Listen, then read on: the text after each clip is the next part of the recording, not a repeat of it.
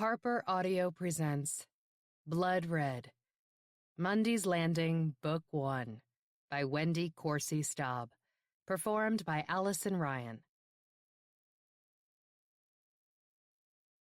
Prologue.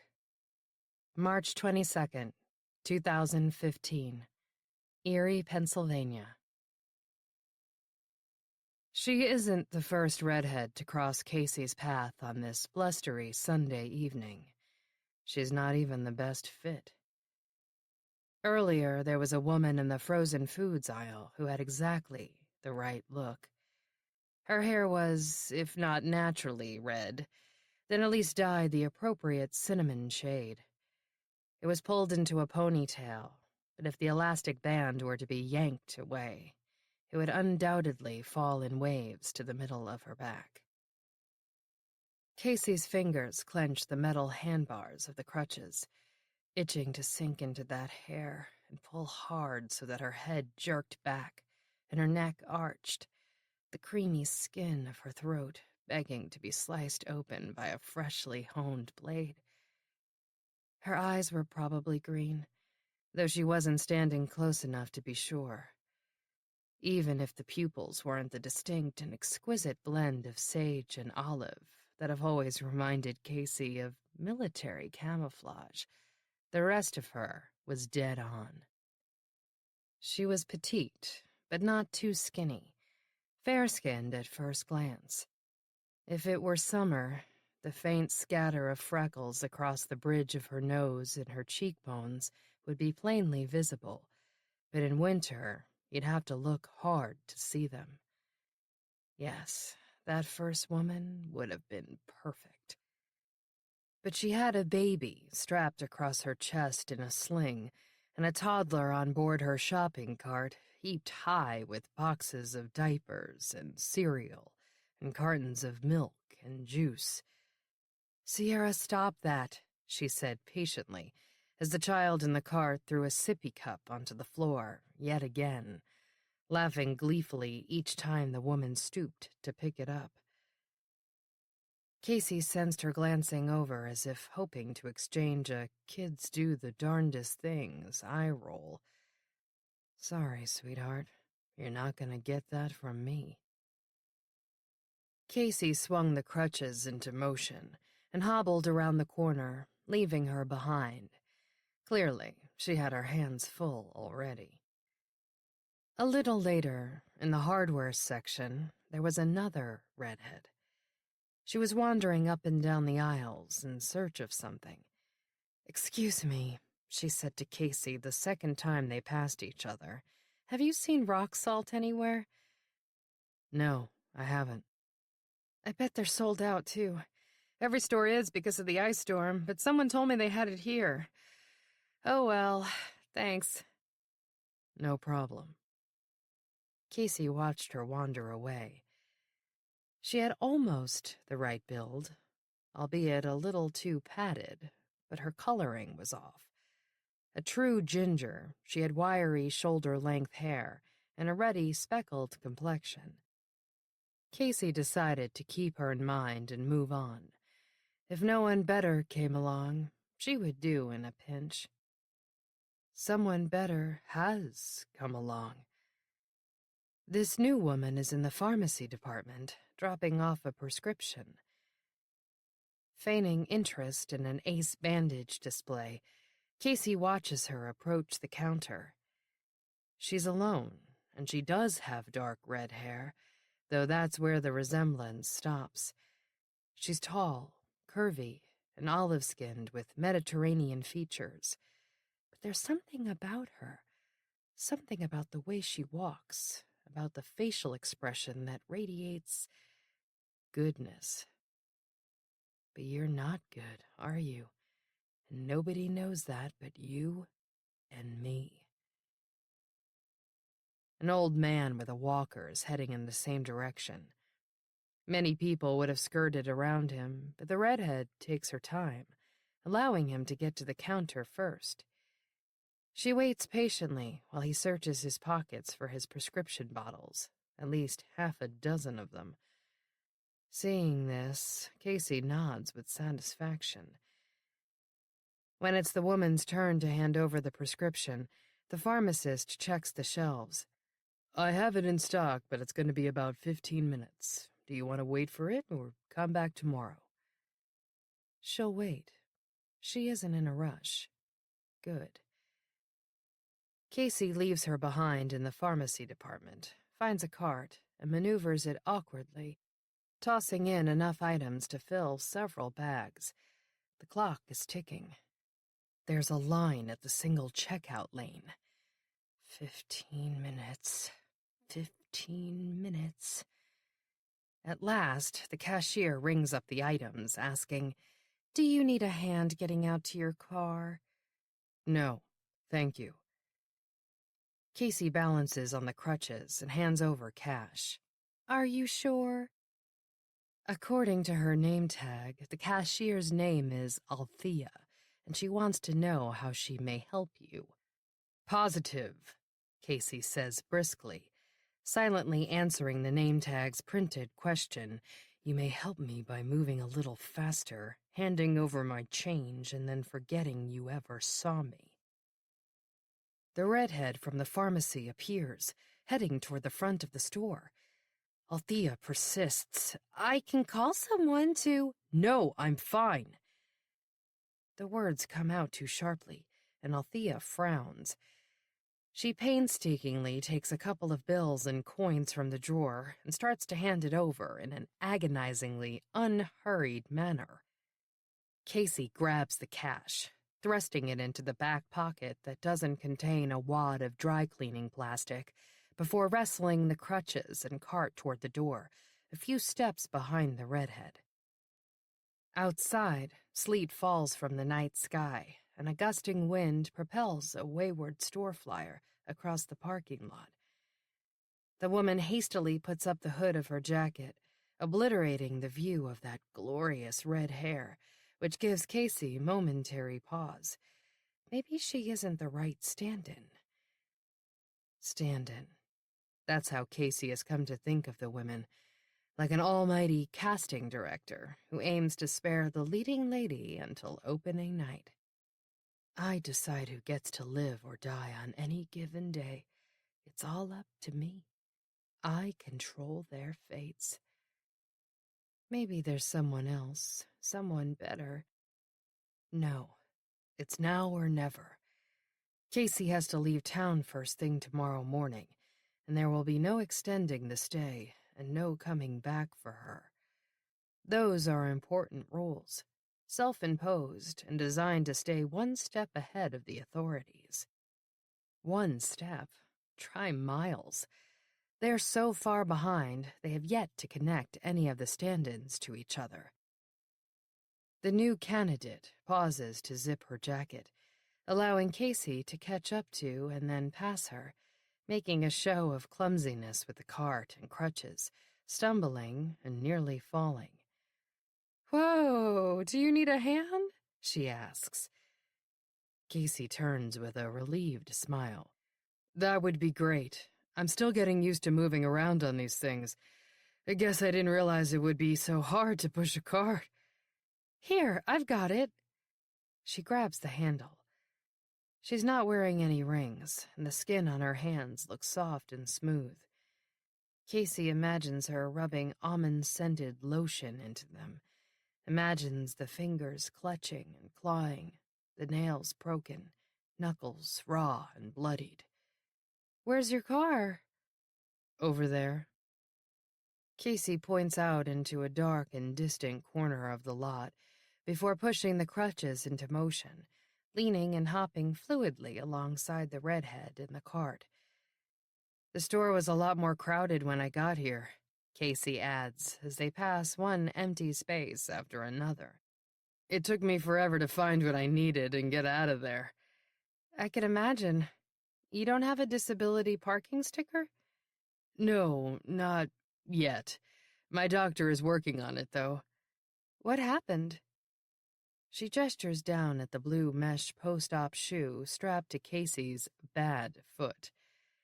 "My walkway was a sheet of ice on Tuesday. I slipped and broke it." "That stinks." She nods, accepting the explanation. Just another casualty in a massive storm that brought down trees and power lines, caused a massive pileup on the interstate, and resulted in 11 lives lost. Soon to be an even dozen, Casey thinks smugly. But of course, she won't be added to the official toll. It'll be another of my little secrets. They've almost reached the van, parked beneath a burned-out lamppost. Well, not burned out.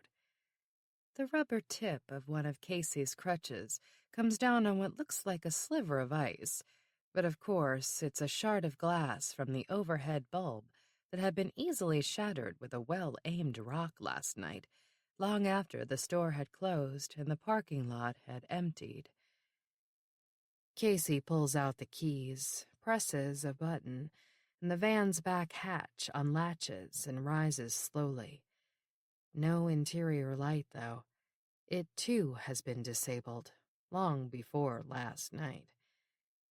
"Thanks so much," Casey says, as the woman parks the shopping cart near the rear bumper. "No problem."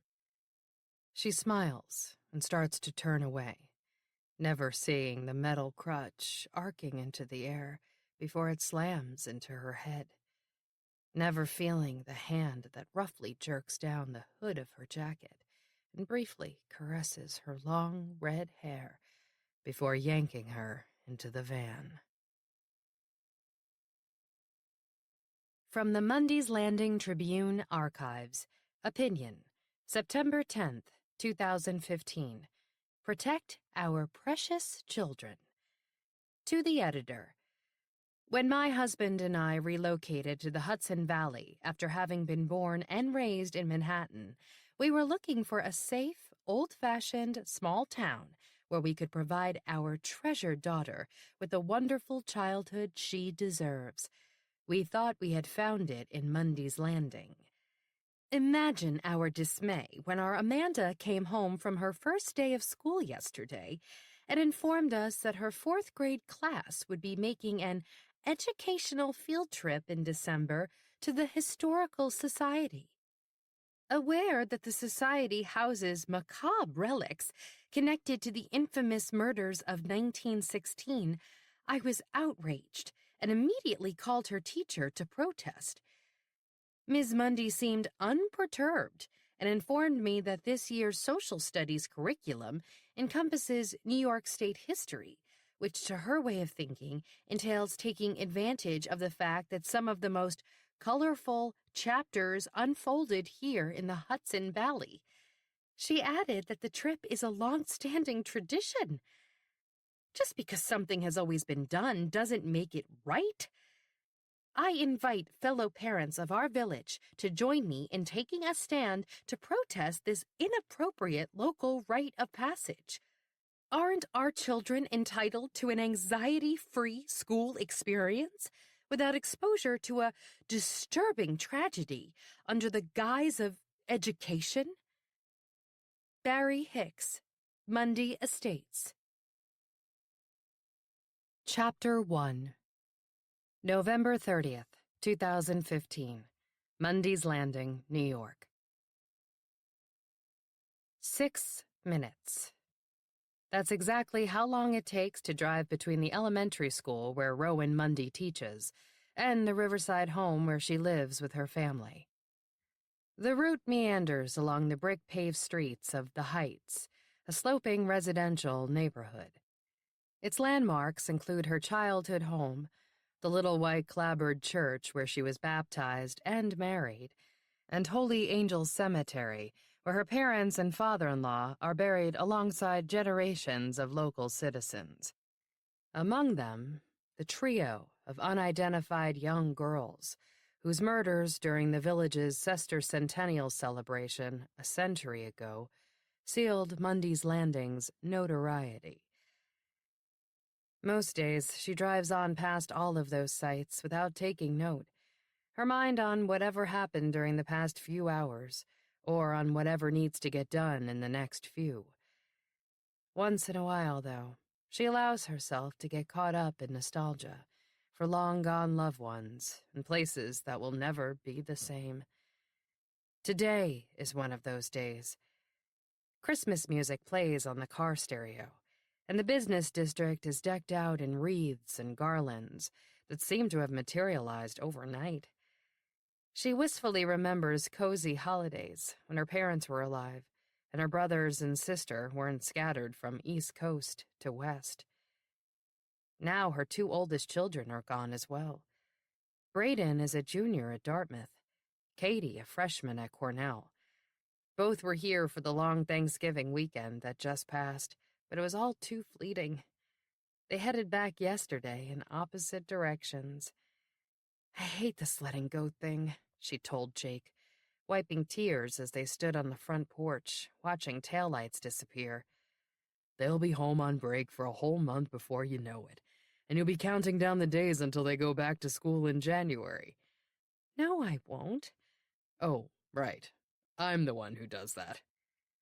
Jake flashed his good-natured grin and went back to eating a leftover turkey drumstick and watching the Giants win in overtime. Passing the Mundy's Landing Historical Society, which occupies a grand turreted mansion facing the village common, Rowan is reminded of an unpleasant phone call she received this morning from the mother of one of her fourth-grade students. Barry Hicks moved to town from New York City over the summer and has proven to be one of those people who always manages to find something to complain about. This week, she was calling to once again express her displeasure with the upcoming class field trip to see the Colonial Christmas exhibit. The annual excursion has been a well-loved school tradition since Rowan herself was in fourth grade. Back then, this turreted mansion was still a private residence, and the Historical Society was housed in the basement of the local library. "I just don't think a trip like this sounds appropriate for children this age," Barry insisted, back on curriculum night in September. Appropriate seems to be her favorite word. Rather, inappropriate. "My Amanda still isn't used to her new bedroom, and she has enough problems falling asleep at night without being dragged through a gory chamber of horrors that's going to give her nightmares for years." Although Rowan immediately grasped what she was referring to, she couldn't resist feigning ignorance. "Oh, you must have this mixed up with the high school's haunted hallway fundraiser, Mrs. Hicks. That's on Halloween, and I wouldn't dream of exposing my class to—" "No, I'm talking about the Historical Society. The murders." "Which murders?" That time, Rowan wasn't playing dumb. Mundy's Landing is famous for not one, but two notorious murder cases. The first unfolded in the mid-17th century, when Jake's ancestors, James and Elizabeth Mundy, were executed on the gallows for butchering and cannibalizing their fellow colonists. Their only son, Jeremiah Mundy, and his offspring lived such exemplary lives that the town was later named in their honor. Mundy's Landing itself wasn't quite so fortunate in terms of redemption and reputation. Precisely 2.5 centuries after the hangings, the so-called Sleeping Beauty murders marked one of the eeriest unsolved crime sprees in American history. The young female victims, whose identities were never known, were laid to rest beneath white granite markers, simply etched with the year 1916 and the word angel. Those are the murders to which Barry Hicks was referring. "I heard the museum has bloody clothing on display, and the murder weapon, and a disembodied skull. Do you really think it's necessary to—" "There's no skull," Rowan quickly assured her, though she'd heard that rumor all her life. "And it isn't the actual murder weapon. It's just an antique razor blade someone's grandfather donated as an example. And the bloody clothing is only exhibited in the summer during—" She couldn't quite bring herself to call the event Mundy-Palooza, the flippant popular term for the annual Historical Society-sponsored fundraiser that draws crime buffs, reporters, tourists, and plain old fruitcakes from all over the globe. "The convention," she chose to say instead, and hastily added, "We're only visiting the Colonial Christmas exhibit on our field trip. I promise, Amanda will love it. All the kids do. Barry aired her frustrations in a public letter to the Mundy's Landing Tribune, expecting to rally the villagers in protest. Today, Rowan convinced her to come along as a chaperone so that she can experience the long-standing tradition firsthand and, ostensibly, protect her daughter from the evils of Mundy's Landing. It seemed like the easiest way to avoid additional Monday morning stress, but she regrets it already. Now, winding toward home, she blinks against the glare of sinking autumn sun at every westbound curve. Lowering the visor doesn't help at all. She worries about Mick. In about 10 minutes, her youngest son will be getting off the late bus after varsity basketball practice. Even if he's not plugged into his iPod, despite her warnings about the dangers of walking or jogging along the road wearing headphones, he'll have his head in the clouds as usual. At this time of year, the angle of the late-day sun is blinding. What if a car comes careening up the hill and doesn't see him until it's too late? Long gone are Rowan's days of waiting in the minivan at the bus stop on Highland Road, a busy north-south thoroughfare. Even on stormy afternoons, there are plenty of those in Mundy's Landing, Mick insists on walking home up Riverview Road, just as his older siblings did when they were in high school. I'll walk Doofus, she decides, as she breaks at the curbside mailbox in front of their gabled Queen Anne Victorian, perched on the bluff above the Hudson. Doofus, the aging basset hound, was originally Rufus, but earned his current name when it became evident that he wasn't exactly the smartest canine in the world. Rowan ordinarily lets him out into the yard when she gets home after a long day, but Doofus, although increasingly lazy, might welcome some exercise, and she could use it herself. She bought a tasteless but slimming couscous salad for lunch today, courtesy of Wholesome and Hearty, the school district's new lunch program. But then someone left a plate of cookies in the teacher's break room after lunch, and one of her students brought in birthday cupcakes. Plus, there's still half an apple pie in the fridge at home, left over from Thanksgiving dinner. There was a time when Rowan could gobble anything she felt like eating and never gain an ounce. Those days, too, are long gone. According to her doctor, she needs to exercise nearly an hour a day at her age, just to keep her weight the same. And the hair colorist who's been hiding her gray for a few years now recently told her that her natural red shade it was making her mature skin look sallow, and that the long hair she'd had all her life was too weighty. I think you should try a short, youthful cut and go a few shades lighter. Maybe a biscuit blonde with honey highlights and caramel lowlights? What do you think? I think biscuits and honey and caramel sound like something I'd want to eat right now, if I didn't have to run 10 miles to work off the extra calories, Rowan said with a sigh of resignation. She finally agreed to the new hairstyle right before Thanksgiving. It got mixed reviews at home. Jake and Katie liked it. Braden, who resents change of any sort, did not. Mick informed her that now her hair wouldn't clash with the bright orange hoodie, emblazoned with a black tiger, Mundy's Landing high school mascot, that she wore to all of his home basketball games. I never minded clashing, she said. I do. Can I dye my hair too? Nope, it's what makes you, you. Isn't it what made you, you too? Yes, and whenever she catches sight of her reflection, she feels as though she's dwelling in a stranger's body.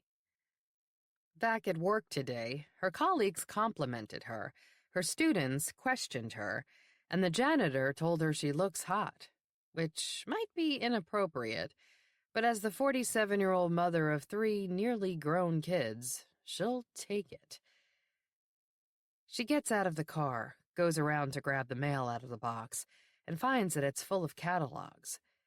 No surprise on this first Monday of the official holiday shopping season. Given the stack of bills that are also in the box, plus the 2 college tuition payments coming due for next semester, The catalogs will go straight into the recycling bin. Money has been tight lately, and Jake is worried about his job as a regional sales manager, amid rumors that his company might be bought out.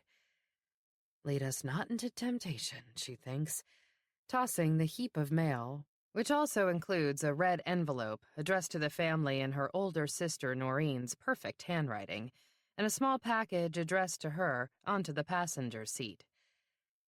As she pulls into the driveway and around back, she sees that there's garbage strewn by the back steps. The latch on top of the can snapped off when they overfilled it on Thanksgiving. Jake tried to pick up a new one the next day, but the strip malls on Colonial Highway were so jammed with Black Friday shoppers that he couldn't get near any of them. As Rowan stoops to pick up a gnawed turkey carcass and wads of soggy paper towels discarded by woodland creatures, she tries to imagine Noreen doing the same. Nope, it would never happen. Noreen, a busy Long Island attorney, runs her household, her life, without glitches. As Rowan lets herself into the house and tosses the mail onto the cluttered counter in the butler's pantry, she marvels that her sister manages to send Christmas cards at all, let alone ahead of the masses. Yet, somehow, she even hand-addresses the envelopes rather than use those typed labels so you can so easily print out year after year. Rowan knows without opening this year's card that it'll have a photo of the svelte and lovely Noreen, her handsome trauma surgeon husband, and their 4 gorgeous kids, all color-coordinated in khaki and red or navy and white. Inside, there will be a handwritten note and the signature of each family member scrawled in red or green Sharpie. Noreen has always managed to do so much and make it look so easy, which drives someone like me absolutely crazy. Which is why, when I was a kid, I didn't even bother to try to follow in her footsteps. She's so caught up in the familiar combination of envy and longing for her sister that she doesn't think twice about the package that came for her. She tosses it aside with the rest of the mail and takes her medication, the first thing she does every morning, and again every afternoon when she walks in the door.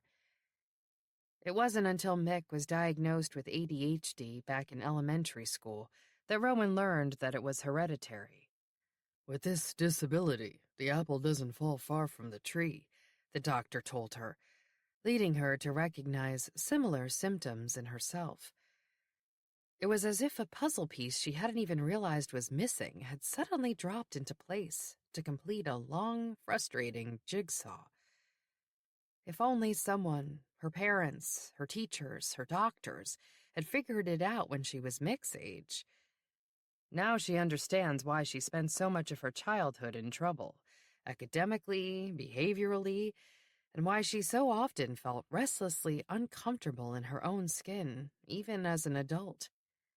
Things aren't perfect now, far from it, but at least she's more in control of her life, with better focus and the ability to quell her impulsive tendencies. Most of the time, anyway.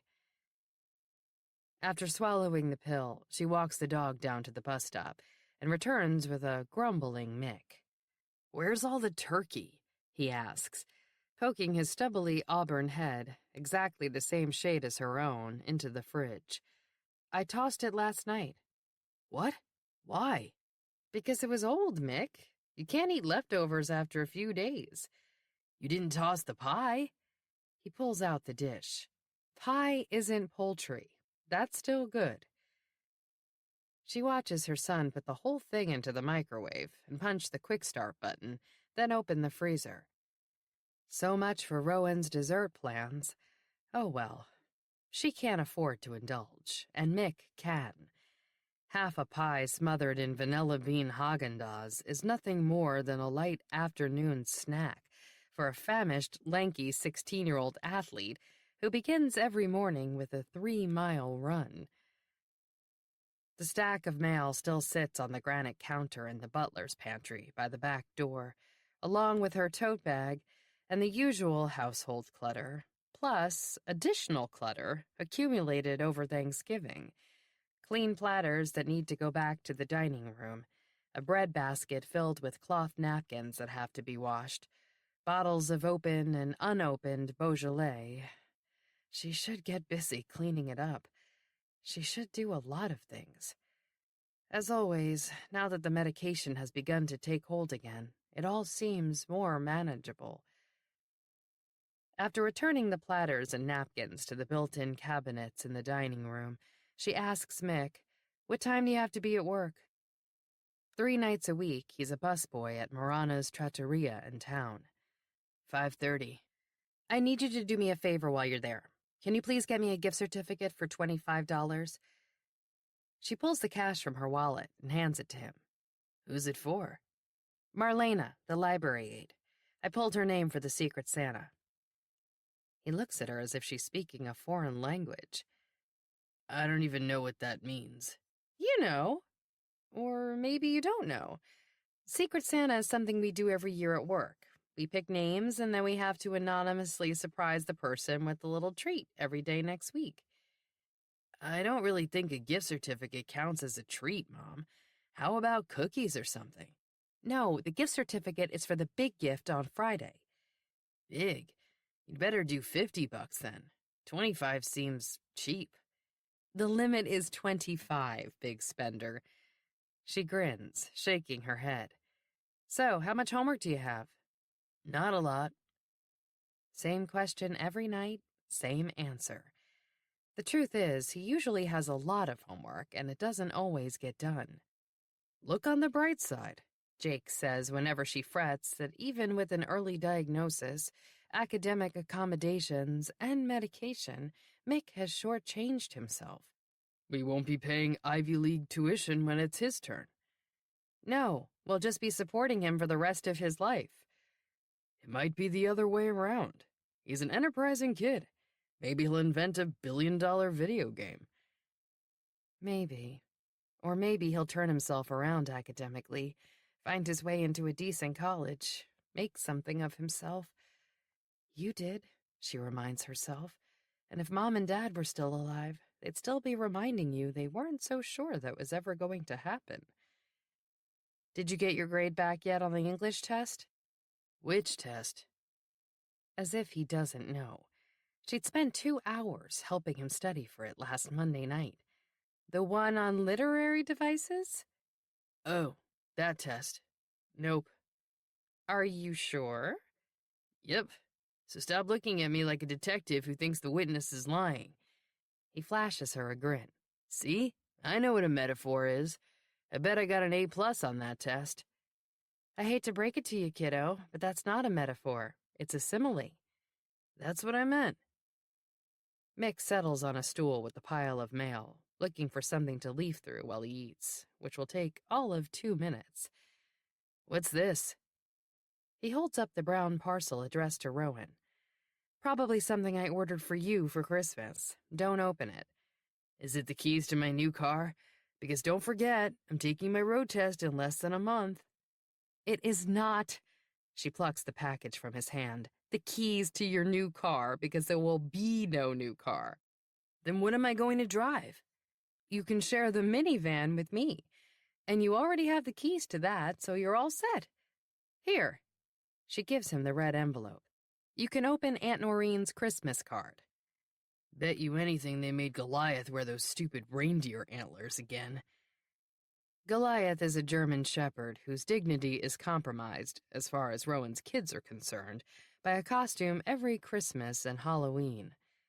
Don't worry, doofus, Mick says, patting the dog, who lies on the hardwood floor at the base of his stool, hoping to catch a stray crumb with little effort.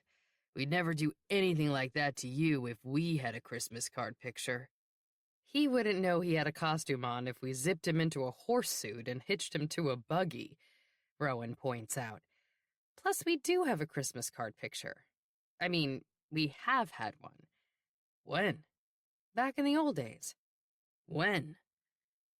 Classic Mick, persisting to demonstrate that he, as the youngest kid in the family, has suffered some slight, real or imagined. It rarely works on Rowan, who, as the last born of Kate and Jonathan Carmichael's 4 children, is all too familiar with that technique. Back when we lived in Westchester, she tells Mick. She distinctly remembers having to cancel a family portrait shoot repeatedly to accommodate Jake's schedule. He was working in the city then, never home. "Before I was born doesn't count, Mom." "We had a few after you were born." "We did not." "Sure we did." Did we? It's a wonder they even found time to conceive Mick back then, let alone take a family photo. "I don't think so." "Maybe not," she concedes. "After we moved here, I probably didn't send cards. But God knows we have plenty of family pictures. They're just not portraits." Her favorites, and there are many, are framed, cluttered on tabletops, and hanging along the stairs in a hodgepodge gallery. "That's not the same thing." "You poor, poor, neglected little working mom's son."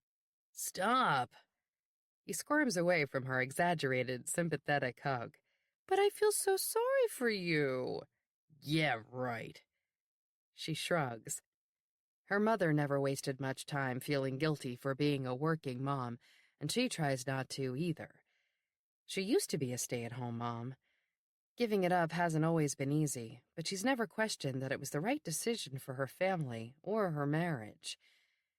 Mick was 3 when she resumed the teaching career she launched back when she and Jake were newlyweds. She could have waited to go back until the kids were older if they stayed in the New York City suburbs, and Jake had stuck with the higher-paying advertising sales job that kept him away for weeks at a time. But that would have been tempting fate, because she doesn't like to think back to those days. Things were so different.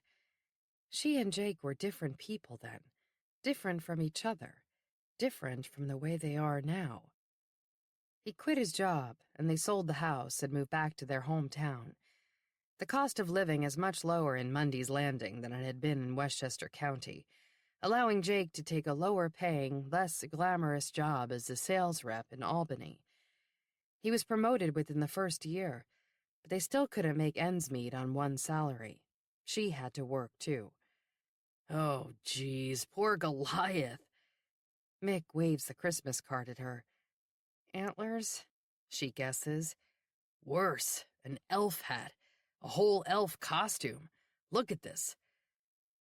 Rowan takes in the sight of a humiliated-looking German shepherd, decked out in green felt and red pom-poms, alongside her sister's picture-perfect family. "Poor Goliath," she agrees. "But everyone else looks great. I miss them. Maybe we should try to get together for Christmas." "Mom, you said never again, remember?" "That wasn't me, that was Dad." "That was all of us, including you. It took us a whole day to get home in traffic last time we went to see Aunt Noreen for Christmas." "That was a freak blizzard. It doesn't usually snow on Long Island over the holidays." "Well, it always snows here." Mick is right. In Mundy's Landing, Currier and Ives' Christmases are the norm. On the banks of the Hudson River, cradled by the Catskill Mountains to the west, the Berkshires to the east, and the Adirondacks to the north, the village sees more than its share of treacherous weather from October through May. But, as the hardy locals like to say, we know how to handle it. Plows and salt trucks rumble into motion. Shovels and windshield scrapers are kept close at hand, and it's business as usual. Rowan opens 3 drawers before she finds a pair of scissors to slit open the packing tape on the box. It's not from Amazon or Zappos or any number of places where she does most of her online shopping. There's no return address, just her own, computer printed on a plain white label. Yes, the kind overachievers like Noreen refuse to use for their Christmas cards.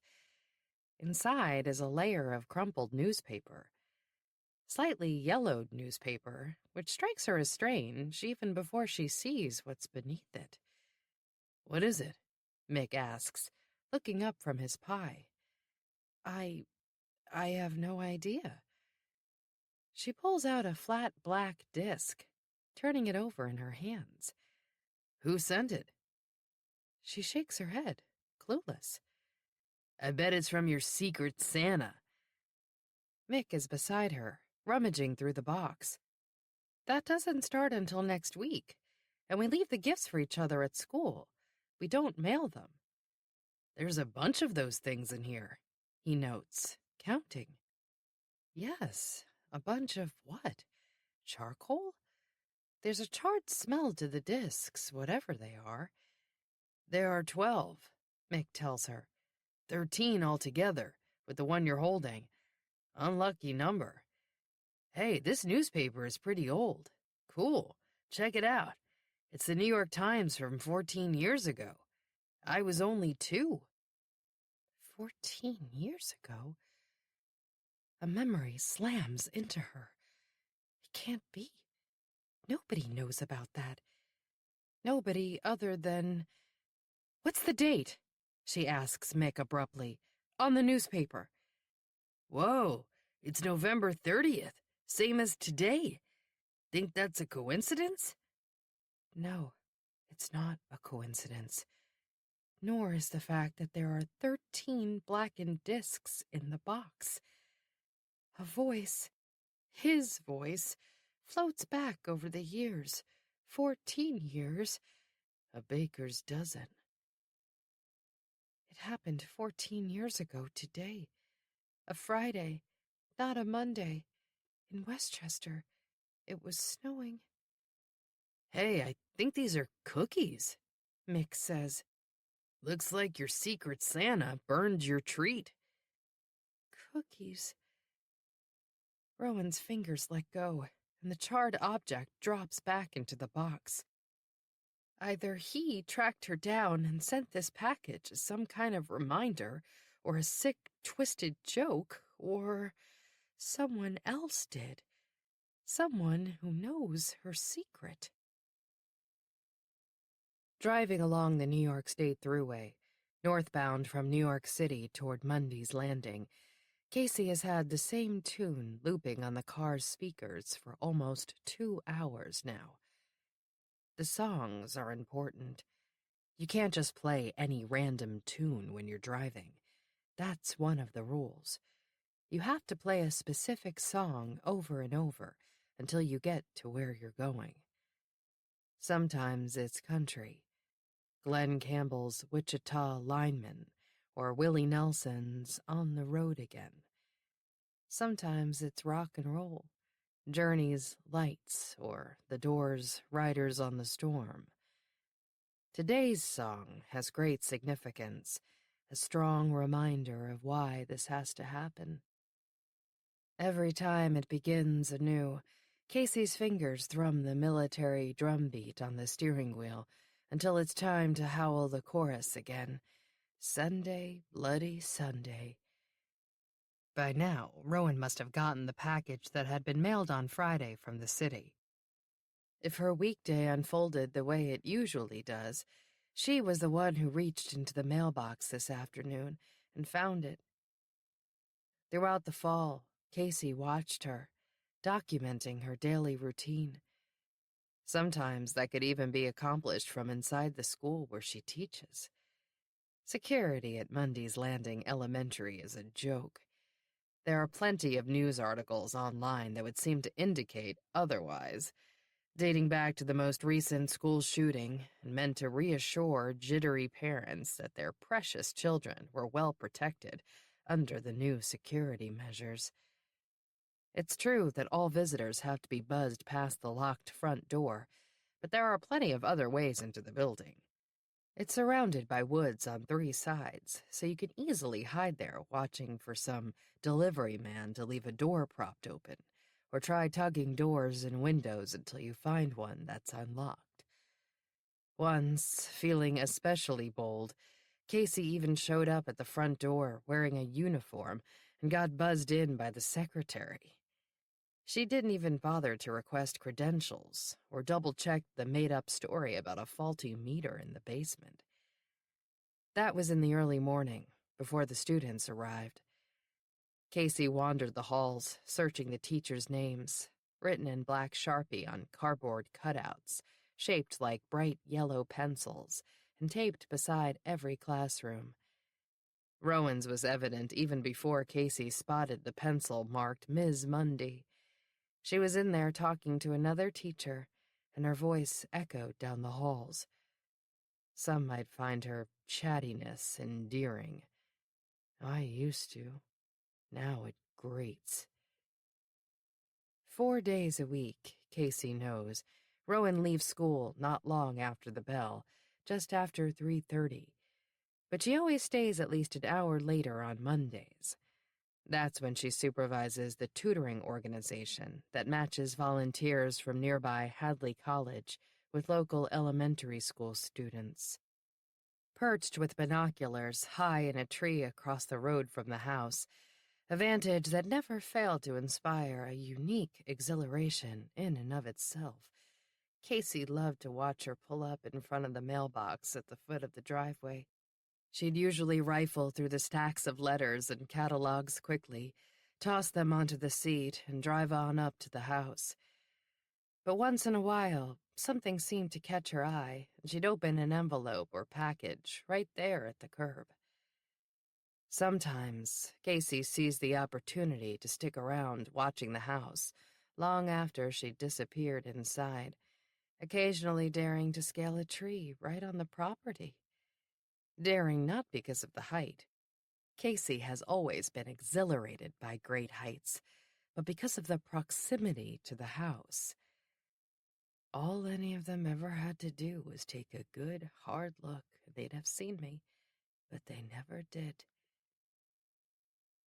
Casey would sometimes stay late into the night until the last light was extinguished. Oblivious to a voyeur in their midst, the Mundy family went about their lives behind the sturdy plaster walls of the home that had been built well over a century ago, 127 years ago, to be exact. Casey had left no stone unturned when it came to investigating Rowan's charmed life. One never knows when a seemingly irrelevant detail might come in handy. An entire year of preparation has finally paid off. November 30th has finally arrived. The endgame has begun. From the Mundy's Landing Tribune Archives. Real Estate, March 18th, 2002. Just reduced, Victorian Charmer, 25 Riverview Road. Enjoy the ever-changing Hudson Valley landscape from the rocking chair wrap-around porch of this lovely, historic 3,200 square foot, 6-bedroom, 1.5 bath Queen Anne. Vintage features include elegant front entry, double parlors, formal dining room with built-in cabinetry, butler's pantry, full attic, and cellar. Loaded with period charm, including 4 fireplaces, stained glass transoms, and gabled dormers. Original oak, maple, and cherry floors, moldings, wainscoting, and pocket doors. Located minutes from Business District on private 2-acre lot with mature trees and partial seasonal river views. Move-in ready. Your TLC and decorating touches will restore this gem to its bygone splendor. Chapter 2. Mick Mundy has been eating in the wood-paneled dining room at Marana's Trattoria since the place was known as Marana's Pizzeria. That was long before the owners replaced the red vinyl table coverings with white linen and started charging $20 for a plate of pasta. Which is ridiculous, according to Mick's father, although Dad's willing to pay even more than that for the cavatelli alla Mama Marana, the restaurant's sausage and cheese-smothered signature dish. In the 3 months since Mick started working here, he's come to see the place in a new light. At first, it was a novelty to know what was happening behind the scenes. For instance, that the world-famous gorgonzola salad dressing is just Italian dressing from a big plastic jug with a handful of cheese crumbles thrown in. At this point, though, that's old news.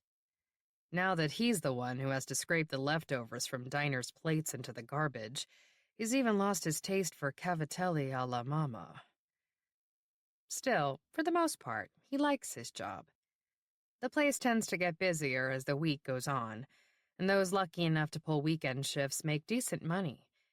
But Mick often has basketball games on those nights, and is stuck with Monday through Wednesday, when his portion of the waitress's tips amounts to barely enough to put a few gallons of gas in the car. When he actually has a car, which he never will if he winds up having to pay for it himself. Not with this job, anyway. Monday nights always mean lousy tips, but tonight is surprisingly busy.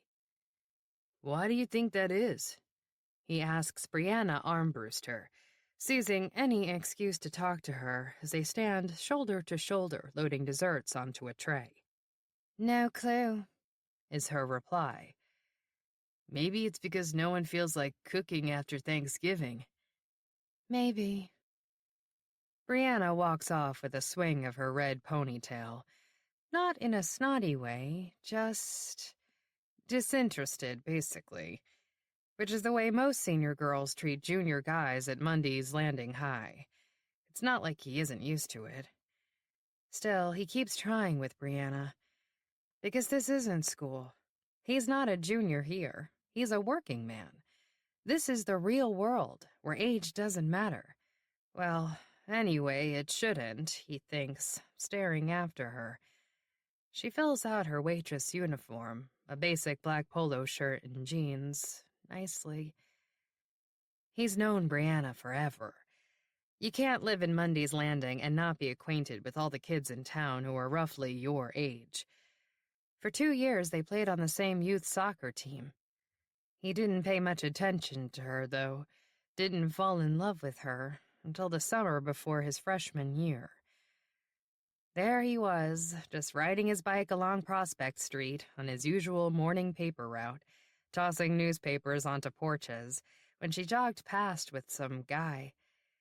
He hadn't seen much of her since she'd left middle school as a freckled tomboy with an overbite and orthodontic headgear. Now the braces were gone, and she was wearing skimpy workout clothes, and he couldn't miss the fact that she'd grown up, not to mention out. He was so distracted he steered into a fire hydrant and found himself sprawled on the sidewalk with bloody hands and knees. "Nice going, Carrot Top," the guy called, laughing. Brianna whirled on him and pointed out that she too was a Carrot Top. He stammered a lame apology, which she ignored, as she came over to make sure Mick was okay. She even held his arm as he got to his feet. He kind of wished he wasn't okay, because then she'd have to call an ambulance and ride with him to the hospital and keep a bedside vigil as he convalesced, maybe wearing a little white nurse's uniform or... "Could she be less into you?" He turns to see Zach Willett grinning at him as he stares after Brianna. "Yeah, she could be into you," he shoots back illogically. "That makes 0 sense. Cut me a break, will you, Lou? Can't you see I'm lovesick over here?" Yeah, sorry about that, Lou." He and Zach always call each other Lou when they're here at work. He can't remember how it started, but it's become a thing, and they talk to each other in exaggerated mobster accents. Well, Zach's is dead on, like he stepped out of the movie Goodfellas, but Mick's needs work. They never hung out much in the past. Zach is part of a different crowd, the drama club kids, but they've gotten to be pretty good friends working together over the past few months. Mick puts a plate containing a powdered sugar-dusted cannoli onto his tray and consults the order. "By the way," Zach drops the wise guy accent, "I heard she's going out with some college guy." Mick's heart plummets. "What? Brianna? Since when?" "Since a few days ago." "Where'd you hear that?" "I swore on my life I wouldn't tell."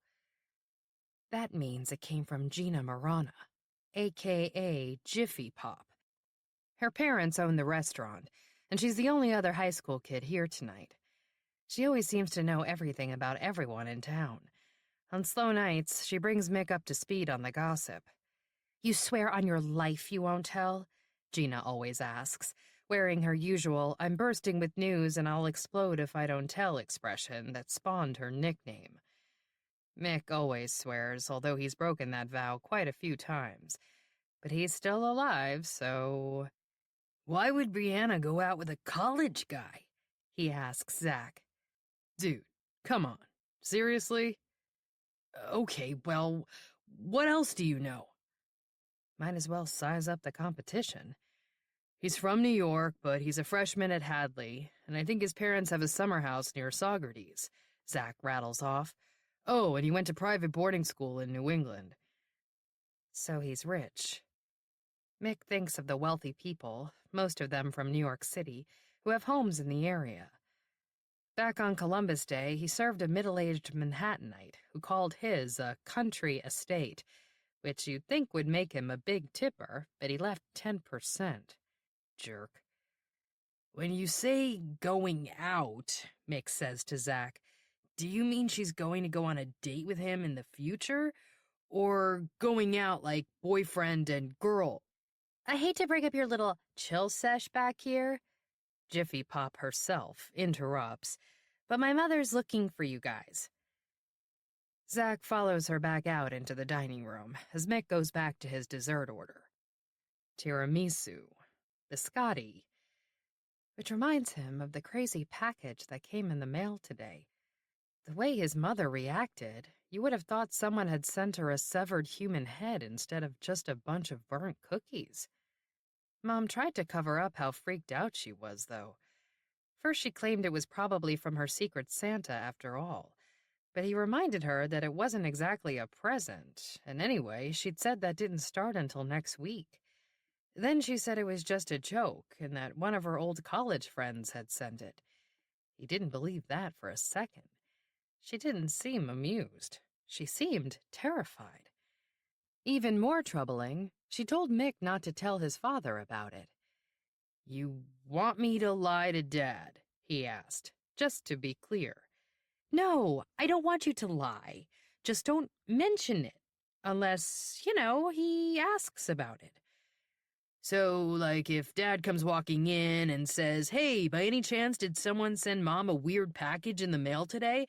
then I can say, 'Don't be a wise-ass, Mick.'" She was almost her usual self in that instant, but in the next, she was digging through the box like a Survivor contestant digging for the hidden immunity idol. That's what Mick told her, adding, "That's a simile. Pretty good, huh?" She failed to appreciate his literary genius, which wasn't like her. She just told him to go get changed for work. And when he returned to the kitchen 10 minutes later, she nearly jumped out of her skin. "Are you all right?" he asked, as she pressed a hand to her chest like she was having a heart attack. "I'm fine." But she wasn't. She was totally pale and jumpy, and she locked the house when they left. She never bothers to do that. "Why don't you want Dad to know?" he asked her when they were in the car, heading toward the restaurant. "Know what?" she asked, even though he knew she knew exactly what he was talking about. "About the package." "Oh, because my friend Carolyn sent it, and Dad doesn't like her." Mick barely knows who Carolyn is, other than that she went to the University of Buffalo with Mom and lives outside Rochester. "Why doesn't he like her?" "He thinks she talks too much." "He thinks all your friends talk look out!" Mom slammed on the brakes. She'd almost driven right through a stop sign into oncoming traffic. "Geez, Mom, you could have gotten us killed," he said mildly. "I'm sorry. Oh my God, I'm so sorry." She just sat there for a second with her forehead resting on the steering wheel. Then someone honked behind them and she drove on, but he could see her hands shaking and she kept biting her lip. Mick is sure there's a lot more to that box of burned cookies than a stupid joke. Too bad he can't mention it to his father. Then again, he didn't swear on his life. Casey's headlights illuminate a green sign announcing the next exit. From there, it'll be just a 15-minute drive up the local road until the picturesque cluster of gabled rooftops and steeples comes into view. It's been a long day on the road already, but Casey had no problem making the 2-hour detour in rush-hour traffic. Too many days have passed without seeing Rowan. A glimpse of her might be too much to hope for, but sometimes it's enough just to drive by the big old house and imagine her inside, utterly unaware that her perfect little world is about to come crashing down around her. From the exit, it takes 14 minutes to reach the Chamber of Commerce billboard that reads, "Welcome to Mundy's Landing." Alongside it is a traffic sign, indicating that the speed limit has dropped from 55 to 30 and is strictly enforced. When Casey first visited, there was a third sign here as well, a temporary one directing visitors toward the center of town and the Historical Society on Prospect Street, the hub for the annual convention colloquially known as Mundy Palooza. Casey took full advantage of the hordes of tourists that descended upon the little village to commemorate its claim to fame as the murder capital of the world, unofficially, of course. It's not as though the local government has embraced that slogan and printed it on bumper stickers. Yet. The local election campaigns this fall pitted the old guard against fresh blood. Casey followed them with interest. John Ransom, Mundy's Landing's longtime mayor, whose bloodline reportedly links him to the notorious first settlers, as with many other longtime locals, including Rowan's husband, doesn't like to acknowledge, much less draw attention to, the infamous murder sprees that unfolded here in the mid-1600s, and then again almost a century ago. 99 years, 5 months, and 7 days ago, to be precise. Casey enjoys being precise. Mayor Ransom was soundly defeated by a relative newcomer who'd won the vocal support of local business owners. They might not admit to capitalizing on the village's bloody past, but they certainly benefit from the annual invitation that draws increasingly large flocks of crime buffs, historians, and media from all over the world every summer. Can you solve the Sleeping Beauty murders? The question was printed on posters taped to every store window and lamppost in town, and echoed in countless newspapers and all over the internet. How amusing. What does it matter now whether the killer is identified? It's not as though the culprit still roams these brick-paved streets by night, preying on innocent schoolchildren. Solving the ancient murders would accomplish nothing other than to erase the very reason for Mundy Palooza's existence. Clearly, the powers that be haven't thought of that. Fools. With next summer marking not just ML 350, the town's 350th birthday, but also the centennial anniversary of the unsolved Sleeping Beauty murders, the upcoming Mundy Palooza promises to be more popular than ever. By then, Casey's work here will be done. Too bad, because it would be even easier to get lost in increasingly larger crowds, moving in and out of circles that orbit and intersect those of Rowan and her family. It's tricky at this time of year to slip in and out of their world unnoticed, but not impossible. Sunday, bloody Sunday. Singing, Casey drives slowly past the Mundy home, turns around in a driveway down the road, and drives past it again. It would be nice to spot Rowan's silhouette in the window, which has happened many times, but it doesn't happen tonight. It would be even nicer to park the car a short distance away, slip back through the neighboring yards, and climb the massive elm behind the Mundy house. Perched high in its branches at night, camouflaged by dense foliage, Casey watched the family inside their home throughout the summer and into early fall. That became too risky after the leaves fell. But eventually, frustrated by the lack of proximity, emboldened by the knowledge that November 30th was looming, Casey tried a new tactic. The Mundy family is careless about locking doors. Their cars in the driveway and even the back door of the house are often left unlocked. Not that it matters. They keep a key hidden under a planter on the back step. Casey began to prowl the house when they weren't home, and once in the dead of night when they were. Those stealthy maneuvers were dangerous, but they allowed a heady, perhaps even addictive sense of power, as well as some mementos that have come in handy. The family dog, an ignorant creature, barely stirs when Casey comes around now, other than to happily chew the chunks of steak fed to him with gloved fingers. But those days are over.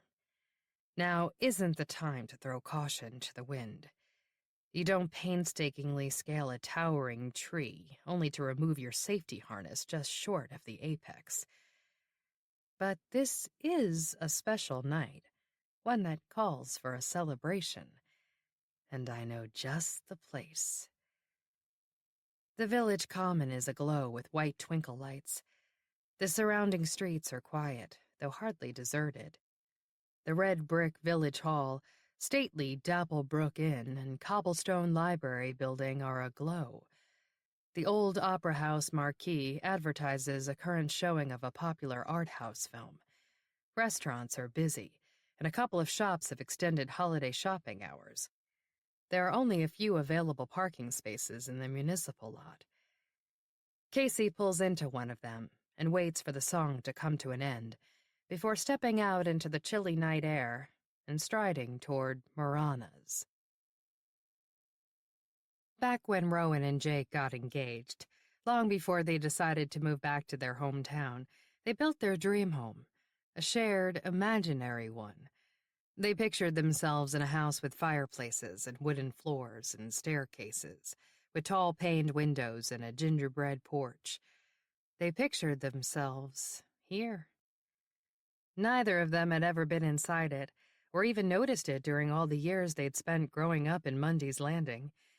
Yet the moment the realtor drove them up to the house the real estate ad described as a Victorian charmer, they both knew it was meant to be theirs. It was so ideal that Rowan sometimes wonders if it had been lurking somewhere in the back of her mind all along, an indelible fragment of some childhood memory that had long since evaporated. The house had every feature they'd fantasized about and then some, but layer upon layer of modern updates had masked the original charm. Previous owners had painted the 19th century woodwork, paneled over the wainscoting, layered the inlaid oak floors with shag carpet, and obscured vintage tin ceilings and crown moldings above popcorn drop ceilings. That was fine with Rowan and Jake.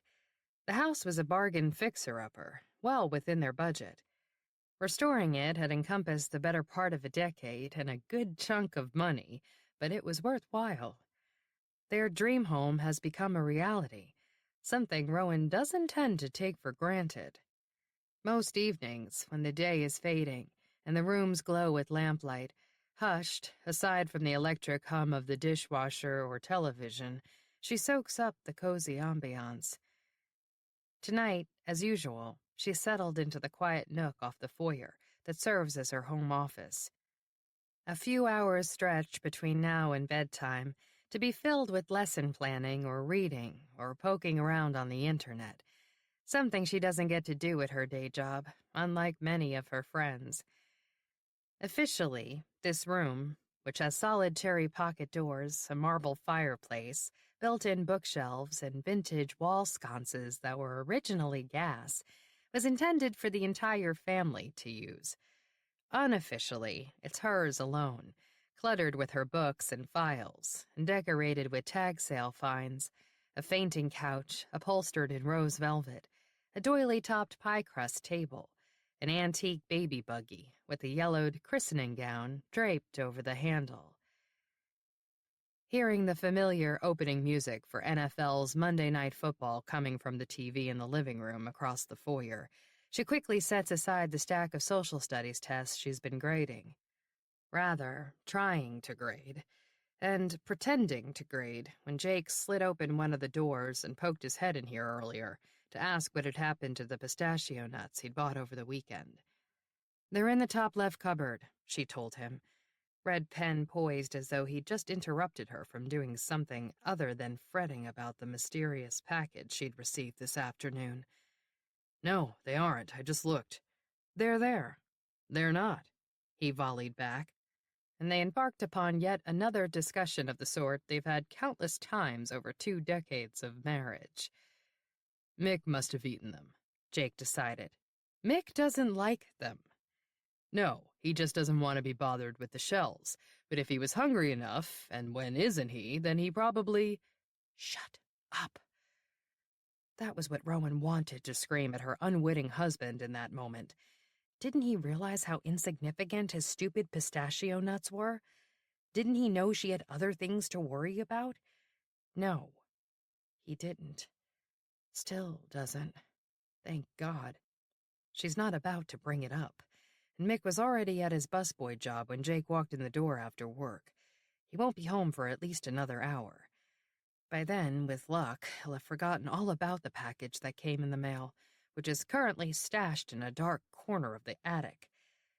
She wanted to throw it away, but with the garbage can latch broken, raccoons might get into it overnight and leave it strewn across the steps for the whole world, Jake, to see. Right now, he's safely occupied with Monday Night Football and the pistachios, which of course he found in the top left cupboard after all, right where she said they'd be. It's not that she runs a highly organized household. Far from it. But after 2 decades of marriage and 1 of medication, there's a certain order to the chaos. Jake somehow has yet to fully grasp it. She pushes the stack of social studies papers aside, drops the pen, and opens her laptop. Before she allows herself to start typing, she looks over her shoulder again to make sure Jake hasn't resurfaced in the doorway. Satisfied that she's alone, Rowan opens a search engine, resigned to searching for the man who's been on her mind ever since she realized what was in that box. Cookies. Burnt cookies. 13 of them. "Why 13? He asked on that snowy afternoon, watching her carry the baking sheet over to the oven. "That's unlucky, isn't it?" "Not for me," she said. "When I was a kid, my sister taught me how to bake, but she always wanted me to put exactly a dozen balls of dough onto the sheet for every batch. She was a real stickler for recipes and rules." "And you weren't big on rules?" She allowed herself to grin naughtily at him. "Never." She knew she was flirting. Somehow she didn't care. The kids were safely in the next room, parked in front of the television watching How the Grinch Stole Christmas. Not the old cartoon Rowan remembered from her childhood, but the recent movie with Jim Carrey. She'd bought the DVD the week before and intended to save it for Christmas, but pulled it out to occupy the kids while the adults were in the kitchen baking cookies. She finished telling him about her sister. "Whenever she wasn't looking, I'd put an extra ball of dough on the baking sheet, and then I'd snag the extra cookies for myself when they were done, and still have an even dozen." She remembers feeling his eyes on her as she put that last cookie sheet into the oven. Remembers the silence that fell between them, and that she could hear Faith Hill singing "Where Are You, Christmas" on TV in the next room. Remembers setting the timer for 8 minutes. Remembers how they wound up in the laundry room off the kitchen. They didn't even notice the stove buzzer when it went off, but they certainly heard the blast of the smoke alarm 10, maybe 12 minutes later. Thank God for that. Saved by the bell. The cookies were burned. She dumped the batch into the kitchen garbage after he was safely out of the house.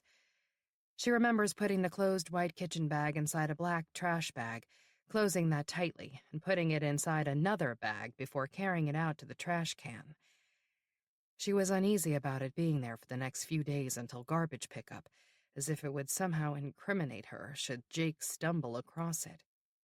Her heart stopped that night when he stood in the kitchen stomping the snow from his boots, sniffing the air and asking if she'd burned dinner. No, she told him. Just toast. Earlier. The lie rolled off her tongue as impulsively as it would have 15 years earlier if her parents had caught her breaking curfew, or if the vice principal had found her cutting class in the gazebo. Old habits, shameful ones you'd worked hard to obliterate, die hard. That was the first lie, and one of the few of their marriage, and such a silly, unnecessary one. She could have said cookies instead of toast. That simple truth wouldn't have alerted him that while he was working his ass off to earn a living for them, she was in their next-door neighbor's arms. Richard Walker. She types the name into the search engine, heart pounding, and hits enter. The joy went out of Mick's evening when Brianna Armbruster cashed out her tips and went home almost an hour ago, soon followed by Zach and just about everyone else.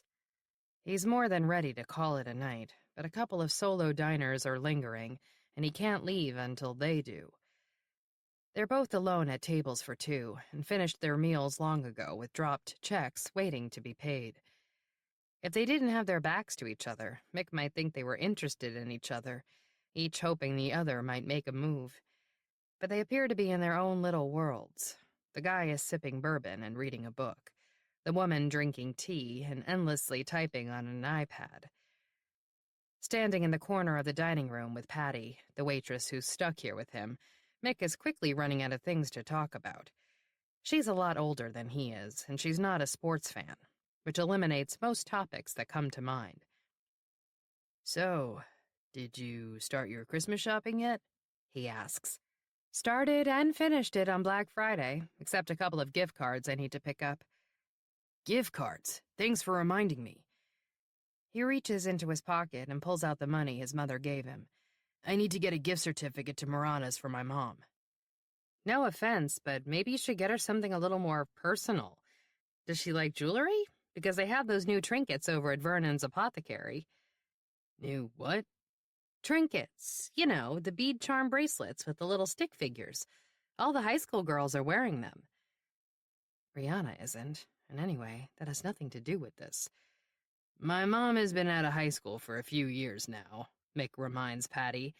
And anyway, I'm not giving her the gift certificate. She's giving it to someone at work for a Secret Santa. That's this thing where they leave each other little gifts every day next week, and then on Friday, they... I know what a Secret Santa is, Patty cuts in. You do? Am I the only person who's never heard of it before?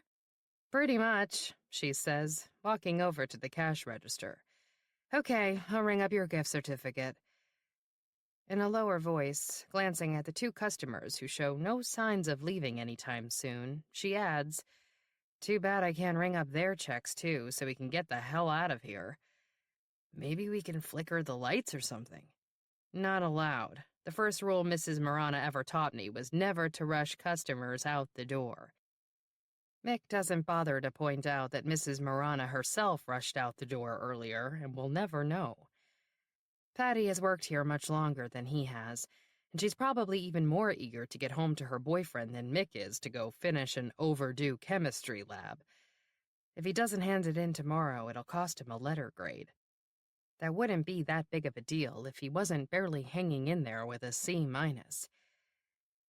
Patty hands him the gift certificate, then quietly tells him she's going to the ladies' room to put on some lipstick. If they leave, lock the door and flip the sign right away. Don't worry, I will. As she walks away, Mick weighs the wisdom of flickering the lights while she's gone. Don't even think about it, she murmurs without turning her head, and Mick can't help but grin.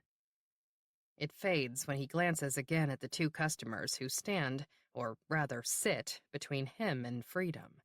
How can people be so dense?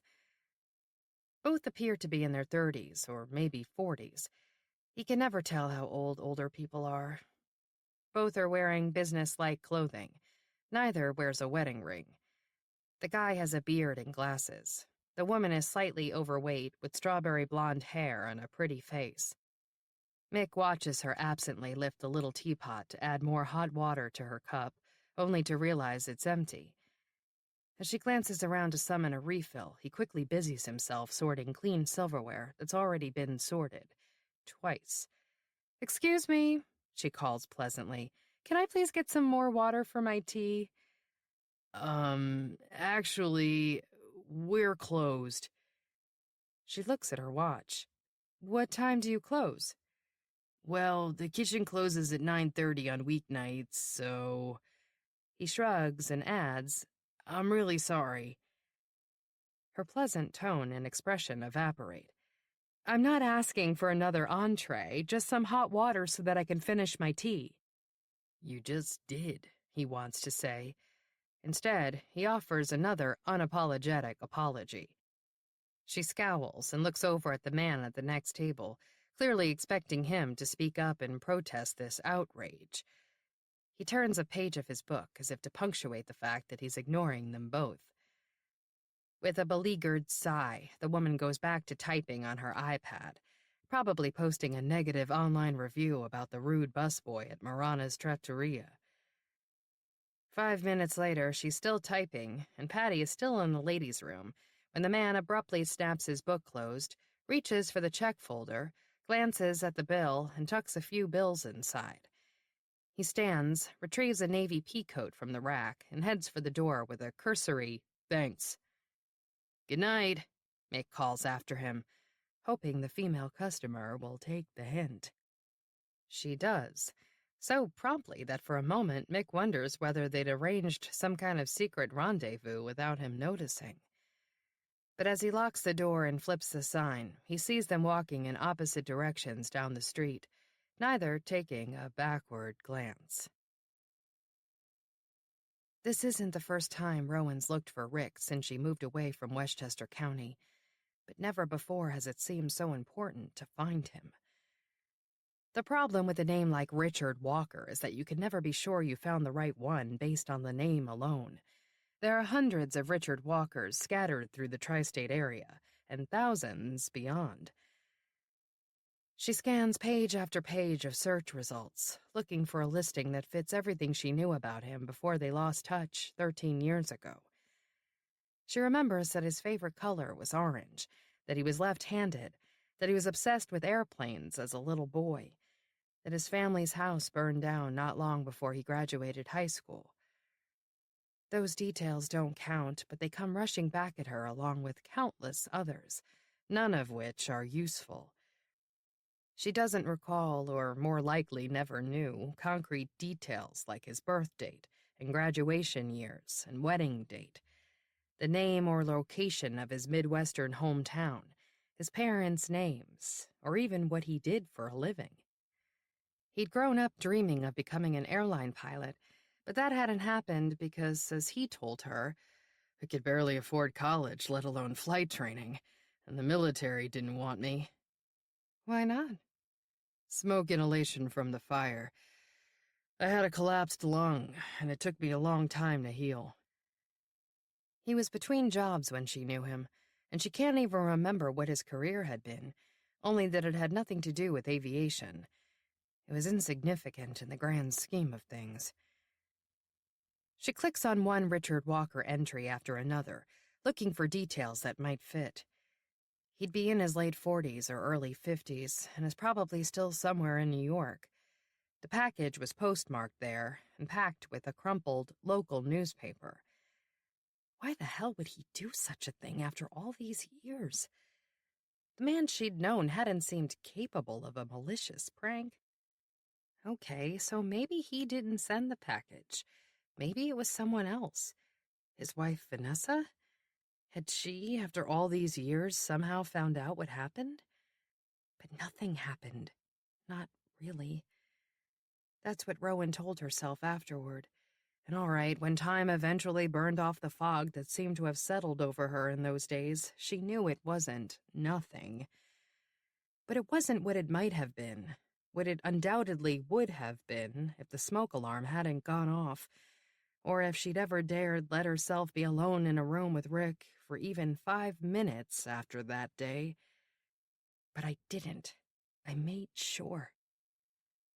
Even if Vanessa thought something had happened, it's hard for Rowan to imagine her doing something like this.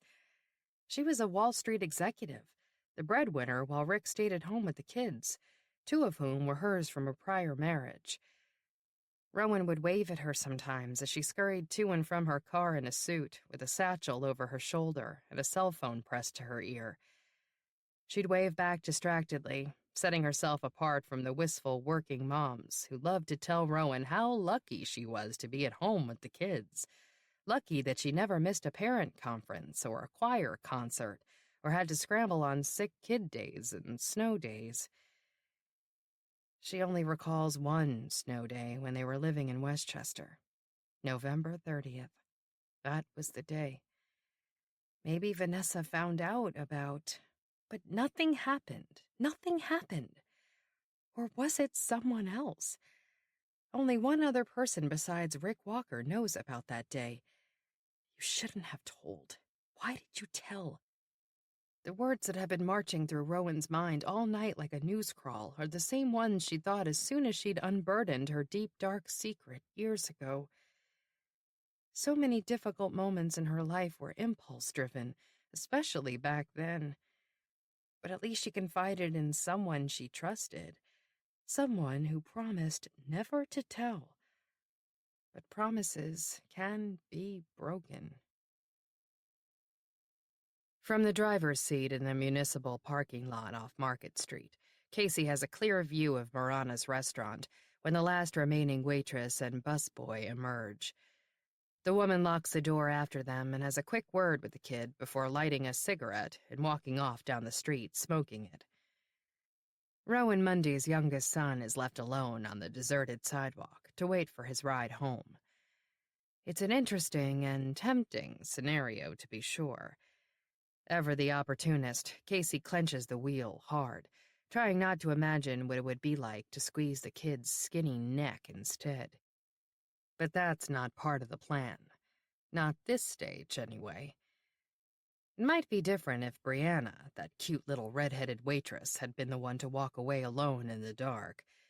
She's young, but maybe not too young to be a stand-in. Casey regrets not having been seated in her section and that her shift ended so soon. You weren't the only one. There was no mistaking the wistfulness on Mick Mundy's face when Brianna left. The kid pulls his cell phone out of his pocket, texting and leaning as he waits for his ride home. Wearing an expensive down jacket, one leg bent with an enormous basketball sneaker resting against the brick outer wall of the restaurant, he looks as though he doesn't have a care in the world. Casey knows that is hardly the case. Eavesdropping on Mick Mundy's conversation with Patty the waitress, Casey noted that the kid didn't mention that the girl he likes barely acknowledges him.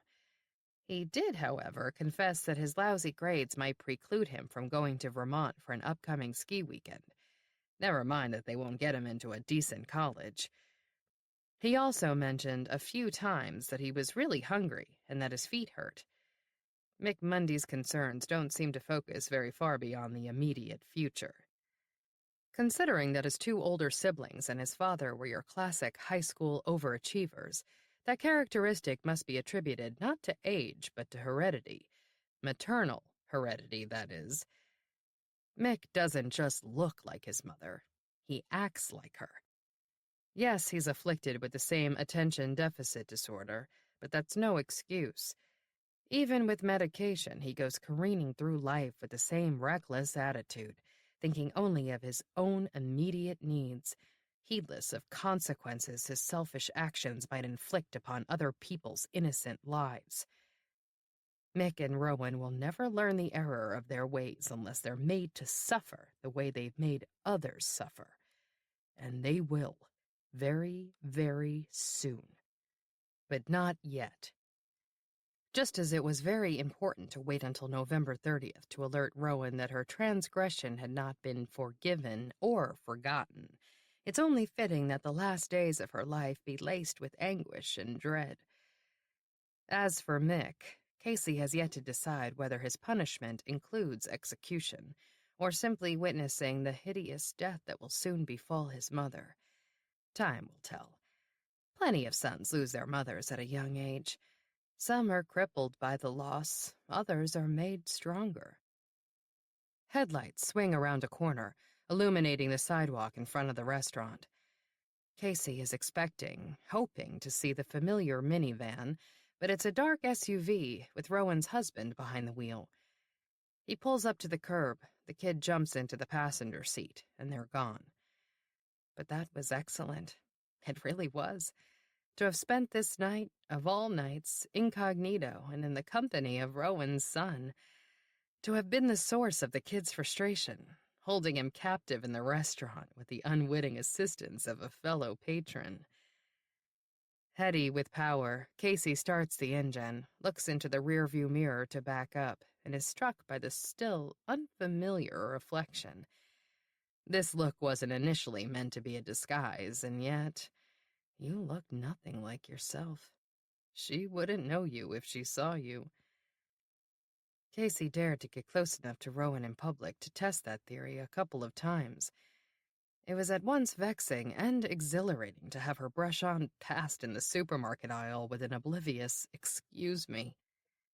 Casey was tempted to grab hold of her and confront her, but managed to keep cool and move on as if they were total strangers, as if their lives, all their lives, had never intersected, as if they hadn't been forever impacted on that fateful day 14 years ago. It would be nice to imagine that the memory has tormented her all this time, but chances are, Rowan being Rowan, that she hasn't even thought about it in years. It doesn't matter. Casey is certain she's thinking about it tonight. The house is still, other than the ticking mantel clock and an occasional creaking floorboard overhead that lets Rowan know Mick is still awake in his room. He's probably not doing his homework, as he claimed when he got home from the restaurant. More likely, he's goofing off on the internet while shooting wads of crumpled notebook paper into the hoop on the back of his door, having long ago misplaced the Nerf basketball that came with it. Ordinarily, she'd have caught him in the act and told him to get to work or get to bed. Ordinarily, she'd be in bed herself by now. But when Jake turned in after the football game ended, she told him to go on upstairs without her. "It's late. What are you doing?" he asked around a yawn. She couldn't claim to be grading papers. He'd caught her on the computer. "Christmas shopping," she told him. "Can it wait?" "Cyber Monday deals end at midnight. I'm saving us a ton of money." That was enough to send him upstairs with a simple, "Great. Good night." Now it's after midnight, and Rowan has yet to buy anything, but she's fairly certain she's finally zeroed in on the right man. She sits staring at the Facebook profile of a Rick Walker, who appears to be the right age and works for an unnamed firm in Manhattan as an administrative services manager. At least that's what it says here. It might be a lie. Everything can be a lie when it comes to social networking. She can't access his private photos, but the headshot on his profile page bears some resemblance to the man she used to know. Yes, he's wearing sunglasses in the picture and has a receding hairline and is clean-shaven, while her Rick usually had 5 o'clock shadow. Your Rick? Don't think of him as your Rick. Nothing happened. Be that as it may, this Facebook profile could very well belong to the Rick, Vanessa's Rick, with whom nothing happened 14 years ago tonight. She studies his friends list, looking for mutual connections or familiar names, but doesn't find any, including his wife's. That's not surprising. The Vanessa she remembers doesn't strike Rowan as the type of person who'd waste time on social networking. There are a few Facebook profiles that share her name, but none could possibly belong to her. Rick Walker's younger 2 kids, whom she remembers with varying degrees of fondness, would be around the same age as her own. Their names don't appear on his friends list either, although that doesn't mean anything. Of her own 3 offspring, only Katie was willing to connect to her via social networking, and Rowan is fairly sure that she screens her Facebook page to keep her mother from seeing all but the most innocuous posts. Either that, or her daughter is leading an unusually dull social life for a college freshman. After investigating Rick Walker's public Facebook profile as thoroughly as possible, Rowan looks for him on other social media and is quickly overwhelmed.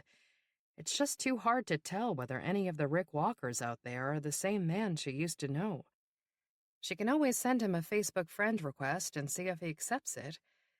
But you don't want to be friends with him, she reminds herself. That makes no sense after what he did to you, sending that package. Maybe it was just his way of telling her he still thinks about her after all these years. Maybe he meant it as a misguided, grand romantic gesture. Too bad it came off as merely creepy and, all right, frightening. Regardless of his motives, she has two options now: confront him or ignore him. And ignoring just isn't her style, especially when she's angry, which she is, more so by the moment. How dare he barge into her life again? She impulsively sends him a friend request, then sits staring at the screen under the irrational assumption that he'll accept instantly so that she can give him a piece of her mind. When that doesn't happen, not instantly, and not in the space of another 10, 15, and then 20 minutes, she regrets having sent it. Now the ball is in his court, leaving her feeling even more helpless than she would if she'd ignored him. She abruptly closes out of the Facebook screen, pushes back her chair, and starts to get up before thinking of Jake. He seemed to accept her Cyber Monday shopping story, but what if he decides to snoop through her computer to see whether she bought anything for him? He's not a 10-year-old kid hoping for a new Xbox, she reminds herself. Yet she reaches again for the laptop and clears the browsing and search histories, just in case. Satisfied she's covered her tracks, she turns off the computer and flicks off the desk lamp as a sudden gust of wind rattles the panes and stirs the sheer lace curtains that cover the windows.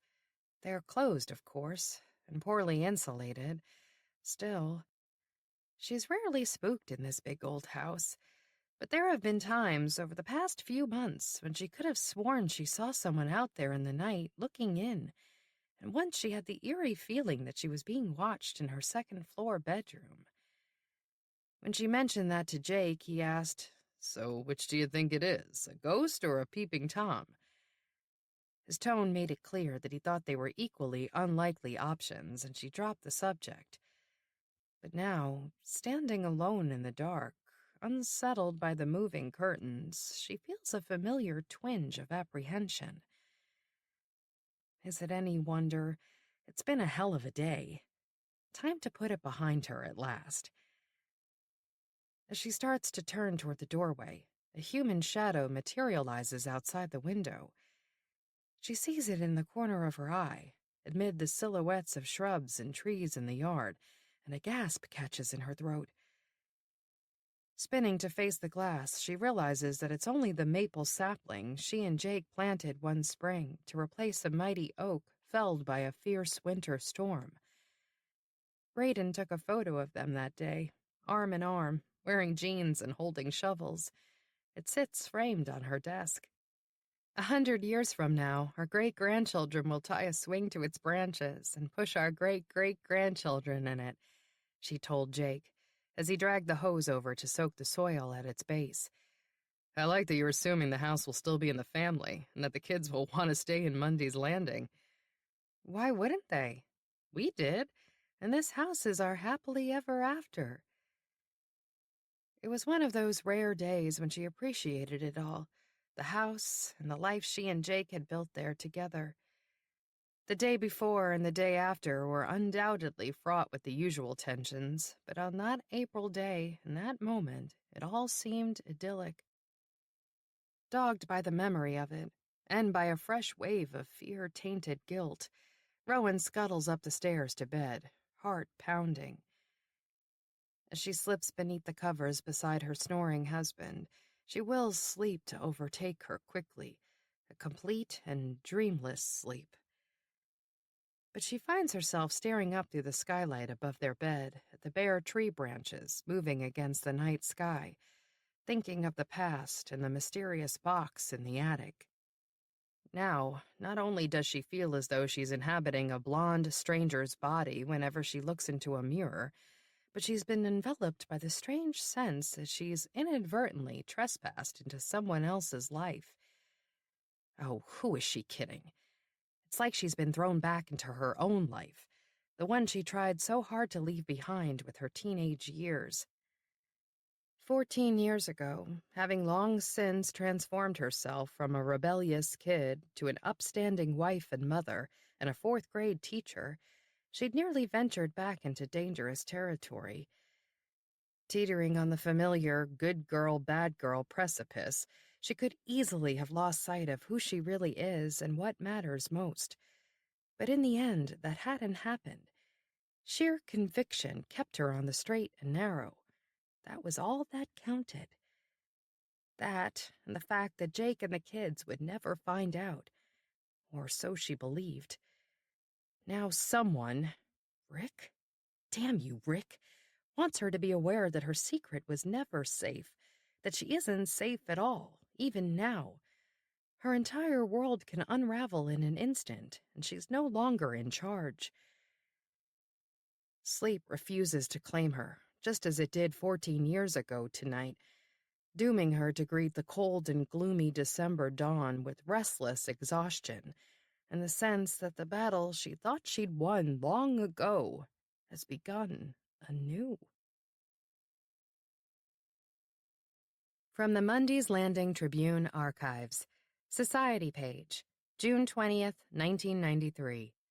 Rowan M. Carmichael weds A. Jacob Mundy IV. Surrounded by family and friends, Rowan Mary Carmichael exchanged vows with Asa Jacob Mundy IV in a double-ring ceremony at Holy Angels Church on Saturday afternoon. The groom is the son of Mrs. Laura Mundy III of Mundy's Landing and the late Asa Jacob Mundy III. The bride is the daughter of Jonathan Mickey Carmichael of Mundy's Landing and the late Catherine Devlin Carmichael. Given in marriage by her father, she wore her mother's silk gown, which had a V neckline and was accented with Alençon lace appliques, and she carried a bouquet of peonies and roses. The bride's sister, Noreen Carmichael Chapman of Oyster Bay, was matron of honor. Bridesmaids were Liza Mundy of Austin and Carolyn Kalazewski of Buffalo.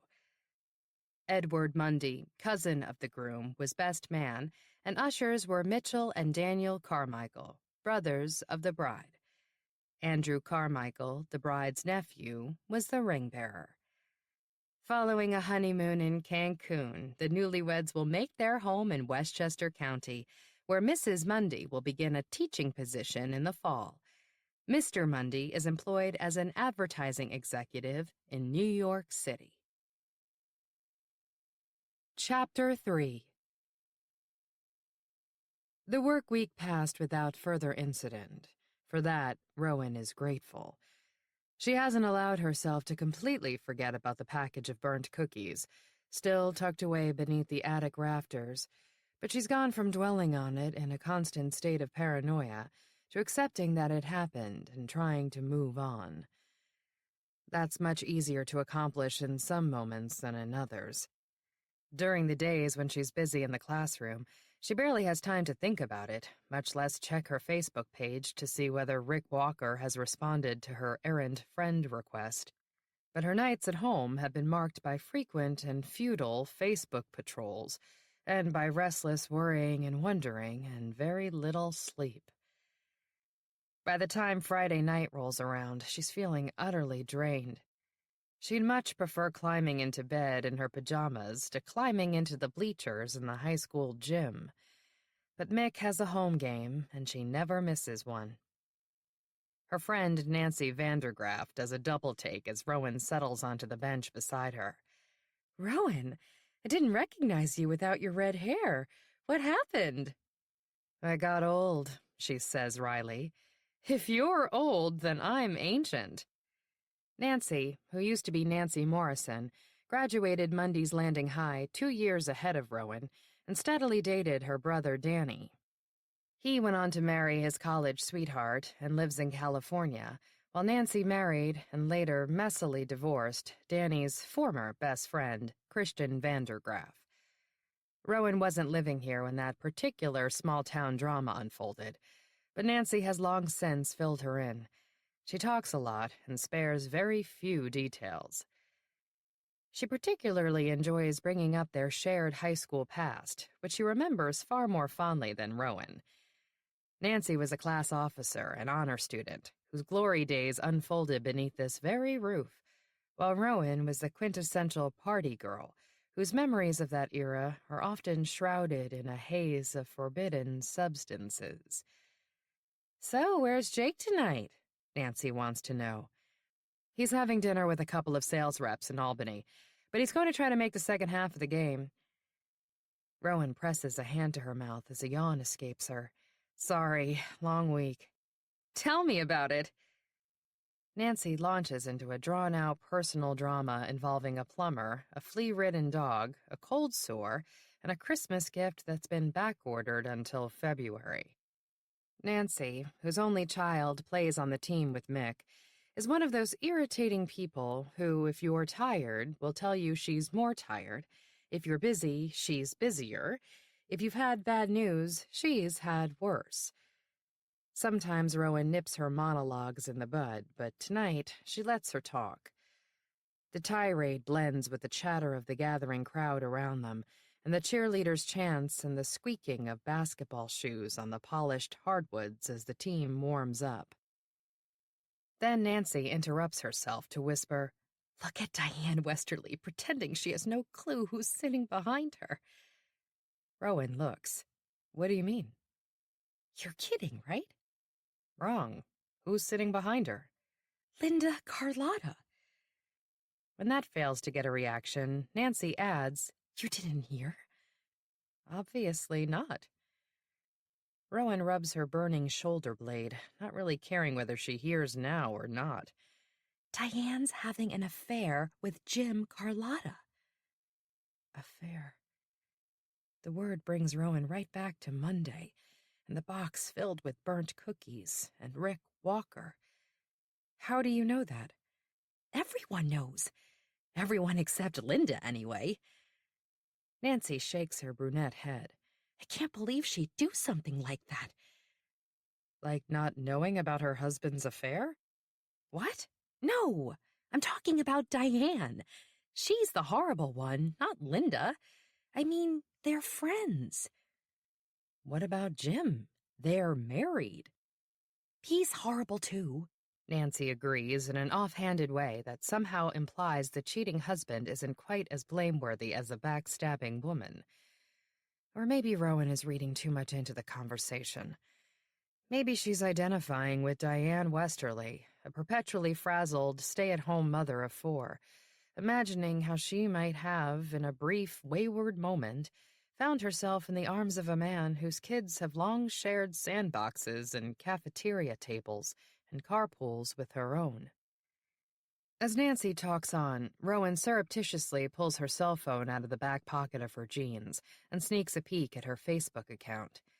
There's one new notification. "Rick Walker has accepted your friend request." She jumps to her feet, heart racing. "Where are you going, Ro? The game's about to start." "I know, but I forgot I have to call someone." She's already weaving her way down the bleachers, seeking empty spots on benches for her boots. It's slow going, and several people expect her to stop and chat. She brushes them off and keeps going, clutching her phone in her trembling hand and heading toward the nearest set of doors. At last, she steps outside into the cold night air.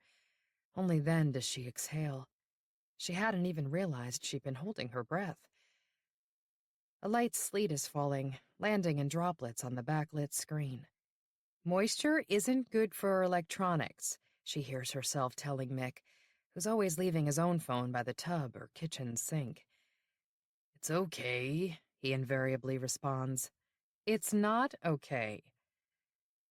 After all these years, the maternal ritual plays out in her head like an oldies soundtrack on the radio, so much a part of her that she barely takes notice. Her feet carry her on a familiar route across the back parking lot toward the gazebo that was donated by her sister's senior class upon their graduation. Noreen Carmichael had spearheaded the fundraising efforts and proudly wielded the scissors at the ribbon-cutting ceremony. How well Rowan recalls her parents' pride in her sister on that sunny June day over 30 years ago. How well she remembers their shame when she herself was caught on that very spot a few years later, cutting class and smoking. Just regular cigarettes that day, thank goodness. It wasn't the first time she'd gotten into trouble, but it was memorable for a couple of reasons. She wasn't just given detention, she was suspended. Dad yelled, Mom sobbed. They doled out the usual grounding and warnings and threats, none of which got through to her. It took a tragedy for Rowan to wake up and make the promise she's bent on keeping to this day. Directly on the heels of Rowan's disgrace, Mom was diagnosed with acute myelogenous leukemia, a fast-moving, virulent form of cancer. She lived mere weeks. In one of her final lucid moments, she begged her youngest daughter to be a good girl. And from that day on, I was. Stepping into the gazebo, Rowan heads for the bench where she held court on many a defiant day and night, surrounded by fellow mavericks who have long since faded from her life. Perhaps a few managed to redeem themselves, moving away, joining the military. But most of those kids burned out quickly after high school, and more than one died young. Their granite headstones in Holy Angels Cemetery, a sober reminder of the road not taken. Ironic, Rowan thinks, that in this spot at this time of year, when the branches are bare, there's a pretty good view of Milkweed Pond. That's where she and Jake went skating on their first date 25 years ago. It was Christmas night, and the snow was falling like moonlit glitter, and their paths were forever altered the moment they kissed. She vividly remembers praying that he felt the same sparks, and promising God that she would never ask him for anything else if this perfect man could just fall in love with her. He wasn't perfect, of course, but she didn't notice or care. If someone had time-traveled back to that moment from the future to assure her that she would wear Jake Mundy's wedding ring and bear his children and share his bed for the rest of her life, she'd have been ecstatic. And if that same someone had told her that one day she'd resent that Jake snores and doesn't know how to cook, that he whistles in the shower and considers khaki and gray compatible clothing colors, that she would eventually, even just fleetingly, find someone else more attractive and appealing, she'd have said that was impossible.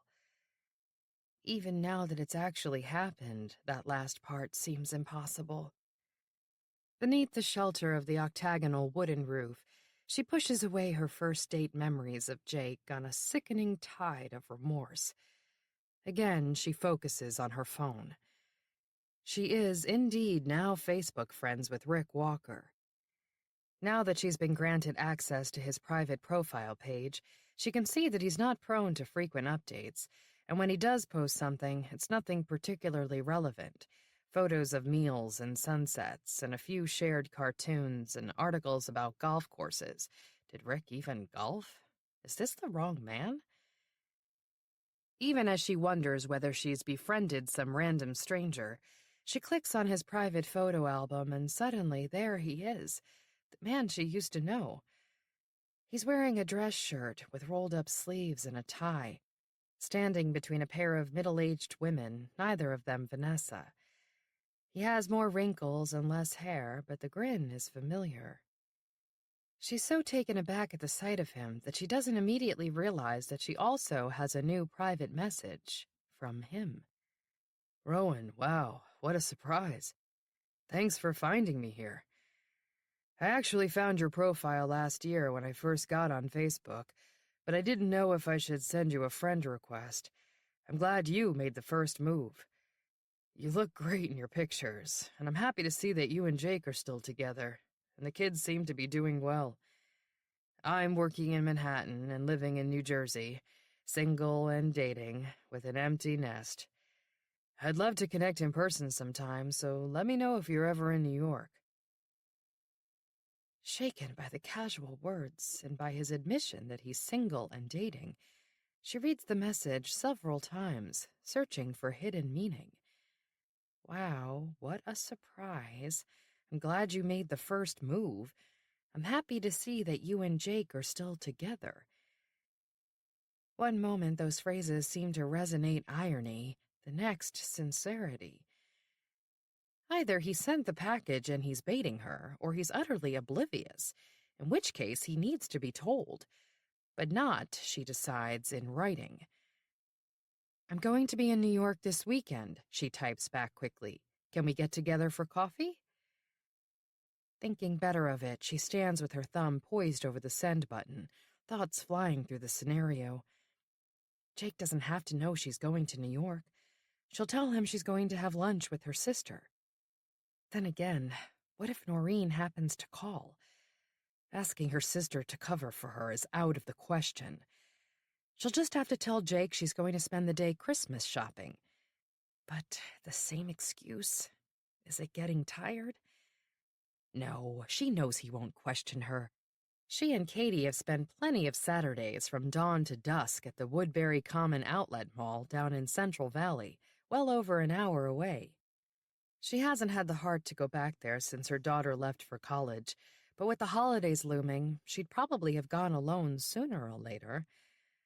But lying to her husband, is that a good idea?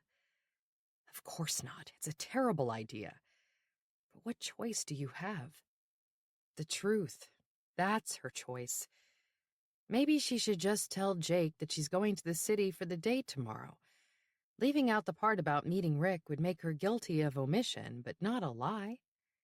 That's the kind of reasoning Rowan might have used in her troubled youth, when her undiagnosed disability left her frequently suffering the consequences of her impulsive tendencies. Time and again, she disappointed the parents who loved and trusted her.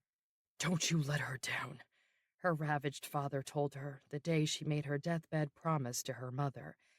"I won't, Daddy, I promise. I'll make her proud, and you too." She could see the doubt in his green eyes and spent years trying to erase it. She isn't convinced she ever fully did. But Jake never once looked at her that way. Unlike Mom and Dad, he never knew her as a truth-bending opportunist. If she tells him she's going to the city, he won't ask questions. He might want to come with her, though. When they were living in Westchester, they made an annual excursion to see the store windows on Fifth Avenue and the tree at Rockefeller Center. The kids were little and the crowds were overwhelming, and it probably was never as much fun as it was supposed to be, but Rowan has fond memories of the city at Christmas, and she knows Jake does too. She can imagine him saying, "We'll both go, and Mick can come too. Maybe we can grab Nick's tickets." No, that won't work. Maybe she should just forget about seeing Rick Walker in person. Maybe she should just write back right now and ask him what the hell he thinks he's doing, tracking her down and sending an anonymous package. As she stands weighing her options, her phone rings in her hand, startling her. Her thumb comes down on the send button, and the message she was just deciding to delete goes zinging out into cyberspace. 10 minutes later, back in the bleachers, she sneaks a peek at her account and finds a reply. "I'd love to see you. I'm free all day tomorrow. Name the time and place." Okay, so there it is. She's going, which means she's lying. Reminding herself that it's for Jake's own good, she watches the rest of the game grimly and is relieved when he doesn't show up after all. She's in bed when he gets home, pretending to be asleep. Another lie, on the heels of the note she left for him on the kitchen counter. Going shopping first thing in the a.m., probably won't be back till dinner. Old habits. Damn it. But it'll be the last lie ever, she promises herself, as her husband begins to snore peacefully beside her. Saturday dawns damp and dreary, perfect for staying in bed. That's where Jake and Mick are when Rowan leaves the house after too little sleep and too little coffee. Extra caffeine would only make her even more nervous, if that's possible. In the large master bathroom, which has been a sleeping porch before she and Jake renovated the house, she dresses in jeans, boots, and a black turtleneck. After surveying her reflection, she pulls a gray cardigan over the turtleneck. No need to display her curves. Then she decides that the cardigan isn't flattering and swaps both sweaters for a blouse and blazer. Unbuttoning the top 2 buttons, she glimpses cleavage and hastily buttons both. Now she looks like a prim schoolmarm. She settles on just the top button open, casually comfortable. The hair and makeup are just as befuddling. Letting it hang in loose, blondish waves is potentially sexy, which she doesn't want. Yet now that it's shoulder length, a ponytail is too stubby and severe.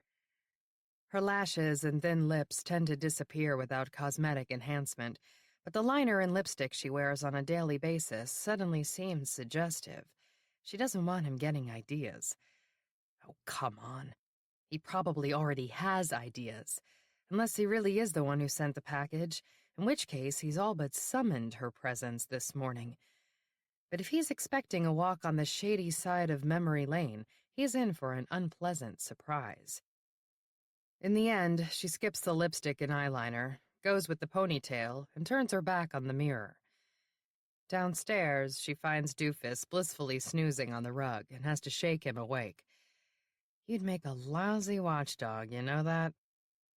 He wags his tail, apparently mistaking it as a compliment. I don't suppose you've seen my keys, she adds, unsuccessfully searching the cluttered kitchen surfaces, a daily occurrence. She lets the dog out into the yard and takes her medication on an empty stomach. To stave off the predictable tide of nausea, evocative of morning sickness meets wretched hangover, she belatedly gobbles a couple of saltines as she continues searching for her keys. After finding them in the pocket of last night's jacket, she coaxes Doofus back inside, too soon, even for his taste. Sorry, but I've got to run, she explains, dumping some food into a bowl for him, and convinced he's gazing reproachfully after her when she finally hurdles herself out the door. The pavement is slick and shiny as she winds her way south along Highland Road, riding the brake in anticipation of joggers and deer.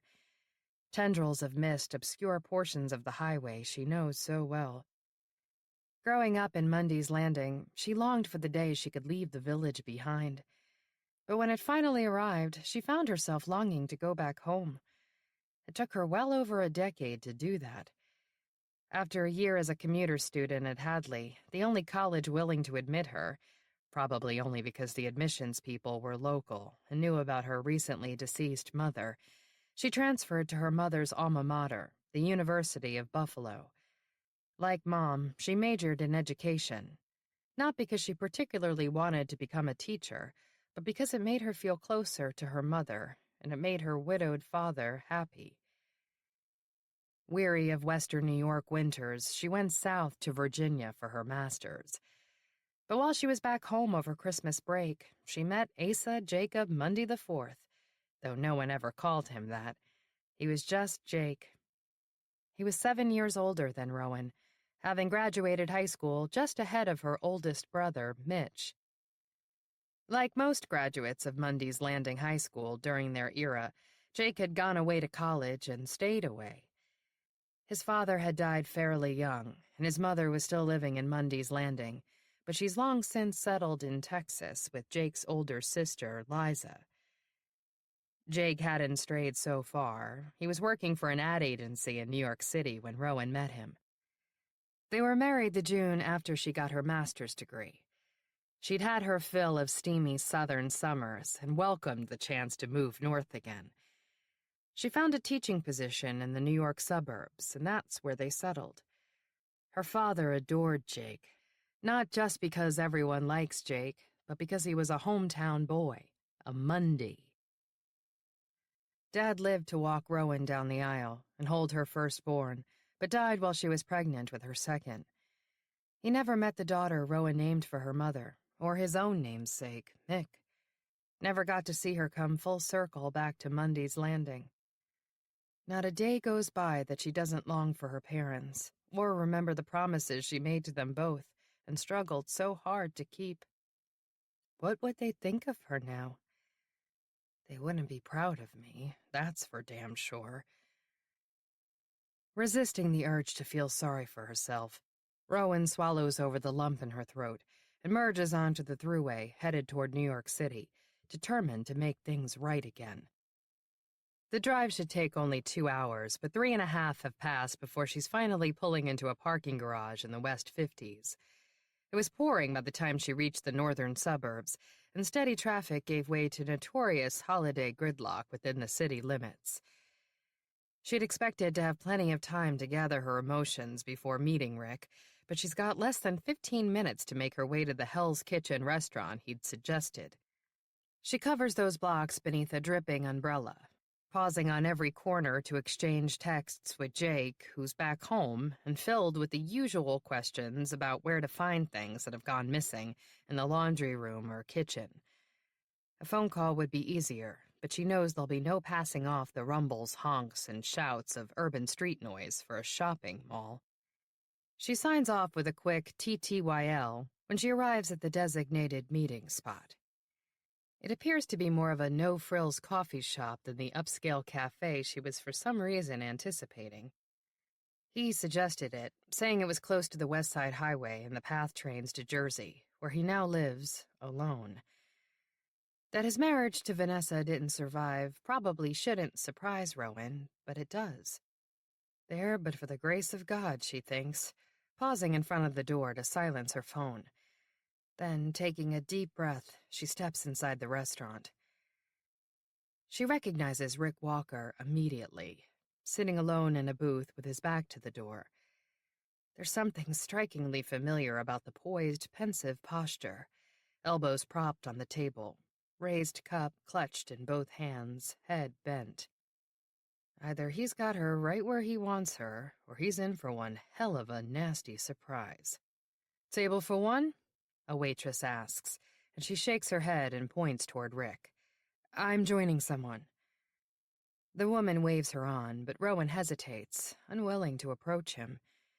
She reminds herself that she's anonymous here. No one is watching her, judging her.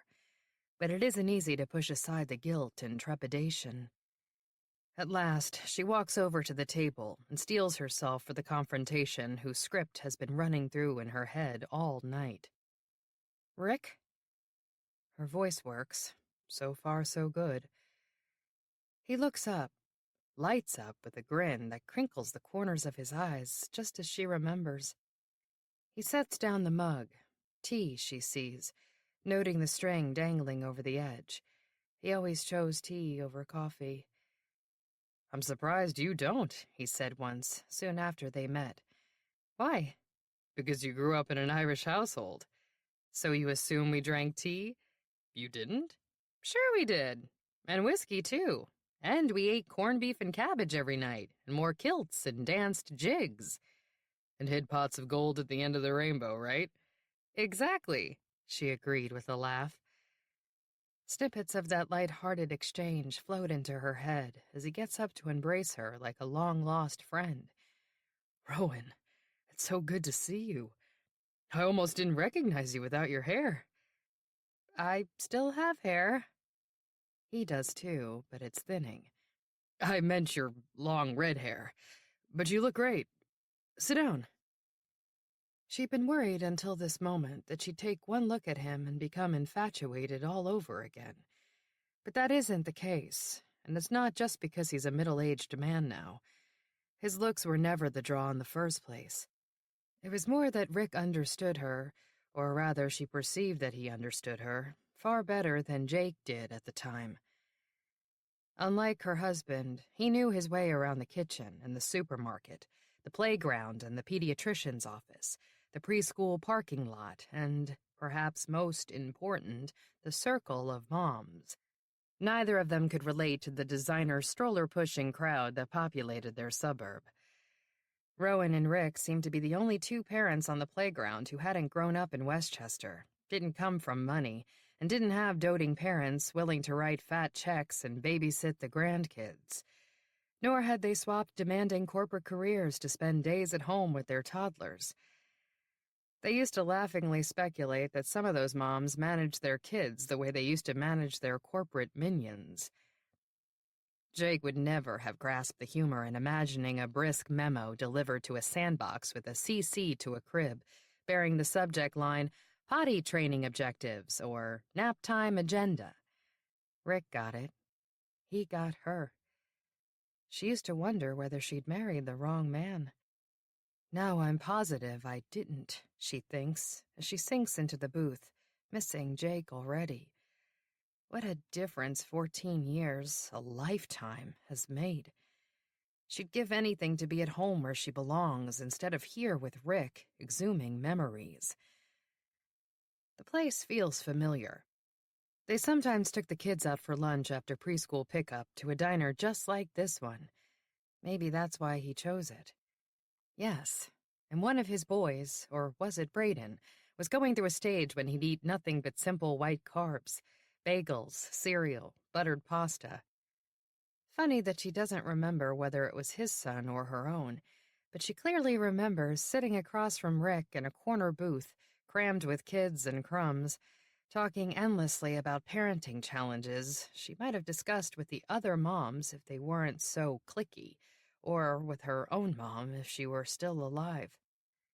When she'd become a mother a decade after losing her own, Rowan was surprised to find herself grieving the loss all over again and feeling lonelier than she had in years. Then Rick came along, and he was interested in her day-to-day existence because he shared it. He actually cared about potty training technique and transitioning away from naps and training wheels. When she discussed those things with Jake, he always seemed to be either disinterested or oppositional. "Why do you bother asking me for my opinion if you don't want to listen to what I have to say?" he'd ask. "I didn't ask for your opinion. You offered it. They're my kids, too." "I know, but it's fine. I'm the one who's with them most of the time, so I'll deal with it." And she would, often with plenty of helpful input from Rick Walker. And yes, she did think he was good-looking back then. Not conventionally tall, dark, and handsome like Jake, but Rick had warm brown eyes and a quick grin, and was hilariously funny, and so sweet and caring with his kids, and with her kids, and with her. He was always complimenting her on her laugh, her parenting skills, her hair, especially her hair. "I've always had a thing for redheads." The comment hadn't seemed particularly inappropriate at the time. She'd been too caught up in her infatuation, wondering what it would be like to kiss him. And then, one day, she knew. How exhilarating to realize he'd been longing for the same forbidden connection all those times they were together. How satisfying to indulge blatant desire after all those years of keeping her emotions and behavior in check. And how utterly foolish and selfish and sinful and terrifying. They size each other up across the table. What's supposed to come next? An accusation, she believes. But the words she'd rehearsed refuse to form on her lips, so she busies herself shrugging out of her coat and arranging her paper napkin on her lap. Meanwhile, he starts to talk. And talk. He doesn't sound anxious, but maybe he is because he won't shut up and give her a moment to gather her thoughts and her nerve. He's telling her how happy he is that she wanted to get together, asking her how things are, how everyone has been. "Jake? The kids? Are they grown up now?" "They must be." "My older two are in college. The youngest is still at home with us." "That's Mickey. You gave him your maiden name, Carmichael, as a first name, and you used to call him Mickey, like they called your dad." "We still do, only now it's shortened to Mick," she tells him, unnerved. Does he just happen to remember those details, or did he find them somewhere online? He must remember. Her father's nickname wouldn't have been officially documented in any public record or forum. "Mick rhymes with Rick," he says. She never thought of that. She wants to assure him that it's pure coincidence and that it has nothing to do with him, but of course he knows that. He must, right? How about your kids? None of them are named after me. I didn't mean that. I know what you meant, he says, but I was thinking about how when Liam was born, I really wanted to name him Rick. Not just after myself, but after my father, but Vanessa didn't want to because her firstborn was named after her ex, and after he left, she couldn't stand to hear the name. So she didn't want to name our son after me, I guess, because she figured sooner or later, either I'd leave, or she'd hate me, or maybe both. She doesn't know what to say.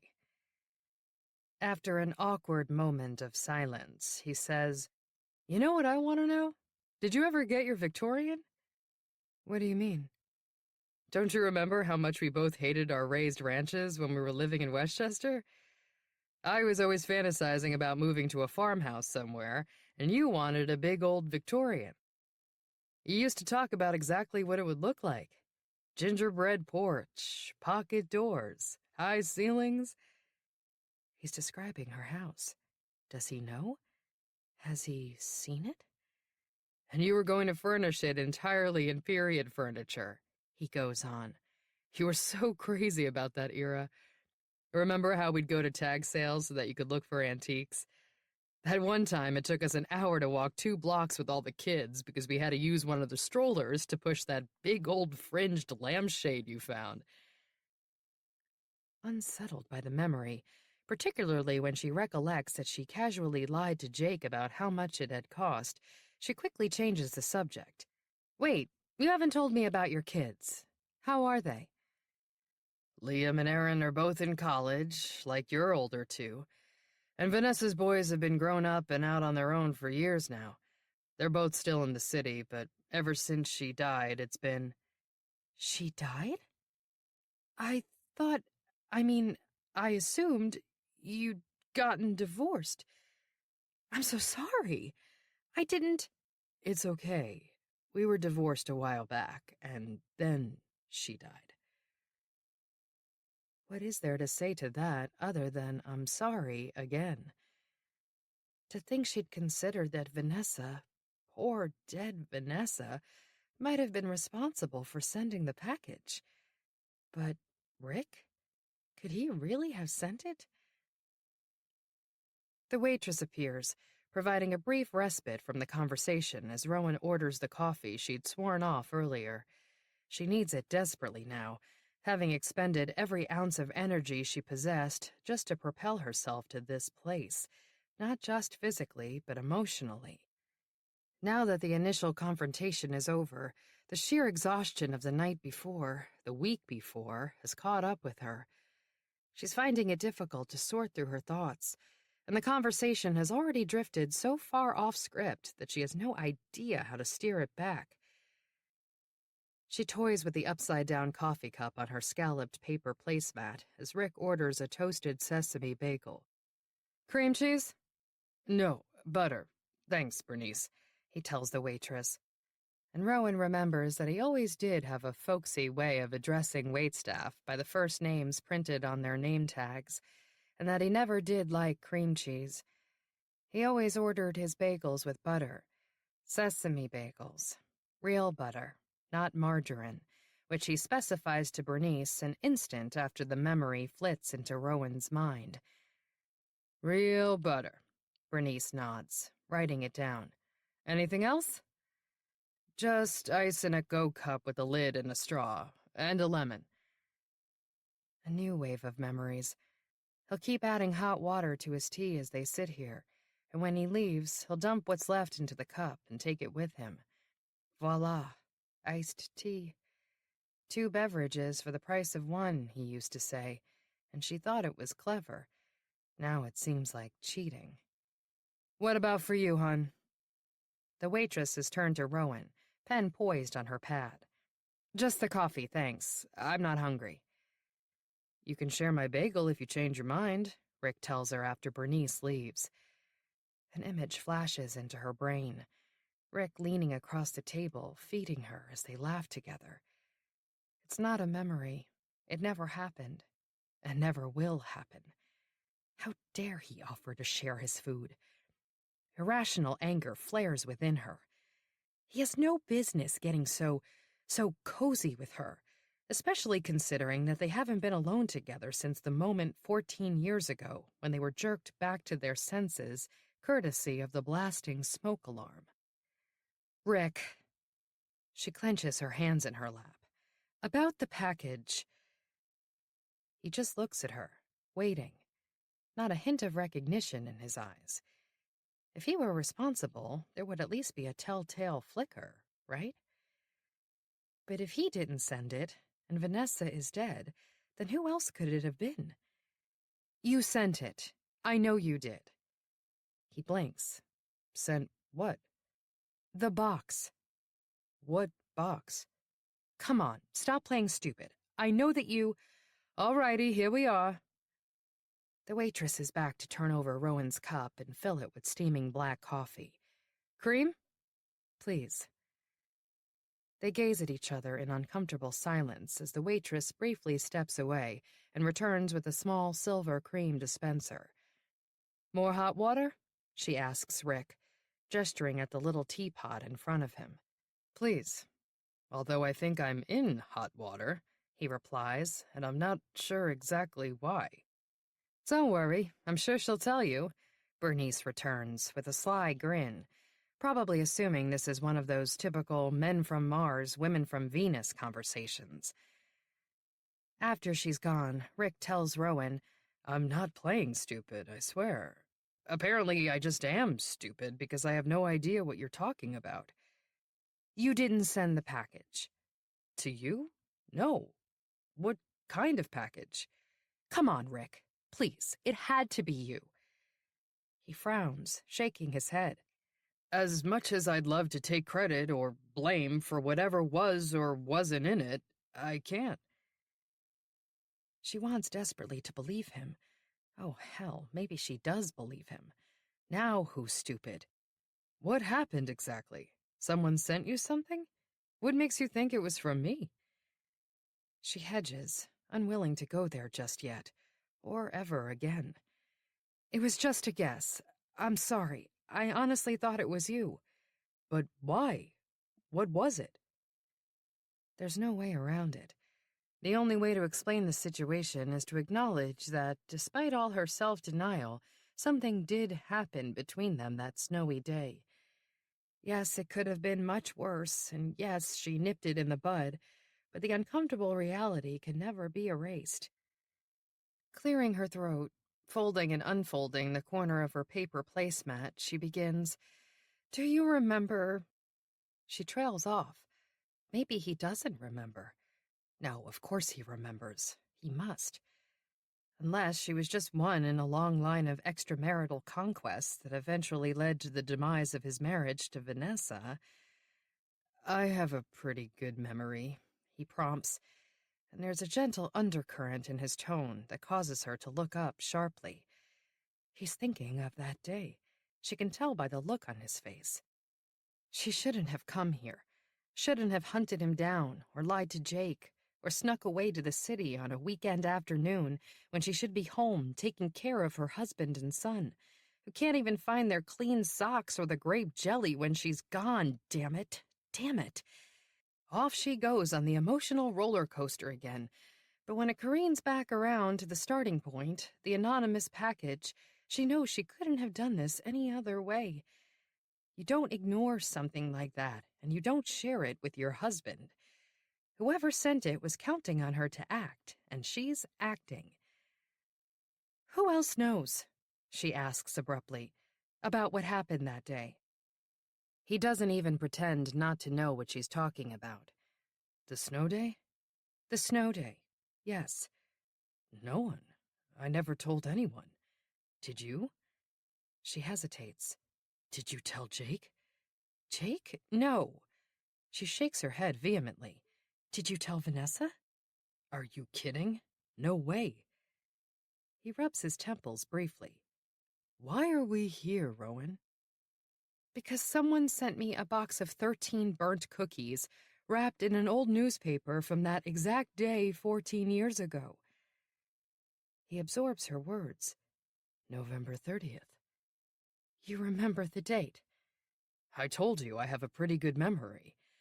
For some things, anyway. He stretches a hand across the table, reaching for hers. She snatches it out of reach, nearly spilling her coffee. What are you doing, Rick? Sorry, I'm sorry. His hand becomes a fist, pressed beneath his chin as he stares at her. You're upset. I was trying to... Look, I don't know what I was doing, but I should go. Wait, who the hell sent that package? You didn't? Why would you think that? You know, the smoke alarm and the burnt cookies that day. And you once told me you lost your child at home to a fire, and you had smoke inhalation injuries, and I thought maybe... She's babbling. He's looking at her as though she's lost her mind. Maybe she has. What does that have to do with anything? It doesn't. Forget it. But if it wasn't you, and you never told anyone, then you must have told someone. She did. She told one person, years ago, not long after it happened. She confessed her secret in a moment of weakness, needing to unburden her guilt, and she regretted it immediately afterward. Who did you tell, Rowan? Because obviously whoever it was sent that package. She's shaking her head before he finishes speaking. There's no way. She wouldn't do something like that. Not in a million years. Who? My sister. From the Mundy's Landing Tribune Archives, Obituaries, May 12, 1985. Catherine D. Carmichael. Catherine Kate Devlin Carmichael died at home yesterday following a brief illness. She was born in Mundy's Landing on April 17, 1941, to the late Seamus I and Mary O'Hara Devlin. She graduated from Mundy's Landing High School in 1958 and from the University of Buffalo in 1962 with a Bachelor of Science in Education. She has been employed as a teacher at St. Helena's Parochial School since 1974. A devoted wife and mother, an avid homemaker, she enjoyed sewing, knitting, cooking, and gardening.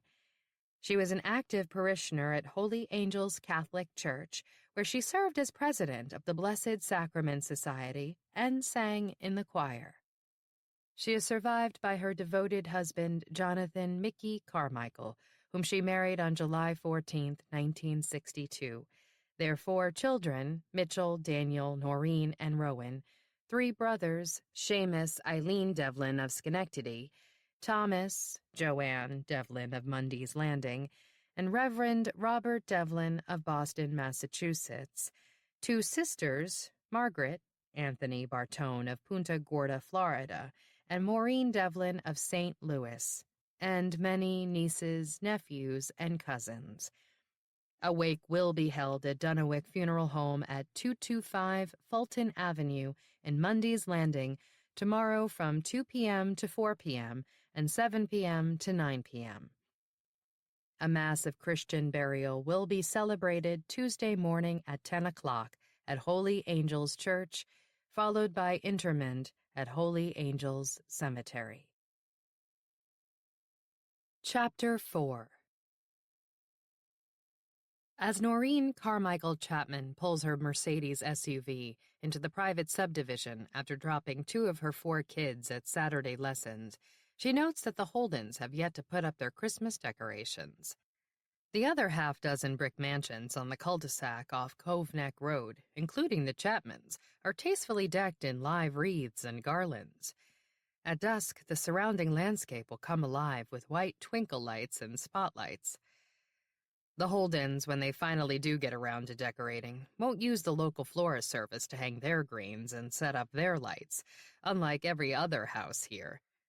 They probably won't dare to set up an enormous blow-up snowman, as some of the neighbors irrationally fear, but there will be a crochet on the lawn, and they'll use strings of bright colored bulbs, each as much an abomination in this upmarket neighborhood as their absence would have been in Noreen's hometown years ago.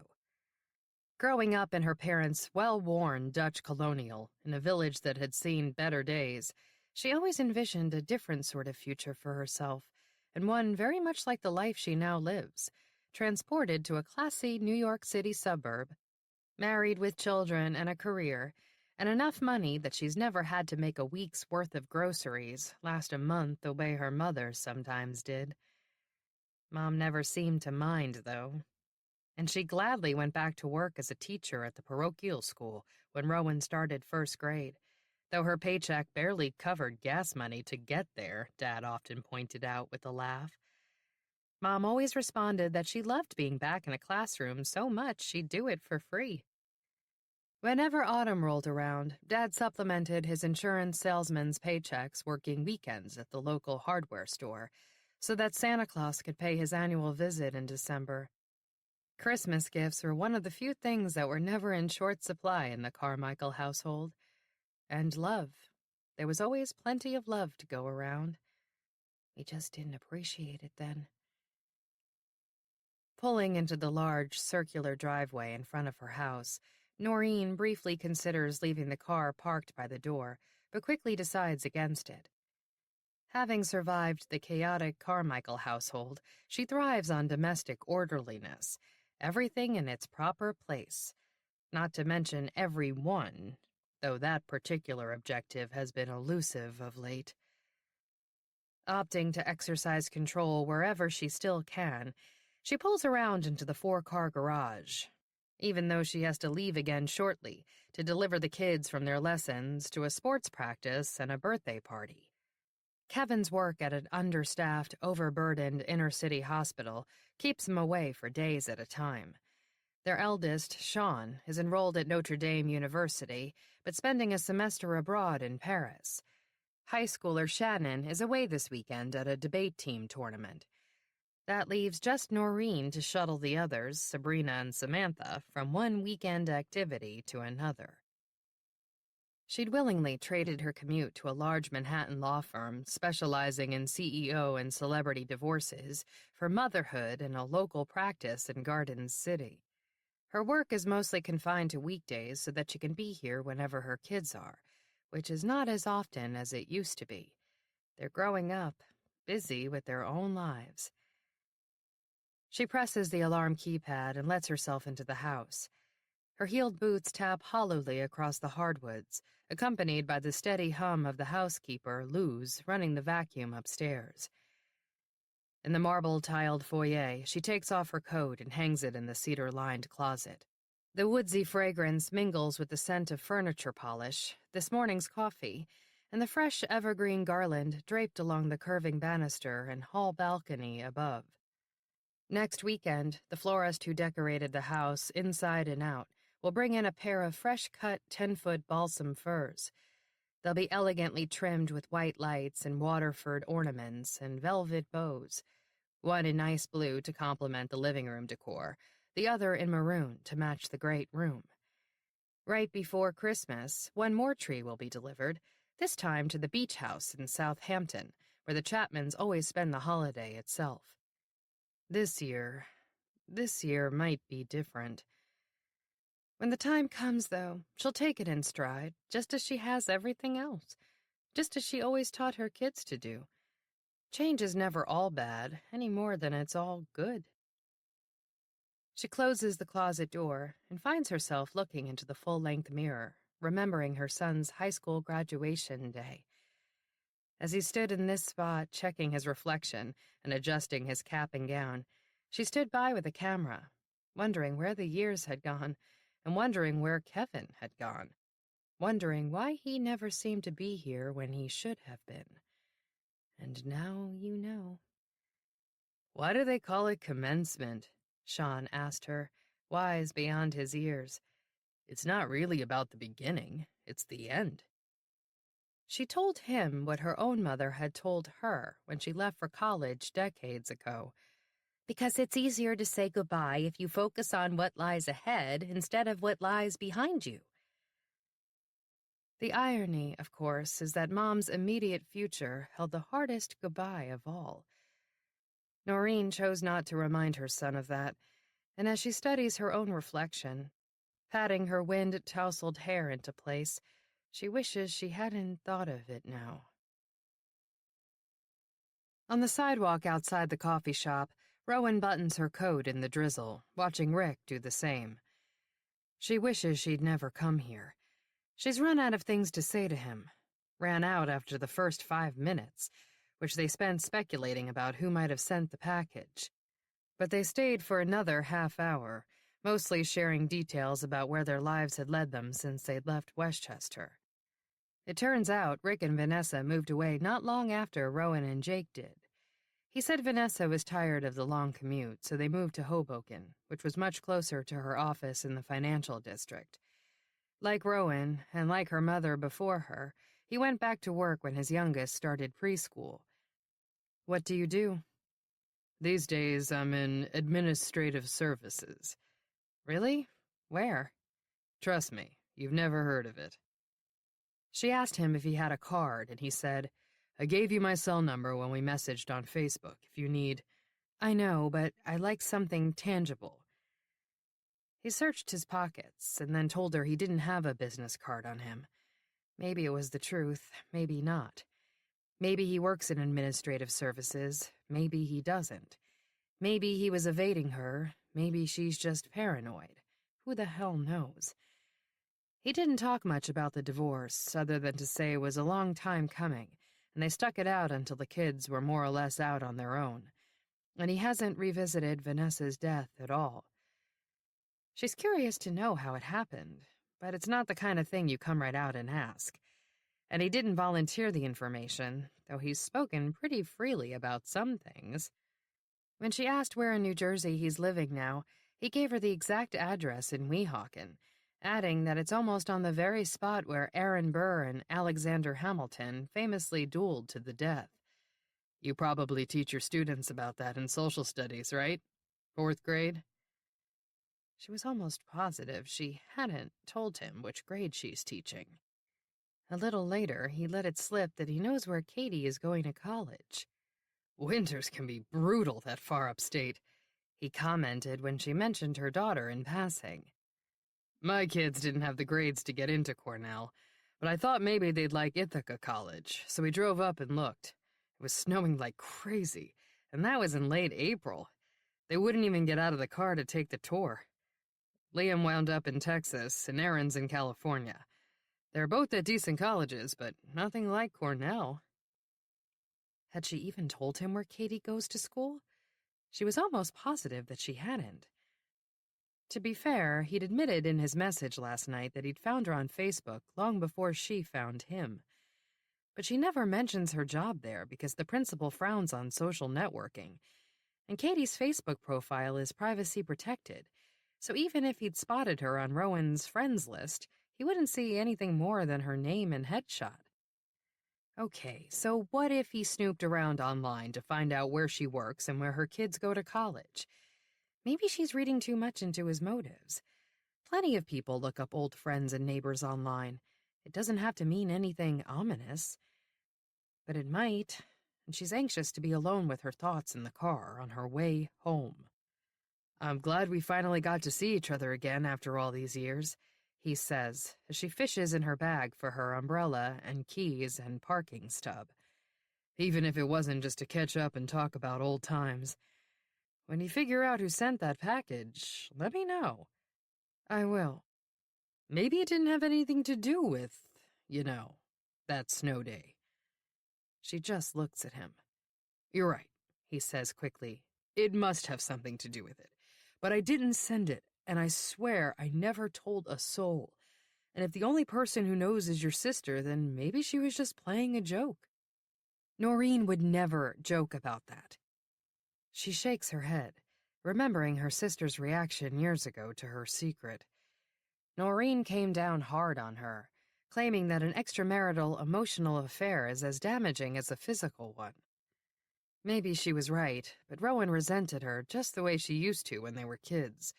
Resented that her sister made perfection look so easy. "I have to go," she tells Rick, jangling her car keys. She has to detour to Woodbury Common Outlet Mall before she can go home. Jake will be expecting her to walk in the door with shopping bags. If she doesn't, he'll question her, and she'll have to lie again. This way, her initial lie will become a half-truth. Does Jake know you met me here today? No. Are you going to tell him? She's tempted to pretend that she is, but hears herself say, No, I'm not. Where does he think you are right now?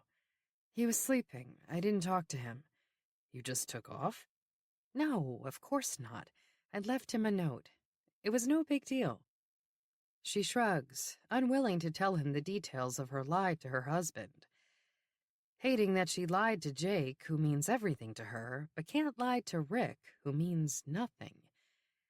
Easy way out, he says. What? I once left a note, too. It's the easy way out. What are you talking about? When I left Vanessa the first time, that's how I did it. Left her a note while she was sleeping, saying I couldn't do this anymore, and walked out. The first time? It took a few tries before I managed to make it stick. Poor Vanessa, she thinks. Wow. The emotional affair is over if she had the slightest doubt. I didn't, she assures herself. Not for a second. If only she hadn't been forced to open this door to the past in the first place. If only she could be sure it would remain closed from here on in. Why is it, Mick wonders, that whenever he wouldn't mind having the house to himself, which is pretty much all day, every day, his parents are around, yet the one day it would have been useful to have at least one of them home, they're both gone? He'd woken up early, planning to go on his morning run, but rolled over and went back to sleep when he saw the crummy weather. Hours later, he reawakened to his dad calling through the bedroom door that he was heading out to run some errands. "Where's Mom?" he asked groggily. "At the mall." "When will she be back?" "Not till tonight." "How about you?" "Later," was the vague reply. Mick fell back to sleep for another hour.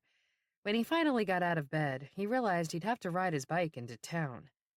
Not fun, even on a nice autumn day, when you're 16 years old and have a driver's permit, but positively torturous in this icy December rain. But he's determined to carry out the plan that popped into his head last Monday night when he should have been working on his homework. Operation Secret Santa, he calls it. Not that he's even shared it with his friends. Well aware that he's walking the fine line between pathetic loser and romantic hero, he figures no one will be the wiser if the plan fails. But if it works out, he'll tell the world what he did, and the world will think he's a genius. Better yet, Brianna Armbruster will have fallen head over heels in love with him and dumped the college guy Zach told him about. When that happens, everything, even spending all the tip money he was saving for his ski trip and pedaling this uphill mile in freezing rain, will be worthwhile. Mick warms himself with thoughts of the future.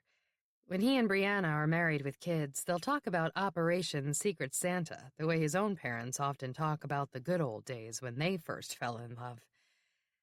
It's hard for Mick to even imagine Mom and Dad meeting and dating back when they were only a little older than his brother and sister are now. But he's heard the story often enough, about how they were both home in Mundy's Landing for Christmas, and Dad was in Vernon's apothecary looking for a present for Grandma Mundy, and Mom was there buying something embarrassing, as she always puts it.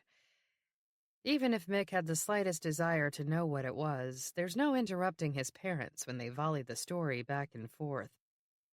"She heard me telling the saleswoman that I was browsing for something for my mom," Dad says, "and for some reason, she decided to put her 2 cents in. Because he was looking at the gaudiest earrings he ever saw. And you wanted to buy her perfume that stunk to high heaven. It was Giorgio Armani. Your mother loves it." "Now she does. Thanks to me." "Thanks to you," Dad agrees, "but I still think it stinks." "But you bought it for her. And you bought me a beer that night when we ran into each other again down at the Windmill." "That's a local pub." "And you dumped it on my lap." Mom would insist that it was an accident, and Dad would say it was on purpose. Then they'd argue about whose idea it was to go see a movie together on Christmas Day, because neither of them bothered to make sure the theater would be open. It wasn't, nor were any of the restaurants in town. To salvage the day, they went skating on Milkweed Pond behind the high school. Mom remembers that they had the ice all to themselves and that it was snowing. Dad is convinced there were other skaters and that there was no snow. The only detail that was never disputed by either of them, that even on that first date, they knew they would be together forever. Mick locks his bike on the rack in front of the library and walks toward the shops and restaurants that line the village square. The windmill is still there, a few doors down from Marana's. Someday, he and Brianna will go there, and they'll skate together on Milkweed Pond, and they'll share their love story with their kids. It'll start with the moment Mick fell off his bike in front of her that summer before freshman year. They'll leave out the fact that she was with another guy who called Mick a carrot top. The next part will be about how he left her anonymous little secret Santa gifts every day for a week, and on Friday came the big gift, the one that won her heart. What will it be? Not a $25 gift certificate to Marana's, that's for sure. But he has a pocket full of tip money, and all afternoon to figure it out. Vast and iconic, the white-columned James A. Farley post office branch is always extra crowded in December, not just with people mailing holiday cards and packages, but also with hordes of Good Samaritans. This is where Operation Santa Claus began over a century ago, with people picking up letters from needy children and anonymously buying gifts for them. The tradition is going strong on this rainy Manhattan Saturday. Casey has to weave past crowds of do-gooders to join hundreds of customers on the long line that snakes toward the service counter. No one amid this chaos is likely to question or later remember a plain brown paper-wrapped package. It takes nearly an hour to reach the counter, but that's just fine. There's a red-headed woman standing just a few people ahead in the line, her long hair a tantalizing reminder of the pleasures that lie in store very soon. As a child, even during the hardest years, Casey was always anxious for Christmas, but that giddy anticipation was nothing compared to this. Another stand-in might be necessary after all. Not here, though. That would break all the rules of the game, rules that are there for very good reasons. If something were to go wrong now, then none of this will have any meaning. Casey's efforts will amount to nothing, and a guilty woman will go unpunished. I couldn't bear that. I can't take any chances. I have to stick with the plan, follow the rules, wait it out. It's the redhead's turn to step forward to the counter. As she moves out of reach, Casey fists fingers that long to grasp that beautiful hair and yank her backward. Next. Casey places the package on the counter, keeping an eye on the redhead a short distance away. Is there anything fragile, liquid, or perishable inside? The postal clerk asks. No. A lie. Do you want insurance or tracking or delivery confirmation? No, thanks. You sure? Positive. The clerk, a diminutive Asian woman, takes her sweet time typing on her keyboard with glossy purple fingernails that clash with her close-cropped red hair. Casey's hands clench and unclench, clench and unclench. She slaps a label on the box. When will it get there, do you know? The clerk glances at the label. I doubt Monday, but you never know. Probably Tuesday, Wednesday, or Thursday at the latest. That's not very specific. You could have sent a priority so that it's traceable, or I didn't want to do that. Then you take your chances. It's Christmas time. Things are crazy here. Yeah, no kidding. Everything about her is irritating. What a pleasure it would be to slice into her belly and see her flesh rip open, oozing gobs of white fat and red blood. But it wouldn't bring pleasure in the usual way. She's all wrong. Her dye job is unnatural, and her hair is short. Things would be different if it were long and silky like Rowan's, or like that of the young woman standing nearby. The woman who's going to get away if this bitch doesn't speed things up. Dispatching the clerk would be strictly business, resulting in the same perfunctory pleasure you get when you finally swatted a fly that's been buzzing around the house. That'll be $6.05. Seething with impatience, Casey hands over a $20 bill. Do you have a nickel? No. Wearing a disapproving expression, she takes change from her drawer, counting it twice before handing it over. Have a good weekend. Oh, I will. Believe me. Casey pockets the money and turns to see that the other redhead, the potential stand-in, is just finishing up, too. Yes, it would be against the rules, self-imposed or not. But as the saying goes, and as Rowan herself clearly agrees, rules were made to be broken. From the Mundy's Landing Tribune Archives, Community Notebook, July 1st, 2004. New hires at local schools. At Mundy's Landing Elementary, a new fourth-grade teacher will replace retiring teacher Eloise Duncan in the upcoming school year. Born and raised in the village, Rowan Carmichael Mundy attended MLES and was a student in Mrs. Duncan's classroom just over 25 years ago, as was her husband, Jake. The couple moved back to their mutual hometown in 2002 and live on Riverview Drive with their 3 children, all of whom are students in the public school district. Asked how she feels about being employed at her alma mater, Ms. Mundy smiled and stated simply, "It's home, and I'm glad to be back." Chapter 5. On Saturday evening, when Rowan drives around the bend and her house comes into view, she knows immediately that something is terribly wrong.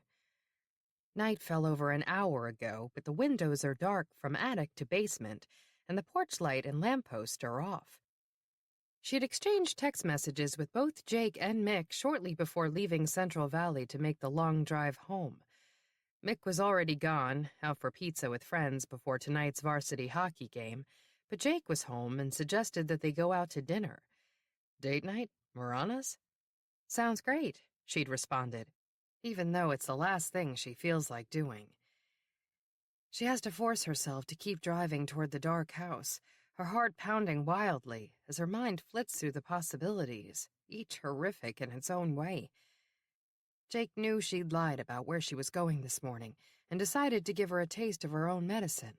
Or he'd found the burnt cookies in the attic and figured out what had happened between her and Rick 14 years ago and had walked out on her. Or someone broke into the house and attacked him. Or he dozed off watching TV before it got dark, she realizes with relief as she turns into the driveway and spots a telltale faint blue flicker in the living room window. Ironic that her mind didn't even go to that innocuous scenario, despite the fact that it happens regularly. It's because her guilt has been festering all day. As she was driving back from Manhattan, she'd worked herself into a panic about the box in the attic, worried that Jake might have decided to put up the outdoor Christmas lights this afternoon to surprise her. They're also stored in the attic. Yes, on the opposite end, but still. Every year she has to nag him to string the lights in the shrubs and along the porch eaves. This year, the one year she's been trying to keep him out of the attic and thus hasn't mentioned it at all, would be the one year he'd do it. And if he'd gone poking around up there and found the package... Oh, come on. 1 + 1 doesn't add up to 5. She tried to convince herself that a box filled with burnt cookies and an old newspaper couldn't possibly lead Jake to conclude that she'd been unfaithful. But by the time she arrived at the mall, paranoia had gotten the better of her. She tried to call Noreen, but her sister didn't pick up her cell or at the house. She left a message, trying to sound casual. "Loved your Christmas card. Call me back whenever you have a chance." Noreen is one of those people who walks around with her phone in her pocket when it isn't in her hand. She always returns calls promptly. This time she didn't. Maybe she's busy. Of course she's busy. She's always busy. Rowan takes a deep breath as she pulls around to the back of the house and parks beside Jake's Jeep. After turning off the engine, she rests her forehead against the steering wheel for a moment, spent. You're okay. Pull yourself together. You've got this. She gets out of the minivan and grabs the shopping bags from the back. She'd more or less raced through the outlet center, snatching up things she thought Jake and the kids might like for Christmas, along with a belated engagement gift for her nephew Andrew and his fiancée, who live in Chicago near her oldest brother, Mitch. Her efforts resulted in a convincing pile of paper shopping bags and the promise of hefty store credit card bills come January. By then, though, this will all be behind her. She'll have figured out which of two possible scenarios is the more likely. Either Rick was playing out an elaborate charade today, lying about having sent the package or at least about having told someone what had happened between them years ago, or the one person in whom Rowan confided is responsible in some way for the burnt cookies. But Rowan just can't imagine it. Her sister is much too classy, not to mention too busy, to pull something like that. Besides, although Noreen might be sanctimonious at times, she would never deliberately hurt Rowan. It's far more likely that Rick is behind this. He seemed earnest today, for the most part, but how well does she know him, really? Not well at all, anymore. There had been a time when she knew him as well as she knew her own husband, but people change. I need to talk to Noreen, she thinks, as she juggles the shopping bags to unlock the back door. I'll call her again, and if she doesn't pick up, I'll tell her it's really urgent. There's a brand new garbage can sitting beside the back steps, the latch firmly in place. Now she can get rid of the evidence at last. In the dark living room, she finds Jake dozing on the couch in front of a college basketball game. There's a bag of chips and a soda can on the coffee table, sans coaster as usual, but she's not about to chide him for that. Not today. Hey, she says, startling him. Sorry. I'm home. Welcome back. He yawns, stretches. How was the mall? Great. She holds up her bags. How was your day? Great. What'd you do? This, pretty much. And some errands. Did you have a chance to refill your prescription? He's been on medication to lower his cholesterol since his last physical, much to his dismay, and he keeps allowing it to run out. Forgot. Did you remember to pick up some dog food? She texted him that they were running low. Forgot, he says again, but I did buy a new trash can and drop off my shirts at the dry cleaner. Terrific. No more rancid garbage in the backyard, plus you'll look nice and spiffy while your cholesterol is spiking and the dog is starving to death. Spiffy? Who says spiffy? He retorts, but in his usual good-natured way. She smiles, glad things are back to normal, then reminds herself that things were never not normal, not on Jake's end.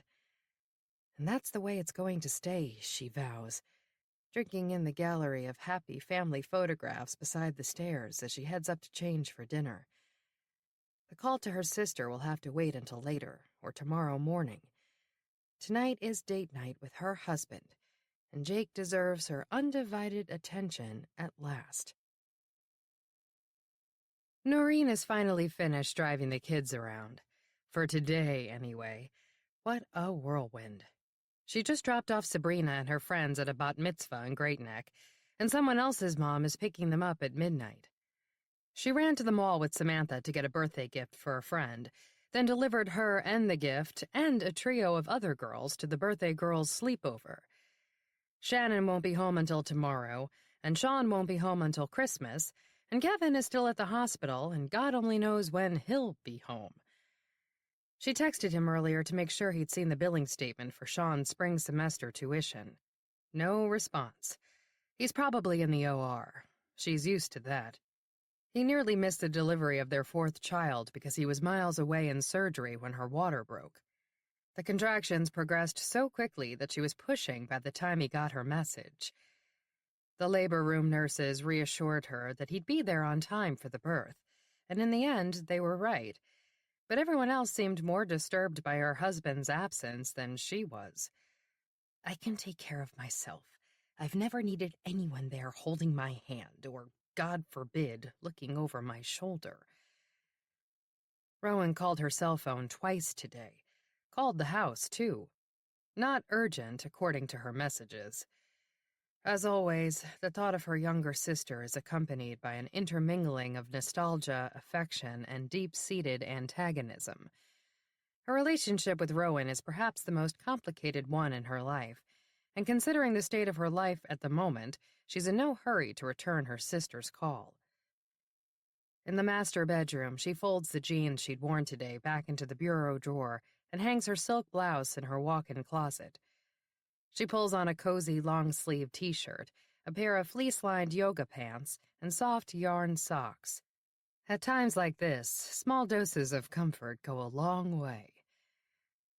Downstairs in the butler's pantry that connects the kitchen to the formal dining room, she takes a hand-blown crystal goblet from a glass-fronted cabinet. It's part of an elegant set of 4 she and Kevin received for their wedding, courtesy of his long-dead great-aunt Martha. They'd registered at Tiffany's to please his family and Macy's to please hers. She wound up returning nearly all the gifts from her side in exchange for store credit, which she never did use. The irony is that she never used most of her Tiffany's gifts either, including these glasses. She was always afraid they would break. Tonight, who cares? Everything is fragile. Everything is breaking. She picks up the bottle of Ponte Canet Bordeaux she pulled from the wine cellar when she got home and inserts a butterfly corkscrew imprinted Mundy's Landing wine and liquor. She took the corkscrew from a drawer at her parents' house after her father died. He didn't just use the bottle opener on top to pop the caps off his beer bottles. He opened cream sodas for Noreen and her brothers and sister on special occasions. She made sure Rowan didn't see her pocket the corkscrew that day as they were cleaning out the kitchen. Not because she thought her sister might want it, but because she didn't want Rowan to know that she did. She twists the cheap corkscrew into the cork and pulls, gratified when it glides out with a slight, almost celebratory popping sound. She really should let the Bordeaux breathe, and she really shouldn't be drinking alone, but to hell with rules tonight. She tucks the corkscrew back into her drawer beneath a stack of linen dish towels, pours some wine into her crystal goblet, and sips. She plunks the glass on the counter a little too hard, but it doesn't crack. Nor does her face when she allows a smile to touch her lips for the first time all day. There, see? Better already. Sometimes you can discover more about a stranger just by watching her from afar for a little while than you'll ever know about loved ones. After leaving the post office, Casey follows the redhead to a bookstore just off Union Square. She counted out pocket change to buy a small cup of coffee and proceeded to nurse it for several hours while she sat in a comfortable chair reading magazines off the rack. At a table nearby, Casey pretended to be engrossed in a thick textbook plucked from a shelf in the science section while noting every detail about the redhead. She took only one magazine at a time, turning the pages carefully and making sure she didn't spill a drop of coffee on the merchandise. She read each magazine cover to cover, and when she finished, she returned it to the proper slot on the rack, rather than placing it haphazardly or leaving it where she was sitting, the way other so-called customers were doing. Her choice in reading material was eclectic. The highbrow New Yorker and Paris Review were followed by Us Weekly and Sports Illustrated. So she's brainy with a frivolous and athletic streak. She's conscientious, and she's either frugal or flat broke. She's also most likely unattached, judging by her bare ring finger, and the fact that she never once looks at her phone or sends or receives a text. These days, lovers in her age group constantly check in with each other electronically. Dusk has fallen beyond the plate glass windows when at last the redhead stands and stretches. She takes her time putting the last magazine back on the rack and doesn't seem to notice Casey making a hasty exit to the street, leaving the textbook sitting open on the table. Never once looking over her shoulder, she walks north on Broadway through Chelsea, turns left at 28th Street, and walks west, following it as it curves past the Penn South residential complex toward the Hudson River. She crosses 11th Avenue and covers half the final block before unlocking the door to a small, narrow apartment building. Casey can't follow her inside, but makes note of the address and the fact that there's a large Con Edison facility directly opposite the building. Interesting. Maybe it's some kind of sign that this is meant to be. Less than a minute after the redhead disappears inside, a light goes on in the fourth-floor apartment. As if to confirm that it's the right place and provide yet another sign, she appears in the window briefly, a real-life Rapunzel with coppery hair. Then she's gone again, leaving Casey to gaze thoughtfully at the grillwork ladders and platforms that zigzag up the front of the building right to her window. Watching her from the fire escape would almost feel like watching Rowan through the skylight from the high branches of the elm tree in her yard. Adrenaline spikes through Casey's veins, undiminished by the voice of reason. What if someone sees you up there and calls the police? Pedestrian and vehicle traffic on this block is relatively light. A nosy neighbor in the same building, or even on the same side of the street, would have to stick his or her head all the way out the window to even see the fire escape. That's not likely on a gloomy December night. There are no residential buildings facing the apartment from across the street, only the windowless Con Ed facility. Still, you're too smart to take stupid chances. Smarter than anyone. Smarter than everyone. Casey walks away, vowing to forget about her, even though another bleak Sunday looms just ahead. From the Mundy's Landing Tribune Archives, Lifestyles, June 10, 1966. For modern Mundys, history a source of pride, not shame. Their ties to this village stretch back over 3 centuries and are well documented at the Mundy's Landing Historical Society in the basement of the Ellsworth Ransom Library. According to director Miss Ora Abrams, the Mundy family tree includes a Revolutionary War general, a wealthy industrialist, and a hero who went down with the Titanic after saving the lives of several steerage children. She added that the Society's former curator, her great-aunt Etta Abrams, graduated from Mundy's Landing High School in 1900 with Maxwell Mundy Ransom, who until his hospitalization last winter resided at his ancestral home here on Battlefield Road. He served in the House of Representatives during the Great Depression and was instrumental in New Deal legislation. Miss Abrams said, "It is a rich legacy of which any family would be proud." Make no mistake, they are. Am I honored to be descended from the original Mundys of Mundy's Landing? Absolutely, John Ellsworth Ransom told the Tribune last week. When I was young, my Uncle Max would sit me on his knee and tell me about his boyhood adventures with his pal, Frank, who grew up to become President Franklin Delano Roosevelt. I wanted to grow up to become just like him.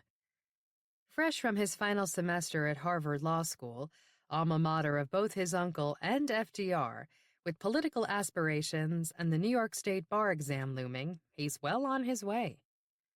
Asked, however, about more distant family members, namely James and Elizabeth Mundy, Mr. Ransom was noticeably less effusive. His maternal bloodline descends from their daughter Priscilla Mundy, who was born in England in 1658 and crossed the Atlantic in the spring of 1665 with her parents and older siblings Jeremiah and Charity. The family narrowly escaped the Great Plague, which killed 100,000 people, 15% of London's population.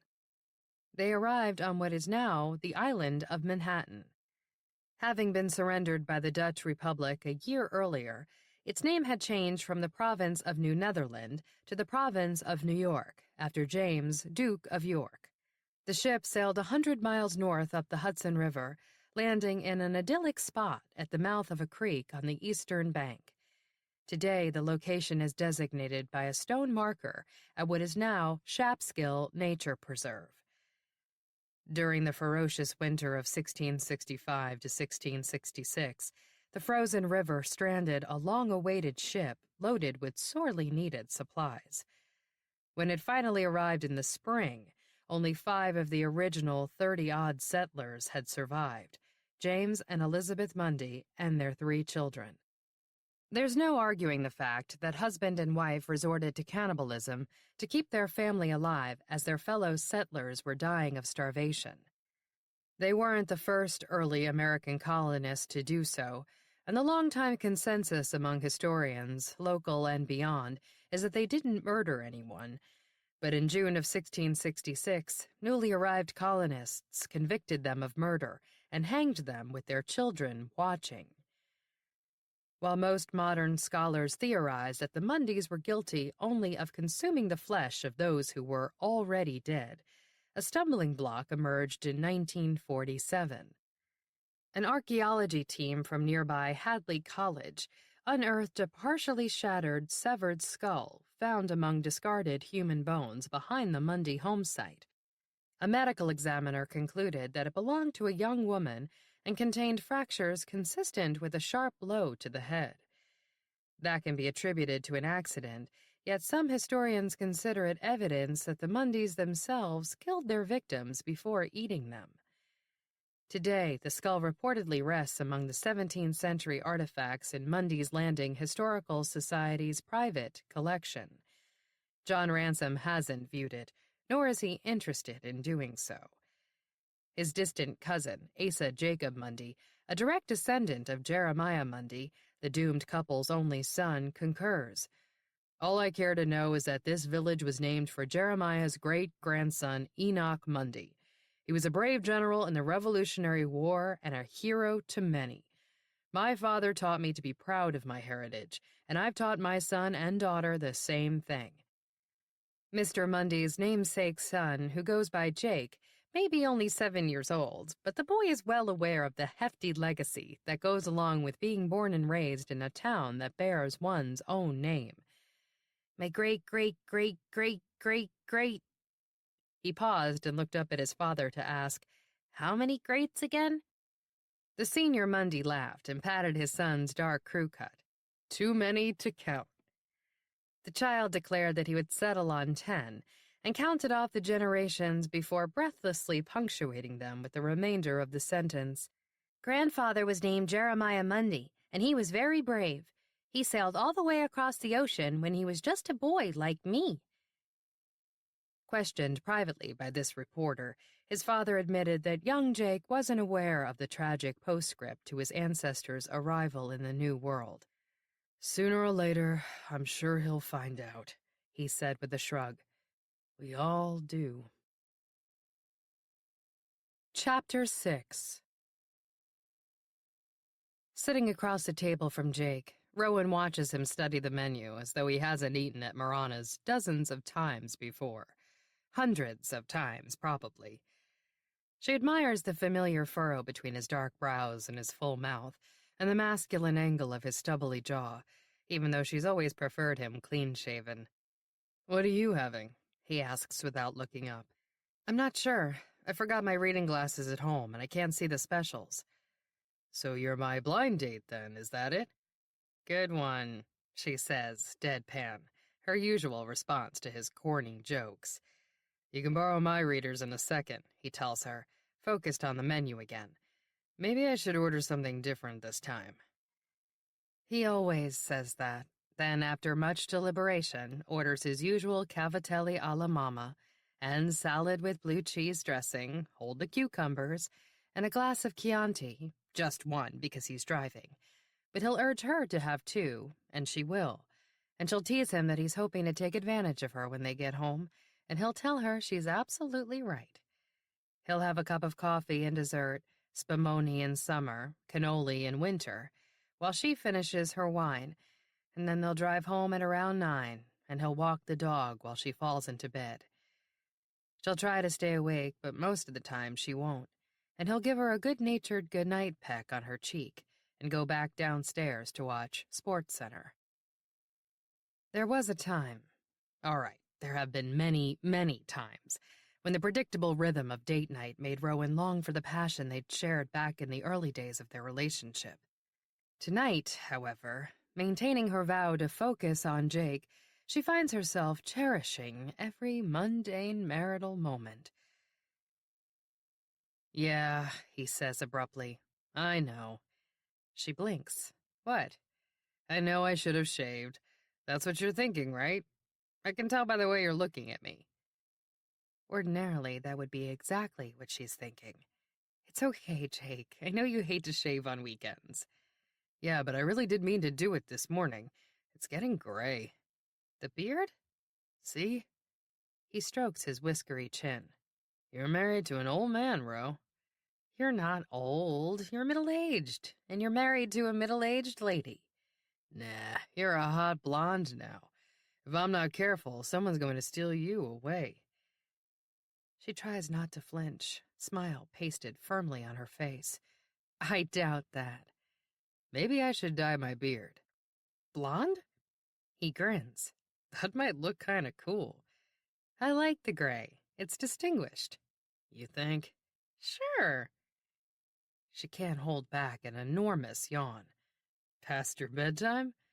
Pretty much. If you're finished with your reading glasses there, Gramps, your blind date needs them before she falls asleep at the table. Precious normalcy. It can all disappear in an instant. Before Rowan can look at the menu, Annabelle Bingham stops by their table on her way back from the ladies' room. They've shared a friendship since their own school days at Mundy's Landing Elementary. The bond, like most, was stronger during some eras than others. Unlike Rowan, Annabelle walked the straight and narrow in high school, as swim team captain and honors student. Date night, she guesses, greeting Rowan and Jake with hugs. Yes, how about you? Nope, three's a crowd as usual. She points across the room to where her husband, Trib, and their son, Oliver, are sitting. Trib's real name is Charles, but his nickname was bestowed in elementary school because his family owns the Mundy's Landing Tribune. His father passed away not long ago, making him editor-in-chief. Did you and Trib really make an offer on 46 Bridge Street? Rowan asks Annabelle, having heard through the local grapevine that the house-hunting couple has set their sights on one of the most notorious homes in town. Located in the Heights, 46 Bridge is one of the 3 houses where the Sleeping Beauty corpses turned up, and the only one still owned by the same family that had been in residence back in 1916. In fact, until she died just shy of her 105th birthday, Augusta Purcell was the last known living witness to the crime. Her nephew and sole heir, Lester, is determined to keep the house from being exploited, and reportedly refused an immediate offer from Ora Abrams on behalf of the Historical Society. Nor, according to the rumor mill, will Lester allow realtors to show it to anyone he doesn't pre-approve, in an effort to weed out Mundy-Palooza groupies. He's determined to sell only to a longtime local family as a private residence. That's going to be tricky, considering that local families aren't just familiar with the home's bloody past. They're also fully aware that curiosity seekers think nothing of trespassing, peering in the windows, or even snatching souvenirs from the storied murder houses. A few summers ago, during Mundy-Palooza, someone stole the mailbox from 19 Schuyler Place with the resident's mail still inside. News travels fast around here, Annabelle says mildly, and changes the subject. Where's Mick tonight? Hockey game, Rowan says.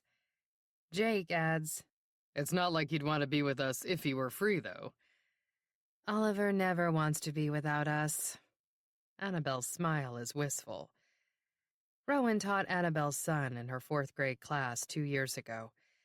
Diagnosed with generalized anxiety disorder, he's being treated with medication and therapy.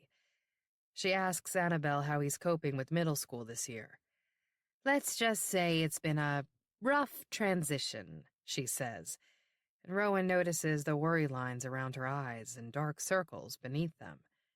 I'm sure it'll get better. I hope so. Rowan curbs the impulse to mention that living in one of the notorious murder houses, as the locals call them, might not be the healthiest thing for an overly anxious kid. It's none of her business, and she knows that the Binghams aren't very well off and may have little choice. They fit Lester's criteria, and the mansion at 46 Bridge Street is an absolute steal in this inflated real estate market. Anything look good? Jake asks as Annabelle heads back to her table, and Rowan puts on the glasses to glance at the specials. Everything looks good. I'm starved. I haven't eaten since... The conversation with Annabelle had distracted her. For a moment, she'd forgotten about her day, and the diner, and Rick. Now it comes rushing back, and her appetite completely disappears. Again. Didn't you stop at the food court for lunch? It was too crowded. Long lines. She pretends to study the menu, struggling to hold it steady in her hands. I can't decide between the lobster ravioli and the eggplant rollatini. Get both. Both? No way. How about if I get the ravioli and promise to share? You can share my bagel. Rick, barging into her head again. Damn it. No thanks, she tells Jake abruptly. You have to get the cavatelli alla mama. Why? Because it's what you do. It's what we do. We don't share. He starts to laugh, then takes a closer look at her face. Wait, are you serious? Yes. No, I mean, I don't know. Bro, what's going on? I'm sorry, She's just exhausted and emotional and terrified that everything is going to change, that she's going to lose Jake. Hey. He reaches across the table, finds her hand, grasps it. Are you okay? I'm fine, She forces herself to look up at him. His face, viewed through the reading glasses, is a blur. I'm just so tired, and it's hormones, I guess.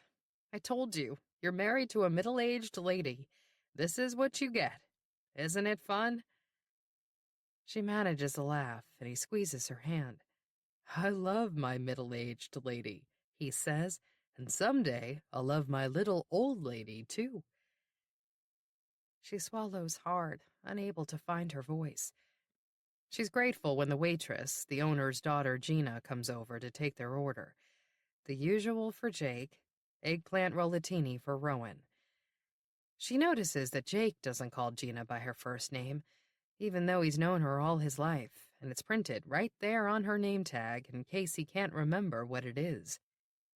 Back when she was regularly eating lunch in diners with Rick and the kids, she got it into her head that Jake was a little standoffish. Now she decides that Jake is appropriately unobtrusive, and Rick a little too presumptuous. Left alone with Jake again, she finds him watching her intently. What? I should have shaved this morning? She quips, rubbing her chin, and he laughs. She asks him about his dinner last night, and whether Mick had done any schoolwork this afternoon, and if he heard from Brayden or Katie today. He volleys back questions of his own.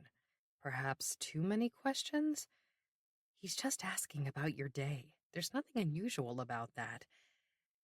She resists the impulse to change the subject, telling him about her hours spent shopping, stores she's visited, gifts she's bought. Maybe it's just her imagination, but he seems to be watching her more closely than usual as he sips his wine and nibbles a roll from the bread basket, almost as if he's suspicious? Or is it something else? A new and frightening possibility flutters at the edges of her consciousness, but she pushes it away, unwilling to let it in. At the high school hockey game with a couple of his friends from the basketball team, Mick is surprised and relieved when Brianna Armbruster climbs into the stands just as the team skates onto the ice. She's with a group of female friends, all fellow seniors, all really pretty, but not nearly as pretty as Brianna. If she really were seeing a college guy, as Zach had claimed, then shouldn't she be with him on a Saturday night? Mick decides that she should and would, choosing to ignore the little voice inside his head, pointing out that unless the college guy lives on a nearby campus, he's probably away again until Christmas break, like Mick's older siblings are. It's much more appealing to assume that Brianna has since broken up with the guy, or that Zach got it wrong in the first place, tormenting Mick with some stupid rumor that isn't even true. He's at the game, too, sitting a few rows ahead with two girls from the drama club. They're both seniors and halfway decent looking, but nowhere near as pretty as Brianna's friends, and nowhere near as beautiful as Brianna herself. Mick finds himself growing annoyed, watching Zach and the two girls keep up a steady stream of chatter, barely paying attention to the action on the rink. It's one thing for a drama girl to do that, he decided, but Zach is a guy and should know better, even if he's never played a sport in his life. Not that that's why he's getting on Mick's nerves tonight, and it's not because he's here with senior girls, or because Zach is the one who told him about Brianna dating a college guy, which he never should have done, regardless of whether it's true or they've broken up. They probably haven't, Mick speculates glumly. He can't help but notice that she spends most of the first period typing on her phone. A few times she nudges her friends and shows it to them. Watching them all lean in to exclaim over whatever was so fascinating on the screen in her hand, Mick is pretty sure it's not Brianna's latest moves in Words with Friends. There's just something specific about the way girls talk and giggle when they're discussing a guy, as opposed to some other random thing. When Brianna finally looks up from her phone and turns around to talk to someone behind her, she spots Mick. His heart soars when she waves and gives him a big smile. At least he's pretty sure she's looking at him. All right, there's a small chance that she might be smiling and waving at someone behind him, but he doubts it, especially since he would look like a real idiot, smiling and waving back so enthusiastically. Right before the end of the first period, Brianna and her friends head for the door, probably headed for the ladies' room, along with a million other girls. Either that, or they're going out to sneak cigarettes in the gazebo, which Mick doubts. She's not that kind of girl. Zach is also on the move, but Mick avoids making eye contact with him as the crowd heads en masse toward the student council concessions table. "Hey, can I borrow $5?" asks his friend Van, short for Christian Wilhelm Vandergraaf III. "For what?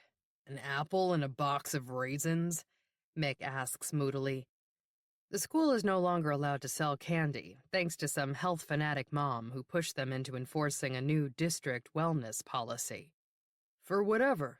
I'm broke, and I'm starved. Well, so am I." Mick spent his last dollar on admission to the game, after blowing the rest of his money on Brianna's gifts. She's nowhere to be seen in the crowd milling around the lobby, but here comes Zach with his senior female friends. "Hey, Lou, how's it going?" he asks in his Goodfellas dialect. "It's going," Mick responds in his regular voice. "Good game, right?" "How would you know?" Zach frowns. "What's wrong with you?" "Nothing. What's wrong with you?" Taking the hint, Zach shrugs and drifts away. "How come you're being such a douche?" Van asks. "I thought you liked that kid." "He's okay." "How come he calls you Lou?" "How come you call me a douche?" Mick returns, keeping an eye out for Brianna. He finds her back in the bleachers, texting away on her phone, with her friends watching over her shoulder. Mick settles in to watch the rest of the game, keeping an eye on her and wondering why his life is suddenly so depressing. When her cell phone rings just past midnight, Julia Sexton is curled up on her futon, wearing yoga pants, eating stale microwave popcorn, and drinking a bottle of Bud Light from the fridge, the most inexpensive Saturday night she's had in months. She's $100 short and 5 days late on the December rent for this studio apartment on the westernmost fringes of Manhattan's Chelsea neighborhood. She mailed a check this afternoon to the absentee landlord, accompanied by an apologetic note explaining she'd send the rest of the money as soon as she has it. She came home from the post office to a nasty voicemail he'd left her. She didn't listen to the whole thing, but she got the gist. Pay up or get out. Luckily, he doesn't have her cell phone number. The incoming call is from Dana, her former roommate, and the reason Julia is in this mess in the first place, having moved in with her boyfriend in Brooklyn last month. "Dude," Dana says, "what are you doing?" "The only thing I can afford to do since you stuck me for the December rent on this place. Nothing." "I gave you notice." A month. That's long enough to find a new roommate. In a tiny studio, no one I know is looking to move, and I'm not about to share 300 square feet with a total stranger, Julia reminds her. They've been over this before. Nothing against Alex, but I'm kind of hoping you're calling to tell me that you guys broke up and you're moving back in with me. I'm calling to tell you that Alex's band just got a last-minute gig at this club in Williamsburg. They go on around 1:15. They're getting paid in free drinks, me included, and you can come as my guest. I don't know. The weather's crappy. She goes to the window and looks out. Her fourth-floor walk-up overlooks the Con Edison facility directly across the street, with its barbed wire-topped chain-link fence. Rain is coming down in sheets, splashing into a gutter river, and the block is deserted. Don't be lame, Jules, Dana says. Come on. It's a 15-minute walk to the subway from here. So, take a cab. There are no cabs, and I'm broke, remember? Okay, but you have a Metro card, so grab an umbrella and get your ass moving. Alex's friend Mark will be there. Remember him from the Halloween party? Julia remembers him. Tall, dark-haired, bearded, tattooed. Her type. Unlike her ex-boyfriend, a pasty banker who considered her songwriting career a little hobby. Mind made up, she arranges to meet Dana. She hangs up and quickly changes into jeans, boots, and a V-necked black sweater that just barely reveals the top of her own tattoo. It's a ladybug. As soon as she saves up enough money, she's going to get another. Maybe a butterfly with polka-dotted wings this time. She likes polka dots. They mingle nicely with her freckles. She puts on lipstick and a raincoat, brushes her long red hair, and takes one last look out the window, hoping to find that the deluge has miraculously ended or that 28th Street is suddenly teeming with available taxis. Which you can't afford anyway, she reminds herself. Good thing there are no cabs there to tempt her. It's still pouring out. The street is still deserted. Or is it? Frowning, she leans closer to the window, spotting a figure across the street wearing a hooded slicker. Whoever it is isn't smoking or walking a dog or even walking at all, just standing in the rain. Must be a security guard for Con Ed. They usually hang out on the other side of the chain-link fence, but the lot there is probably flooded. It happens sometimes. It's good to know someone is out there keeping a watchful eye on the block. She usually doesn't worry about her safety in this neighborhood, even this late at night, but you never know. Julia grabs her umbrella and wallet, containing only a Metro card, her ID, and a $5 bill that has to last her until payday next week. Then she turns off the light and heads out the door. Mick was really hoping he'd get to talk to Brianna before the crowd dispersed after the hockey game, but she and her friends took off the minute it ended. He thought she might rematerialize at the Dunkin' Donuts across from the rink, always mobbed with high school kids on weekend nights. He even hung out long after his friends left. But Brianna never came, and his cell phone battery died because, of course, he'd forgotten to charge it. He was forced to walk all the way home alone in the dark and pouring rain. A local cop, there getting coffee, did offer him a ride as he left. "You're Braden Mundy's brother, right?" he said. "Yeah. How do you know him?" "We were Eagle Scouts together. I graduated a year ahead of him, and I had your mom as a teacher, too. Come on, I'll give you a lift home."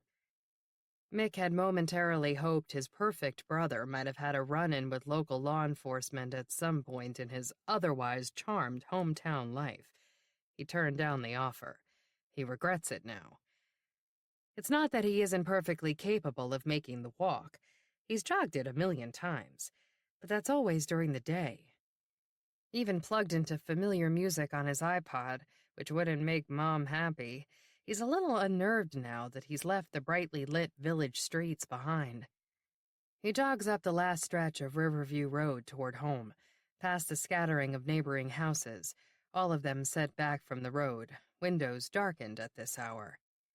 It must be nice to live in town, closer to the school and civilization, not to mention the armbruster's house on Prospect Street. Not that he's afraid. Isolated out here in the middle of the night, but still. Okay, maybe he's a little afraid. When Mom texted him on the way home from dinner earlier, he assured her he'd have a ride home later. It hadn't been a lie, not then. He was planning to leave with his friends. He still could have called home and his parents would have come to get him, but if Brianna showed up late after all, he didn't want her to see him getting into the family minivan on a Saturday night. He told his parents not to wait up. Dad will anyway, or at least he'll be dozing in the living room in front of the television. Mick is hoping that's the case tonight. This isn't the first time he's gotten home late, and he knows from experience exactly how to get away with it. He turns off the music and removes his headphones. Now he could hear the rain dripping and the accelerated rhythm of his own breathing and his feet crunching through the last of the fallen leaves and something rustling in the bushes. Spooked, he's tempted to dart up onto the porch. The light is on there, and that's the door he's supposed to use when he comes in at night. But if he does, Dad will hear him, and he'll be in trouble. Reminding himself that the rustling is probably just a raccoon or maybe a deer, as opposed to a bear or a psycho killer, he slips around to the back. Even if that door is locked, it usually isn't, it's far enough from the living room, where his father and Doofus are undoubtedly snoozing, that they won't be awakened by the sound of a key turning, the creaky door, and footsteps. Tonight, he finds the door locked. It has been all week, he's noticed, ever since Mom got that weird package. He's barely given that a passing thought, but now he realizes that she hasn't been her usual talkative self when he's seen her, which, granted, hasn't been much. Having forgotten to carry his key tonight, Mick retrieves the one they keep hidden under a planter on the back step. He unlocks the door, puts the key back, and steps inside out of the wet chill at last. He carries his sopping sneakers as he tiptoes across the floor. The house is hushed and dark, other than the glow and volume of the television spilling into the foyer. No snoring, but he does hear a momentary jingle of Doofus's tags. Ordinarily, on a night like this, Mick would be glad that Doofus lacks even the slightest canine instinct to investigate the fact that someone has just entered the house. Still skittish from the desolate walk home, though, he finds himself wondering, what if that someone wasn't me? Yeah? Who else would it be? A psycho killer? A bear? Mick reminds himself that Brianna's supposed college boyfriend probably wouldn't be worrying about stuff like that. Nor would he have to worry about letting his parents know he's made it safely home. Well, tonight, Mick's not going to be doing that either. He quietly slides the deadbolt on the front door and flips the porch light switch. He leaves his down jacket hanging over the newel post. When Dad wakes up, he'll know Mick is inside and assume that he just didn't hear him come in. "I tried to wake you up when I got home," Mick will tell him tomorrow. "You didn't budge." It's not far-fetched. Dad is a sound sleeper and a loud snorer, even though he's not snoring tonight. Mick stays close to the wall as he climbs the wide stairs. The treads don't creak as much when you place your feet all the way to the right. Safely on the second floor at last, he goes past the bathroom to his room without bothering to brush his teeth and wash his face, again aware that his parents wouldn't approve. Nor would Mom be happy that he's tossed his wet clothes onto the hardwood floor by his hamper, or that he's changed into a short-sleeved t-shirt and basketball shorts instead of the flannel pajamas she keeps buying for him. They have so many rules. You'd think they'd loosen up by the time they got to the third kid, but it seems to Mick that he gets extra attention. Unless, of course, he actually wants attention. As he reaches past a stack of textbooks to plug his phone into the charger on his desk, he remembers that he was supposed to work on a social studies paper this afternoon. Mom is going to ask him about it first thing tomorrow. But it can wait, he decides, sitting down with a notebook and pen. Right now, he has to compose the secret Santa note he's going to leave for Brianna on Monday, along with the first gift. Each day, he'll give her a little bead charm bearing a stick figure that represents something they have in common. On the 5th day, she'll get the silver trinkets bracelet that holds all the beads and has room for lots more, as the lady in the gift shop pointed out. See that? You can give your girlfriend a new bead on every special occasion. Mick didn't bother to tell her that the bracelet's recipient isn't exactly his girlfriend. Yet. When it's over, and the girl lies face up in the mud, her eyes vacantly staring at the black night sky, Casey stands over her, panting. It's still pouring out. If Casey hadn't come prepared, the rain would quickly wash away the blood that oozes everywhere the blade slit through her perfect skin. I won't let that happen. I'm always prepared, always one step ahead. Casey hums softly, fishing around for the wad of dry cleaner's plastic that always comes in handy at times like this. You can tuck it into your pocket and carry it around all day, and no one will ever know it's there. You can do the same with a folding barber's razor, but sometimes when you sit down or lean against something, the hard bulge of the handle presses into your flesh. Then you remember that it's there, and you forget that you promised yourself that you won't use it, even if a perfect opportunity were to present itself as it had this afternoon. No, wait. Technically, it was yesterday afternoon that Casey first spotted the redhead in the post office. It's morning now. Sunday morning. Sunday, bloody Sunday. Casey waited until midnight to return to West 28th Street. The block had been rendered desolate by the hour and the rain, but the light still shone like a beacon in that 4th-floor apartment. Soon Rapunzel reappeared in the window again, this time wearing a coat. Was she coming or going?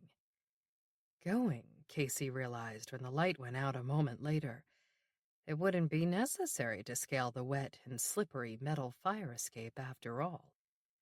That was a pity for someone who had always embraced the challenge of climbing to new heights, literally, and yet she came to me.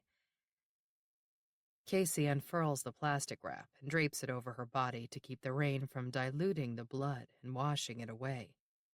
Only the girl's head remains exposed, waiting for the razor, still sticky with blood, to finish the job. Quinn's Bar and Grill on West 44th Street is busy when Rick walks through the door. Ordinarily, he'd head for the bar, order a draft beer, and mingle with the regulars, hoping a stool might open up before closing. Tonight, though, he spots an empty high-top table in the front corner, away from the crowd, and heads straight for it. Settling onto a stool facing the plate-glass window, he stares at his own reflection, framed by a garland of red and green ornaments strung with white Christmas lights. "What'll it be tonight, love?" Any other night, he'd flirt with his favorite waitress, a sporty blonde Aussie, but tonight he doesn't even make eye contact. "Jameson, straight up." "Tough day, hmm?" Without waiting for a reply, she heads back to the bar, leaving him alone with his thoughts. Tough day indeed. Tough night, too. He thought he was prepared to come face to face with Rowan Mundy again after all these years, but he closes his eyes, seeing her face again. Not the face that had haunted him all these years, though. She'd changed. That shouldn't have caught him off guard, because he knew she'd aged. Everyone ages. But for some reason, he felt betrayed, seeing her in person. Her face was still pretty, but her girlish freckles had faded, and so had the light that used to gleam in her green eyes when she looked at him. This Rowan was more mature, laugh lines at the corners of her mouth and eyes, confirming that years had passed, and they'd been good to her. She'd picked up a few extra pounds on her petite frame, but the curves were flattering. Her hair, though, her crowning glory is gone. Of all the changes he should have anticipated, that never entered his mind. Why would it? In all of the photos on her Facebook page, that long, wavy, dark red hair had been cascading over her shoulders, same as always. When he first glimpsed her this morning, a part of him wondered, perhaps irrationally, whether she'd cut it short and dyed it at the last minute just to spite him. "I've always had a thing for redheads," he told her once, after they'd become friends, but long before he dared to take it further. "My first love was a redhead." "No way, really?" He'd told her about Brenda. She'd actually been interested, asking questions and making comments, unlike Vanessa. Vanessa never wanted to hear about Brenda, never wanted to acknowledge that there had been women in his life before she came along. Ironic, since she'd actually been married before he came along. He might have benefited from hearing a little more about her ex-husband, but being Vanessa, she compartmentalized. She was always good at that. Unlike Rowan, who wore her heart on her sleeve. He'd fallen a little in love with her the first time they met, even though she was pregnant with her third child at the time. The moving truck was still in the Walker's driveway when Rowan came walking over, juggling a plate of homemade brownies in the chubby hands of her little son and daughter. It was summer, hot and humid. She was wearing a spaghetti-strapped floral print maternity sundress that revealed a good amount of cleavage, as well as her swollen legs. Her freckles were out in full force, and her hair hung in loose, damp waves and clung in tendrils to her flushed cheeks. "Welcome to the neighborhood," she said, offering him the brownies. "I'm Rowan, and this is Brayden and Katie. We live next door." She was warm and earthy and flushed and real, while he was married to an ice princess. He was enamored on the spot. Even as her kids squirmed out of her grasp and made a beeline for the elaborate treehouse perched in the branches of an oak tree in his new backyard. "Guys, get back here!" "They know better," she told Rick. "Sorry, they've been looking at that through the fence for years, dying to play on it." "The kids who lived here before we moved in were teenagers. I bet their parents wouldn't have minded if they'd come over." "You bet wrong," Rowan said with a laugh. "They were pretty fussy about their yard, and my kids can be a handful." She cast a glance at the steps, where his four were contentedly reading or coloring with crayons. "Okay, I'm totally impressed. How do you get your kids to behave so well? You've got twice as many as I do." "Not for long," he said, gesturing at her enormous stomach. "Right. It's another boy." "That's good. Boys are easier." "Who said?" "I did. We have 3. It was months before he even mentioned that the older 2 of his sons belonged to Vanessa's deadbeat first husband. "He was a lousy dad," he told Rowan. "Well, it seems like you're making up for it." "God knows I'm trying." It was spring by then, and he was pitching a wiffle ball to his boys and Brayden, while the girls set up housekeeping in the treehouse, and Rowan sat on his back steps, nursing newborn Mick. Vanessa had fed their babies formula, despite his protest that breast milk was healthier. "I bottle-fed my boys, and they turned out just fine," she said, and made it clear that since she was the one who'd have to nurse, she was the one who'd get to decide. She'd gone right back to work after her maternity leave was up. She had no choice. She was the breadwinner. When they were living in Westchester, she and Jake Mundy often caught the same weekday train into the city and the same train back to the suburbs at night, while their spouses entertained the kids and each other. Those days were so pleasant and so innocent, at first, anyway. Rick eventually acknowledged, if only to himself, that something was starting to brew between them. He picked up on Rowan's loneliness and wistfulness when she spoke of her husband. He felt the same way about Vanessa, whose commuting time had quadrupled with the move, and who was constantly stressed about the hefty mortgage payments they'd taken on and the volatile state of the economy. Years later, discussing his failing marriage, his old friend Bob asked Rick if he had doubts about whether his wife truly loved him. "No," he said, "it's the other way around." "She doubts that you love her?" Yes, and so do I. As that steamy summer traipsed toward fall, Rowan's baby weight melted away, and the circles beneath her eyes began to fade. She started laughing more, worrying less about her kids. They shared parenting concerns and confided in each other, sharing things they hadn't even told their spouses. Nothing significant, really. Just little things that came up during the long hours they spent together. Things their spouses weren't around to hear or wouldn't have found significant. Months passed, a year, and then two. They relied on each other the way neighbors do, borrowing items and carpooling, recommending pediatricians and babysitters and kid-friendly barbers. Their time together ebbed and flowed depending on the weather and the season and the kids' schedules. He could count on seeing more of her whenever school was out for breaks and summer. He grew to dread September's abrupt curtailment of carefree summer days spent with Rowan and all the kids in the yard or park or pool. Then came the sunny Tuesday morning 2 hijacked planes flew into the World Trade Center. She showed up at his door barefoot with her youngest child in her arms, cell phone in hand. "I've been trying to call you, but the lines are jammed," she said breathlessly. "Did you hear?" He hadn't. She'd come running because she was worried about Vanessa and didn't want him to be alone. But his wife's office was out of harm's way, and Rowan assured him that her husband had landed safely in Chicago the night before, away on a business trip. He gave her toddler something to play with, and then the two of them stood shoulder to shoulder in front of his television, watching the horror unfold. At some point, when another plane hit the Pentagon, or when the first tower collapsed, or the second, she cried. His arm went around her, pulling her close, comforting her. Everything changed that day, in many ways.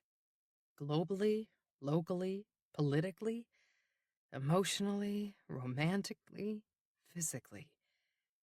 I was already in love with her by then, not just infatuated, in love. It didn't matter that she was married, or that he was. In the days that followed the terrorist attacks, they drifted back into spending time together, even without the kids around. They had coffee and watched the endless news reports. As September turned to October and then November, life slowly drifted back to its usual rhythm. There was no longer any compelling reason to spend mornings together, vigilantly keeping an eye on CNN and reminding each other that they were safe. Yet they kept seeing each other. Her son Mick was always with her, the safeguard against anything inappropriate happening between them while their spouses were absent. Then came the snow day. They spent the morning on the hill in the park, with all the kids in their sleds.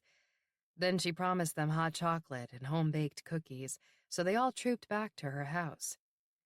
Mick wanted to watch the Grinch movie with the big kids in the living room, and Rick and Rowan found themselves alone together in the kitchen, and even now he curses the fateful intervention of the smoke alarm.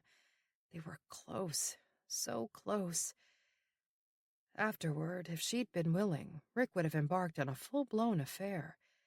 Hell, he might have walked away from Vanessa if she'd asked him to, maybe even from the kids. She wasn't willing. She distanced herself immediately. He hardly saw her again that winter, and the next thing he knew, it was spring and she was moving away. He tried to convince himself it was for the best. Vanessa was his wife, the mother of his children, a good, steadfast, beautiful woman. She loved him and didn't deserve to be left twice in a lifetime. Had he ever stopped loving Rowan, though? Vanessa didn't think he had. He'd lied to Rowan today when he'd said he hadn't told anyone what had happened between them on the snow day. He'd told 2 people. One was his best friend, Bob. The other was Vanessa. He hadn't confessed to his wife right away. He never intended to do it at all. But after the Mundy family had packed up and moved, Vanessa said she was glad to have them gone. "Why would you say that? They were the ideal neighbors. Our kids miss them like crazy." "They'll survive. But will you?" He looked sharply at her, and he saw in her eyes that she knew. Maybe not exactly what had unfolded between him and Rowan, but she knew how he felt about her. There was no denying the accusation in Vanessa's eyes, or in her words when she came right out and asked him what had gone on. He told her the whole truth. It almost killed her. In the end, maybe it had. "Here you go, love." His Aussie pal is back, setting down a cocktail napkin and topping it with a glass filled with amber-colored liquid. "What are we drinking to this evening?" "I can't think of anything worth toasting." "Rubbish. There's always something or someone worth toasting, isn't there?" "You know what? There is." "All right, then. Cheers." "Cheers."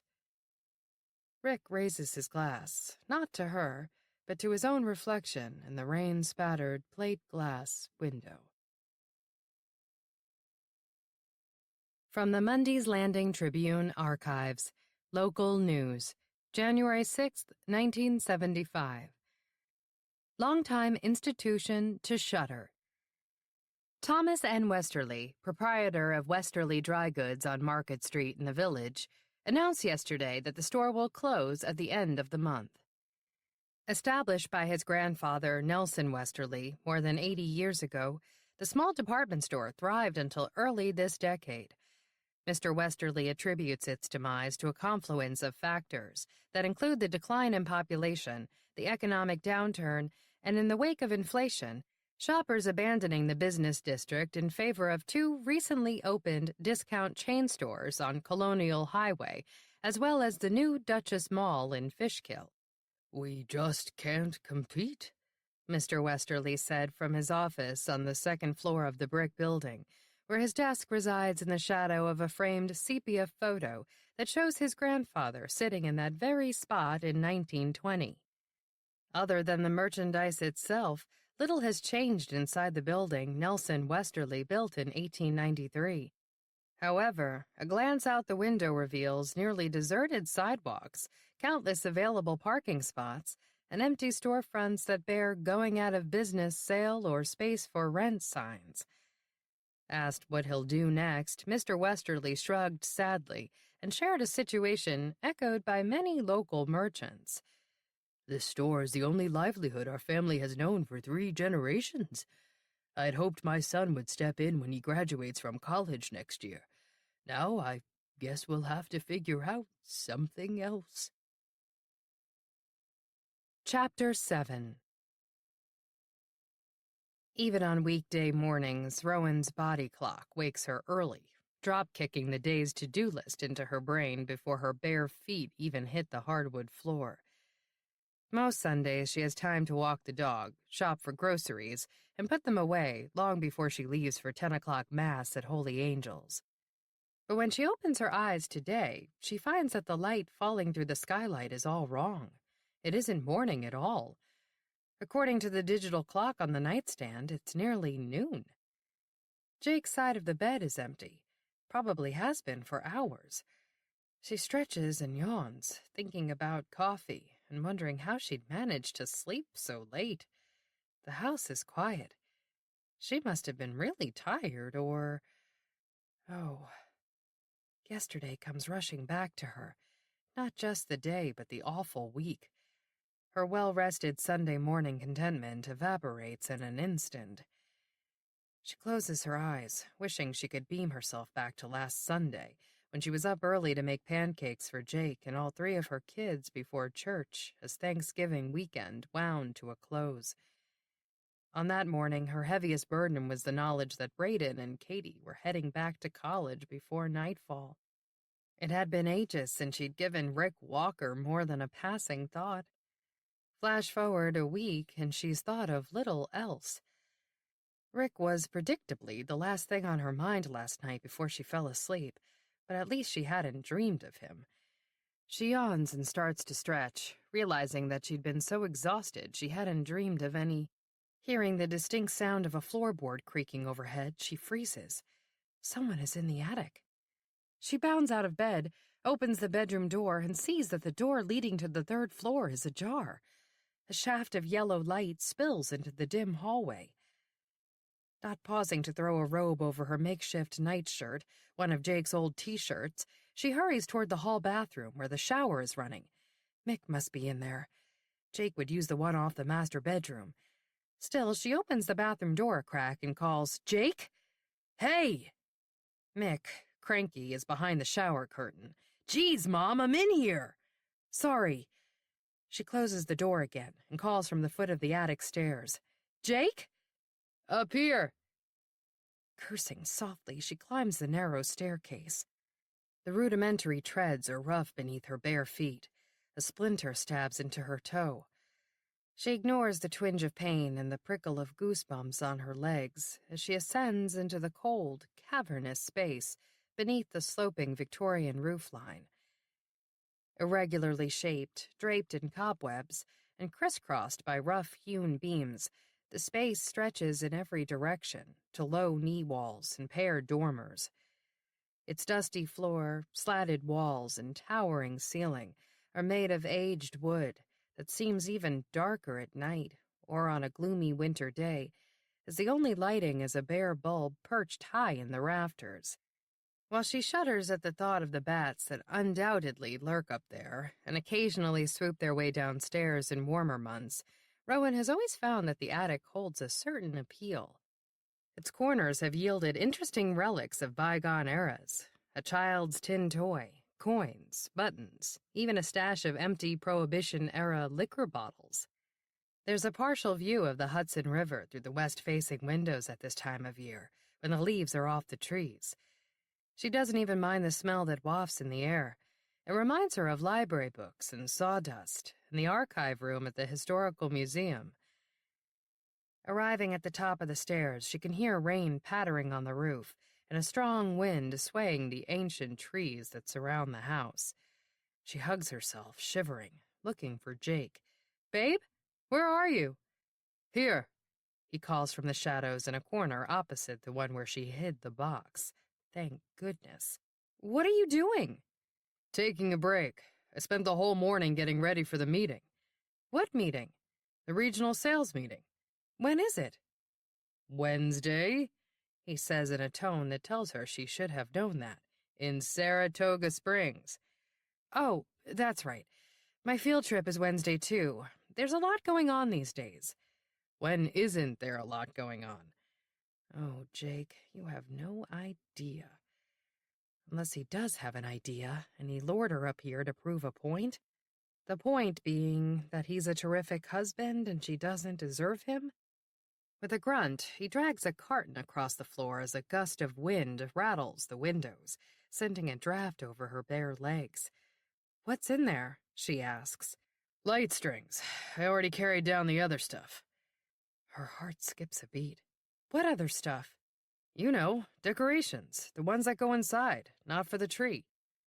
She wonders fleetingly if he stumbled across her secret and is covering up.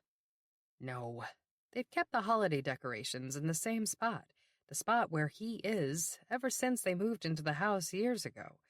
He'd have no reason to go rummaging anywhere else up here, not today anyway. She pushes her doubts away, just as she did last night at the restaurant, when she got it into her head that there was a hidden meaning in everything Jake said and did. If he had found any reason to be suspicious of her, he'd bring it up directly. That's how he rolls. "Do you need a hand?" she asks as he backs out of the corner, carrying a large box. "Nope, got it." He ducks his head to avoid bumping it on a low beam. He's wearing exactly what he had on yesterday and left in a heap on the bedroom floor when he dressed for dinner. A faded pair of jeans and his old, bleach-stained New York Knicks sweatshirt. "Hey, guess what I found?" he asks, and her heart stops. "What?" He balances the box against his hip with one hand and holds out a sprig of plastic mistletoe with the other. "You brought it when you came to visit me in Manhattan the Christmas after we met, remember?" She remembers. She used a thumbtack to hang it in his bedroom doorway while he was at work, and it later fell onto their heads while they were kissing. That night, they shared a bottle of champagne to celebrate the end of her semester. When they went their separate ways the next morning to spend the holidays with their respective families, He and his mother were flying to Texas to visit his sister that year. Jake predicted they'd never spend another Christmas apart. He was right. And we never will, she vows fiercely. Where did you find that old thing? On the floor. It must have fallen out of one of the boxes we kept from back before we had the kids. I really need to clean this place out one of these days. There's stuff just thrown everywhere. That's way down on your honey-do list. Come on, let's go downstairs and I'll make pancakes. It's way past breakfast, Sleeping Beauty. Then we'll have them for lunch, she says, wishing he hadn't called her that. Right now, she doesn't want to think about the Sleeping Beauty murders. Dead schoolgirls eerily turning up tucked into beds all over town. Girls no one had ever seen before, whose identities were never known. Hey, why aren't you dressed? Jake looks her up and down. Aren't you cold? Freezing. I just got out of bed and I didn't know where you were. That's what you get when you sleep for almost 15 hours straight, he says lightly, setting down the box, unzipping his sweatshirt and handing it to her. You don't have to. It's okay, I worked up a sweat up here. He picks up the box again and heads down the steep flight of steps. She wraps the sweatshirt around herself. It's soft and warm, and it smells like fabric softener, and like him. She shoves the mistletoe into the pocket, puts up the hood, and bunches the fabric in both hands, pressing it to her nose so that she can breathe the comforting, familiar scent as she follows him down, limping along on her splintered toe. When they reach the second floor, she turns off the light, closes the attic door, and locks it. Wait, we still need the rest of the decorations. Mick can grab them later. Go ahead downstairs. I'll be there in a minute. Agreeable and looking forward to pancakes, he whistles as he continues on down to the first floor. Chiming steeple bells in a nearby church are getting on Casey's nerves. Damn it! Damn it! Shut up! The bells continue to peal, reverberating the reminder that it's a Sunday. Casey has always hated Sundays. No, that isn't true. There was a time back in childhood when life was good, and Sundays were especially idyllic. Sleeping late, eating home-cooked dinners with everyone at the table, watching sports on television. Unless it was nice enough outside to throw a ball or frisbee around with the neighborhood kids. Ah, the good old days. More recent Sundays may not have entailed cozy family time, but there's something to be said for a day of rest, even if it's occasionally a lonely one. Then came that terrible Sunday last year. Sunday, bloody Sunday. The U2 song drifts into Casey's head, drowning out the church bells. They're my favorite band. I've seen them in concert a few times, Rowan once said many years ago. I'd love to go again. It sounded like an invitation. She was such a flirt. Damn her. Now the lyrics march through Casey's brain. Lyrics about wanting to close your eyes and make it go away. But you can't do that. You can't escape. Casey reaches for the first scrapbook, always kept close at hand. On the first page is a yellowed newspaper clipping announcing Vanessa DeForest's birth. On the last is her obituary. Displayed on the pages in between are painstakingly preserved mementos. This is my time capsule, Casey thinks, just like the one buried in Mundy's Landing. Just short of a century ago, during the sesquicentennial celebration, even as a madman raged through the village, leaving young women's corpses in people's homes, the residents of Mundy's Landing sealed a chest filled with artifacts and buried it in a vault beneath the marble floor of Village Hall. It's designated to be unearthed on July 16th next year. Reading about it last summer, Casey first grasped the importance of assembling a tangible record that will outlive these precious, fleeting moments. Something that announces, this is what it was like in my own personal here and now. This is what happened. The scrapbook was a labor of love. But when Casey leafs through the pages, pleasant memories aren't all that come rushing back. Blood. When Casey thinks back to that ghastly day, That's one of the things that stands out more than anything else. There was so much blood. It was everywhere, glistening puddles and delicate smears of crimson on the floor, on her white nightgown, in her hair. Her blonde hair was soaked with so much blood that it appeared red. The irony wasn't lost on Casey. All that blood, all that red. She was more beautiful somehow in death than she ever was in life. Her face had finally released its perpetually constricted expression. It hadn't even been noticeable until it was no longer there. Now, at last, she was at peace. But I wasn't. My ordeal was just beginning. Casey closes the first scrapbook abruptly and pushes it aside, frustrated. It didn't have to happen that way. It's all because of Rowan. Damn her. Damn her. It had been obvious even years ago that Rowan was to blame for everything that had gone wrong. Faced with the undeniable truth on that bloody Sunday, Casey felt something snap inside. She has to pay. That was when the quest for vengeance had begun, unexpectedly and yet not, on that dreadful morning just over a year ago when Vanessa DeForest died a horrible, lonely death. For Casey, restraint gave way at last, and wrath spewed like a swarm of lethal hornets. That was the beginning, and I'll decide when and where it will end. Only the how has been predetermined. Rowan will die a tortured, bloody death. What about the kid? The question of Mick has weighed heavily ever since Casey connected with him at Marana's trattoria last Monday night. If Mick were to die, there would be no frightened feminine whimpers, no long, lovely hair to caress, no sweet-scented skin to nuzzle, or scattering of freckles on feminine curves, or hidden tattoos in provocative places.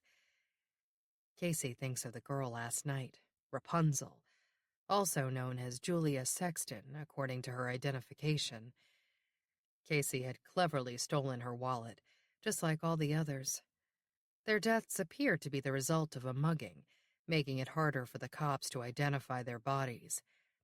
It's such fun to create little stumbling blocks like that for the so-called authorities.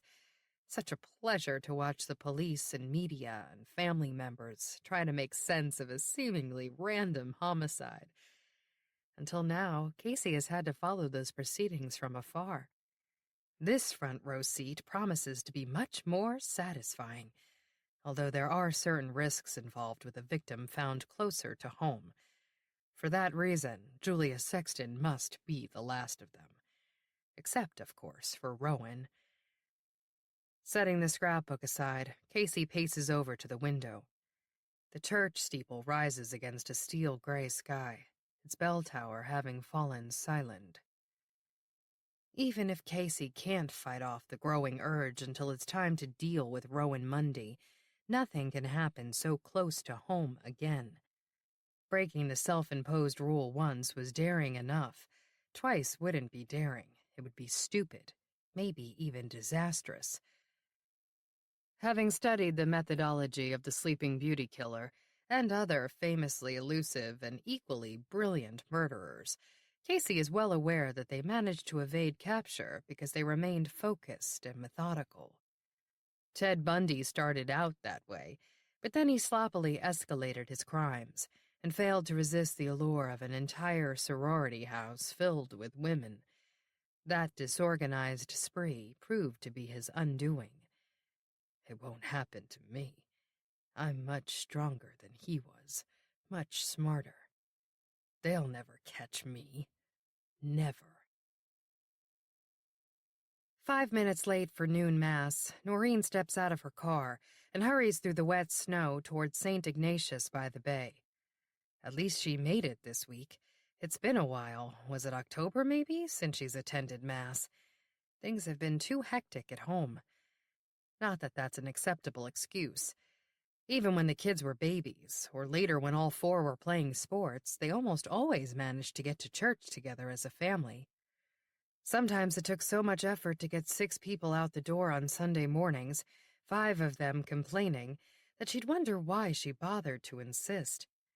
But then they'd slip into their pew, and that familiar sense of peace would settle over her, and she'd know it had been worthwhile. These days, Noreen attends Mass alone, if at all. And when she does, she's not so sure that it's even worthwhile. Ever the respectable Catholic, she doesn't like to be reminded that she's committed mortal sins, or where those sins, past and upcoming, place her in the eyes of the Church. But you can hardly forget that something is amiss when you're hurrying alone up the wide steps where you posed as a bride 23 years ago, and later cradling 4 different babies in white christening gowns. She remembers her father's initial distress when she told him that she wouldn't be getting married at Holy Angels in Mundy's Landing. He was more upset about that at the time than he was a year later when Rowan married a Protestant. He eventually came around when Noreen explained that she didn't want to walk down the very aisle where her mother's casket had made its final journey. "Last time I set foot in that church was the saddest day of my life, Dad. I don't want to get married there." How could he argue with that? Of course, she didn't tell him that she also happened to prefer the aesthetic of this elegant brick structure overlooking the Long Island Sound to her hometown parish. Unlike the stone and stucco Protestant churches that preside over the village common, Holy Angels is a small clapboard structure perched like an afterthought on a side street in the Heights. According to Rowan, who's still a member there, not much has changed at the old church over the years. Anyone who doesn't arrive half an hour early Christmas and Easter to get a spot in the pews still winds up sitting along the wall in folding chairs, or standing conspicuously in the aisles. The Carmichael family invariably stood, much to Noreen's humiliation. Rowan told her that the Mundy family now does the same, but it doesn't seem to bother her or her kids. Nor does she seem to mind that the Holy Angels congregation is perpetually in fundraiser mode, always trying to replace or repair something: choir robes, hymnals, the notoriously leaky roof. When Rowan and Jake were married in the church on a rainy day, which was supposedly good luck, the flower arrangements had to be strategically placed on the altar to catch the drips from the ceiling, and the communion host became as soggy as the bride's veil. That would never have happened here at the cathedral-like St. Ignatius, even if the weather hadn't been picture perfect on Noreen's wedding day. Was that sunshine bad luck, she wonders now, as she slips alone through the massive wooden doors into the church. The congregation is standing, still singing the opening hymn. She hurries down the aisle toward the pew she and Kevin and the kids shared for years. But when she reaches it, she finds that it's already occupied. This isn't the first Goldilocks moment she's had lately, and it's certainly the most benign. Still, it stings to see that new family has taken over the pew. 3 adorable children and another baby on the way, a pretty mommy in a maternity dress, and a handsome daddy who efficiently slides his daughters over to make room for Noreen to sit on the end. She forces a grateful smile, trying not to betray her resentment. It's not their fault. They didn't do anything wrong. Then again, neither did Noreen.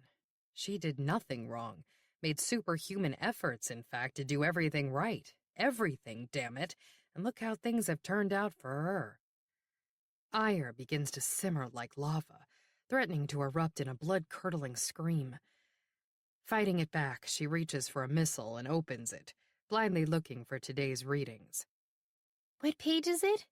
the younger of the little girls beside her asks loudly, talking to her older sister as they flip through their own missals. "Shh! But what page?" "Here," the big sister whispers. "Give it to me." "No, I can do it myself," the little one protests, turning the pages so determinedly that she tears one, only to be quietly reprimanded by her sister and her parents. That's me and Rowan 40-odd years ago. Except these 2 girls, one blonde and one brunette, look nothing alike, while Noreen and Rowan could have passed for twins. Identical on the outside, but oil and water within. She thinks about her sister's phone call yesterday. In her message, she said something about liking the Christmas card, Was she being genuine, or was it a veiled jibe? No, she can't possibly know the truth just by looking at a card. Anyway, everything really was fine back when the photo was snapped. That was last summer, before Sean left for his semester in Europe, before things fell apart. It was Noreen's deliberate decision to mail out the cards as though nothing had happened, and one she has yet to regret, even now. Remorse simply isn't her style. Then again, neither is avoidance. Isn't that what she's done where her sister is concerned? I have to call her back. What if she wants to spend Christmas together? Chances are she doesn't. Their approach to the holiday doesn't mesh much better than anything else about their lives. Rowan's family is so laid back and disorganized that the last time they shared a holiday, Noreen wound up serving Christmas brunch after sundown. Her nephews and niece were as taken aback to discover that the Chapmans hadn't decorated their own tree as her own kids were to find out that their cousins had, and enjoyed it. But ours is like the before version of the Charlie Brown Christmas tree compared to yours, Rowan told Noreen with a grin. Want to trade? I'm sure it's beautiful. It's not. It's scrawny, and the trunk is so crooked it fell over twice, and we lost all of the fragile ornaments. Oh, no. That's what you get when you let the kids pick it out. But they made some new decorations after it fell. Remember how Mom used to have us make them when we were kids? She added fondly. We used cookie cutters to make the shapes out of cookie dough. It was just flour, salt, and water. No wonder it didn't taste very good. She laughed. Yours were always perfect, and you helped the boys, so theirs were too. Mine were a mess. Only because you wouldn't let me help you. That was Rowan. She liked to do things her own way, usually the hard way and the wrong way. Funny how she seems to look back on her own difficult childhood as if it were idyllic, while Noreen, whose youth seemed unblemished as it unfolded, can clearly see the flaws in retrospect. Given Rowan's penchant for trouble, Noreen would have predicted that her kid sister would wind up in a gutter somewhere, destitute, alone, and miserable. Too bad Mom didn't live to see her turn herself around. Then again, if she had lived, it probably never would have happened. It wasn't until they were both grown women that Rowan revealed the reason she'd changed so drastically. I promised Mom I'd behave, she told Noreen on the long-ago day when they'd met in Mundy's Landing to clean out their childhood home after Dad died. She was always so worried about what I was up to. Because you were always up to something. Exactly. She was afraid of what might happen to me if she wasn't there to watch out for me. I had to promise her that I'd be okay. It was the only way to give her peace of mind. She knew I'd have watched out for you, and so would the boys. You all had your own lives by then. You and Danny were away in college, and Mitch was doing his residency in Chicago. It was just me and Dad living here after Mom died. So you didn't think I'd be there for you? I wasn't your problem, Rowan said. I had to grow up and learn how to be responsible for myself. Well, I'm glad you did. Some people never do. Noreen refused to participate in guilt trips, self-inflicted or otherwise. She'd devoted a good part of her youth to damage control on behalf of her sister, and often being mistaken for her to the point where she'd joke about wanting to wear a badge that said, "Don't worry, I'm the good one." There were times, even in adulthood, when Noreen grew weary of her own prim, holier-than-thou facade. But she was playing her role, the one her family always expected of her, the one she expected, still expects of herself. And all you have to do is keep it up a while longer. No one has to know that your life has unraveled until it's absolutely necessary, and that includes Rowan. From the Mundy's Landing Tribune Archives, special feature, January 18th, 1992. Historical Society to sponsor second annual convention. The Mundy's Landing Historical Society may be unceremoniously housed in cramped quarters in the basement of the Ellsworth Ransom Library on Fulton Avenue, but crime buffs worldwide have long believed its archives hold the key to one of the most notorious unsolved murder cases of the century. During the steamy summer of 1916, as Mundy's Landing celebrated its sesquicentennial with parades and pageantry, a serial killer was lurking.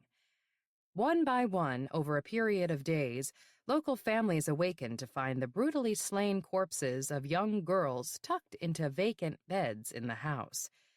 And perhaps the eeriest twist of all, no one in the family, indeed no one in town, recognized any of the victims. Though the case was subsequently sensationalized in national headlines, accompanied by composite sketches of the girls, dubbed Sleeping Beauties, they were never identified. Their unclaimed remains were buried in Holy Angel Cemetery, and the killings stopped just as abruptly as they'd begun. Local authorities chased a number of leads to dead ends. By the following year, as the United States entered World War I, the case faded from the public eye, though never entirely. Theories have continued to abound over the decades, courtesy of armchair sleuths who have suspected everyone from Mundy's Landing's most illustrious citizens to a mysterious vagrant reportedly sighted in the area. Last summer marked the 75th anniversary of the crimes, and director Ora Abrams organized a Historical Society fundraiser to commemorate the occasion. Her goal, to eventually move the nonprofit museum into larger quarters. "We just don't have room to permanently display most of what we have in the archives," she told the Tribune from her tiny, windowless office. But the library board agreed to let us use the upstairs conference rooms to create a special convention exhibit. We weren't certain it would draw attendance beyond our little village, but it did. Well beyond. Last July's day-long event was a success. Several weeks later, in a confluence of events, an ABC news producer happened to be visiting friends at their summer home outside Mundy's Landing, around the same time serial killer Jeffrey Dahmer was arrested in Milwaukee.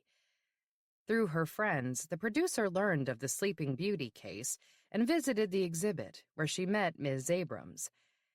She was absolutely fascinated by the story, Ms. Abrams remembers, and I wound up showing her some items from the private collection. While she wouldn't elaborate, those items are rumored to have included blood-stained clothing and a number of other artifacts deemed too sensitive or too gruesome for the permanent exhibit. The producer later returned to the village with a correspondent and television crew from the news magazine program 2020. The Sleeping Beauty murders were included alongside Jack the Ripper and the Zodiac Killer in an unsolved crime segment last fall. According to Ms. Abrams, the resulting groundswell of interest has resulted in a drastic uptick in daily visitors at the Historical Society, leading her to make the fundraiser an annual event. We see everyone from historians to detectives to even a true crime author researching a book about the case. We've given the public an unprecedented opportunity to try their hand at solving it. On New Year's Day, she issued a press release bearing the headline, "Can you solve the Sleeping Beauty murders?" Whether that's even possible remains to be seen, but providing access to relevant artifacts might shed additional light on the case and, at the very least, raise sorely needed funds. Local residents who belong to Friends of the Museum can preview the special exhibit directly following the Independence Day parade and ceremonies in the Common on Thursday, July 2nd. It will be open to the general public July 3rd through 5th. Tickets can be purchased at the Historical Society beginning this week. Chapter 8. Last night at Marana's, when Rowan somehow got it into her head that Jake was looking at her strangely, she'd almost believed he sent the box of burnt cookies himself. What if he'd snuck into the house unexpectedly on that snowy afternoon while she was with Rick? He wouldn't sneak in, though. He'd have no reason to think he might be interrupting a clandestine tryst. Or would he? Even if he did, he couldn't possibly have anticipated that would be the day, the moment when Rick would finally make a move. Anyway, if he had walked in on them, he'd have burst into the room throwing punches at Rick. That's the kind of guy Jake is, always has been. Even-keeled temperament until something drastic sets him off, and then look out. He wouldn't have waited 14 years to mail an anonymous package. Still, it had a Manhattan postmark. Jake's regional sales job occasionally takes him there. It hasn't lately, though, as far as you know. She's too well aware just how easy it is to make the 2-hour drive to the city and later claim to have been elsewhere. As she takes her medication, brushes her teeth, combs her hair, and throws on jeans and a sweatshirt, her own this time, not Jake's, she tries to convince herself that the man she married would never be capable of doing something so sneaky or hurtful. Just like he believes you'd never do anything sneaky or hurtful? Glimpsing the stranger in the bureau mirror, she steps closer, forcing herself to take a good, hard look. Awash in guilt, she finds it difficult to even make eye contact with herself. I don't know her, she thinks, staring at her reflection, and I don't like her. It isn't just that she still expects to see her familiar red hair. Her face looks older, etched in the shadows of worry lines and dark circles. How is it that Jake hasn't figured out just by looking at her that something is terribly wrong? Maybe he has. Remembering the way he'd studied her across the table last night, she turns away abruptly and walks over to the bed. What she wouldn't give to crawl back under the covers and hide for the rest of the day, not just from Jake, but from herself. Maybe she should just tell him the truth. She dismisses the thought before it's even fully formed. He might not believe that what had happened between her and Rick had stopped short of a physical affair, or that it was completely meaningless. He probably wouldn't grasp that it had grown out of the circumstances of their lives back then, circumstances that no longer exist. She made a stupid, selfish mistake, but it's one she would never make again. She's older and wiser. Their marriage has evolved. She loves Jake and would never... She can hear herself saying all of those things to her husband as clearly as if the conversation actually took place. It isn't difficult to imagine his response. The terrible devastation in his voice and the angry accusation in his eyes weigh on her as vividly as an ugly memory. No, it can never happen. She'll never tell him. She loves him too much to inflict that level of pain. She forces herself to make the bed, same as she does every morning. Normalcy. It's all about normalcy. Downstairs, she steps around the box of indoor decorations Jake left near the foot of the steps and is relieved to find Mick in the kitchen. He's wearing a striped t-shirt with plaid shorts in December, stripes and plaid, and standing in front of the open refrigerator, gulping milk straight from the carton. Ah, normalcy. Seeing her, he hastily puts the milk carton back. Sorry, I forgot to get a glass. It's okay. It is? I mean, no, it's not okay, but I'll let it slide this time. Did you run this morning? Yep. Did you remember to take your medicine? Yep. Did you eat something with it so you won't get an upset stomach? No, I was about to. At too many maternal questions, a scowl begins to work its way over his freckled face, but she deftly erases it with a final one. Want me to make some pancakes? Yeah, I can eat about 20, so make a lot. Rowan isn't sure she can even choke down one. Burnt cookies, the weight loss magic bullet. You don't even have to eat them, and they'll kill your appetite for a full week. Jake appears with the Sunday paper in its blue plastic bag from the foot of the driveway. As usual, Mick promptly asks to see the sports section. As usual, Jake reminds him that the paper has been sitting outside since dawn and that Mick was perfectly capable of retrieving it then. Come on, Dad, that's not fair. You read all those other sections, too. I just want to check the Knicks score from last night. They lost. Yeah? No kidding. You can have the sports section when I'm done with it. Here, help yourself to one of those other sections. Maybe you'll learn something. And by the way, what time did you come in last night? Around 12, give or take. Give or take a few hours? No, a few minutes. Don't lie to me, Mick. I'm not. I told you I was home. You must not have heard me. Standing at the stove, listening to the predictable rhythm of their testosterone-fueled argument, Rowan finds herself breathing a little easier. For now, anyway. Running late, with a pounding hangover headache, Rick takes the PATH train into Manhattan at noon. He lied to Rowan on Friday night when he'd said his schedule was wide open this weekend. In reality, he has plans for Sunday brunch with his closest friend in the world. He'd have canceled if today had been his only opportunity to reconnect with Rowan, but as it turned out, he didn't have to. That's good, because he really needs someone to talk to right now, and Bob Belinkie is one of the few people he trusts. They met in kindergarten back in their hometown, Appleton, Wisconsin, and bonded, rather clashed, when they both wanted to play with the same toy plane at recess. Bob was equally obsessed with all things aviation-related, and they both wanted to become pilots when they grew up. Bob learned to fly at 16, had his private license at 18, went to Aeronautical University, went to work for the FAA as an air traffic controller in Illinois, Oklahoma, and Kansas, and even owned his own plane, while Rick, well, at least someone's dream came true. Bob retired to Florida over a decade ago, but he's an avid traveler and pops up in New York every so often. This weekend, he's on an overnight layover on his way home from Scotland and England, and he'd emailed Rick last week to see if he was free. "It's been a while since I've heard from you," he wrote. "I worry. How are you doing on your own?" On his own. He's always been on his own. Even when he and Vanessa were still married and going through the motions of supporting each other, they lived separate lives. He felt more alone in their relationship than he has since it ended with her death. But he wrote back to Bob simply, hanging in there, and arranged to meet today at the same diner where he wound up meeting Rowan yesterday.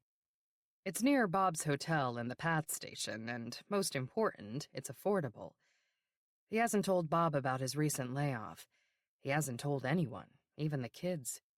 With 2 in college, bills stacking up, and Vanessa's life insurance settlement still in limbo, Rick isn't going to be brunching at the Peninsula anytime soon. Walking in, he spots Bob sitting a booth away from the one he and Rowan shared only 24 hours ago. The same waitress is handling the section. What was her name? Bertrice? Beatrice? She spots him heading to the table and waves, cheerfully busting his chops. "What are you, a stalker or something?" "Only for you." He can see her name tag now. Bernice. Standing to greet him with a warm handshake, Bob asks if he's a regular here. "This weekend I am," he replies, thinking no one in the restaurant is going to mistake Bob for a regular. He's wearing a bright blue polo shirt and has the tanned, relaxed vibe that may be de rigueur in Florida, but is rarely seen in New York City. There was a time, not long after they were married, when Rick imagined himself and Vanessa living that life someday. It was a short-lived fantasy. Even if they had stayed together, even if they could have afforded for Vanessa to retire and she'd been willing to move south, the lifestyle would never have suited her. "Can you see me on a golf course wearing a visor and Lily Pulitzer?" she'd asked, wrinkling her nose when he brought it up. "All that pastel? I could never." "You don't have to dress like that. It's not in the Florida rulebook." "I bet there is a Florida rulebook, and it comes with coupons for bug repellent and early bird specials." "Why do you hate Florida so much?" "Why do you hate everything?" Ignoring the question he'd asked, Vanessa added, as if to answer the one he hadn't asked, "And the sun. I hate the sun. I burn and I freckle." Rick had to bite his tongue to keep from saying he likes freckles. With Vanessa, he had to bite his tongue to keep from saying a lot of things. It wasn't healthy. A lot of marriages aren't. Some survive anyway, but most end in some kind of heartache, Rick thinks glumly, as he throws his jacket on the hook beside the booth and slides onto the bench. "You're looking good," he tells Bob. "So are you." "Yeah, right." Rick is well aware that the return compliment is perfunctory. He looks about as great as he feels today. "I like your shirt." Now you're really laying on the bull. "What? I like your shirt. Why is that bull?" "Because men don't say they like each other's shirts." They do when they've rooted for the same team together all their lives. I thought you wore that just for me.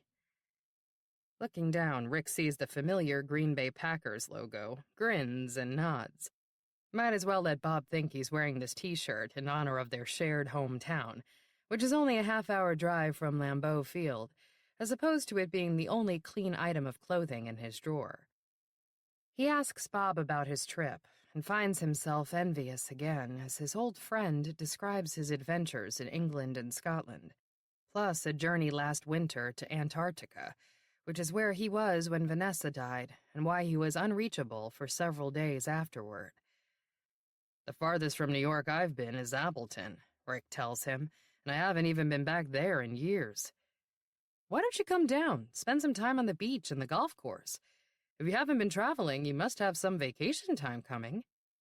Rick sidesteps that, saying, I haven't even touched my clubs in over a year. Then let's plan something. Rick pretends that's a possibility. He's good at that, letting people treat him as though he's not flat broke or lugging around this burden of guilt like a boulder on a chain. The waitress arrives at the table with a pot of hot water and a selection of tea bags. I didn't know if you wanted calf or decaf. Thanks for remembering, Bernice, but I'm actually having coffee today. Black and strong. He makes a point of looking her in the eye when he speaks with her. People in the service industry appreciate that, and when you use their names, Vanessa told him years ago, it establishes respect and trust. She was right about that, about a lot of other things she taught him back when they first met, often saying that he was a little rough around the edges. She was right, of course, and he didn't resent her for it in the beginning. Uh-oh, tough night? Bernice asks sympathetically, but he chooses not to answer that. She fills his coffee cup, refills Rick's, and takes their orders. Sesame bagel with butter for Rick, a Western omelet with a side of sausage for Bob. Hey, he has a better appetite than your friend yesterday did, she tells Rick with a wink. You're dating? Bob asks after she's bustled away. What makes you think that? Bernice said you were here yesterday with someone. She said friend, not date. I'm pretty good at deductive reasoning. Sorry, Sherlock, you're wrong about this. I don't think so. Bob has been a Sherlock Holmes buff since they started their own detective agency when they were kids. Who was she? Old friend. Female. Yes, and don't look so smug. You had a 50-50 chance of getting that one right. He's trying to keep it light, but Bob is earnest. He's also the only person in the world Rick told about his near miss with adultery, besides Vanessa anyway. And she doesn't count, because she's no longer even in this world anyway, thanks to me. Rick had told Bob about it in a moment of weakness. Now he wishes he'd kept his mouth shut. Bob knows him better than anyone, and he's a damned good detective. The next thing Rick knows, he'll have guessed that Rowan was his lunch date yesterday. I don't want to talk about that, not even with him. Rick tries to change the subject, but it isn't easy. Bob is sincerely concerned about his well-being and thinks he should be dating. I think it's healthy for you to move on after... Vanessa and I had both moved on, Rick feels obligated to point out. You know, long before she... died, Bob supplies when he trails off. That's one word for it. Rick, I know it has to be hard. You don't need to. It's not as hard as it could have been, though, right? She wasn't my wife. She was my ex. Look, I get that. I have twice as many exes as you do, remember? That might make it slightly less complicated, but it doesn't make it easy. In some ways, it might even make it harder. You and Vanessa were together for a long time. I'm worried. Don't worry. Ignoring the interruption, Bob goes on, I'm worried you're in denial. I know you loved her. She was the mother of your children. The way she died was horrific. Remaining silent, Rick reaches for a spoon and stirs his coffee. Bob talks on, asking questions but not forcing the answers, and talking about the past, about all the positive things that had come out of his marriage to Vanessa. For what it's worth, I always thought you guys were a solid couple. And that is why you're a lousy detective. We were never a solid couple, unless you count the very beginning. You mean the first night, or the first year after we were married? Maybe even longer. But we weren't right for each other. What about that woman, your neighbor? She's ancient history, Rick says quickly. Anyway, I'm talking about long before I met her. So then, look, I know it's none of my business, so you can tell me to go to hell if you don't want to talk about it. No, it's fine. I haven't seen you since she's been gone, and I can't pretend it didn't happen. It's probably good for me to get some of this out in the open, and I already told you I can't afford therapy right now, and there really aren't very many people in my life who want to listen. I'll listen. There's a long silence. You're not talking. Rick shrugs. I guess I'm thinking about things I could have done a little differently. You mean before... when Vanessa and I were still married? Like what? Rick thinks of Rowan. Thinks of how he told his wife in considerable detail how he felt about her. I made a really bad decision on a really bad day. Who hasn't? Bob shakes his dark head. Listen, I've made plenty of good decisions on good days and bad decisions on good days, based on good information that turned out to be bad. And here I thought I was going to be the only one who was incoherently hung over today. Hey, I may be jet-lagged, but I'm not hung over. I'm trying to help you see that we do the best we can in any given moment. Don't beat yourself up because of what happened to Vanessa, Rick. It wasn't your fault.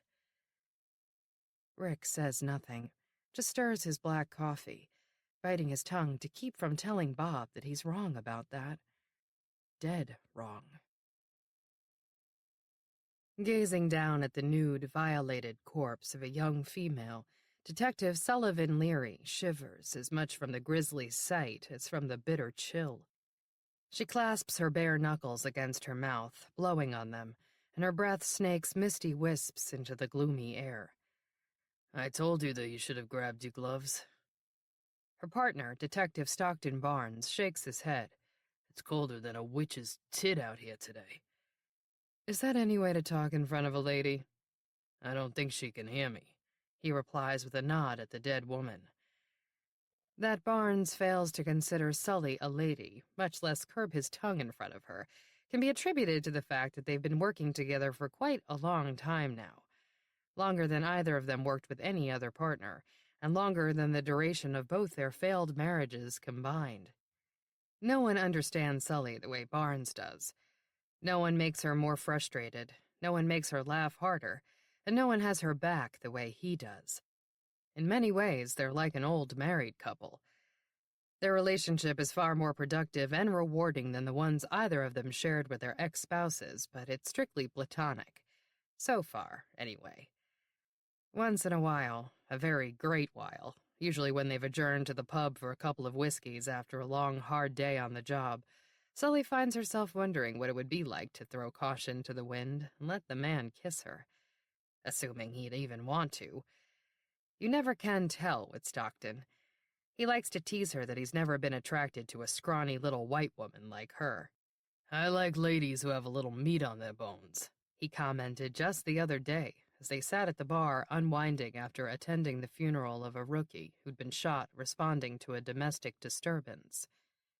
Ordinarily, they don't indulge in whiskey during the day, but the service had stirred Sully's grief for her beloved father, who'd passed away in September. Barnes was doing his best to cheer her up by busting her chops as usual. And what would your daddy have said about you dating a black man? What is this, Alabama in 1962? He might have had a problem with me dating a fellow cop, but he wasn't a racist. He was a cop himself, and so was his father, Stockton pointed out. And so were his brothers and uncles and grandfather and great-grandfather, but he wouldn't have wanted you dating a cop. Listen, I'm a big girl. I make my own decisions. So what are you saying, Ginger Snap? That's his pet name for her. Early on in their relationship, she asked him to stop. That did a lot of good. You saying that you want to date a cop? What, are you kidding me? I married one the first time around, and look how that turned out, she said, and that was that. For the time being, anyway. Someday they might find their way into each other's bed. That, or they'll be best man or maid of honor at each other's second weddings. Sully shoves her hands into the pockets of her insulated navy blue coat and leans over the dead girl. The body was found in a clump of shrubs between 12th Avenue and the Hudson River a little while ago, phoned in by a man who'd been chasing a terrier that had escaped its leash. Now he protectively cradles the little dog in his arms, standing alongside the usual assortment of curious onlookers, plus a couple of reporters and a television news crew, all clustered beyond blue police barricades. Within the perimeter, cordoned off by yellow tape, a forensics team takes measurements and snaps photos. On a car radio somewhere nearby, Johnny Mathis is singing that it's beginning to look a lot like Christmas. It isn't, but it might be true by nightfall. The forecast calls for the first snowfall of the season, though Sully isn't convinced it's really going to happen, and in fact accepted a friendly little wager from Stockton as they were driving over here from the precinct. It hardly ever snows in Manhattan in December. That would be too perfect. It only happens in small towns and in movies, she theorized. In real life, the snow doesn't fall here until the holidays are over, and there's absolutely nothing to look forward to but baseball, and that's still months away. It's like kick 'em when they're down. The snow is like that? It is. Sadistic snow, is that it? It's New York. What do you expect, Barnes? Kind, gentle snow? So now, if it does happen to snow within the next 24 hours, she has to take the subway to Stockton's Bronx apartment in the morning and clean it off his car. If it doesn't, he has to wear a Mets cap to Yankee Stadium on opening day in April. Now who's sadistic? Stockton muttered, parking the car as they arrived at the scene. You're a Yankee fan, too. You hate the Mets as much as I do. But not as much as I love seeing you squirm. They went from laughingly shaking hands on their bet to suitably somber the moment they stepped out of the car half an hour ago. This is a damned shame, Stockton murmurs as they gaze at the dead girl. She's lying on her back in the frozen mud, her fair, freckled skin spattered in her own blood and covered in multiple stab wounds. When found, she was covered in a sheet of dry cleaner's plastic. Shrink-wrapped like a bodega cucumber was Barnes's poetic description when they first saw her. The plastic shroud is a peculiar signature, one they've never seen before. The forensics team stripped it away after taking countless photographs, leaving the girl's dead flesh exposed to the December chill. Why was it there in the first place? She was stabbed, not asphyxiated. Was her killer trying to protect her from the elements? Was it some kind of fetish? She's not a junkie, Sully comments, observing no sign of needle marks and noting that the victim is slightly built, but healthy and athletic-looking, as opposed to malnourished or emaciated. Nope. She could be sniffing, though. She could, but she's not a working girl either. Look at her makeup and earrings. She's wearing very little eyeliner and no mascara to enhance her sandy lashes, and her earlobes are adorned only with tasteful studs set in silver. Those are diamonds, though, Stockton says. Maybe she's a high-class call girl. Sully holds a magnifying glass up to one of the earrings, studies it for a moment, and shakes her head. Not the real thing. They're cubic zirconia. How can you tell? No inclusions, Sully says briefly, not bothering to explain that real diamonds of this size wouldn't be this flawless. I'll take your word for it.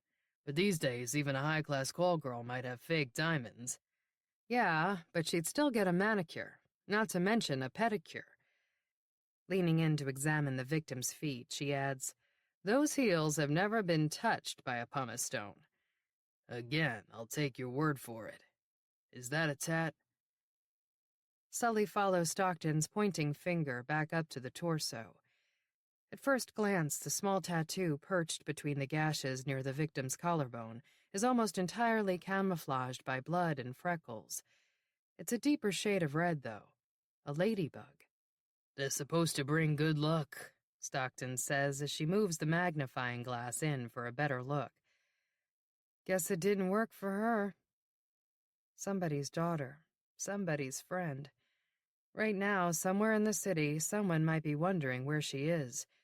Sooner or later, with any luck, she'll be reported missing. Until then, without clothing or ID, she's a Jane Doe. There's no clue to her identity other than the tattoo. That, and the fact that she's completely bald. What do you think? Stockton asks. Chemotherapy or a fashion statement? Neither. Sully's breath puffs white in the air as she leans in, spotting something. What makes you say that? I think whoever killed her shaved her head, she says, staring at the clump of long red hair tangled amid the dead leaves on the ground. After finishing their pancakes, Rowan unpacks the decorations Jake carried down, and he dispatches Mick to get the other box of Christmas lights from the attic, which, predictably, results in a flash-fire argument. As she unwraps the snow globe the kids chipped in and bought her years ago at Vernon's apothecary, she can hear Mick stomping around the attic and Jake stomping around the kitchen. She winds the key in the bottom of the snow globe to hear its tinkling rendition of Winter Wonderland. Jake sticks his head in. I'm going to walk Doofus. Tell Mick not to disappear. I'll be back in 5 minutes. Why don't you tell him? Because every time I tell him anything, he gives me an argument. When Mick comes down carrying more boxes, she relays the message and adds, Can you please try to get along with your dad? For me? I try, but he always yells at me. He says the same thing about you. Try harder. She heads into the living room to hang 5 stockings by the fireplace and arrange the porcelain creche on the mantel, shoving aside a bunch of framed family photos to make room. She should probably put them away until January, but she likes to look at them. A few minutes later, she hears Mick and Jake laughing good-naturedly about something as they head outside together. Leaving the rest of the decorations in the hall, she goes straight to her study, closes the door, and dials her sister's cell phone number. Now, as before, it rings a few times and goes into voicemail. Hey, it's me again. I hope everything is okay there. Listen, I need you to call me back, okay? It's kind of important. Call my cell. She dials Noreen's home phone and is relieved when someone picks it up on the first ring. It's her niece, Sabrina. Oh, hi, Aunt Ro. How are you, kiddo? Good, but I thought you might be my friend's mom calling. She's supposed to pick me up for tennis and we're late. Tennis? In December? I play at the club. Club. As in the North Shore Country Club Noreen and Kevin joined years ago, which didn't thrill Dad when he found out. He'd long disapproved of Hudson Chase, the local country club, which for years wouldn't consider Irish Catholics, among others, for membership. You can bet your sweet keister that changed when JFK got into the White House, Dad used to say. Do you think I joined that country club after I was allowed to? No way, Rowan would shout on cue as a child, as Noreen just rolled her eyes. My ride is here, Sabrina blurts into the phone. I've got to go. Wait, is your mom home? She went to church, but it must be over by now. Call her cell.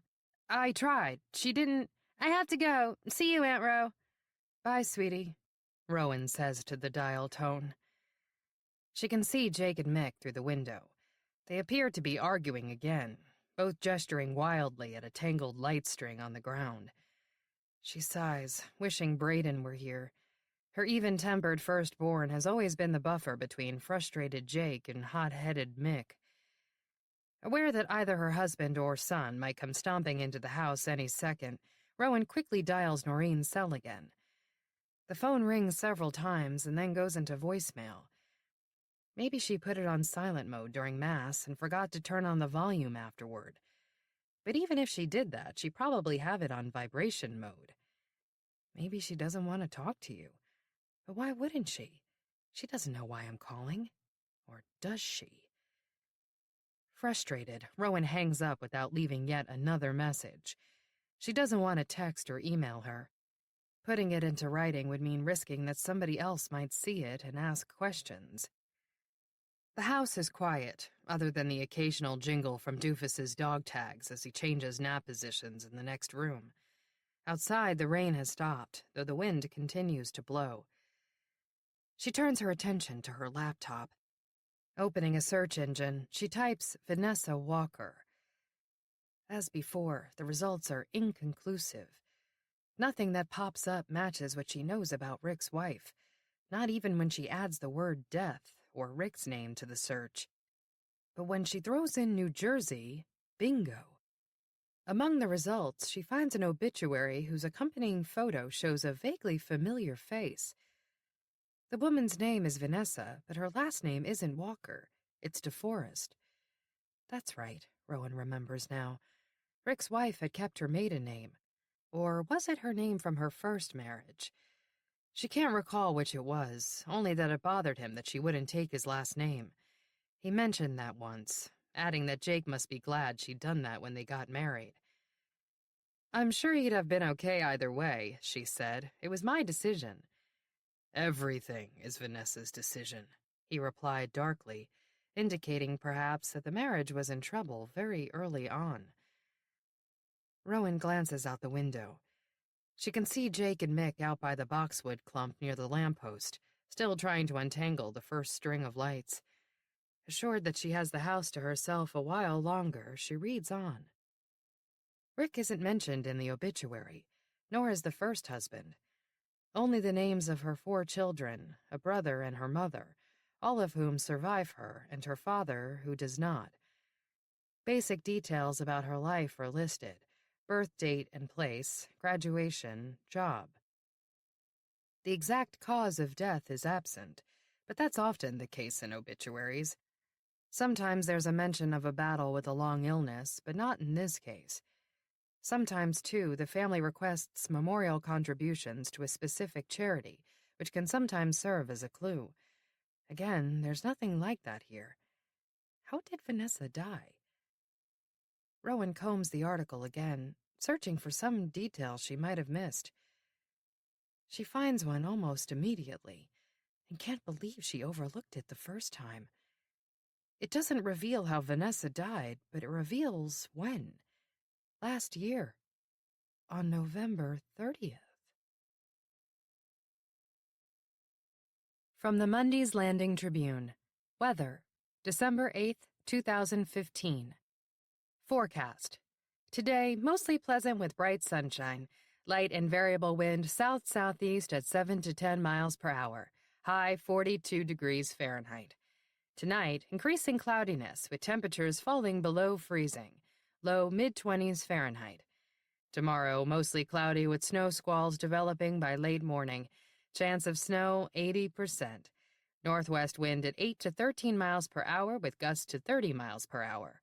Accumulation 1 to 2 inches before tapering off in early evening. High 20s Fahrenheit. Low mid-20s Fahrenheit. A look ahead. Winter storm developing over the high plains may bring widespread heavy snow to the region Friday into Saturday. Chapter 9. Beyond the window, the world is dark except for swirling snow and a street lamp's glow. Dawn is still a few hours off, but Casey was prodded awake by a restless ache that hasn't subsided the way it usually does after a successful conquest. If anything, it's more persistent than ever. You can't surrender to it. You have to focus on other things. Stay busy. Stay strong. Focus, focus, focus. Where are my glasses? Ah, there, next to the television. It's on, tuned to the Weather Channel as always. There's a blizzard brewing out west, but it's too soon to tell the impact or even the path. Something to keep in mind, though. A significant storm could change everything. Humming softly, Casey puts on the glasses and picks up the antique leather strop that came with the barber's razor, purchased last summer. The idea to swap a modern blade for an antique one had been inspired by a visit to the Mundy's Landing Historical Society. Just such a blade had been a prominent part of the special exhibit celebrating the Sleeping Beauty murders. Some, including local hypocrites who laugh all the way to the bank, might argue that celebrate is the wrong word. But even they can't ignore that the annual festival incites a carnival atmosphere. Last year, a vendor was selling T-shirts imprinted with the word Mundy Palooza and an illustration of the suspected murder weapon, a folding blade like the one on exhibit and the one Casey purchased at a nearby flea market. I wouldn't buy a tacky T-shirt, though. That's for damn sure. Some people just don't know where to draw the line. Casey is pleased to discover that the strop works equally well to sharpen scissors. Several pulls on one blade, several pulls on the other, and the pair as good as new. Casey places it beside the waiting scrapbook on the table and stands holding the strop, thoughtfully stroking the length of it, as if caressing the long hair of a loved one. Julia Sexton was supposed to be the last stand-in, but it doesn't hurt to be prepared, just in case. Casey stands and walks over to the kitchenette, where the straight razor still sits in the drying rack. It was gratifying yesterday to watch blood that had dried an ugly shade of brown become vivid red again as it ran into the white porcelain sink, though it gradually diluted to a watery pink. After the last drop had swirled down the drain, Casey filled the sink with steaming bleach water and soaked the razor for a while, obliterating every trace of blood and human DNA. Now it's ready to go again. All it needs is the painstakingly sharpened edge that offers not the slightest bit of resistance, cutting through skin and tendons and muscle like gossamer strands of hair. Marching her fourth graders through the quiet halls of the elementary school on Monday morning, Rowan punctuates yet another shush with the phrase she warily uses all day, every day, "People, please!" Wriggly and chatty thanks to the season's first snowfall and a rousing game of crab walk soccer in gym class, all but a few perpetually obedient kids ignore her. Most of the doors that line the corridor are propped open, thanks to the school's ancient boilers necessarily transforming some classrooms into saunas in order to keep others from becoming walk-in freezers.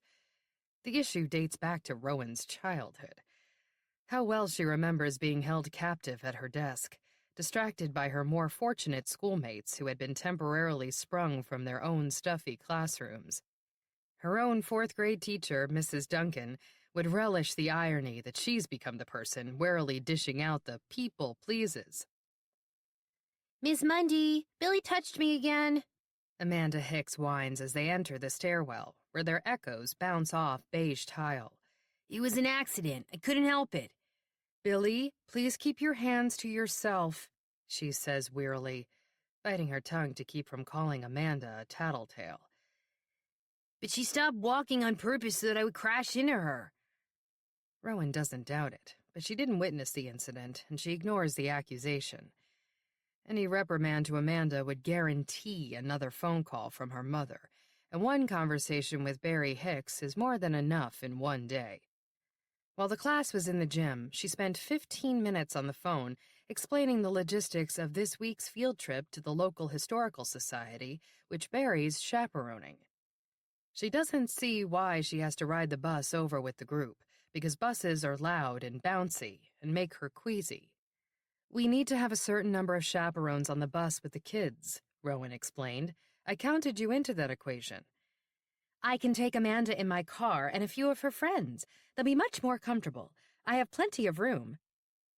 Her car is a luxury SUV that seats 8, but Amanda only has 2 friends to speak of, both of whom are her neighbors in Mundy Estates.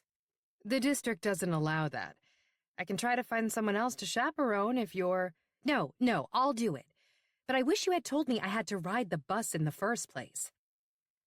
Ordinarily, Rowan would muster infinite patience, but this morning, overtired and preoccupied, it was all she could do not to snap at the woman that any idiot with half a brain knows that chaperoning a field trip means traveling with the kids. But somehow I managed to keep my cool. Now all I have to do is try not to explode or fall asleep for the rest of the day. She'd lain awake nearly all night wondering what happened to Vanessa DeForest last November 30th. Several times yesterday, she almost called Rick to ask how Vanessa had died, but she couldn't. She was afraid to do that, afraid of him. She wants to believe the date is a mere coincidence, and might have convinced herself of it if she hadn't received the package last Monday. Who, besides Rick, would have reason to force her to open that ominous door to the past? Jake? Rowan refuses to let her mind venture very far in that direction. She's never felt so alone in her life. You can't talk to Jake. You can't talk to Rick. You can't talk to the police. You can talk to Noreen if she ever calls you back. But now that Rowan knows about Vanessa, that no longer seems vital. Her head is spinning with possibilities at this point, and only one thing is certain. She has to protect her secret, at least until she finds out who is threatening her with it. They've reached the second floor of the school, filing down another hallway lined with drying snow boots, closed lockers, and open classrooms. People, please, others are trying to work. Hey, Ms. Mundy, someone calls. What's that? What's what? She asks, before catching sight of the small red and green gift bag hanging from the doorknob of her classroom. The students swoop in like tag sale early birds on a crate of depression glass. It's a present. Who's it for? Let me see. Stop pushing. Some days, it doesn't take much to turn a group of fourth graders into tiny kids. This is one of them. Amanda viciously wrangles the bag from someone's grasp and bestows it with a beatific smile more befitting gift giver than gift snatcher. Ms. Mundy, it's for you. Wary, Rowan takes the bag. The tag dangling from a rope handle bears her full name, printed in well-defined, evenly spaced, perfectly straight or rounded letters. The printing style is distinctive among elementary school teachers. Early this morning, she left a similarly addressed gift box on the table in the deserted teacher's lounge for the library aide. The principal's secretary wandered in and spotted her leaving the bag. Let me guess. Secret Santa. Ho, ho, ho. 'Tis the season, the secretary responded with a grin. She was wearing a jingle bell around her neck on a red silk cord and mentioned that it had been left by her own Secret Santa, tied to the reserved sign in front of her numbered spot in the employee parking lot. Yes, 'tis the season. Ordinarily, Rowan wouldn't bat an eye at an anonymous gift, but this year things are different. Yes, she's fairly certain the package contains her Secret Santa's Monday offering, but she can't entirely erase the nagging doubt from her mind. Aren't you going to open your present? Not right now. But don't you want to see what it is? Not right now, she repeats to whichever of the girls is asking the question.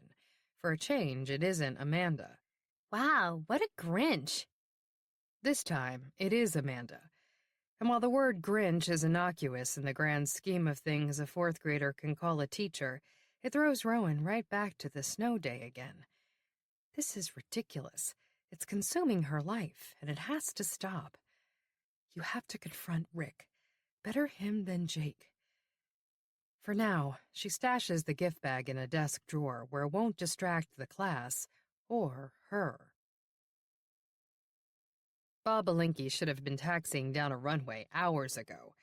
Instead, he's in a taxi at the airport and heading in the wrong direction.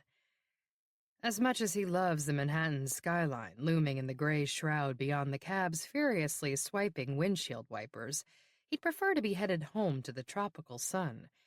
He's chilled to the bone, and his skin is leathery after alternate blasts of wet, cold wind and dry, overheated air. He spent enough years working in aviation to have anticipated travel complications when he heard the snowy forecast last night. Strong wind and an inch or two of snow are more than sufficient to snarl air traffic at JFK, but he was hoping for a mere delay. Unfortunately, the inbound flight he was supposed to board was diverted by a mechanical problem. Rather than hang around the airport all day, hoping to squeeze onto another flight with connections amid residual delays, he opted to rebook for tomorrow morning. Maybe it's just as well. Now I can call Rick and make sure he's okay. He's been concerned about his old friend ever since they parted ways yesterday afternoon. You've got to let go of the guilt, Bob told him on the street outside the restaurant. It's going to eat you alive. What happened to Vanessa wasn't your fault. How do you know that? Rick snapped. You don't, okay? You only know what I've told you. Bob was taken aback. It took him a moment to figure out what to say to that. It's time for you to start healing. Don't isolate yourself in this. You still have friends, and you still have a family too, for that matter. Talk to them. Everyone has moved on. No one wants to hear from me. You don't think your kids would want... Come on, Bob. You might not be a dad, but you were a stepdad, and you were once a kid yourself. You really think that after all that's happened, these guys will welcome the old man barging in for a good old-fashioned heart-to-heart? They've picked up the pieces and moved on, and they're busy with lives of their own. Vanessa's kids have jobs, and my kids are in the middle of finals, and none of them want to hear from me right now. They might surprise you, but I'm here for you if you want to keep talking. I don't have to be anywhere this afternoon. I do. Bob refrained from asking where, refrained from saying anything more than, call me if you need me, any time. Rick said that he would, but he won't. That's okay, Bob thinks as the cab enters the Manhattan-bound lanes on the Van Wyck Expressway. I'll call him as soon as I get back to the hotel. After getting the kids off to school early this morning, Noreen crawled back into bed. She meant to snooze for another 15 minutes, but fell asleep for a couple of hours. Now she wakes up to the sound of the housekeeper vacuuming down the hall, and is glad she's in the master bedroom this morning. Otherwise, if Kevin were home, Luz might have found her in the guest room down the hall, where she's been spending some nights lately. If the housekeeper is aware that Noreen's perfect life has fallen apart, she hasn't mentioned it. Still, she must have noticed someone's been sleeping in the guest suite whenever Kevin isn't doing an overnight shift at the hospital. Noreen is always careful to remake the guest bed when she gets up in the morning, but she can never get the coverlet to lie as smoothly as Luz does. When she slips back in at night, she often finds that the sheets have been changed. Luz is discreet. Good for her. That's more than Noreen can say for Kevin. He didn't come home last night, and she's pretty sure he wasn't at the hospital. Maybe he'd stayed at his new apartment since he started paying rent on the 1st of the month, though she doubts that, as it's still purportedly unfurnished. He says he doesn't want to fill it with just any old furniture, and intends to pillage the house for pieces as soon as the kids are informed of the impending separation. But Noreen isn't stupid. She's certain he's found a soft landing spot somewhere. At least his absence spared her another long night on the mattress in the guest room.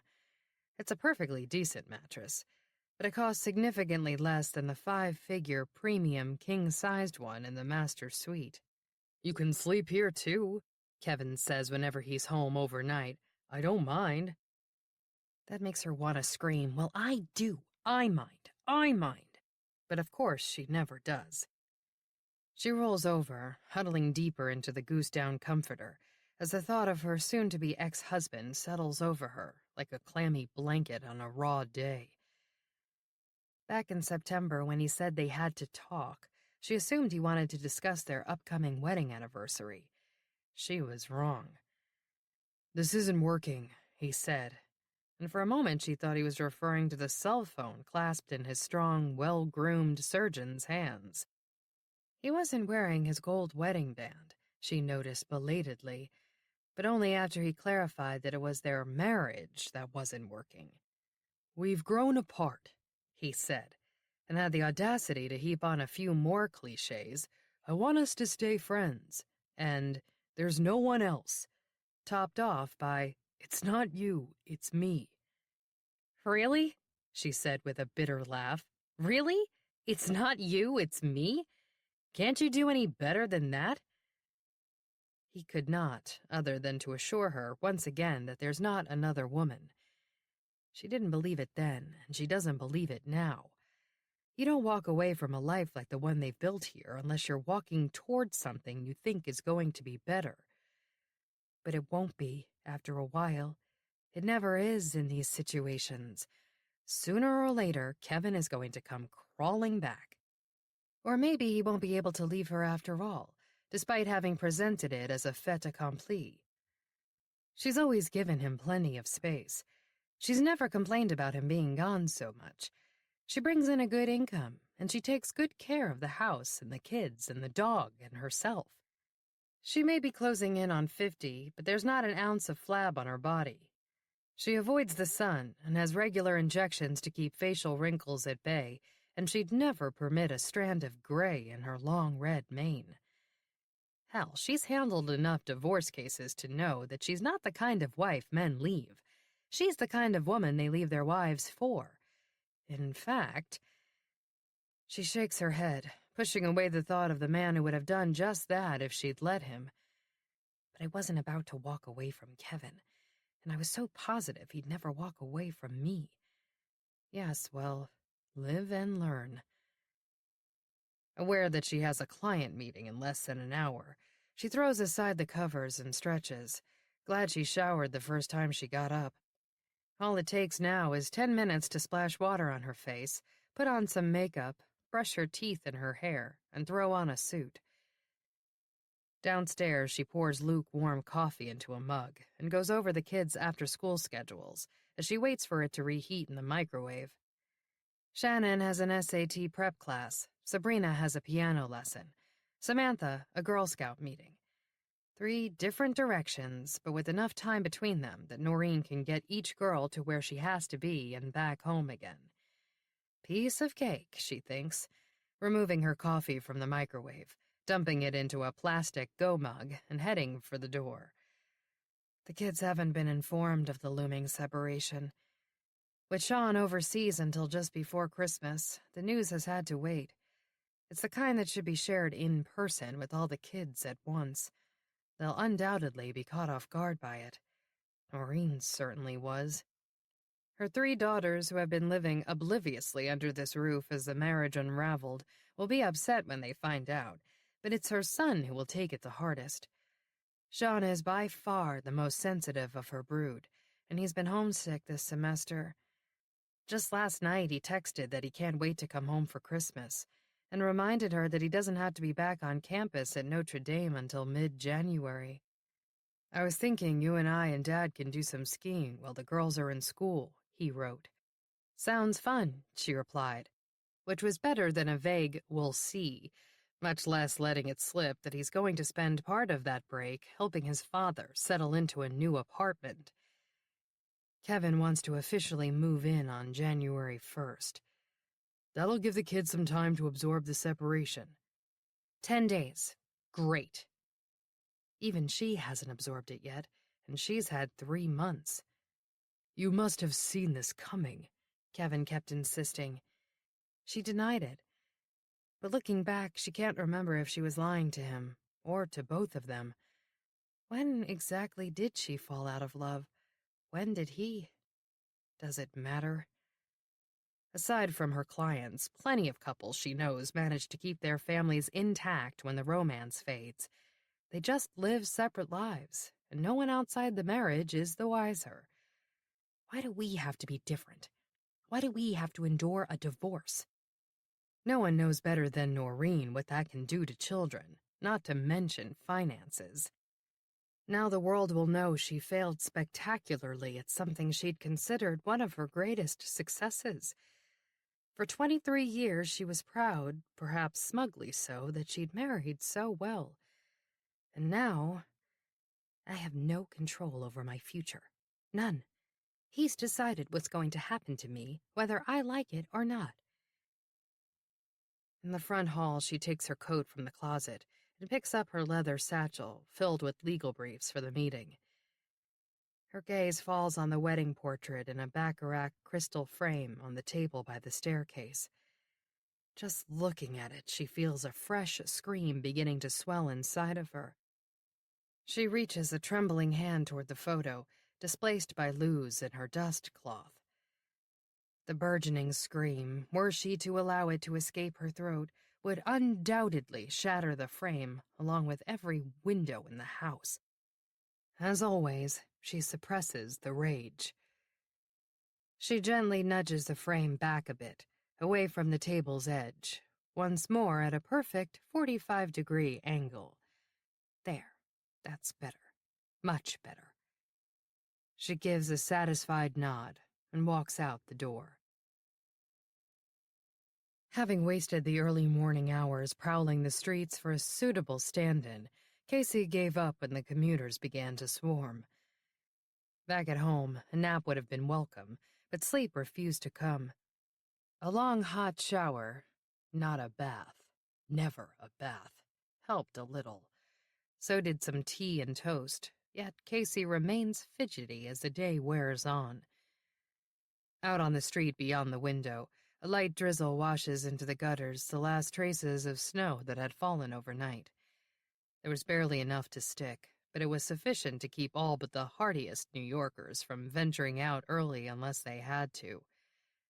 Casey's interest lies not in those hardy types, but in the sweetly feminine and vulnerable, precisely the kind of woman who would choose to spend a stormy morning safely snuggled at home.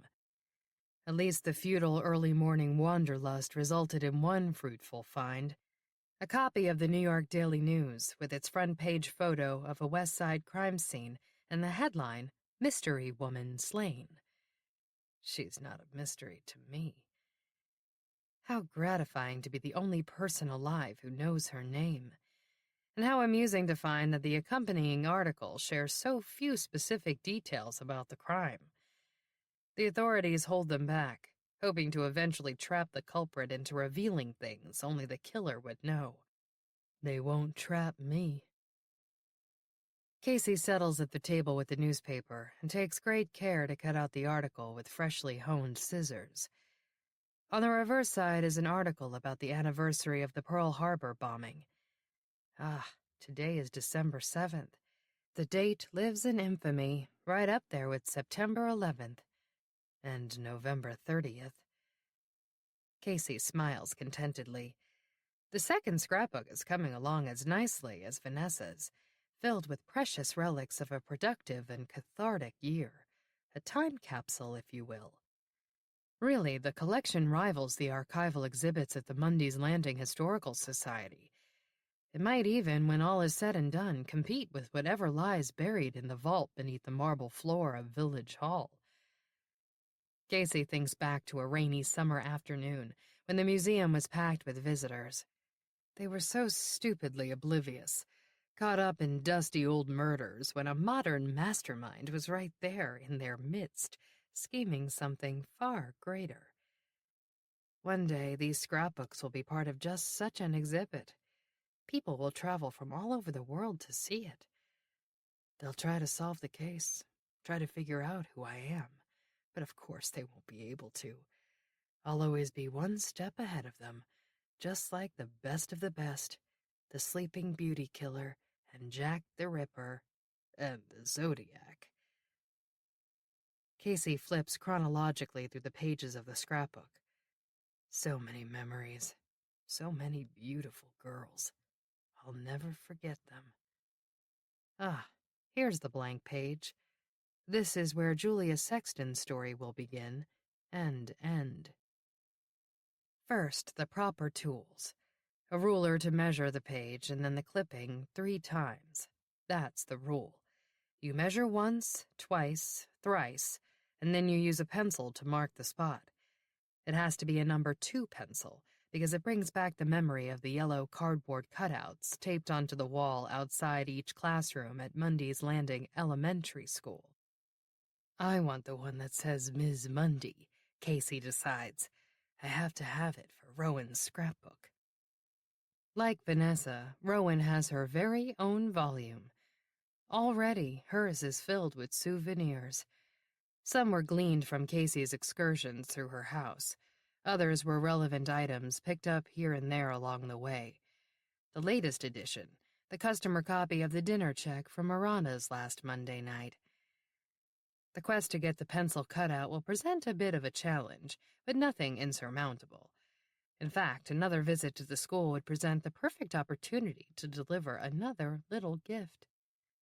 Contemplating the new plan, Casey pastes the newspaper article precisely in the center of the page, then reaches into a drawer where the rest of the relics are waiting. Julia's wallet, minus its meager contents, was discarded in a dumpster a few blocks away from where she died. Sooner or later, it'll find its way into the landfill, or into the hands of the NYPD. Either way is fine. They'll never suspect me. Even if, by some bizarre turn of events, Casey's tracks aren't covered as well as they should be, it won't matter. A whole new life will be underway very soon, far from New York City and far from Mundy's Landing. Julia Sexton will be nothing but a distant memory, albeit a pleasurable one. For the police, she'll represent yet another unsolved homicide. Now, who's the authority? Positioning her driver's license, Metro card, and $5 bill on the page, Casey feels the edgy compulsion beginning to take hold again. It was all so perfect. The secret ladybug tattoo, sweet-smelling skin, the throaty pleas for her life to be spared. She'd been so wonderfully terrified in those all-too-fleeting final moments when she grasped exactly what was about to happen to her. I wanted to savor it this time, but I got carried away again. Quickly, much too quickly, it was over. Julia lay lifelessly cradled in Casey's arms. It was time to kiss her goodbye. Next time it will be Rowan's turn. And then it will be over for good, and Casey will move on. Just one more. 2 if you count Rowan's son. And I'm not counting him, Casey thinks with disdain. Anyway, it won't be enough. If I could only have one more stand-in, I'd make it last. I wouldn't just pounce on someone who strikes my fancy. I'd get closer and closer, and when it's time, I'd make sure she suffers. Vanessa's voice floats back from Thanksgiving Day just over a year ago, the last time Casey saw her alive. It was just the 2 of them. "No, I didn't make any hors d'oeuvres," she said. "They only ruin your appetite." "But I'm starved." "Good. Everything will taste much better if you're truly famished. Know what I mean?" I know exactly what you mean. But I didn't really. Not then. Anyway, Vanessa's philosophy didn't keep Casey from complaining that dinner was taking too long. "Come on, cut it out." "Cut what out?" "Being so hangry." "You mean hungry." "I mean angry because you're hungry. Hangry." Who wouldn't smile at something so clever? I did, even though I was hangry. And now I'm even hangrier. But she was right. Everything tastes much better when you're truly famished, and I'll be sated very soon. Resolving to stick to the plan, Casey picks up the final memento of last night. Silken strands of Julia Sexton's long red hair, tied, just for now, with a white satin ribbon smeared with blood. From the Mundy's Landing Tribune Archives, front page, November 4th, 2015. Mayor Ransom ousted in landslide. Democrat John Ellsworth Ransom, whose roots extend to the first settlers of Mundy's Landing, and whose tenure as mayor stretches back to dawning hours of the 21st century, was soundly defeated by Republican Dean Cochran in yesterday's local election. Cochran, a native Californian, is a commercial real estate developer who relocated to the area in 2011. He has since been instrumental in the development of Mundy Estates, a luxury townhome development where he currently resides. Celebrating his victory last night at party headquarters, he said, "The people of Mundy's Landing are prepared to prove that it is indeed possible to march toward the future while keeping the past firmly in our collective sightline." The incumbent mayor expressed disappointment that constituents had placed their confidence in a candidate whose tenuous ties to our community and lack of a viable political track record may jeopardize the dignity and integrity of our hometown. Sworn in on January 1st, 2000, lifelong resident Ransom had promised a new era of prosperity and revitalization of the central business district. Indeed, despite the recession, Mayor Ransom's 4 consecutive terms saw nearly 24 empty storefronts along Market and Broad Streets transformed into thriving, locally owned restaurants and boutiques, successfully keeping national chains such as Starbucks and CVS from setting up shop within the village proper. "I'm as much a fan of mom-and-pop operations as the next guy," Cochran told voters during an election eve rally. "But why limit ourselves? Chain stores exist alongside small businesses in economically vibrant communities across the country. Let's embrace the expansion that will ultimately restore our beloved village to its glory days as a Hudson River boomtown." A vocal proponent of the budding local tourism industry, Mayor-elect Cochran is currently in discussion with several major hotel corporations interested in developing the vacant parcel of land on Colonial Highway where Valley Cove Pleasure Park stood a century ago. He points out that the vast majority of attendees for the annual Mundy's Landing Historical Society-sponsored Scene of the Crime Convention, colloquially known as Mundy-Palooza, are forced to find lodging elsewhere. "Let's keep those visitors and their open wallets right here in town," he said during the campaign, prompting Mayor Ransom to accuse him of exploiting murder for politics and profit.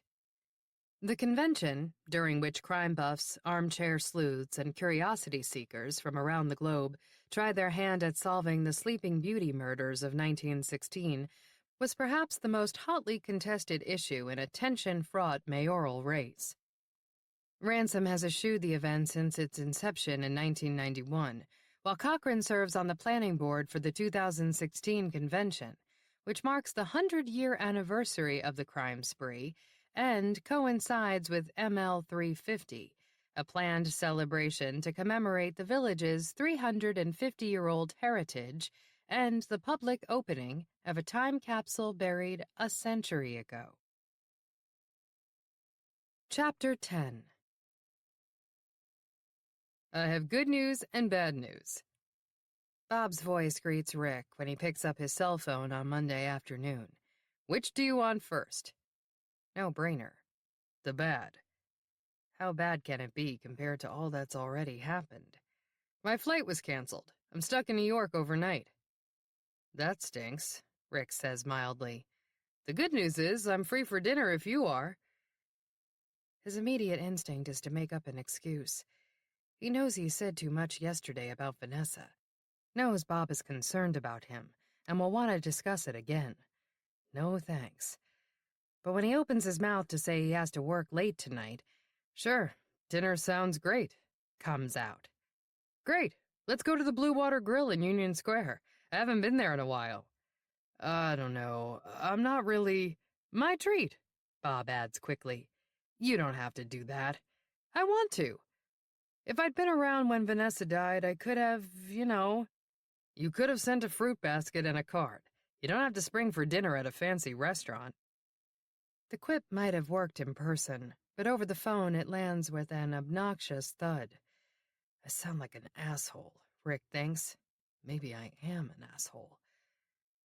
"I'd have been here for you if I could have been, Rick." "I didn't mean it that way. I meant... Never mind. Vanessa always said my communication skills weren't great." Her communication skills, however, were stellar. She always managed to tell him precisely what she thought of him, right to the bitter end. Rough around the edges, that's me. Except with Rowan. With her, he was the man he could never be for Vanessa, even from the start. Why? Was it because Rowan, who was down to earth, unlike his wife, didn't intimidate him? Or simply that he loved her, and he'd never loved Vanessa?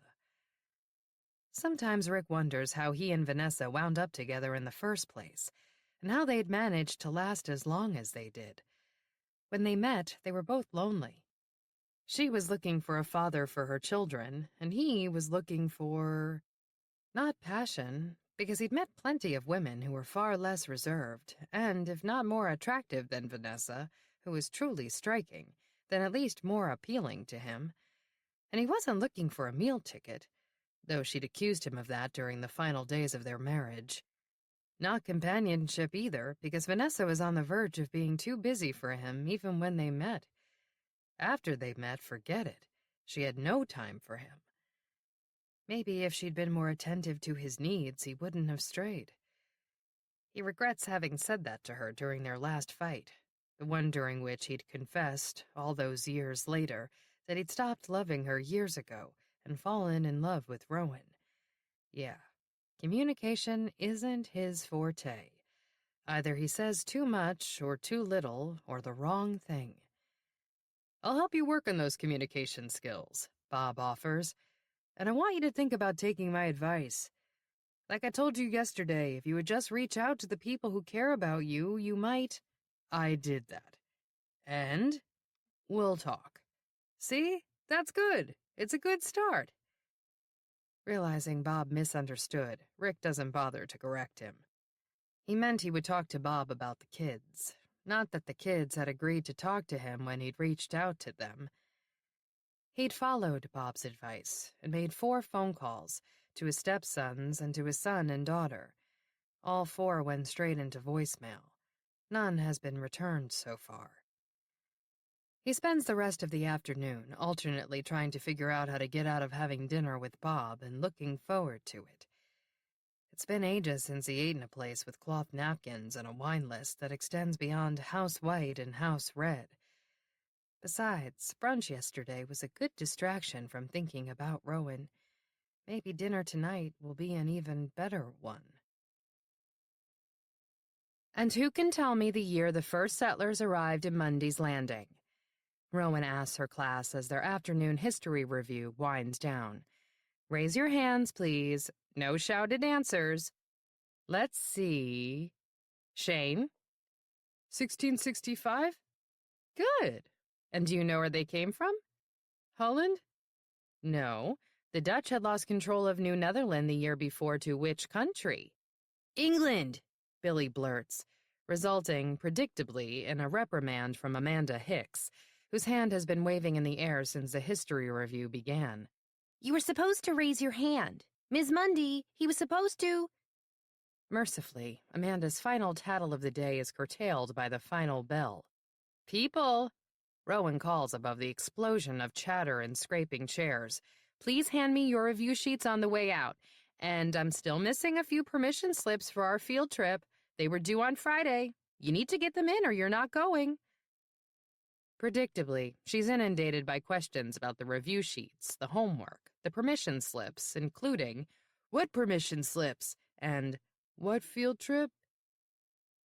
At last, she's alone, holding a sheaf of papers, including a permission slip that appears to be from last September's field trip, and a single boot someone just found on the floor under a desk and no one recognizes. She closes the classroom door and then locks it. Something she never does. Not from the inside, anyway. But she has only a few minutes before she heads down to the tutoring room, and the gift bag she stashed in her desk earlier has been on her mind all afternoon.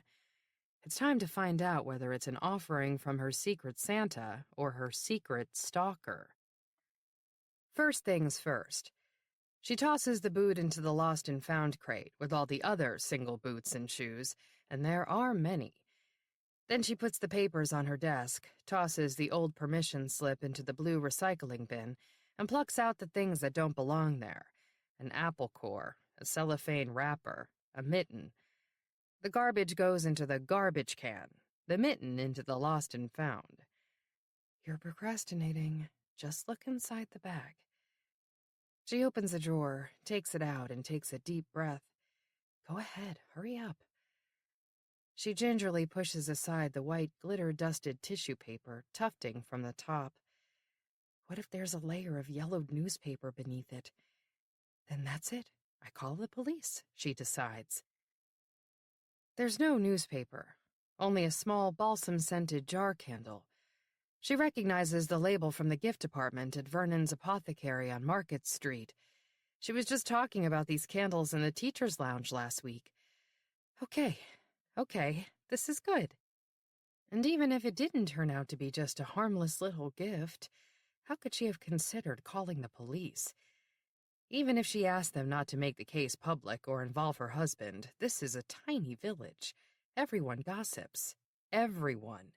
It would get back to Jake, and she'd have to tell him. Besides, what happened last week wasn't a crime. It's not as though the cops will put the anonymous package sender on their most wanted list and alert the FBI. Your life isn't hanging in the balance here. Your marriage, maybe, and definitely your personal integrity and peace of mind, but not your life. Not unless... Again, she thinks of Vanessa. Again, she wonders, and keeps right on wondering, as she endures the next 90 minutes going through the motions with her students in the tutoring room. But at last the school day drags to a close. She's come to a decision. Alone in her car, she takes her cell phone from her pocket and begins dialing. More than 24 hours after discovering the body, Sully continues browsing through photos of young women who have recently gone missing in the tri-state area. There are always so many, far too many, but she's no closer to identifying the victim than she is to finding her killer. Sully. Something in Stockton's tone causes her to glance up sharply from her computer screen. Seated at his adjacent desk and focused on his own computer, he's shaking his head.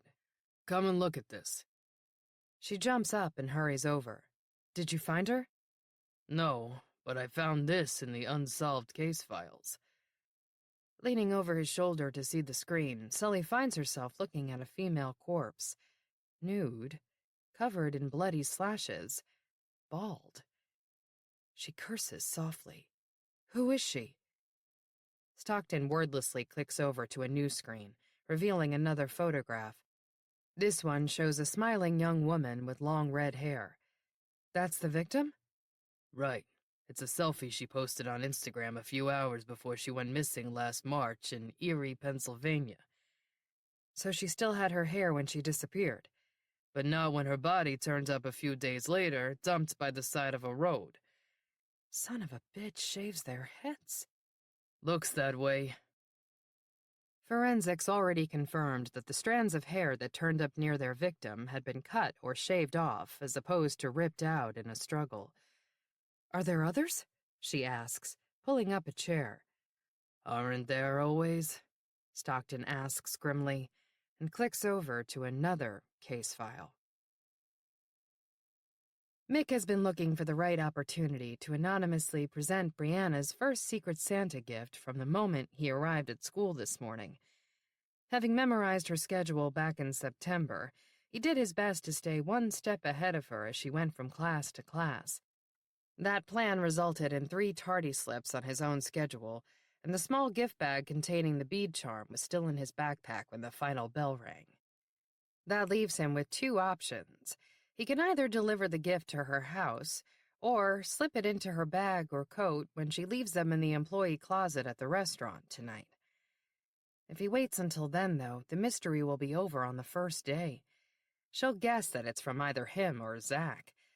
The only other guys who work on Mondays are Mr. Marana and the dishwasher, both of whom are married. After the last bell, he detours several times past Brianna's locker and her friends' lockers. No sign of her, or of them. Now running late for practice, he stops by his locker to grab his jacket and gym bag, brooding. Maybe this was a stupid idea all along. Maybe he should just forget the stupid gift, and Brianna, too. He slams the locker door, turns around, and nearly crashes into Zach Willett. "Sorry," Mick mutters, and starts to move on. "Hey, Lou, you okay?" Not really. What's wrong?" Mick turns to face him. "Are you sure about that college guy?" "What college guy?" "The college guy," he repeats, wondering how Zach could possibly be so ignorant. "The one Brianna's seeing." "Am I sure what?" "That she's seeing him." "Stop shouting at me, Mick." Zach never calls him by his real first name, and he looks irritated. "Well, that makes 2 of us. You know what? Forget it." Mick turns and walks away. "You know what?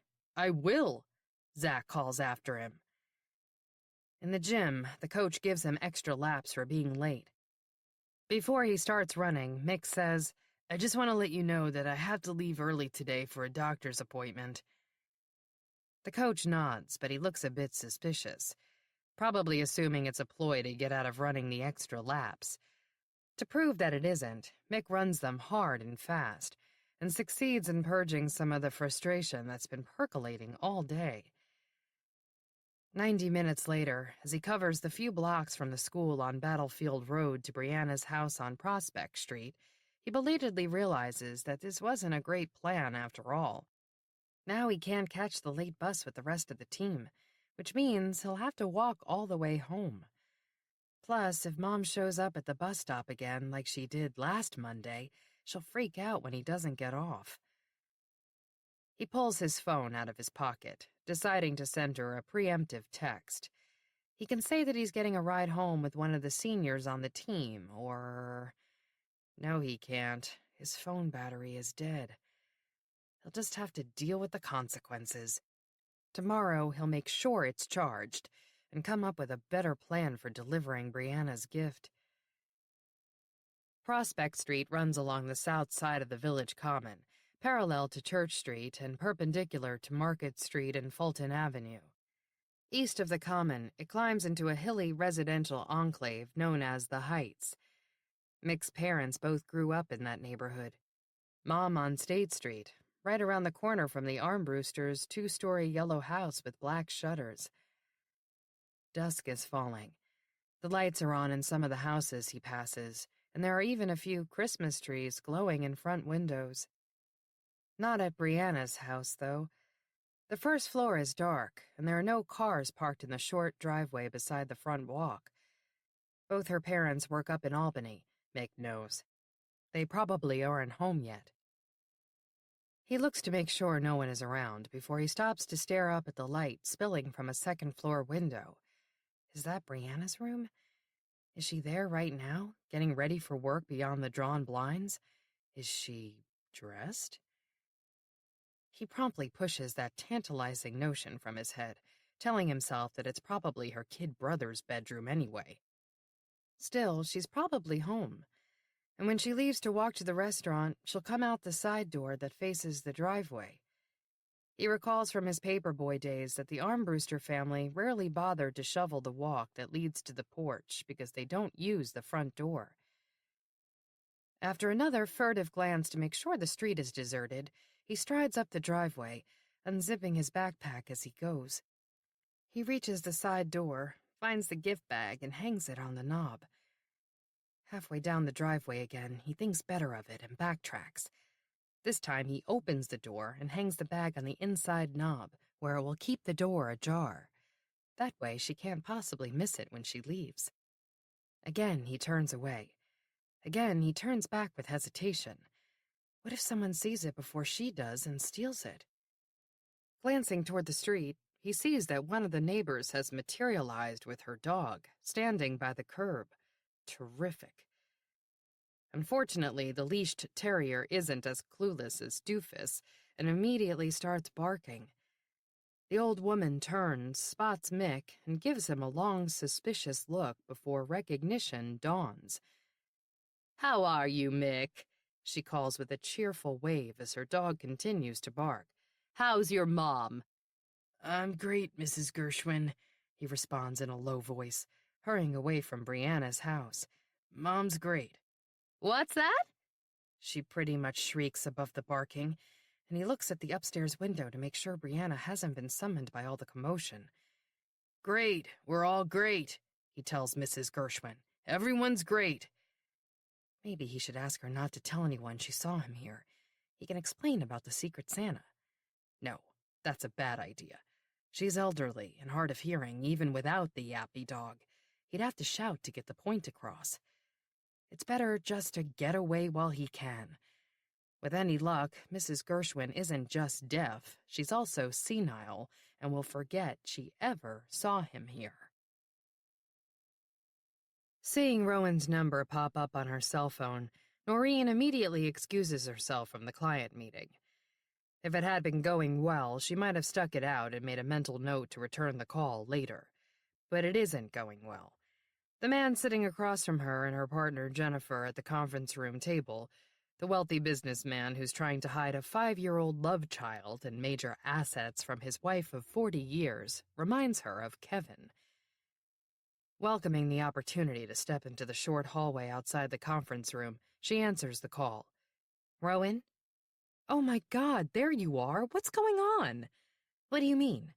I've been trying to reach you for days. Didn't you get my messages? I got one. Maybe 2, or possibly 3, she realizes, though she's not about to surrender to any guilt trip her sister intends to lay on her. You said it wasn't important.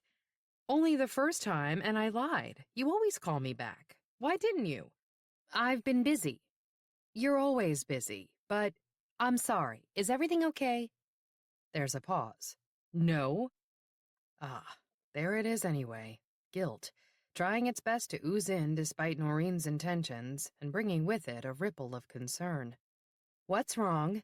She asks, pacing the short length of the hall, past her office, Jennifer's office, the restroom, and the tiny waiting area. Are the boys okay? The boys. It's what their parents always called their older brothers. Mitch and Danny were the boys. Noreen and Rowan were the girls. The boys were always a solid unit, while the girls were frequently at odds with each other. Then again, Rowan was pretty much at odds with everyone in the family at any given time. I spend so many years trying to smooth over her messes. Is it any wonder that I'm wary when she calls, even now? The boys are fine. It's me. I'm not fine. What happened? Are you alone? Yes. More alone than you'd ever imagine. I need to talk to you about something. I wouldn't bother you if I had anyone else to turn to, but I don't. Did you try the supermarket cashier and the guy who does your gutters? Noreen, come on, this isn't a joke. I need you. Hearing the vulnerability in her sister's voice, she softens, just a little. She perches on one of the 2 waiting room chairs and begins straightening the pile of magazines between them. Tell me, I'm listening. Do you remember what I told you years ago about something I almost did? The affair with your neighbor? Shh! I told you, I'm alone. And even if I weren't, no one here would have any idea who I'm talking to or what I'm talking about. I know, but still, for once, can't you just be warm and fuzzy? Is that what you want? That gets a laugh out of her sister. Not a long or remotely merry one, but at least it diffuses the tension. Forget it. Warm and fuzzy isn't you, and I need you. Do you remember what I told you that day when you asked me why Jake and I moved back to Mundy's Landing? Noreen does, very clearly. I know you thought I was taking a step backward and that I might get myself into trouble again, Rowan said that day, but I was actually trying to keep myself out of trouble. It was then that she confessed the real reason she'd wanted to leave Westchester. I was worried about my marriage, she told Noreen, who at that point would never have dreamed that she should have been worried about her own. Why? Did something happen? Did Jake have an affair? It wasn't Jake. You had an affair? Almost, but I stopped it. Here we go again, she thought. Just when she thought Rowan had her act together and was going to be okay. With whom? She asked her sister. Wow, even when you're completely scandalized, you use perfect grammar, Rowan commented, shaking her head. Do you remember my neighbor, Rick? You met him and his wife Vanessa that time you and Kevin came over for Mick's first birthday. Noreen couldn't have picked Rick out of a crowd, but she remembered the party. It was a sprawling backyard affair, complete with a rented bouncy house and a cotton candy machine. Hordes of bouncing, sticky, screaming kids on a sugar high. She remembered Rick's wife, too. She was attractive, with dark hair and porcelain skin, but a little uptight. She seemed uncomfortable with the other women at the party, most of whom were in full-blown, stay-at-home mom mode. Noreen found herself relating to her, but it was Kevin who spent a lot of time on the deck talking to her, while Noreen shielded their children's fragile skulls from the baseball bat her sister kept handing to frenzied toddlers to use on the piñata. She opted not to pick a fight with Kevin about it on the way home. When it came to their marriage, she chose to let a lot of things go over the years. And now you're second-guessing them all. At least she isn't the only one whose marriage is less than perfect.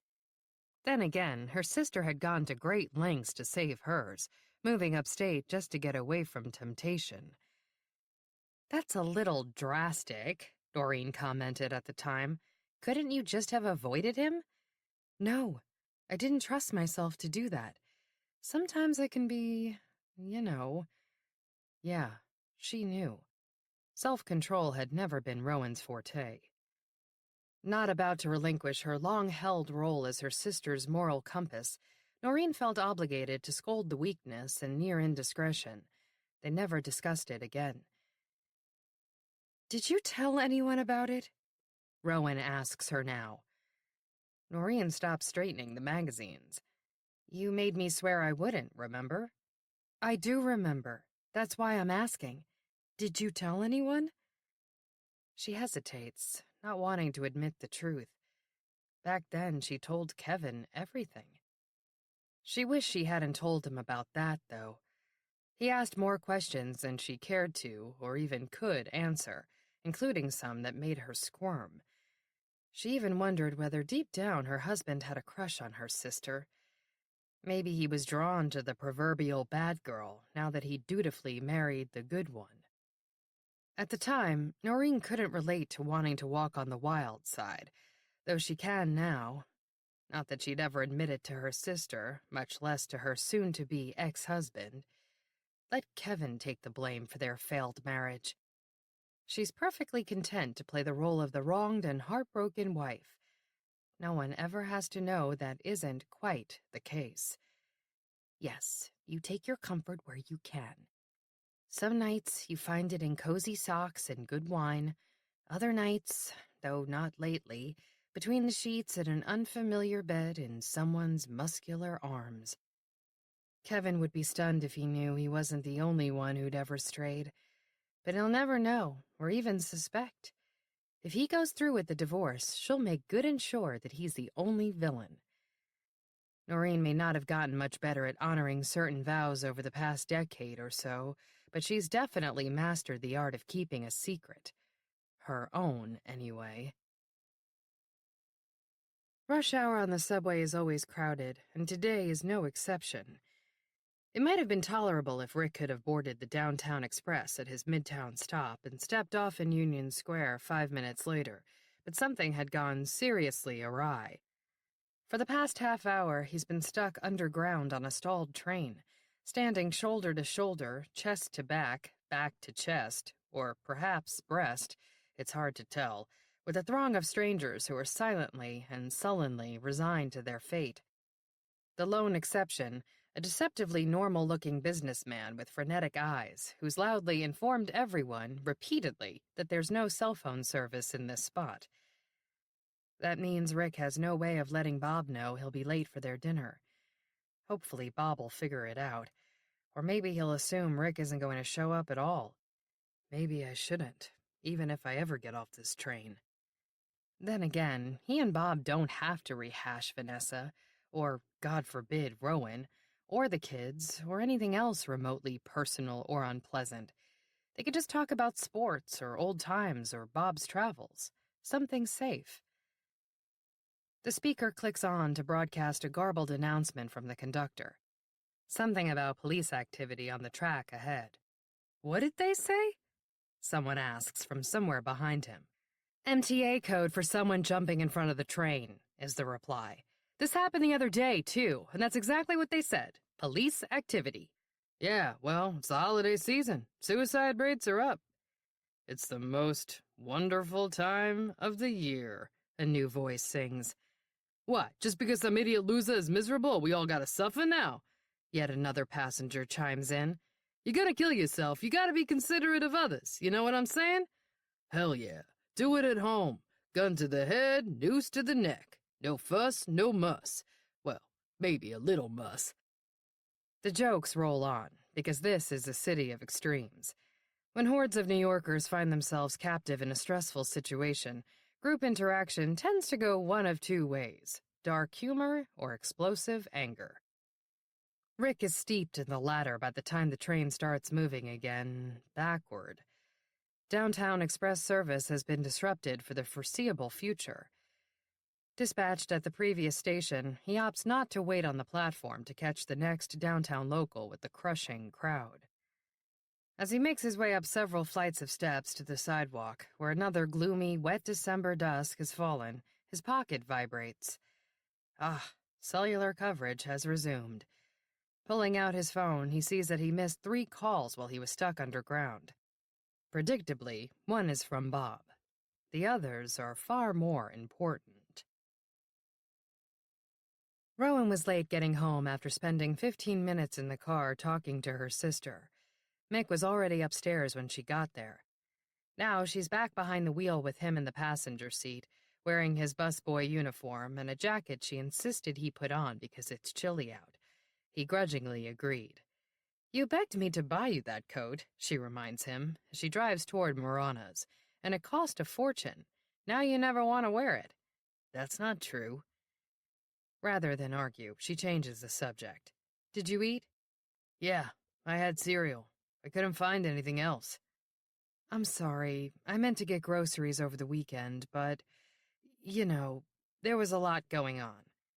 "I know," he agrees, although of course he can't possibly know what's been going on, that his mother is neglecting to feed her family because she's been caught up in this ugly thing. "I'll stop at the store right now, and when you come home later, I'll make you anything you—" "Mom, it's okay. I ate." "Cereal isn't dinner." "I'll get something at the restaurant later. It's fine, really." No, clearly it isn't fine. Mick has resumed staring out the window on his side of the car. Something is bothering him. She wants to ask what it is, but is afraid to. What if he's figured out what she's been up to? Oh, come on. Since when do kids his age waste 2 seconds brooding about anything that doesn't directly impact themselves? Having raised 2.5 teenagers, she's fairly certain that whatever is on Mick's mind has nothing to do with her. More likely it's something involving school or basketball, or a girl. When she pulls up in front of Marana's, he yanks down the visor and looks into the mirror. From the corner of her eye, she can see him finger-combing his hair. Definitely a girl. He snaps the visor back up and pulls off the jacket, tossing it into the back seat before reaching for the door. "Wait, Mick, it's cold outside." "So? I'm not going to be outside." "So what? You're going to tunnel underground to get over to the door?" she asks dryly, and is rewarded with a brief smile, a flash of the easygoing boy he used to be. "I'll be fine, Mom. You have to stop worrying about everything." Again, he reaches for the door. "Wait." She touches his arm, reluctant to let him go just yet. "Anything special you want me to pick up at the store for you?" "Nah. See you later." With that, he's gone. Watching him disappear into the restaurant, she basks in a moment of maternal normalcy, as precious as the marital normalcy she'd appreciated on date night at Marana's with Jake. If only she could go back to the time when her kids' tribulations were all that kept her up at night. Whenever one of them decided the world was coming to an end, she felt the same way. Fretting along with her kids about breakups and SAT scores was nothing compared to realizing that someone might want to destroy her happily ever after. She looks at the dashboard clock. She has plenty of time to go to the supermarket. Jake has a late meeting and won't be home for at least another hour, maybe 2. She can make a nice dinner for a change. Not that she's hungry, despite the fact that she hasn't eaten since breakfast, and that consisted of a few bites of an apple. Stress. The most effective appetite killer there is. At this rate, her New Year's resolution will be to gain enough weight to fit back into her jeans. She pulls away from the curb, winding back through the streets and around the traffic circle toward the Mundy strip mall on Colonial Highway. It was built shortly after she and Jake moved back to town, on the site of the old Caldor discount department store, where her mother used to buy all their back-to-school clothes. The boys and Rowan never minded much, but even as a little girl, Noreen longed for the designer brands they couldn't afford. Noreen. I think you're blowing this whole thing out of proportion, she said when Rowan told her about the burnt cookies. It had to be Rick who sent them. Of course he'd deny it. But why would he do it? Who knows? Because the sky is blue? Because his wife died and he's lonely? Ex-wife. And she died on the same day that... I know, but the odds of that happening aren't really all that astronomical. Maybe he took it as some kind of sign that you and he were meant to be together. I doubt that, and I wish I knew how she died. Does it matter? The fact that she died was added stress for him. People get crazy enough when they go through a divorce. Believe me, I've seen it all. So you think it was Rick? Of course it was Rick. Who else could it have been? Well, it wasn't Vanessa, and it wasn't Noreen. And it wasn't Kevin, even though he knows what happened. She shouldn't have been surprised when her sister admitted she'd shared the secret with her husband immediately after Rowan told her. After all, she herself had shared plenty of secrets with Jake. Other people's secrets, anyway. Her trustworthy, honorable brother-in-law is no more likely to taunt her or sneak around sending anonymous packages than her sister is. If Kevin is the only person Noreen told, and she swears that it was, and that no one could possibly have overheard the conversation, then Rick himself is guilty. Or he lied about having kept what happened to himself. Can you just make sure Kevin never mentioned it to anyone else? She asked Noreen before they hung up. Noreen promised that she would, though she reminded Rowan that Kevin works long hours, and she sometimes goes for days without seeing him. Rowan refrained from warning Noreen that that's how she got herself into trouble back when she and Jake were living in Westchester. Her sister isn't a young, stay-at-home mom pining away for her husband or fantasizing about the stay-at-home dad next door. Even 20 years ago, she would never have fallen into that trap. Doing the right thing has always come so naturally to Noreen. It must be nice, she thinks, sliding into the left-hand turning lane at the intersection in front of the large shopping complex. You need to tell Jake, Noreen advised. Then your problem will be solved. This Rick guy will have nothing over you. You're kidding, right?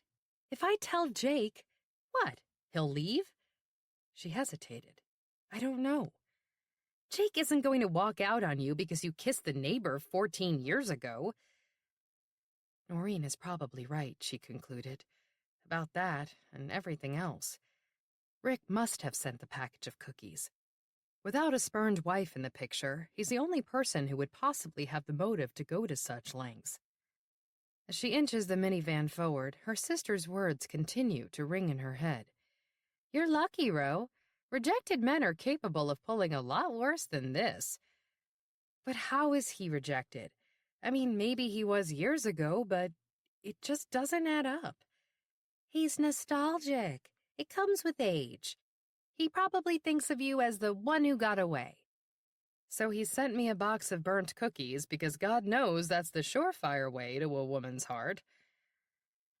Maybe it seemed like a grand romantic gesture when he thought of it. When I told him about it, he seemed as shocked as I was. Of course he did, because he'd probably come to his senses in the meantime and realized he'd look like an idiot admitting it. So he lied. He's a good liar. A lot of men are. Not just men. Some women are expert liars, too. If someone asked Jake whether it was within the realm of possibility that his wife had spent part of Saturday having lunch with another man instead of at the outlet mall, what would he say? He'd say that was impossible. Because I went out of my way to make sure he wouldn't doubt me.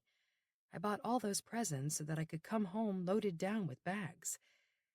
But I did it because I love him, because I'd rather die than hurt him. At last, Rowan makes her left turn into the parking lot, snaking her way along behind a string of cars as if she's on autopilot, trying to convince herself that Noreen's theory makes perfect sense. Look, this guy started to stalk you and then he changed his mind and he lied about it, her sister told her. Stuff like this happens all the time. It's tame in the grand scheme of things, believe me. Rowan believes her. Noreen should know. So should I. Of course Rick sent the cookies. Of course he regrets it now.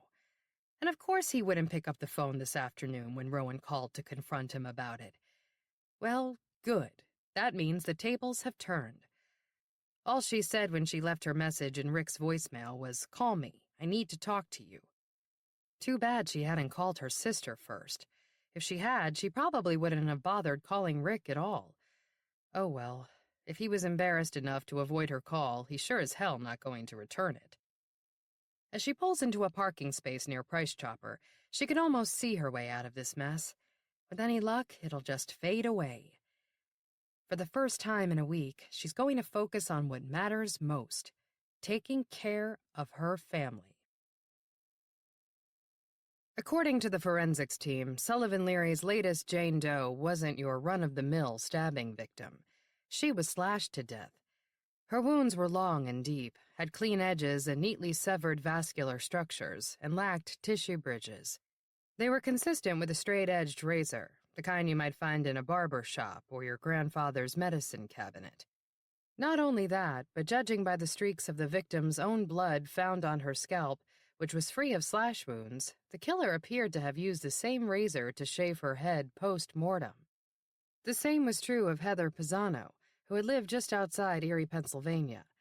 She went out one night last March to pick up a prescription for her sick mother and never came home. Her car was left in the parking lot. The store security cameras had captured a hooded figure on crutches, trailing her out of the store, but the footage was grainy, and the outdoor range didn't extend far enough beyond the front entrance to see what had happened next. Having spent the last few hours painstakingly combing the online databases, Sully and Stockton have discovered 2 more slashing murders that bear similar details. One was in Rhode Island over the summer, another in Virginia back in January. Like Heather Pisano and the West Side Jane Doe, both of the other victims were relatively young and attractive, and shared a striking physical characteristic: long, red hair.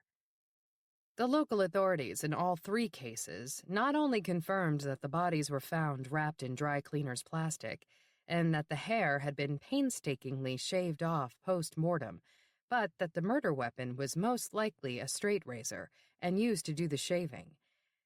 Those facts had been concealed from published reports in all instances, just as they have been here in New York.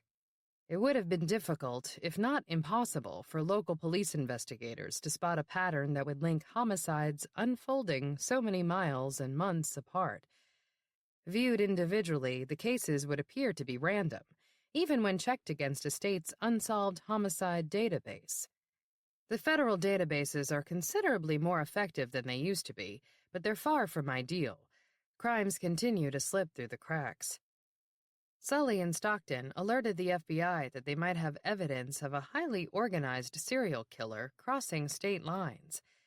If this were a television show, a string of black government SUVs would immediately be dispatched to hunt down the killer. In reality, the Bureau is as overburdened and understaffed as the NYPD, and it will take some time and red tape before they'll be able to assist in the case. At least they're making progress on their own, although it's painstaking. None of the missing persons reports filed over the past couple of days fit their Jane Doe's description.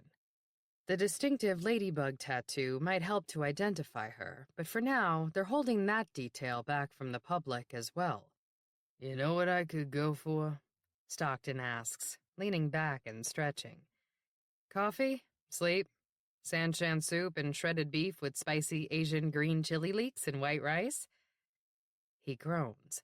Szechuan Emperor again? They've had takeout from her latest favorite Chinese place at least 2 days out of the past 4. It's a serious craving, Barnes. I can't stop thinking about that beef. Maybe you're pregnant. She snorts. With my track record lately? Yeah, sure. It would be an immaculate conception. Naturally, that comment sets Barnes on a snarky roll until the phone rings on Sully's desk, cutting off his comment about the Blessed Virgin ginger snap. It's the desk sergeant, informing her that he's putting through a tip line caller. She's the real deal. Got a missing roommate who fits the bill. Go ahead, she says, and grabs a pen and paper as the call clicks in. Hello, this is Detective Leary. There's a long pause. Then a halting female voice says, just saw on the news there was a thing about death, and I'm worried. I haven't been able to get a hold of my friend in a few days, and when she blew me off the other night, I thought she was just being annoying, but now I'm scared that... Okay, what's your name? Sully asks, pen poised. Dana Phelps. And what's hers? It's Julia Sexton. Bob Belinkie hasn't been stood up since... Wait, has he ever been stood up? Not that he can recall, but there's a first time for everything. Would you like to order your entree, sir? The waiter has materialized yet again, the furrow between his brows deepening with every visit to this cozy table for two since Bob sat down over an hour ago. Clearly, he thinks Bob is waiting for a date. Something he figured he and Rick could laugh about when Rick gets here. But it looks like he'll be laughing alone, if at all. I'll hold off a little longer, Bob tells the waiter. I'm sure my friend is coming. Shall I clear away the appetizer? Why don't you leave it for now? My friend might have some. Friend. Remembering that Rick had used the same term yesterday to refer to his previous diner companion, Bob wonders again why he was so cagey. As the waiter walks away, he checks his cell phone. It's been nearly 2 hours since Rick texted to say he was leaving the office. He didn't pick up when Bob called to say he was going to be seated to keep the reservation, and he still hasn't called or texted back, which isn't like him. At least it wasn't like him. How well do I know him now? How well did I know him ever? Those are the questions that have been running through Bob's mind for the past hour as he sipped a beer and nibbled the appetizer he'd felt compelled to order. The restaurant is crowded tonight with several office Christmas parties occupying the private rooms and large tables, along with crowds of shoppers who made their way across the street from the Union Square holiday market. He can't sit here much longer without either ordering dinner or asking for the check. He types another text to Rick, worried about you, and adds it to the stack of sent messages that include, where are you? I'm at the table. Can I order you a drink? And is everything okay? No reply. 10 minutes later, the waiter has pocketed a generous tip. A pair of German honeymooners has happily settled at the unexpectedly vacated table for two, and Bob is out on the street. He pulls up the hood of his nylon jacket, wishing he had something warmer to ward off the chill, and knowing it would take more than a layer of down. Rick's silence and failure to show up seem even more ominous now that he's left the restaurant. The sidewalk is teeming with people. It's still rush hour, and this is one of the busiest neighborhoods in the city. The NYPD presence is strong, with uniformed cops directing traffic and pedestrians. Across the street, Union Square Park is bedecked with garlands, flooded by white, warm twinkle lights, and lined by red and white striped canvas-covered market stalls.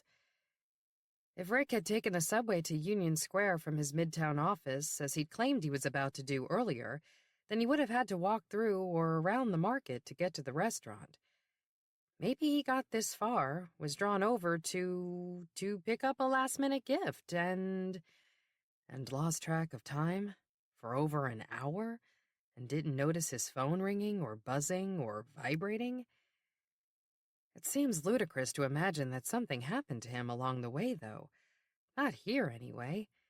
This isn't a deserted outer borough street corner in the middle of the night. If there had been a violent crime or a serious accident in the vicinity, Bob would have heard sirens, and there would be evidence even now. Bystanders, commotion, flashing red lights. Most likely, Rick never got this far. Maybe something came up at work. He would have called or texted, though.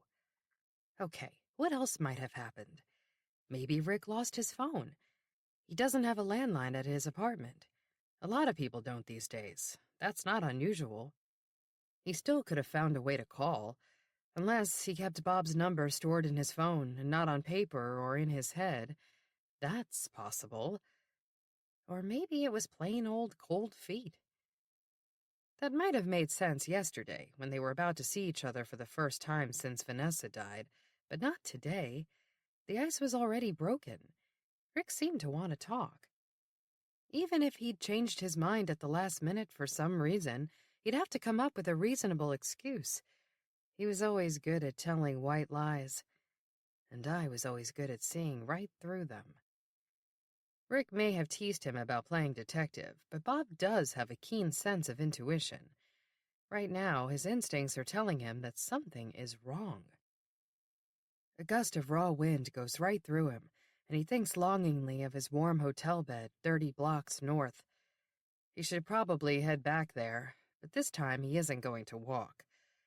Having had no luck finding a cab on his way downtown, he can already sense that it's going to be a challenge to find one heading back up. He can take the subway and keep an eye out for Rick as he makes his way toward it, just in case. Shoving his chapped hands deep into the pockets of his light jacket, Bob crosses the street toward the maze of brightly lit stalls.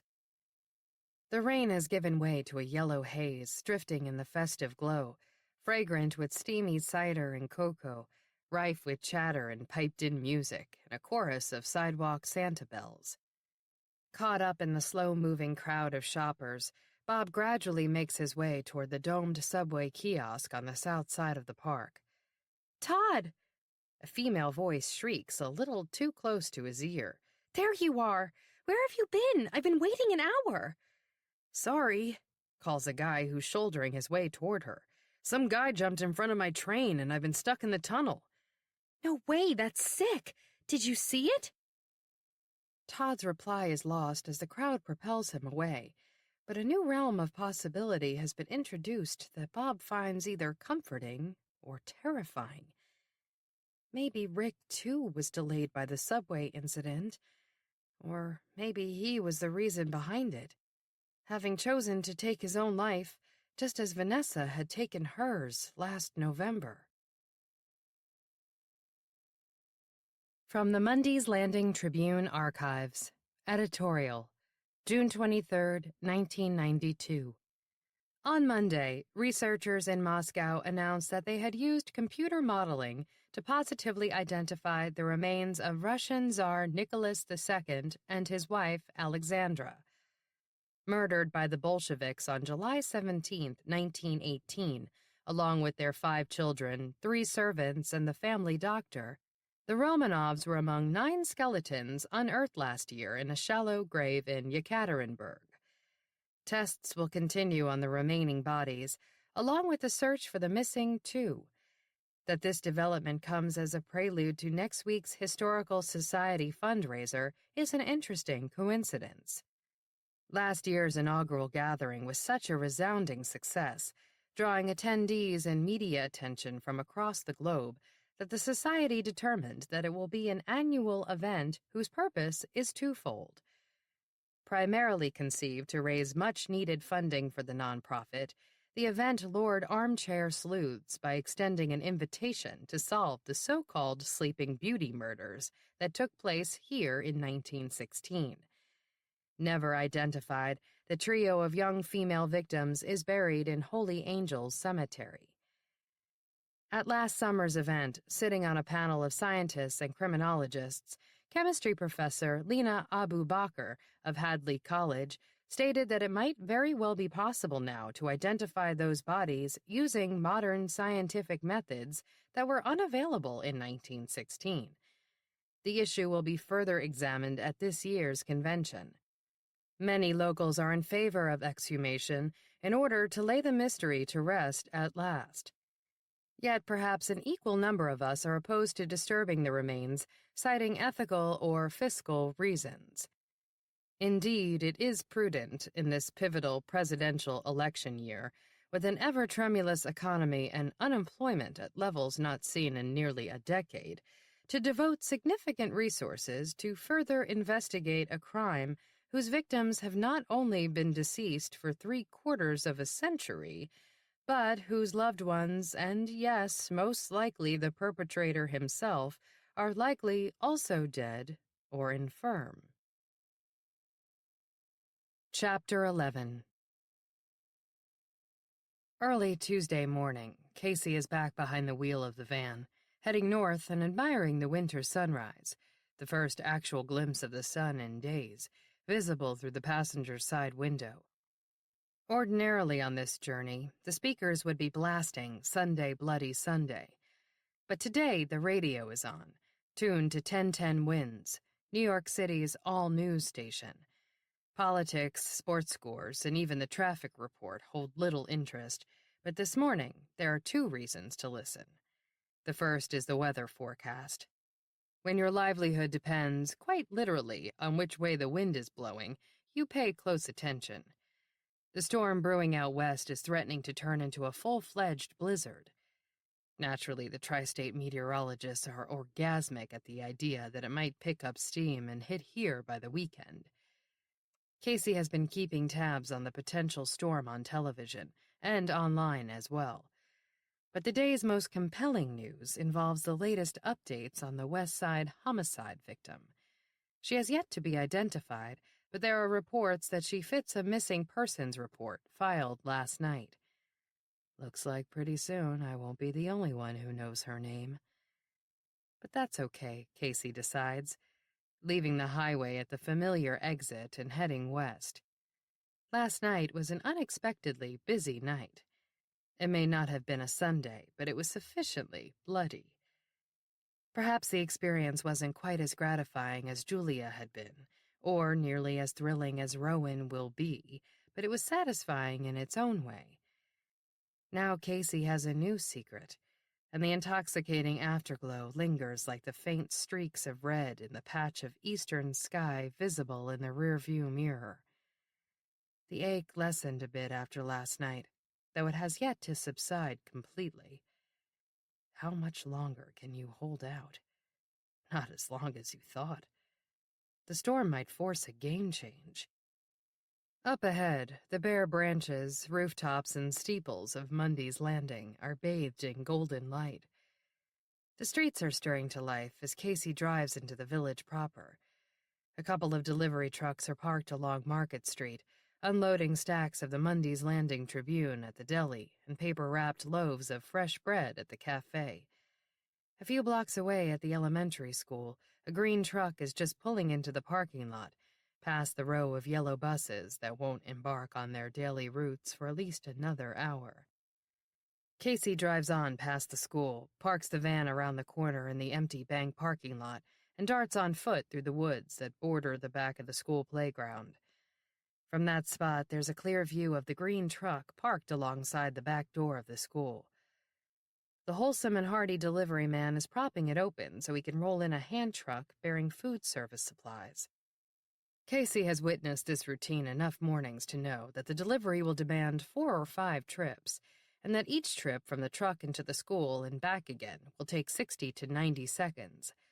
That leaves a golden opportunity during the 30-second safety window while the delivery man is busy stacking cartons in the cafeteria kitchen. Casey waits for the man to embark on the second delivery. The moment he disappears inside, Casey races from the playground toward the door, counting down the seconds. 30, 29, 28. The interior corridor is deserted and dark, other than the pool of light spilling from the lunchroom. Water is running there, and the delivery man's voice mingles with that of a woman, probably a cafeteria worker. Beyond the lunchroom, another hallway branches off into the main part of the school. 20, 19, 18. Casey swiftly tries the handles of several doors that line the service hallway. All are locked. Damn it. 11, 10. Damn it. Trapped in a dead end, Casey has 2 choices. Either head back outside or scoot past the cafeteria doorway and risk being seen. Sometimes you have to take the risk. 7, 6, 5. Casey strides quickly down the hallway. Inside the cafeteria, the water is still running, but the voices have ceased. Just as Casey reaches the doorway, the delivery man steps through it and out into the hall, pushing the hand truck. They make eye contact. Immediately slowing to a stroll, Casey forces a smile and a casual, "Morning." "Morning." Bearded and burly, albeit much younger than he looks from afar, the man nods and goes on his way, apparently unaware that he's just encountered a trespasser. Heart pounding, Casey follows the hallway to the end and turns, passing the gym, the auditorium, and the music room. All is shadowy and still. A window overlooking the back parking lot reveals Mr. Wholesome and Hearty rolling a fresh load of supplies toward the door as if nothing out of the ordinary happened. Casey stays and watches until he returns again, this time to load the handcart into the back of the truck and secure the doors. Then he climbs into the cab and drives away, obviously none the wiser. Safe, for now anyway. Casey moves on to the stairwell and ascends to another deserted hallway lined with lockers and classroom doors. This is where Rowan's room is located, marked by the cardboard pencil cutout. Noting with interest that something is hanging from the doorknob, Casey walks closer and sees that it's a small gift bag imprinted with snowflakes. The matching gift tag is filled out in round, perfect penmanship. To Rowan, from your secret Santa. A second golden opportunity. Casey seizes it, opening the bag and finding a tube of almond-scented hand lotion, Rowan's favorite. She's been using it for years. But I've got a much better gift for you. Out of Casey's pocket and into the bag it goes. A few minutes later, Casey is back in the van, weaving through the still quiet streets. Here a dog walker, there a jogger, and another, and another. Driving past a female jogger on Prospect Street, Casey spots a long red braid dangling beneath the rim of her backward baseball cap. Elated recognition comes courtesy of the rearview mirror, the cute, red-headed waitress from the restaurant where Mick works. Brianna. Beautiful Brianna, with the long red hair and the fair, freckled skin. A perfect stand-in. The hunger gains a stranglehold on Casey's soul. If something were to happen to her now, Mick would be crushed with grief. And then to lose his mother on the heels of it... Casey circles back around the corner to drive by her again, this time slowing the van to a crawl. Plugged into headphones, the girl is oblivious. Casey clenches the steering wheel, running through possible scenarios. A third golden opportunity in one morning shouldn't be taken for granted. And yet, Mundy's Landing is supposed to be off-limits until it's time. Time for Rowan. It would be so easy, though, to pull up at the curb just ahead of the girl and then pull her into the van when she passes. So easy and so perfect. Wow, I thought I smelled bacon, but I figured I must be dreaming. Standing at the stove, Rowan turns to see Jake walking into the kitchen, black suit coat slung over one arm as he expertly knots his red necktie. Meatloaf for dinner last night and bacon for breakfast? Are you trying to kill me? She turns over a sizzling strip in the frying pan. A little meat never killed anyone. Liar. But since you're dishing up hot breakfasts, I might throw in a couple of eggs to go with... Wow, he says again, spotting the second skillet. What's that? An omelet. She gestures at the cutting board, still littered with the remnants of all the vegetables she'd chopped. Scallions, red and green peppers, mushrooms, and cheddar. What's the occasion? No occasion. I just thought you and Mick deserved a real breakfast for a change. Mick left. He left? What do you mean? While you were in the shower. He said he had to be at school early today. I told him I'd drive him, but he had a ride. From who? She amends. Noreen would say, whom? One of his friends, I guess. Which friend?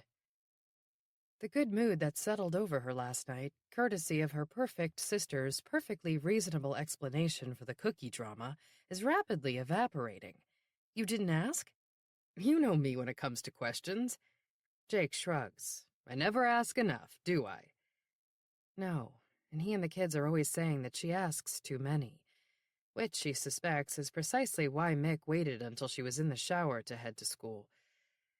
She lifts the bacon from the pan and presses it between layers of paper towels to blot the grease.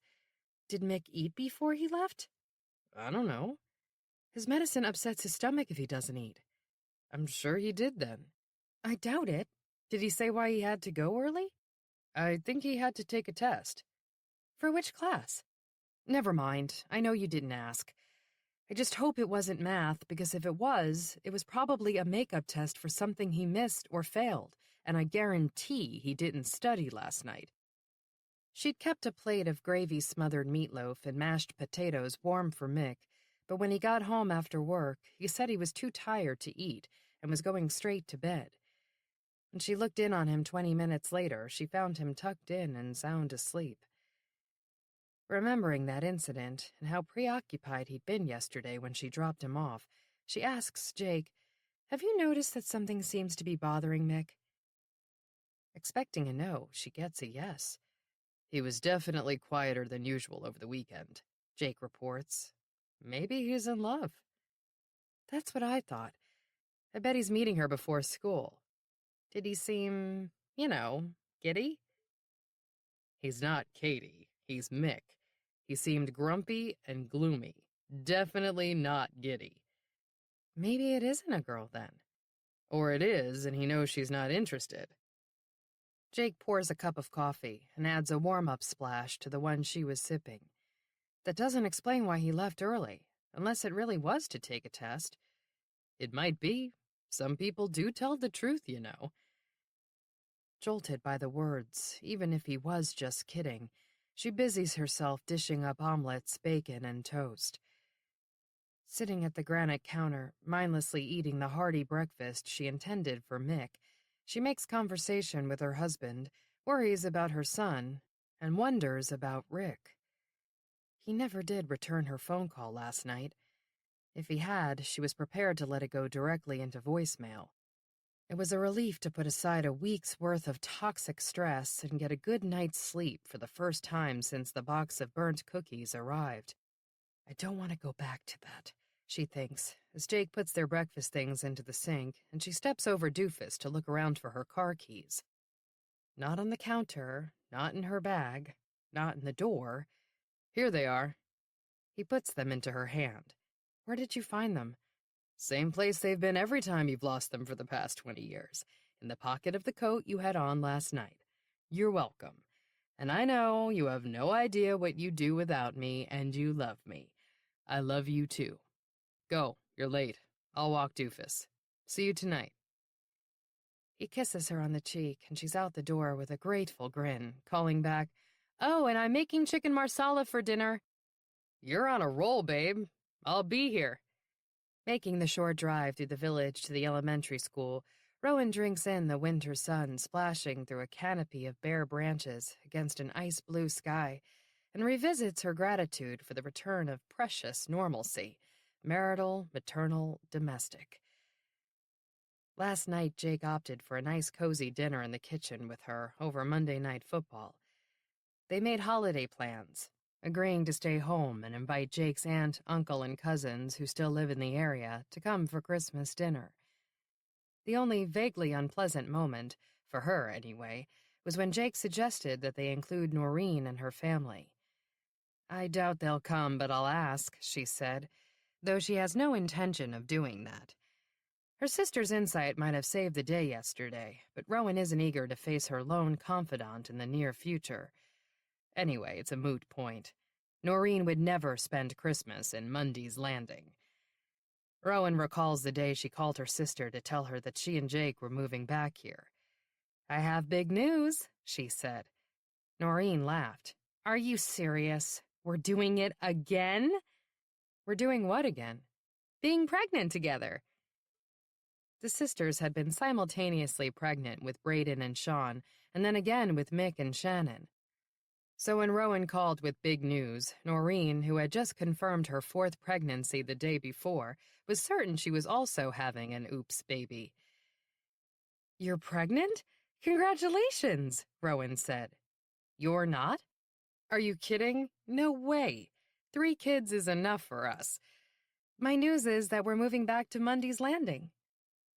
Silence, and then, "Why would you want to go back up there?" "Because it's more affordable than Westchester, for one thing." "A lot of places are more affordable. You don't have to. It's not a terrorist target either. The September 11 attacks were recent enough for most people to consider that a valid argument, but not Noreen. Come on, Rowan, you know the chances of... Jake flies constantly on business. He won't have to do that if he gets one of the sales jobs he's interviewed for up there. Noreen said nothing. For me, Mundy's Landing still feels like home, Rowan said simply. Don't try to talk me out of it, okay? I just feel that you, of all people, should move on and never look back. Why me, of all people? Because you had a lot of problems when you were in Mundy's Landing. I was a kid. Every kid has problems. Not like that. I didn't. My kids won't. You can't know that. I can be pretty sure of it. And at least they're not living in a tiny, run-down village in the middle of nowhere. Talking over Rowan's immediate protest, she added, I'm sorry, but you must know that I have your best interests in mind. Really? Because Come on, you have to admit that there are better places to choose to live? I can't think of any. Whatever. Go ahead. Move back there if you want to. We do want to, and we will. And gee, thanks for giving us permission. They were snippy little girls again, one bossy, the other defiant. It wasn't until a year later that Rowan confessed, in a misguided attempt to clear the air, the real reason she'd pushed for the move.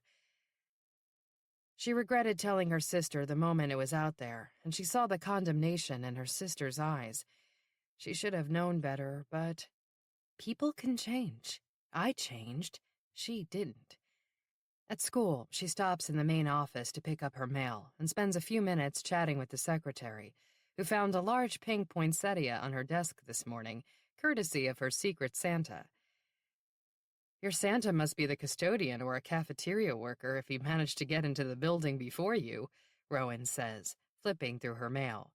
No, there was a choral concert here last night, remember? The music and band teachers were here. One of them must have left it before they went home. Those words echo in Rowan's head when she arrives at her own classroom to find another gift bag hanging on the doorknob. This time, she doesn't hesitate to look inside. Today's Secret Santa gift is jewelry, a strikingly unusual brooch, shaped like a snowflake and intricately woven in delicate strands of red silken thread. What a difference a day makes, Bob Belinkie thinks, once again at JFK Airport. Unlike yesterday morning at this time, the sun is shining beyond the windows of the plane, and air traffic is moving briskly. As briskly as it can at one of the world's busiest airports, anyway. The boarding process for his flight to Tampa was delayed by only 10 minutes.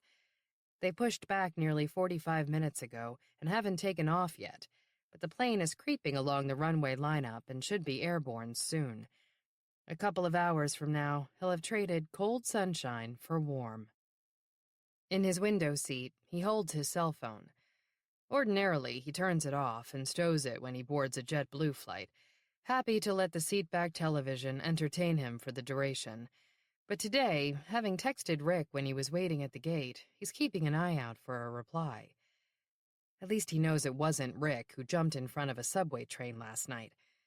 Not long after the horrific possibility entered Bob's mind, he was relieved when Rick texted an apology for missing their dinner and attributed it to subway problems.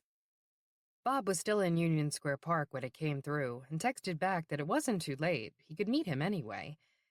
That's okay, Rick wrote. It's been a long day. Headed home. See you next trip. That should have been the end of it, but the situation just isn't sitting right with Bob. He slept restlessly and woke to find that his old friend was still on his mind. Their last verbal conversation and Rick's avoidance of another has left him concerned.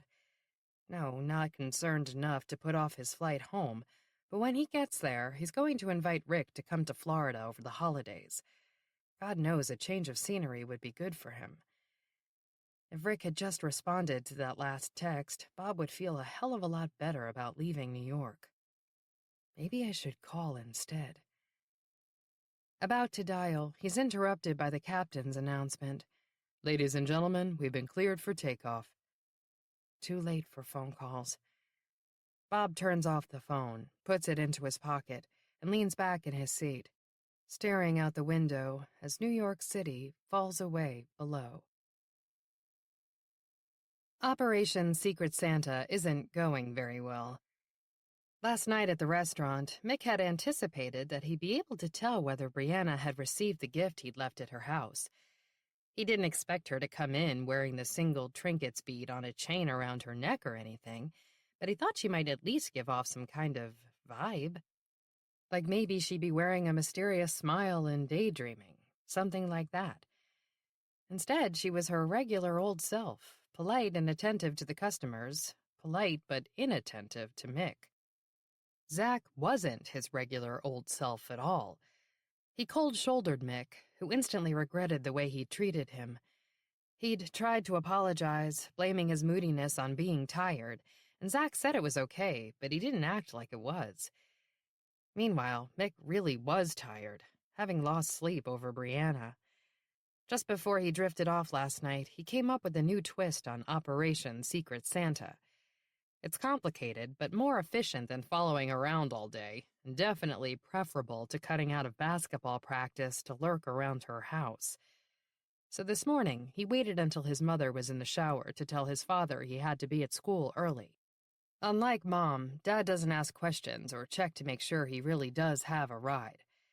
Nor does he remind Mick to take his morning medicine, which he remembered to do, and to eat breakfast with it, which he did not.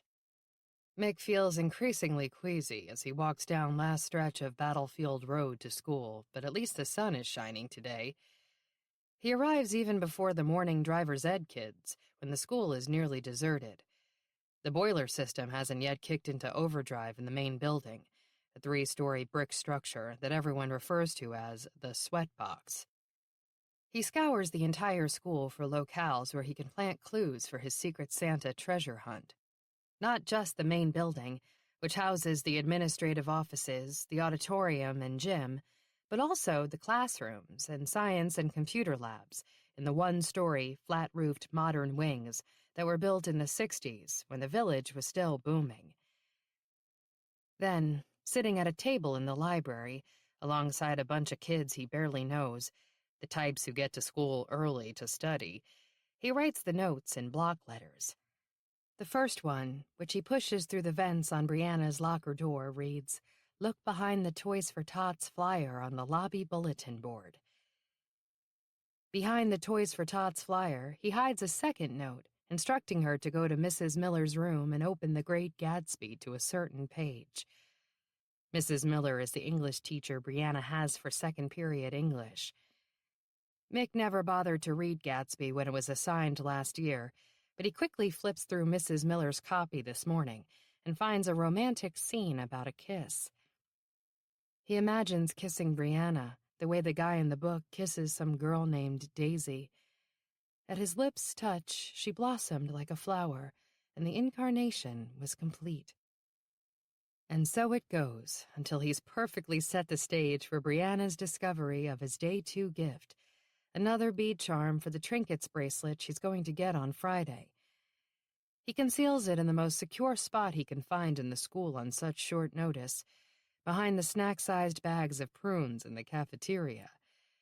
He does so quickly, his empty, upset stomach assaulted by the smell of something saucy simmering in the adjacent kitchen, and grabs a banana on the way out. Steals a banana, actually. But there's no one manning the register at this hour, and he's going to barf if he doesn't eat something, and it's not going to be prunes. Part of the new wholesome and hearty school lunch plan, they aren't exactly a big hit with the student body. Nor are they the least bit romantic. But at least there's zero chance that anyone is going to buy a bag with lunch today and stumble across the little gift box. It seems like a great plan, and he could probably pull it off, but there's one major hitch. Brianna is absent from school today.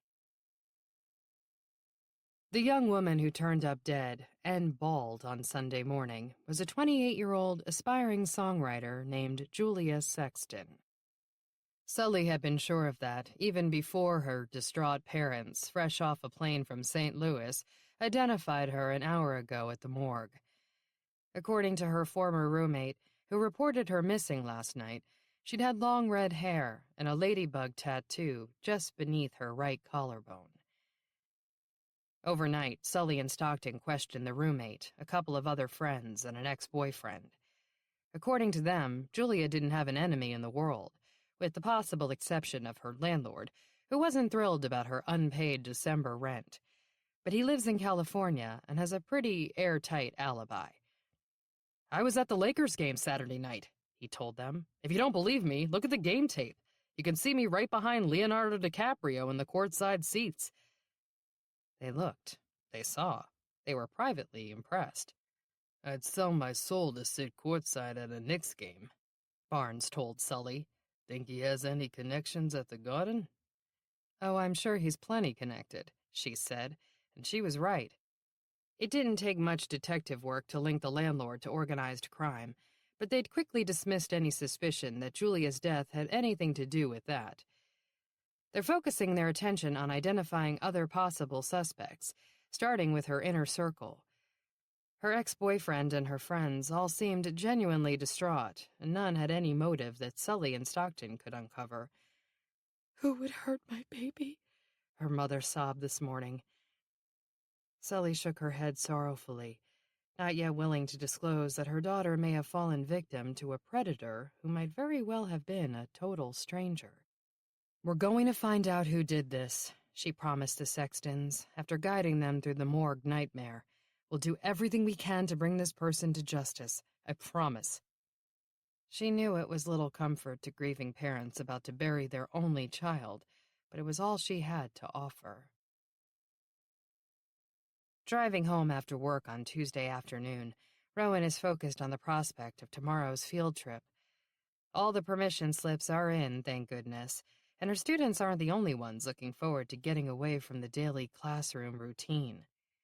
Weary of teaching antsy kids about decimals and photosynthesis, she's hoping a break will help them get back to business on Thursday in preparation for Friday's math and science unit tests. On an even brighter note, visiting the Historical Society at this time of year always gets Rowan into the Christmas spirit. This year, she's been especially lacking in that department. The director and curator, Ora Abrams, plays classical holiday music on a Victrola during her guided tours through rooms decked out to depict Christmas in bygone eras, and she serves cut-out cookies and hot chocolate afterward. Rowan remembers speculating as a child that it must be made from some secret recipe that's been handed down for generations because it tasted so much better than ordinary cocoa. Naturally, Noreen burst her bubble, reporting that it came from a mix. It wasn't until years later that Rowan realized she was right. But when you're a child, anything, even powdered cocoa, tastes extra special on a weekday morning when you're supposed to be in school. As she pulls up in front of the mailbox, she remembers belatedly that she meant to stop in town and pick up a few boxes of Christmas cards. Oh, and that she forgot to sneak tomorrow's Secret Santa gift into the library aid's mail slot in the office before she left school today. She won't have much time in the morning before wrangling the kids and chaperones onto the buses to the Historical Society. She glances down at her own Secret Santa gift from this morning. She pinned the red snowflake to her gray winter coat, and 2 teachers stopped her to compliment her on it before she left the building. One of them was Louise Flax, the music teacher, one of the 3 people whom she suspected might have been the giver. "That's so unique. Where did you get it?" "My Secret Santa." "Well, your Santa has great taste," Louise said, either cleverly covering her own tracks or ruling herself out. As she opens the mailbox, Rowan makes a mental note to leave extra early tomorrow morning in order to deliver Marlena's gift before the field trip. The thought is curtailed the moment she spots a package inside the box, sitting on top of the stack of letters. Just like last week. Again, she tells herself that it must be something she ordered and forgot about. Except you haven't ordered anything lately. And you lied to Jake about Cyber Monday shopping, remember? You lied to Jake about a lot of things. Her hand trembles as she pulls out the package and sees the plain white label addressed to her. No return address.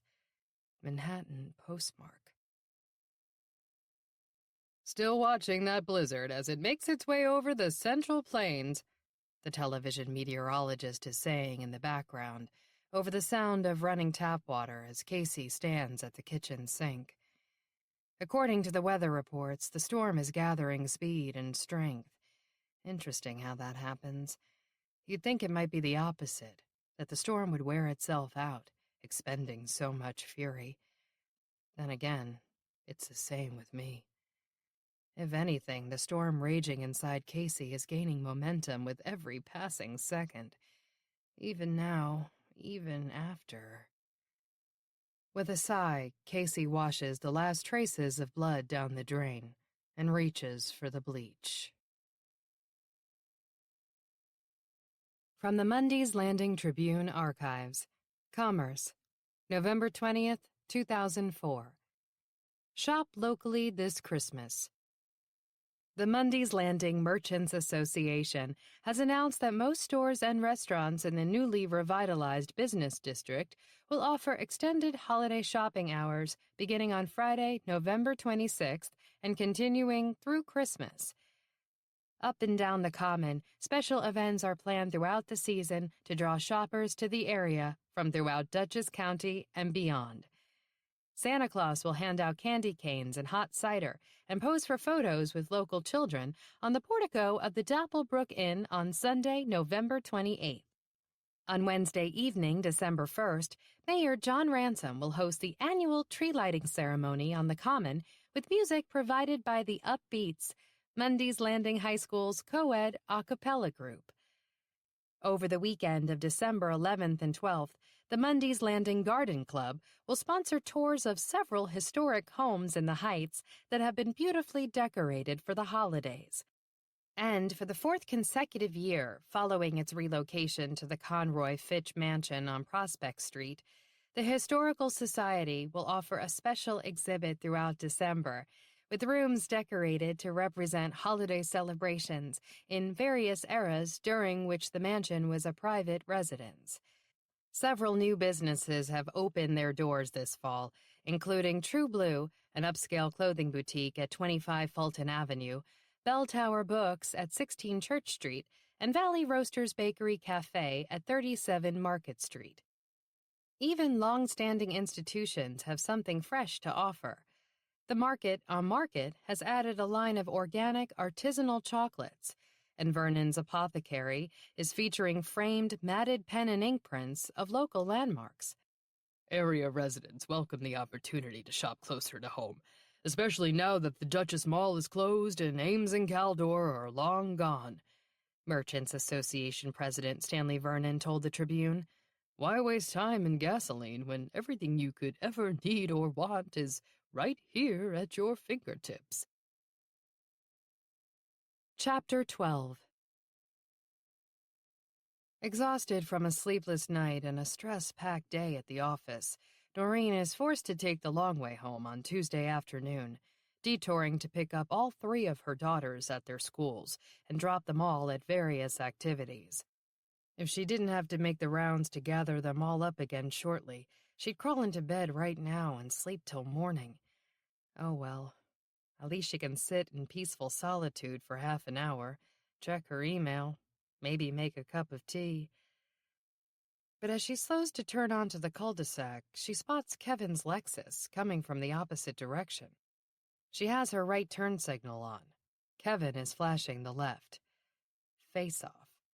She has the right of way. Her first instinct is to complete her own turn and let him sit there and wait to make his left, which could take a while in rush hour traffic. Instead, she finds herself motioning him to go ahead. He waves his gratitude as he turns in front of her. Apparently, her act of civility has resulted in a truce. As they step out of their respective cars in the garage, he actually stops to wait for her. How was your day? He almost sounds like his old self. He doesn't look like his old self, though. He's wearing his hair a little longer these days, brushing the collar of his recently purchased Italian leather coat. Plus, he's lost the 10 pounds that crept on over the past decade and then some. My day was fine. How was yours? Fine. Where are the girls? It's Tuesday, which means nothing to him. It's Shannon's volunteer day at the animal shelter, and Sabrina has tennis and Samantha has dance. Until when? 5:30. All three? Yes. You can pick up Shannon and Sabrina. I'll get Sam and take her to a drive-thru because she has CCD at 6:15. Silence from Kevin as the electronic door lowers itself. That he doesn't protest carpool duty is a good sign. That he doesn't agree, not so much. They step into the house.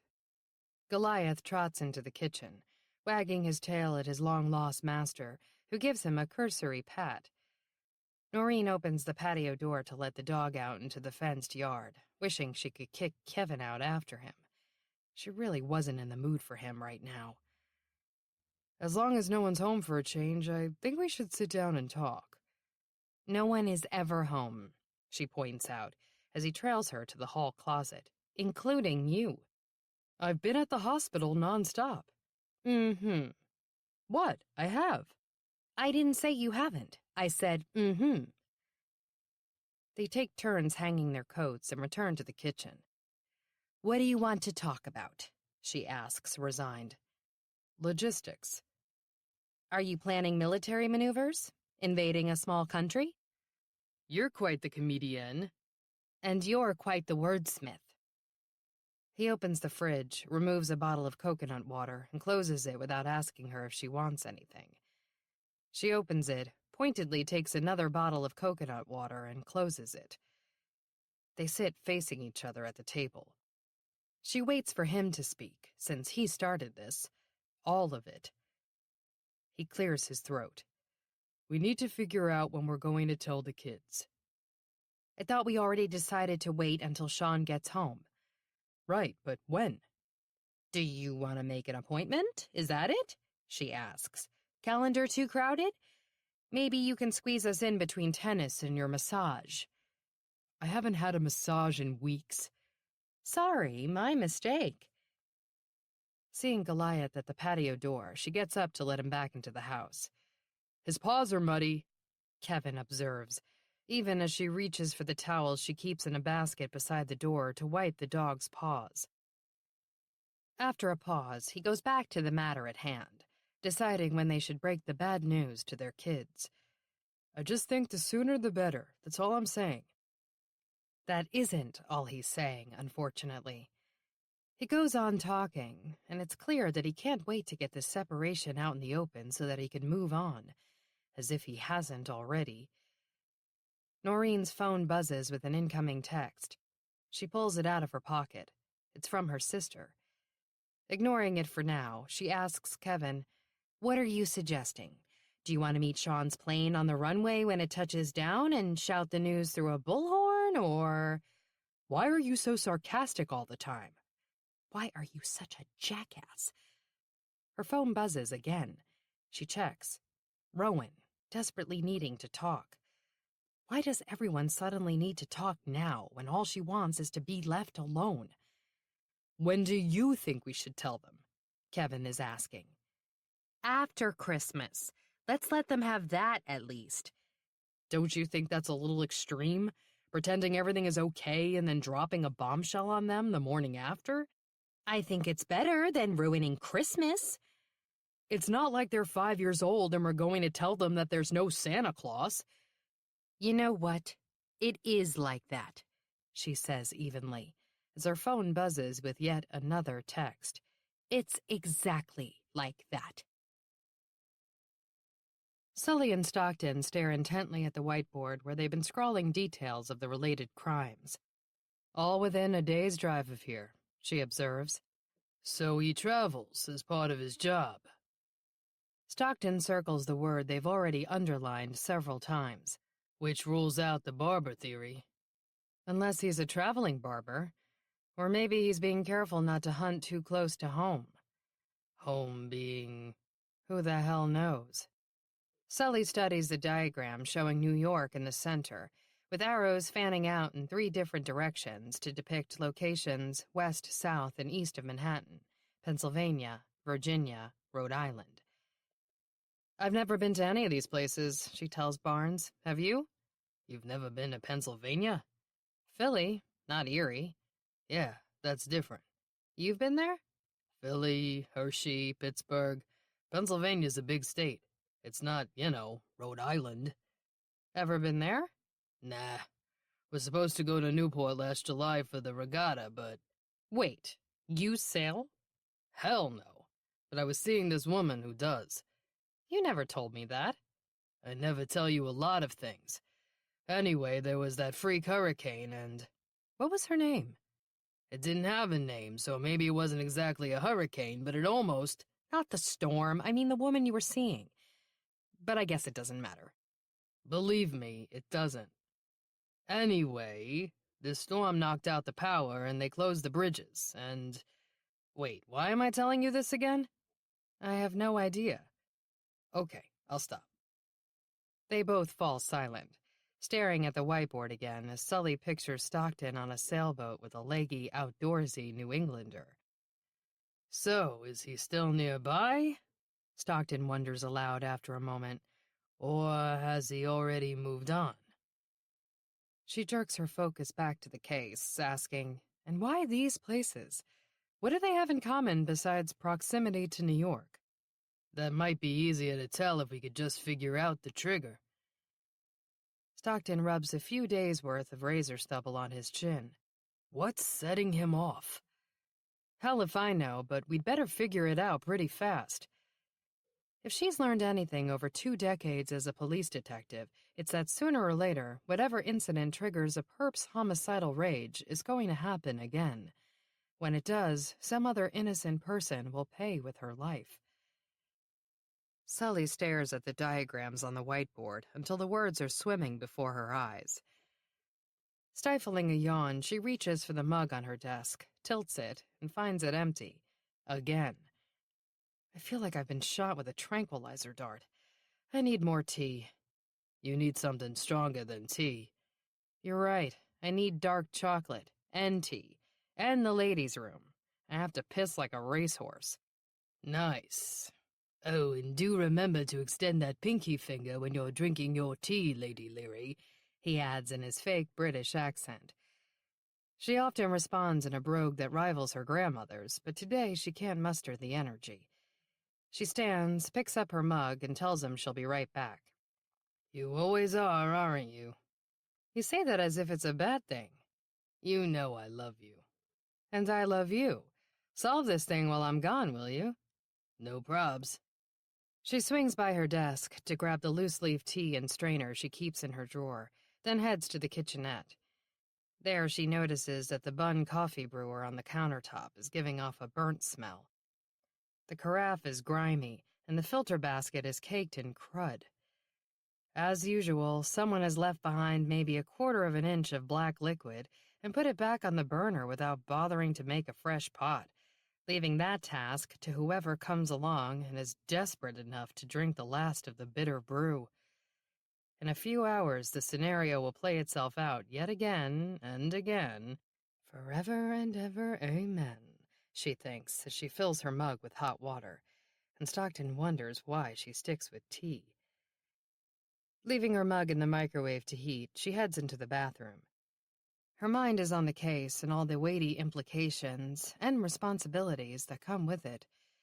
If a predator isn't stopped in its tracks, he, she, it, any predator will be compelled to kill again. It will happen over and over, forever and ever, amen. The ladies' room door opens as she stands at the sink, washing her hands. "Hey, Sully." "Hey, Brick." The female detective who just joined her in the ladies' room is never called by her real name, Flora. She's far more suited to her nickname, which she earned growing up in the South Bronx long before she joined the NYPD. She's over 6 feet tall, tattooed, and is rumored to have killed a man or two without benefit of her weapon. Nobody messes with Brick. If she likes you, you're golden. If she doesn't, luckily she likes Sully, and it's mutual. "I hear you and Bonds are calling in the feds," she says from behind the door of a stall. "Bad news travels fast, yeah." Barnes came across a case in Erie, Pennsylvania that matches the M.O., and then we found a couple of others. "Erie? I was there once, visiting my cousin who lives there. The weather's shitty. It snowed like hell." "Yeah, well, winter's a bitch, especially on the Great Lakes." "It was June." "Mother Nature? Also a bitch." "No kidding. I guess it wasn't as bad as what happened there last spring. Remember the ice storm?" "Where, in Erie?" "Yeah, all along the lake up there. My cousin lost power for almost 2 weeks." Ice storm. Sully remembers. It was epic. All over the news. When was that? "March. I remember because she was supposed to visit me for St. Patrick's Day, but her flight was canceled." Sully narrows her eyes at herself in the mirror above the sink, simultaneously remembering something and forgetting all about her mug of hot water in the microwave. "Gotta go," she tells Brick, and hurries back to find Stockton. "I thought you were getting tea and—" "When was the regatta?" "What?" "The regatta. Newport, you said?" "July." "Yeah, I know, too early for hurricane season, but that storm was—" "July what?" "I don't know. Mid-July. Why?" "The storm. I just want to check something." She sits at her computer and enters Rhode Island Storm July into the search engine. A moment later, she's got it.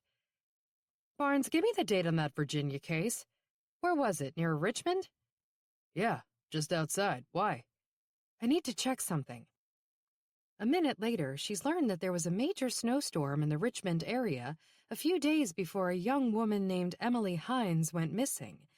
Her body, slashed, head shaven, didn't turn up until the spring thaw.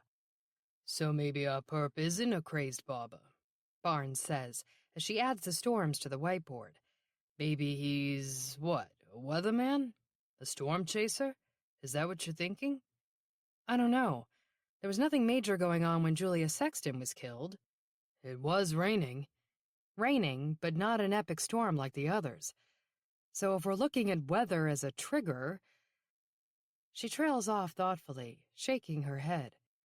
"The thing is," Barnes notes after a moment, "these other 3 women went missing a few days after big storms had passed, not before or during. Maybe it's just a coincidence." "Maybe, but probably not. Maybe he lives here. Maybe he's escalating. He came across Julia, and she fit the bill, and he didn't want to wait until he left town again." "That would make sense. But there are probably others. I think we should take a look at recent weather events and see if there are missing persons or homicide cases that happened around the same time." Damn it. Rowan disconnects the call without leaving yet another message for Rick.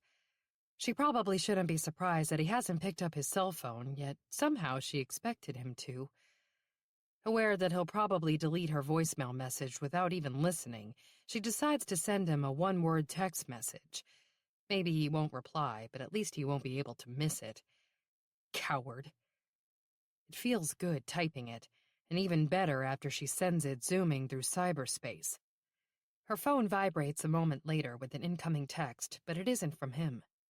"Not now," her sister Noreen has written in response to the frantic "Can you talk" text Rowan sent her a few minutes ago. "Just leaving court. We'll call you in 10, her sister adds. Cell phone clutched in her hand, Rowan paces back across the kitchen to the open package on the counter. It's a snow globe. That's what he sent her today.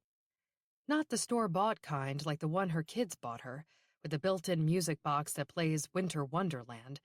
This one, which came wrapped in layers of yellow 14-year-old newspaper dated November 30th, is crudely homemade from a glass jar that sits upside down. A pair of tiny figurines are glued upright to the inside of the lid, submerged in water and glittery fake snow. She immediately recognized them as Polly Pocket dolls. Katie had a whole collection when she was little, and Rowan spent hours crawling around playing with her. Each doll was about the size of her pinky finger and came with a name and personality. The two dolls in the snow globe are glued together in a ghoulishly sodden and stiff embrace, faces locked in a plastic kiss, surrounded by swirling snow when you shake the jar. The female has long red hair. The male is blonde. Rowan doesn't remember the name of the red-haired girl doll, but there were only a few boy Polly Pockets, and Katie owned this one. Rowan clearly recalls that her daughter got him for Christmas one year from Noreen and Kevin, along with a bunch of other Polly Pockets. By that time, they'd been living in Mundy's Landing for a few years, and neither Katie nor Noreen grasped the name's significance. But it didn't escape Rowan then, and it certainly doesn't escape her now. The doll's name is Rick. Mick was as pleasantly surprised not to find his mother waiting at the bus stop today as he was yesterday when he beat her to the house, even on foot, after dropping the gift at Brianna's house. Mom had no idea that he hadn't taken the late bus home after practice yesterday, but he fully expected her to be there to meet him on this sunny afternoon, maybe with Doofus on a leash and definitely with a million questions. Maybe she's already figured out that he'd lied about having to go to school early this morning to take a test. But that's the least of his worries right now. So is the fact that he seems to have misplaced his good down jacket.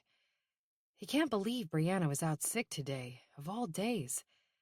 He kept thinking she must have shown up because he heard her name among those on the daily list of students called down to the office between periods. But at the end of the day, there was still no sign of her. Throughout basketball practice, he kept thinking about the gift box he'd stashed behind the bags of prunes. As soon as the coach blew the whistle, he took the world's fastest shower and then raced from the locker room to the cafeteria. The doors were locked, and the room beyond the windows was dark. He had no choice but to leave the gift there until tomorrow and hope the rest of the treasure hunt clues remained intact overnight. The minivan is in the driveway at home, and he braces himself for the inevitable barrage as he steps into the mudroom. But instead of questions, he hears his mother let out a high-pitched cry. "Mom?" "Mick, you scared me," she calls from the kitchen. "I didn't realize it was so late already." By the time he's taken off his sneakers and the lightweight jacket she's sure to point out isn't nearly warm enough for this weather, and where is your good down coat that cost me a fortune, she's disappeared. Doofus is there, sniffing his empty water bowl and food dish. Mick hears Mom's swift footsteps retreating up the stairs and her voice calling, "There's leftover meatloaf in the fridge. I'll be down in a few minutes." "What's the matter, boy? Did she forget to feed you?" Mick asks the dog, who responds with a forlorn gaze. Mick pours food and water into Doofus's bowls, then puts a plate into the microwave for himself. As it heats, he notices that the kitchen is even messier than usual. There are dishes in the sink and a cutting board covered in vegetable scraps, alongside a chef's knife and unopened mail on the counter. Nothing interesting. Mostly catalogs and a stack of Christmas cards from people he either doesn't know or doesn't care about. He thinks about last week, when Mom got that crazy package of burnt cookies. Caught up in Brianna drama, he never did remember to ask her again about it. She shows up in the kitchen as he's eating his ketchup-smothered meatloaf and browsing the ski jackets in the catalog, wondering if he should ask for a new one for Christmas, in case the old one is permanently lost. He expects her to have changed into comfortable clothes, but she's still wearing a skirt, sweater, boots, and her wool coat. "Are you going someplace?" he asks her. "What? No."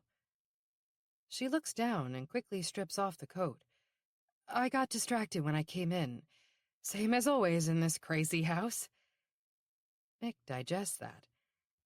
Some days are definitely hectic around here, but as far as he can tell, this isn't one of them. "How was school?" she asks, draping the coat over a breakfast bar stool. "Good." "Good." She goes to the fridge, takes out a bottle of water, and stands silently drinking it, staring off into space. He keeps his head bent toward the catalog, but watches her, wondering if she's okay. She looks pale. Mom, are you... Hmm? Snapping out of it, she looks at him, and he decides not to ask if she's okay. He's not so sure he wants to hear the answer. Instead, he changes his query to the first inane question that comes to mind. Are you going to drive me to work? Of course. How much homework do you have tonight? Not a lot. As soon as you're finished eating, go start it, okay? Okay. He can't believe she didn't ask about the test he said he had to take this morning. Maybe Dad didn't mention it to her, and maybe she didn't notice he'd left early. That's hard to imagine, though. When it comes to Mick and his brother and sister, Mom is so good at interrogation techniques that Dad teases her she should be a detective. Mick finishes the meatloaf quickly, loads the plate into the dishwasher, and retrieves his backpack from the mudroom. When he heads upstairs to do his homework, his mother still stands sipping water, absently looking out the window above the sink. A half-hour later, when he comes back down, she's in her study with the door closed. He knocks and then opens it a crack.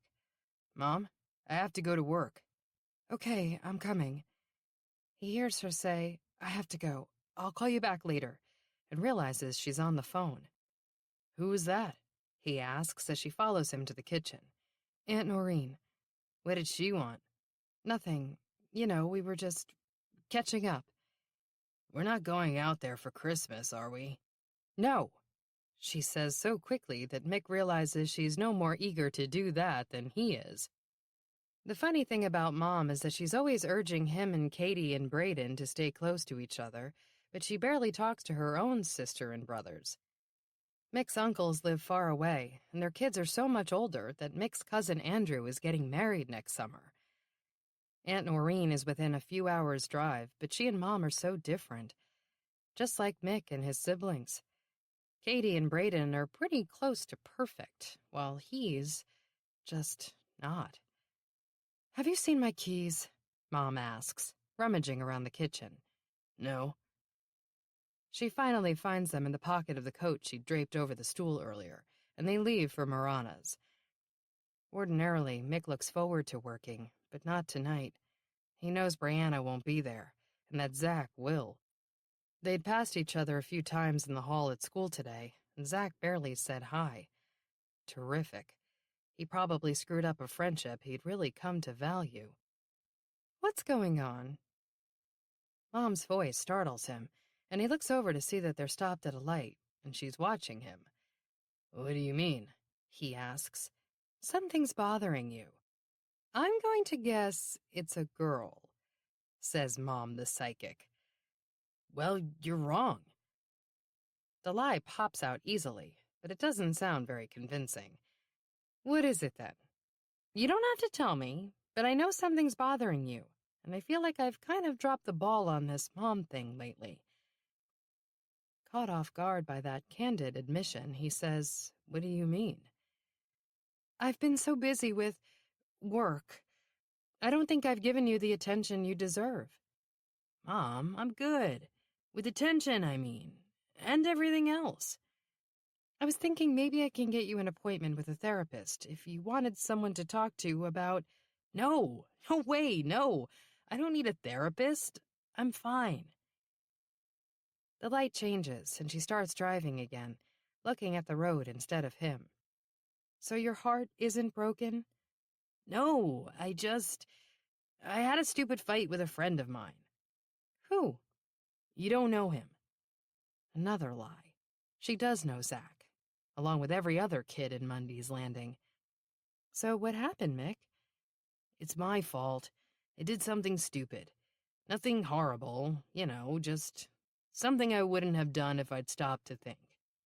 Tell him that. I did, and I apologized, but I don't think that matters. It happens to the best of us. You did the right thing when you apologized. All you can do is be accountable and hope he'll forgive you. If it wasn't horrible, he probably will. And if it was... She shakes her head, not finishing the sentence. But Mick does, in his head. Then you probably don't deserve to be forgiven. What was that about? Kevin asks when Noreen walks back into the kitchen, cell phone in hand. Nothing. Nothing? Your sister starts texting you out of the blue and you drop everything to go call her at a time like this? That's not nothing. No, it isn't nothing. But it's not as urgent as Noreen made it out to be when she interrupted Kevin mid-sentence to say she had to call her sister. "I'm sorry I bothered you while you were in court," Rowan had said. "It's okay." She didn't regret the lie she'd sent her sister's way. Rowan would never know the difference, and Noreen wasn't about to admit that she and her husband had just sat down to have their first real conversation in weeks about logistics. As it turned out, listening to her sister's concerns over a snow globe when her own world is unraveling wasn't much better than listening to her husband talk about the unraveling itself. "She just needed to talk to me about something," she tells him now. He's shaking his head. "I can't believe you told her." "Told her what?" "About us. We said we weren't going to tell anyone before we told the kids." "Believe me, I haven't told anyone." "You must have told your sister. Why else would she be texting you now?" "She's my sister." He does have a point, though Noreen chooses to ignore it. She and Rowan go for weeks, sometimes months, without being in touch. "Believe it or not, she has a life that doesn't hinge on the state of our marriage," she tells Kevin. "So do I, for that matter." "What's going on with her, then?" "Why would I tell you?" "Why wouldn't you?" He lobs back as expertly as if he were in tennis whites on the court of the club, instead of sitting here on the couch in $400 midlife crisis jeans. "My sister is none of your business anymore. If you're ending this marriage, then get used to the fact that she's my family, not yours." He shrugs as if it's no great loss and goes on talking about Christmas, or the lack thereof really, with the kids. Something has shifted for Noreen, who for the past few months has been wishing he'd change his mind about leaving for the sake of the kids, finances, convenience, appearances. Until now, she could think of countless reasons to stay married. But in this moment, they're outweighed by a single, compelling reason to divorce. "I loathe him." From the Mundy's Landing Tribune Archives, Police Blotter, June 12, 1979. Senior Prank. At 7:27 a.m. yesterday, police responded to a call from Mundy's Landing High School custodian Timothy Reynolds, who reported livestock loose on the premises. Upon their arrival, officers discovered several piglets running rampage through the halls and promptly evacuated the building. Animal Control Officer Lyle Timmons was summoned to the scene and apprehended 3 of the animals, marked with the numbers 1, 2, and 4. As arriving students and faculty congregated outside, officers carried out a lengthy and fruitless search for the missing piglet in what was presumed to be a quartet. Upon their failure to discover the animal, they determined that the incident was part of an elaborate hoax. 3 local youths were being questioned pending charges of criminal mischief in the 4th degree in connection with the incident. Chapter 13. Back home after dropping Mick at work, Rowan goes straight upstairs to retrieve the box containing the snow globe. When Mick startled her earlier, she dashed up the stairs and stashed it in the hall bathroom hamper beneath a pile of dirty clothes. Again, she looks at the Polly Pocket dolls glued inside the jar. Is it possible? She carries the snow globe out into the hall, past her son's bedrooms. Mick's door is closed, as always, to hide the mess and protect his teenage sanctuary. Braden's door is open, and the room is tidy, but it would have been that way even when he was Mick's age. How can brothers born of the same gene pool into the same household be so drastically different? Her own mother must have wondered the same thing about her and Noreen. Struck by a familiar longing for the woman who'd been yanked from her life far too soon, and for her father, not to mention for her firstborn son and her daughter, Rowan feels as though most of her adult life has been spent missing the people she loves. Just when you think you've moved past one loss, bam, another one takes its place. But eventually you figure out how to survive without that person, and maybe you hold on a little tighter to the ones who are left. When Braden first left for college, she couldn't walk by his empty room without sobbing. She kept the door closed and avoided it until he came home the following May with a heap of clothes and dorm room accessories that seemed to have quadrupled over the course of 2 semesters. When he left again the following fall, she missed him terribly all over again, but was nonetheless relieved to see the pile of stuff evaporate. She took advantage of his absence to paint the walls, update the bedding, and create space in his desk drawers for some of her school files. Katie's departure last August brought another momentary wave of grief, but Rowan got over it quickly enough to move part of her accumulated wardrobe to her daughter's half-empty closet and stash some of her books on built-in shelves, left barren in Katie's absence. She's been in and out of the room often enough these past few months to feel that she isn't violating her daughter's privacy as she crosses the threshold now. Dusk is falling beyond the tall, lace-curtained windows that overlook the street. She flips the overhead light switch. It throws a bright yellow glare over the room. She quickly turns it off again, feeling oddly exposed, and reaching instead for the bedside lamp. There, that's better. Now the girly bedroom, decorated in pastel shades of green and lavender, is bathed in warm light, a sharp contrast with how she's feeling inside. The moment she saw that snow globe, a chill snaked through her and withered every glimmer of contentment she'd experienced on the drive home from school. Talking to Noreen had helped a little, but her sister doesn't seem to grasp the gravity of this situation, and why would she? To her, it's ancient history. Rowan drags Katie's desk chair over to the closet. Built on a swivel, the seat jerks back and forth beneath her weight as she climbs on it to retrieve a clear plastic bin from the top shelf. Super-organized Katie keeps her belongings sorted and labeled. In some ways, she's cut from the same cloth as Aunt Noreen. And Mick, poor Mick, is so much like me. The conversation in the car had left her worried. There were so many things she wanted to say to her son, so many things she probably should have said to him long before now. She'd been so determined to put her troubled teen years behind her that she hadn't shared many details with the kids. Now she realizes that it might help Mick to know she gets it, gets him, that she knows exactly what it's like to do something I wouldn't have done if I'd stopped to think.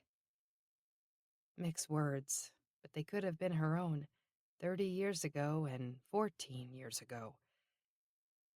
She won't confess the most sordid sins of her past, but she'll share what she can and suggest that they find a therapist for him. Armed with a diagnosis, medication, and therapy, he can turn things around now while he's still young, before he makes a reckless mistake that will have more serious repercussions than a friend's cold shoulder.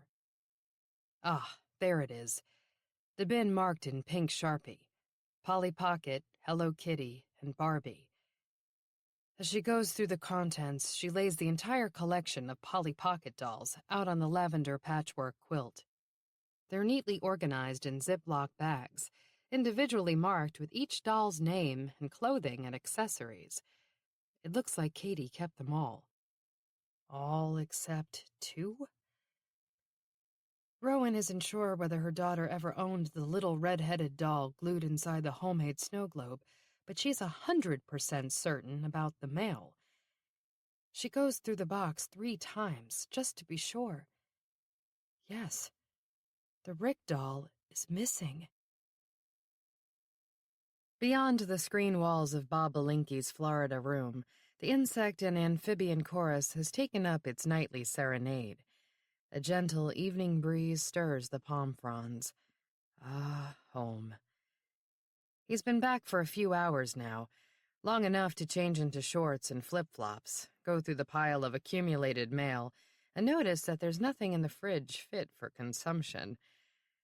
He has yet to do anything about that, but is planning to head over to Publix as soon as he gets a hold of Rick, who never did reply to his text this morning, or the voicemail he left when he landed in Tampa. When he didn't pick up the phone then, Bob was slightly worried.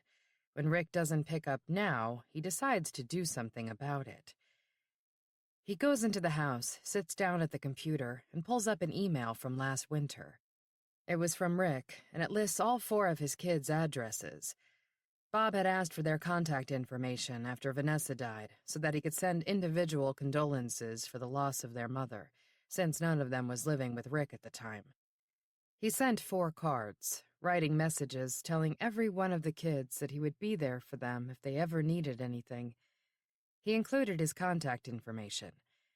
He heard back from the 2 oldest, Rick's stepsons. They thanked him for his concern. The younger kids, both in college, didn't respond. The family might be fractured in the wake of Vanessa's suicide, but they need each other's support if they're going to heal. Using the addresses of Rick's stepsons, Bob manages to locate phone numbers for both. Rick wouldn't be thrilled that Bob's reaching out to the kids directly, but it's for his own good. That's what friends are for. Mick, have you talked to Brianna today? Gina asks when he walks into the restaurant kitchen, wearing her telltale, bursting with news expression. His heart immediately starts pounding. Old Jiffy Pop may be privy to just about everything that goes on around here, but she can't possibly know he's Brianna's secret Santa. No, why? He asks as casually as possible. She didn't show up for work, and my mom can't get a hold of her. Oh, well, she's sick, Mick tells her above the clatter of pots and pans, running water and sizzling food. She wasn't in school today. Then she should have called my mom. Now we're totally short-handed, and there's a birthday party coming in with 15 people in 20 minutes. Well, maybe she's feeling better. Your mom should call, and... She tried. Brianna's not picking up her cell phone, and no one is answering at her house. Obviously, she's not really home sick. Mick's instinct is to snap at her, but remembering what happened with Zach, who barely greeted him when he walked into the restaurant a few minutes ago, he says only, "She's probably sleeping or plugged into headphones. Happens all the time in my house." Shaking her head and emitting sounds that may or may not be actual words, Gina grabs her order pad and heads back out into the dining room. As Mick rolls silverware and steak knives into cloth napkins, he hopes Brianna isn't so sick she had to go to the doctor, or the hospital even. She seemed fine last night, though. Maybe she really is playing hooky. Maybe she snuck off to a Hadley dorm to be with her college boyfriend or something. Disturbed by the thought of that, he fumbles the cutlery and drops a steak knife onto the floor. He starts to bend over and pick it up, but someone gets there first. If this were a romantic movie, Mick thinks, it would be Brianna handing him the knife, and their hands would brush and they'd look into each other's eyes. But it isn't a movie, and it's Zach who hands him the knife that just dropped at his feet. "Hey, Lou, you missed." "What?" Startled, Mick looks from the knife in his hand to Zach's face and sees that he's smiling. "If you're gonna get rid of me, you're gonna need better aim, see?" Zach the wise guy is back. "And you might want to wait till there are no witnesses, or it's gonna get messy, capiche?" "Capiche. Thanks, Lou." Mick grins and takes the knife from him, glad that at least something is going his way today. Sitting in her study, trying to make sense of what's gone on in her life, Rowan can't stop thinking about the carnival that came to Mundy's Landing every summer when she was growing up. For one long weekend in June, an ordinary grassy field out on Colonial Highway would burst to life with crowds and commotion and color. In the early 1900s, an amusement park midway had stood on that spot. In her childhood, you could still see faint ruts in the grass where the penny arcade had been, and rotting wood and pilings from the old boardwalk and pier. Back in the woods, there were other ruins belonging to the park, and the picnic grove structures and a stone storage building remained intact, albeit covered by graffiti. In those days, there was talk of bringing a new theme park to the site, but it never happened. Wistful kids of her generation made do with the traveling carnival, and her own wistful kids didn't even have that. Too bad. Even when she was very young, Rowan relished the fleeting danger and decadence of it all, Food stands dishing up deep-fried, sponge-sugared, gooey confections. Barkers convincing you to try your luck at games that were impossible to win. Wanton rides that rattled and shook. Flashing lights and blaring music as they hurtled you into the sky or twirled you so fast that your brain rattled. Noreen always got sick on rides, even the carousel, but not Rowan. She loved them. The higher, the faster, the scarier, the better. The barrel-shaped gravitron was her favorite.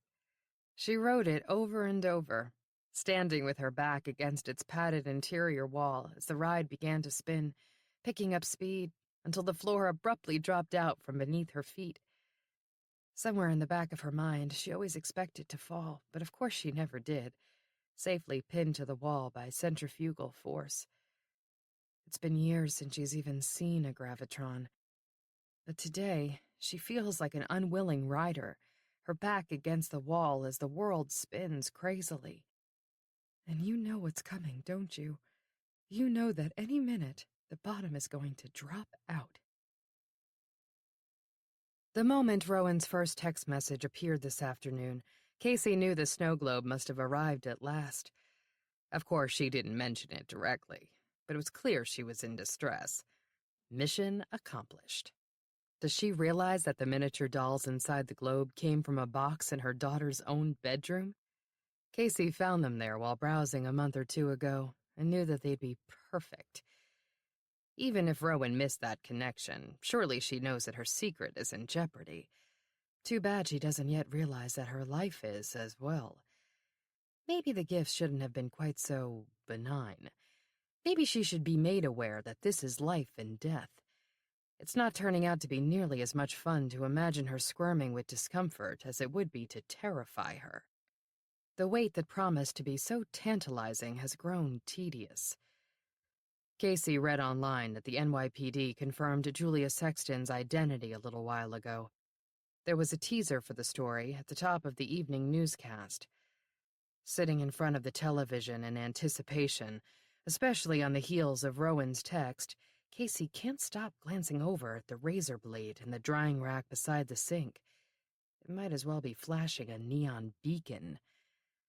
I'm bored. That's the problem. I need something else to do. Something constructive to keep my mind and my hands occupied, like when I made those little gifts for Rowan, and the time capsule scrapbooks, too.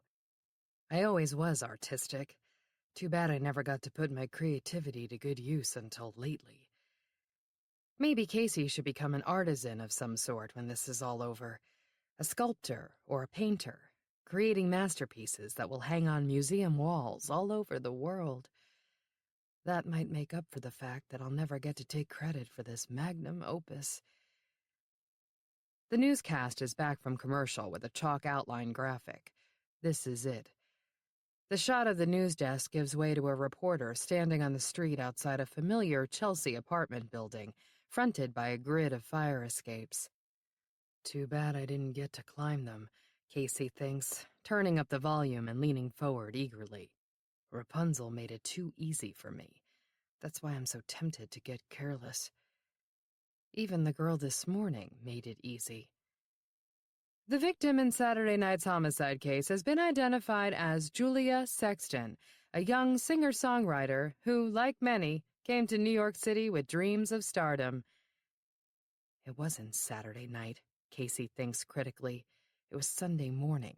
Sunday bloody Sunday. Even the media can't get it right. The reporter goes on talking about Julia, showing a montage of photographs. Baby photo, little girl missing her 2 front teeth, in a cap and gown, on stage with a microphone. There's an interview with some guy carrying bags of groceries and standing on the stoop of her building, a neighbor who has frustratingly little to say about both victim and crime. The lack of recognition is starting to get to Casey. Too bad the NYPD cops are too ignorant to realize that Julia Sexton has plenty of company. Maybe it's time to send them a note or make a phone call, something like that, just so that they'll make no mistake about who has the upper hand here. It can't hurt. Jack the Ripper and the Zodiac did it, and they were never caught. Casey watches with interest as the boring man-on-the-street interview is replaced by earlier footage of a middle-aged couple the reporter describes in voiceover as Julia's parents. Heads bowed, arm in arm, they're being escorted from the morgue by a couple of uniformed cops and flanked by a pair of detectives, a tall African-American male and a female with, can it be, long red hair. It's pulled back in a clip, but Casey can just imagine what it would look like falling down her back, what it would feel like. Now there's a close-up of the woman, identified as Detective Sullivan Leary, being questioned by the reporter. All I'm authorized to tell you at this point is that we're working on a number of leads, and we're asking anyone with information to call our tip hotline. A phone number flashes on the screen. Casey grins. Just what the doctor ordered. As Rowan watches Jake's car pull into the driveway from the window of her study, her stomach turns. He thinks he's coming home to chicken marsala, a happy wife, normalcy. I think you should just tell him the truth, Ro, her sister advised earlier when she called back. Then you won't have anything to worry about anymore. Her sister is delusional. Telling Jake she had a near miss with an affair 14 years ago would open the door to a whole slew of things to worry about. When she said that to Noreen, the response was, Are you sure you'd be worse off than you are now? Because all you're doing is worrying. I can assure you that marriages have withstood much bigger issues than this. She didn't say, this is nothing, but she might as well have. Rowan wished she hadn't called her, but she had to call someone. She has plenty of friends who are closer, much closer than her sister is these days, but she can't bear the thought of admitting her secret to anyone else, regardless of whether they'd be less inclined to pass judgment than the almighty Noreen. At least this isn't news to her. She's always known that Rowan is capable of terrible things. The people in her life now, Jake included, only know the best side of her, the charade. She'd carried it off for years now.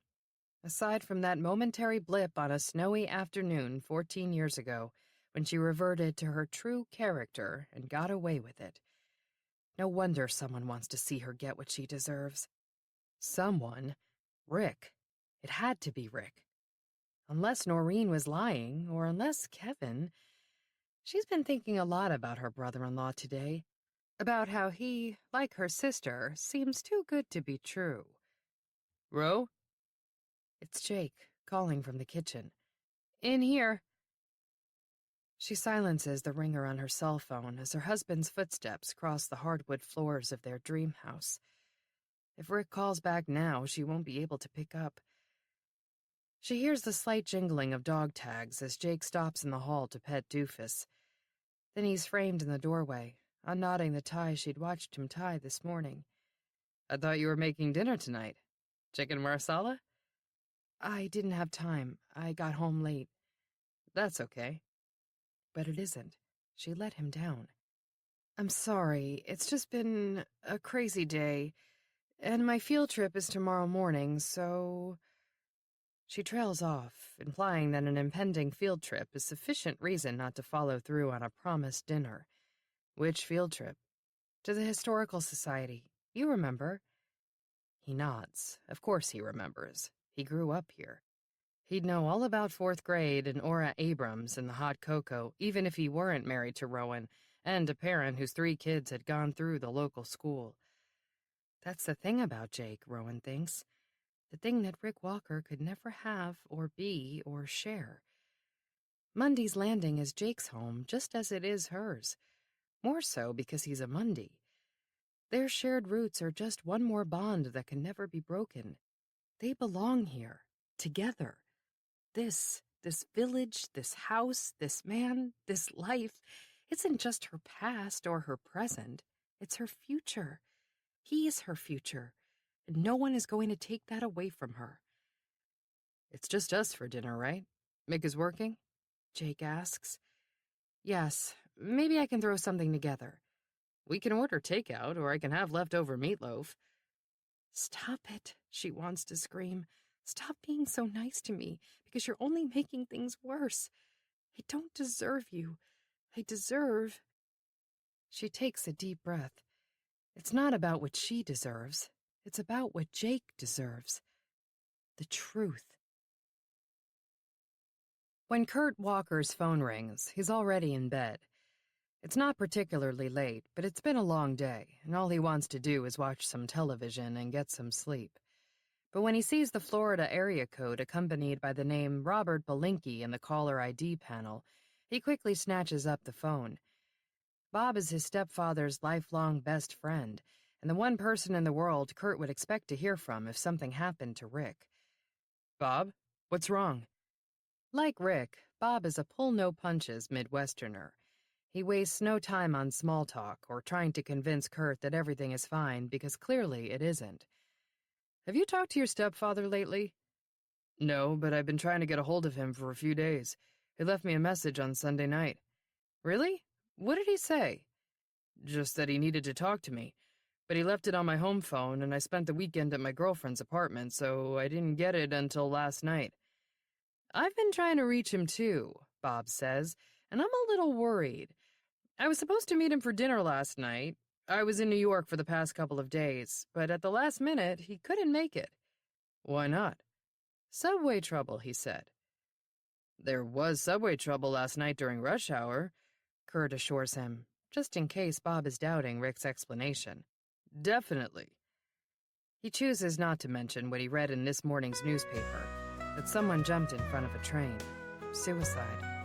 I know, Bob says, but I offered to meet him after that, and he didn't want to. So you heard from him later last night? Yes, but not since then. That's good, though. That was just 24 hours ago. Bob is jumping the gun on being alarmed. How did he sound? It was just a text. The thing is, he hasn't called me back today. I just want to make sure he's okay.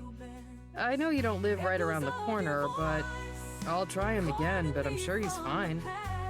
Sometimes he just sort of drops out for a while, especially since my mom, you know. I'm so sorry about your mom. I really am. Thanks. It's been a year, but it's still hard. I'm sure it is. On everyone, including Rick. Kurt's pulse quickens.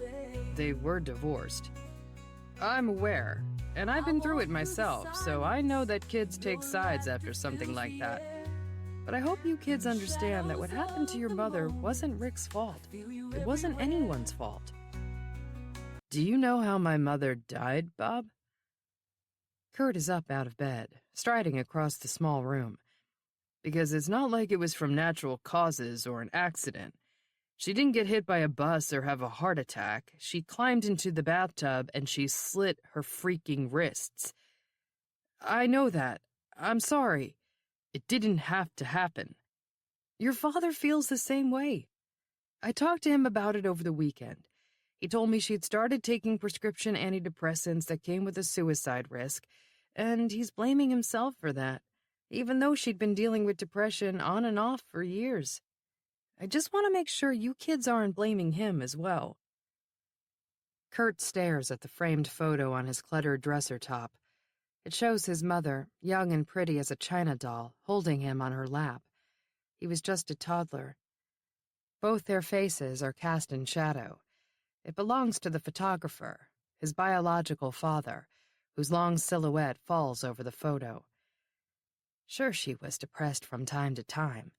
Look what she went through.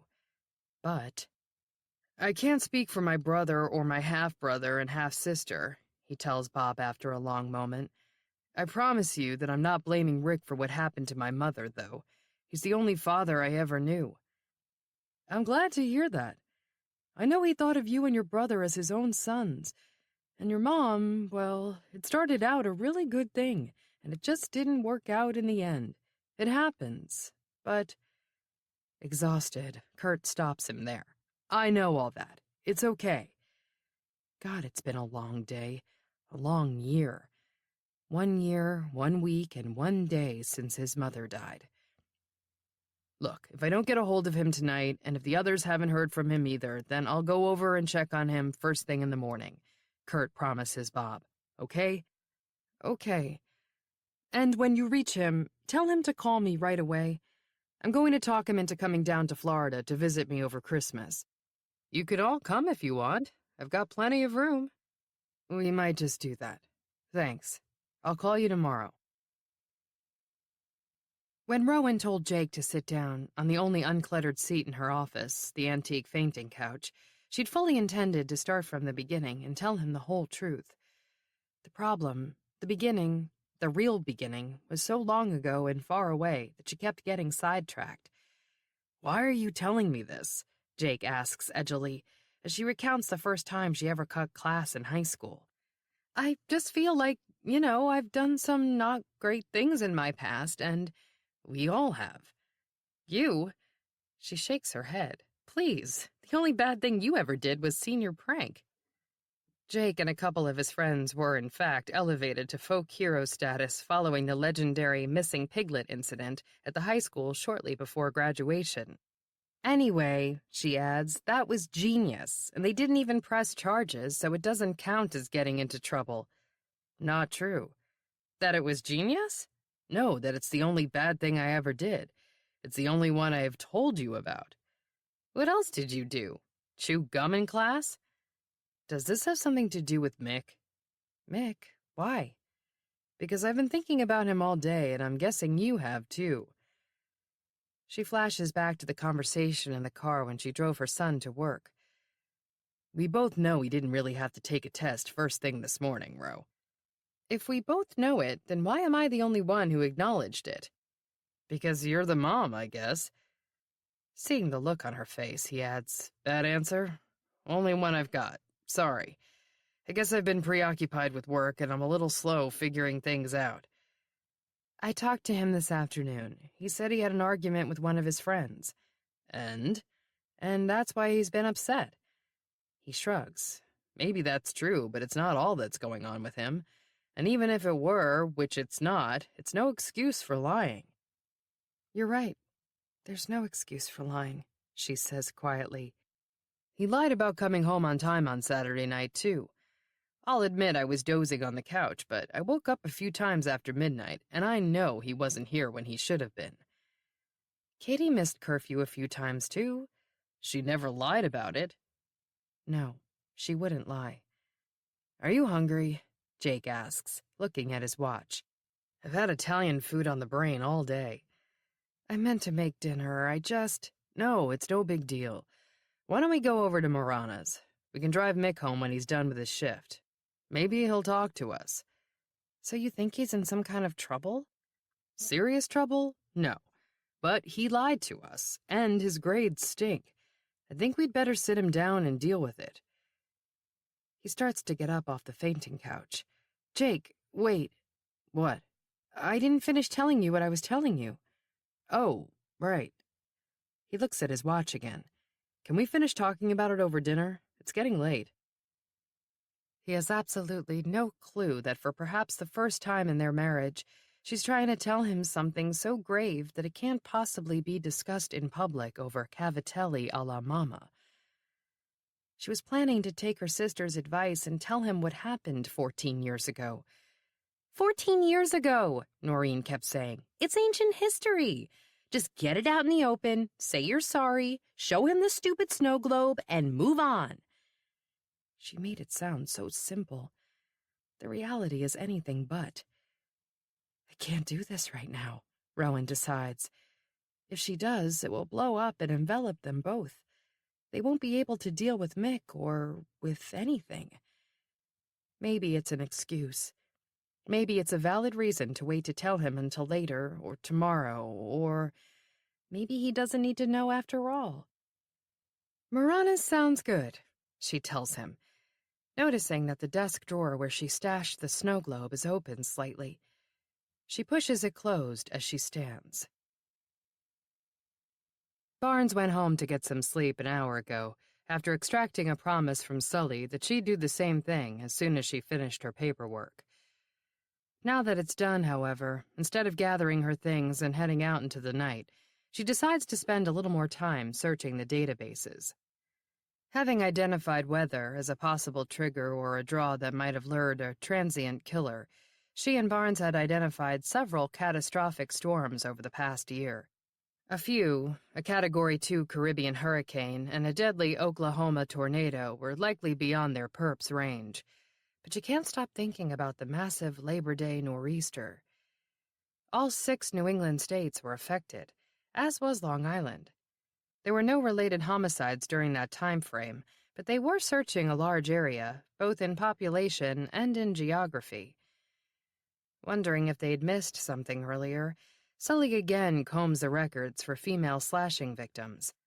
This time she finds one, a Boston prostitute, but she was brunette and of Asian descent and doesn't fit the victimology.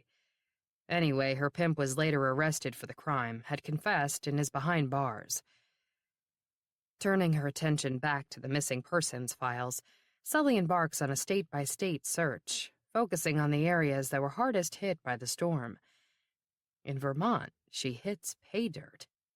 A female college senior in Burlington has been missing since September 11, 4 days after the storm passed through. She has long red hair. She'd grown up in New York City and lost her beloved godmother in the World Trade Center attacks. According to the case file, her friends reported that the anniversary always brought her down, but she'd been more depressed than usual this year because their sorority house had been without power for several days. Suicide had not been ruled out, though no evidence of that had ever turned up, nor had her body. At the time she disappeared, much of storm-ravaged Burlington was still flooded by Lake Champlain and littered with downed trees and power lines. The area was crawling with reporters, relief workers, repairmen, contractors, insurance inspectors. Somewhere among them, Sully is now convinced, lurked a killer with a straight-edged razor and a deadly obsession with redheads. From the Mundy's Landing Tribune Archives, Police Blotter, March 28, 1984. A Mundy's Landing teen is safely back home after a massive search that began Tuesday evening when her parents reported her missing. Believing she was safely in her bedroom, they had noticed nothing amiss throughout the evening, but called police when they discovered the bedroom empty shortly after 11 o'clock. Following an extensive overnight search, the teen returned to her parents' home mid-afternoon of her own accord. She stated that she had traveled out of state to a rock concert. Her identity is being withheld due to her age. Chapter 14. Dressing for the field trip on Wednesday morning, Rowan can hear Jake singing in the shower.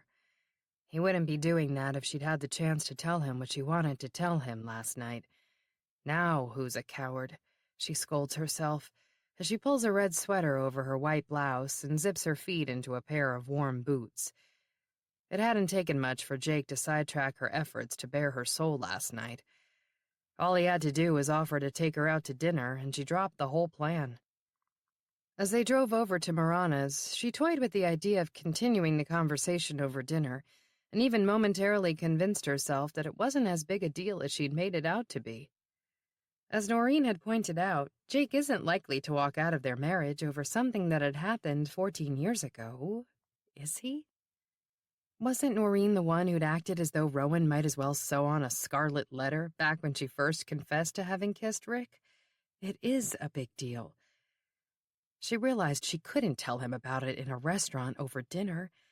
It would have to wait. Marana's was jam-packed last night, and short-handed.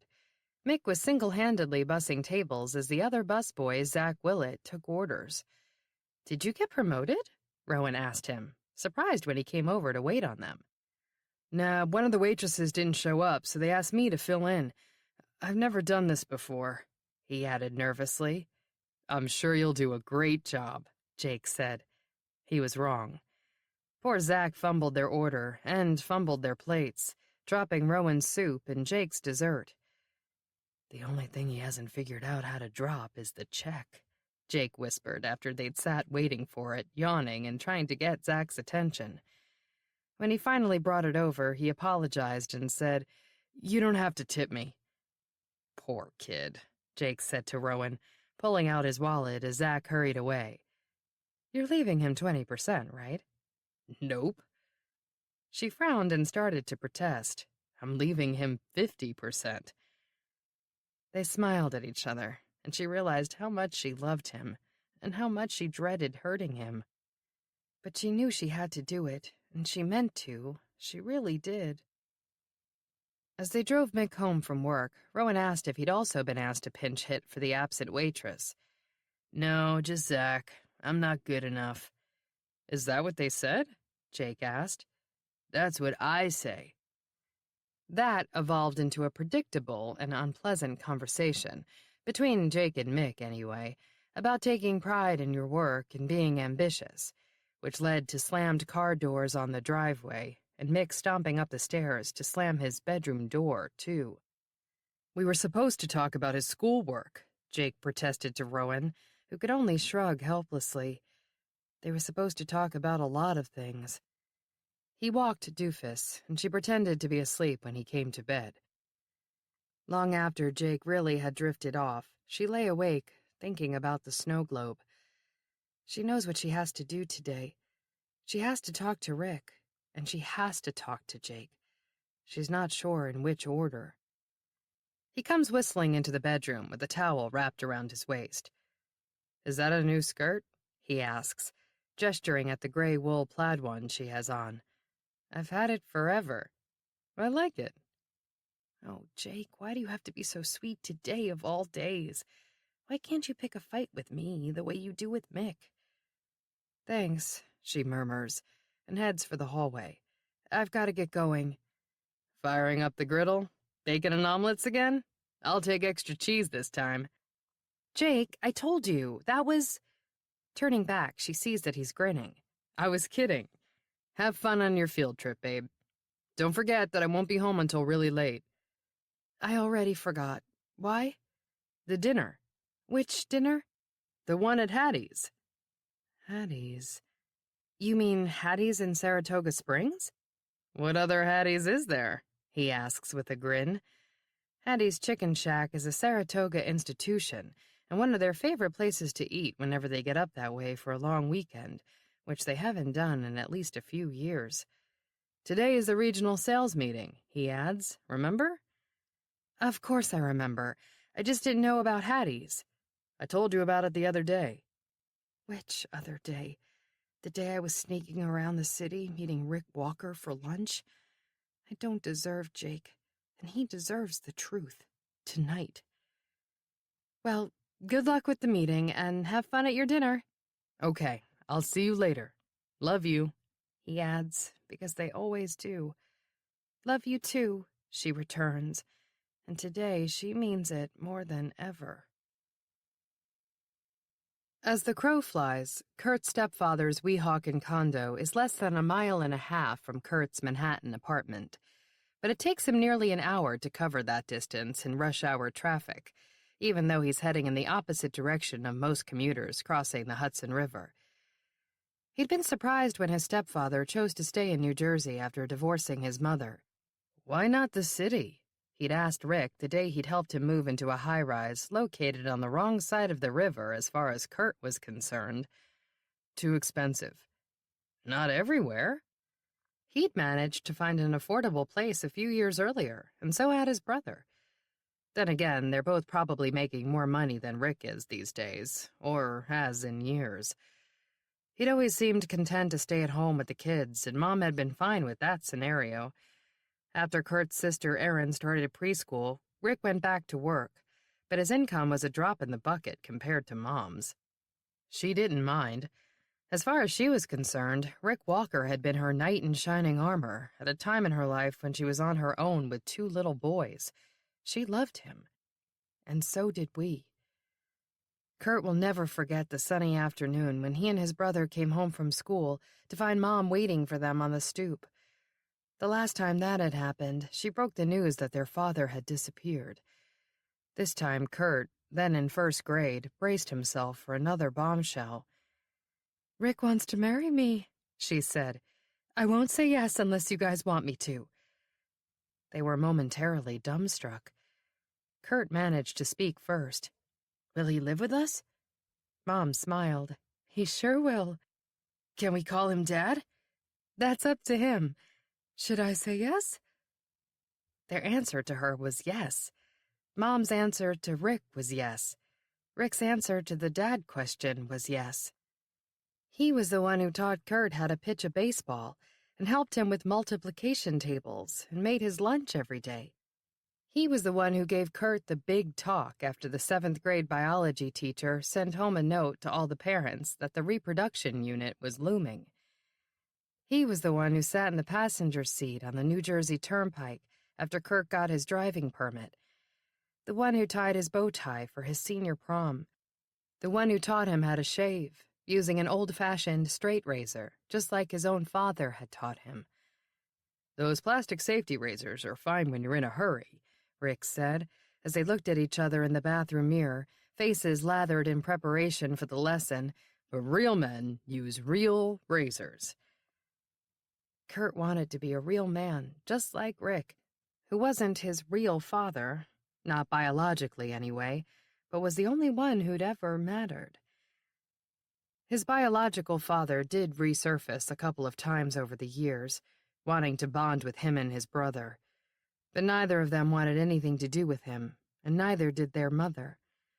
She despised her first husband, but according to the suicide note she was clutching when she killed herself last November, she never stopped loving her second.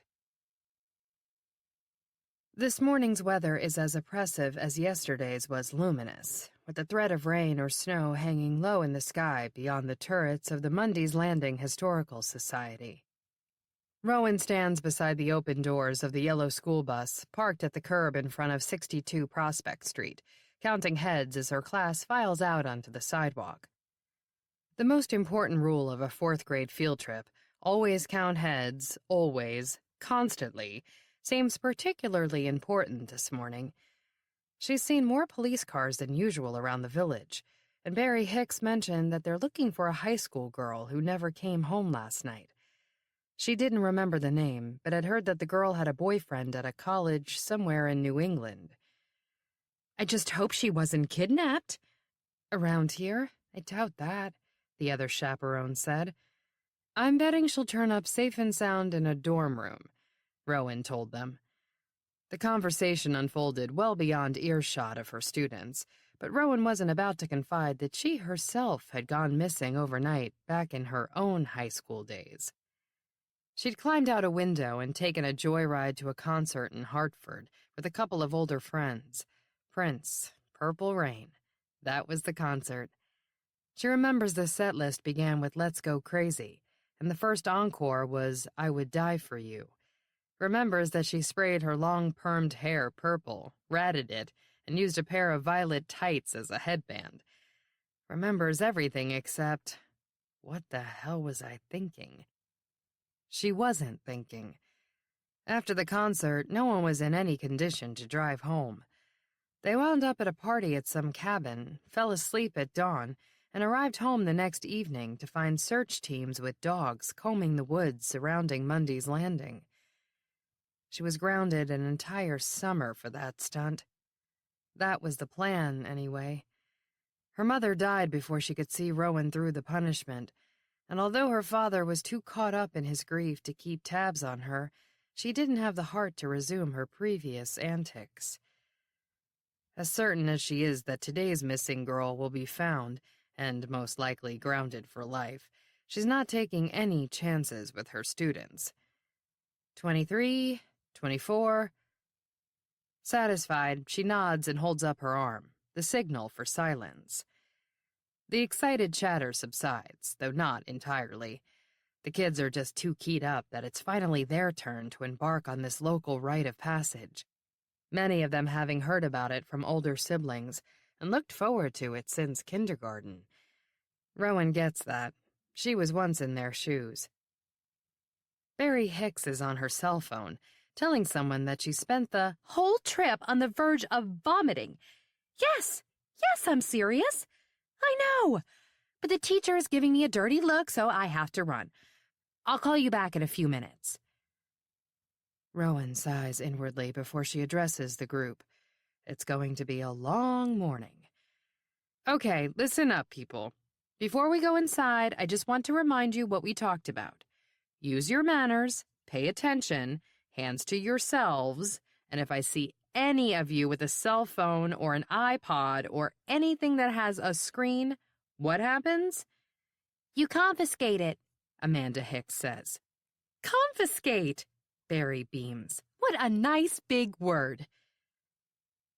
Rather than pause to congratulate Amanda's literary skills, Rowan goes on talking, reminding the class of Miss Abrams' strict no electronics policy in order to preserve an authentic atmosphere.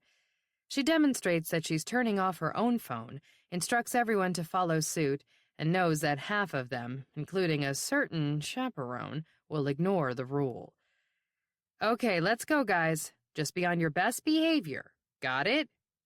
Got it, Most of them say in unison. The few who don't haven't got it and never will. She marches the line up the wide steps of the stone building, with the 3 chaperones walking alongside them. Barry is, not surprisingly, only interested in interacting with her own daughter. The 2 of them are dressed identically in khakis and black North Face jackets, with ridiculously tiny matching purses slung from shoulder to opposite hip and clutched protectively close in case someone tries to mug them between the bus and the steps. Aura Abrams is framed in the doorway. She seemed elderly, even back when Rowan was a girl, but always spry and lovely, with her snow-white updo piled high above a pastel satin headband, making her look like a geriatric Cinderella. She likes to say that history is her family business. Her father was a history professor at Hadley College, and her great-aunt Etta was the longtime curator of the Historical Society before Aura took over back in the 1950s. "Well, who have we here? Is that Rowan Carmichael?" she asks. Not exactly. That hasn't been her name in 20 years. But despite seeing her often, Aura is one of those hometown folks who will always think of her as one of the Carmichael kids. Rowan can see the kids' ears perk up. Rowan Carmichael? Who might that be? Realizing her mistake, Aura says, "I'm sorry, I meant Rowan Mundy. I mean, Mrs. Mundy." Instant contradiction from who else? Amanda Hicks. You mean Ms. Mundy. Yes. Come in, Ms. Mundy, and everyone. Aura holds the door wide open so that they can crowd into the majestic foyer, with its ornately carved woodwork, hexagon-shaped stained glass windows, and mosaic floor. Rowan breathes a sigh of relief, ensconced, if only temporarily, in this familiar cocoon. Here, the old house scent that lingers in her attic at home blends with potpourri wafting from a cut glass bowl near the guest book, and the scented votives flickering on the marble mantelpiece. The imposing grandfather clock loudly ticks in time with its swaying pendulum, and Christmas music is playing courtesy of scratchy vinyl on a vintage Victrola. In Rowan's house, the staircase is carved of the same dark wood, but it's angular with a landing. Here, the stairs curve in a graceful, unbroken arc to a second-floor balcony. Aura ducks beneath a velvet rope hung across its foot and ascends a few steps so that she can address the group from above. At this time of year, visitors are restricted to the first floor, where it's all about mistletoe and holly. The notorious Mundy's Landing collections, archives relevant to the village's bloody past, are housed in 2 large rooms above. In one, among other 17th-century artifacts, is a cast-iron kettle that Jake's ancestors, James and Elizabeth Mundy, supposedly used to make stew from the disembodied limbs of their unfortunate fellow settlers. There are records from the trial and execution as well, written in pen and ink on crumbling parchment displayed beneath glass. The other room contains a more extensive exhibit, given the relatively recent timing of the crimes. Included are bloodied clothing and hair ribbons that were found on the Sleeping Beauty's corpses, and notes that were purportedly left by their killer. There are yellowed newspapers, the story made national headlines, and police reports, along with dozens, perhaps hundreds, of original photographs.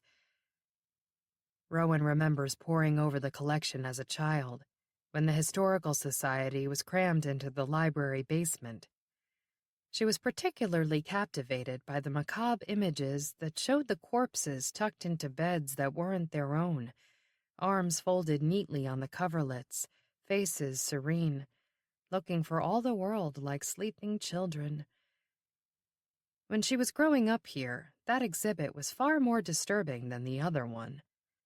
Not so for Jake, though, or for their kids. The overachieving descendants of James and Elizabeth Mundy stretched well above and beyond the realms of good citizenship in their efforts to redeem the tainted family name, and it's paid off. For the most part, anyway.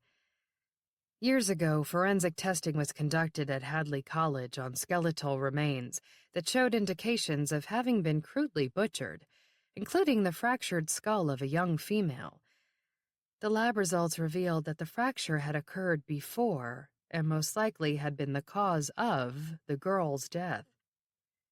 It's one thing to be descended from early American settlers who valiantly resorted to the unthinkable in order to stave off death by starvation and were cruelly executed in front of their children.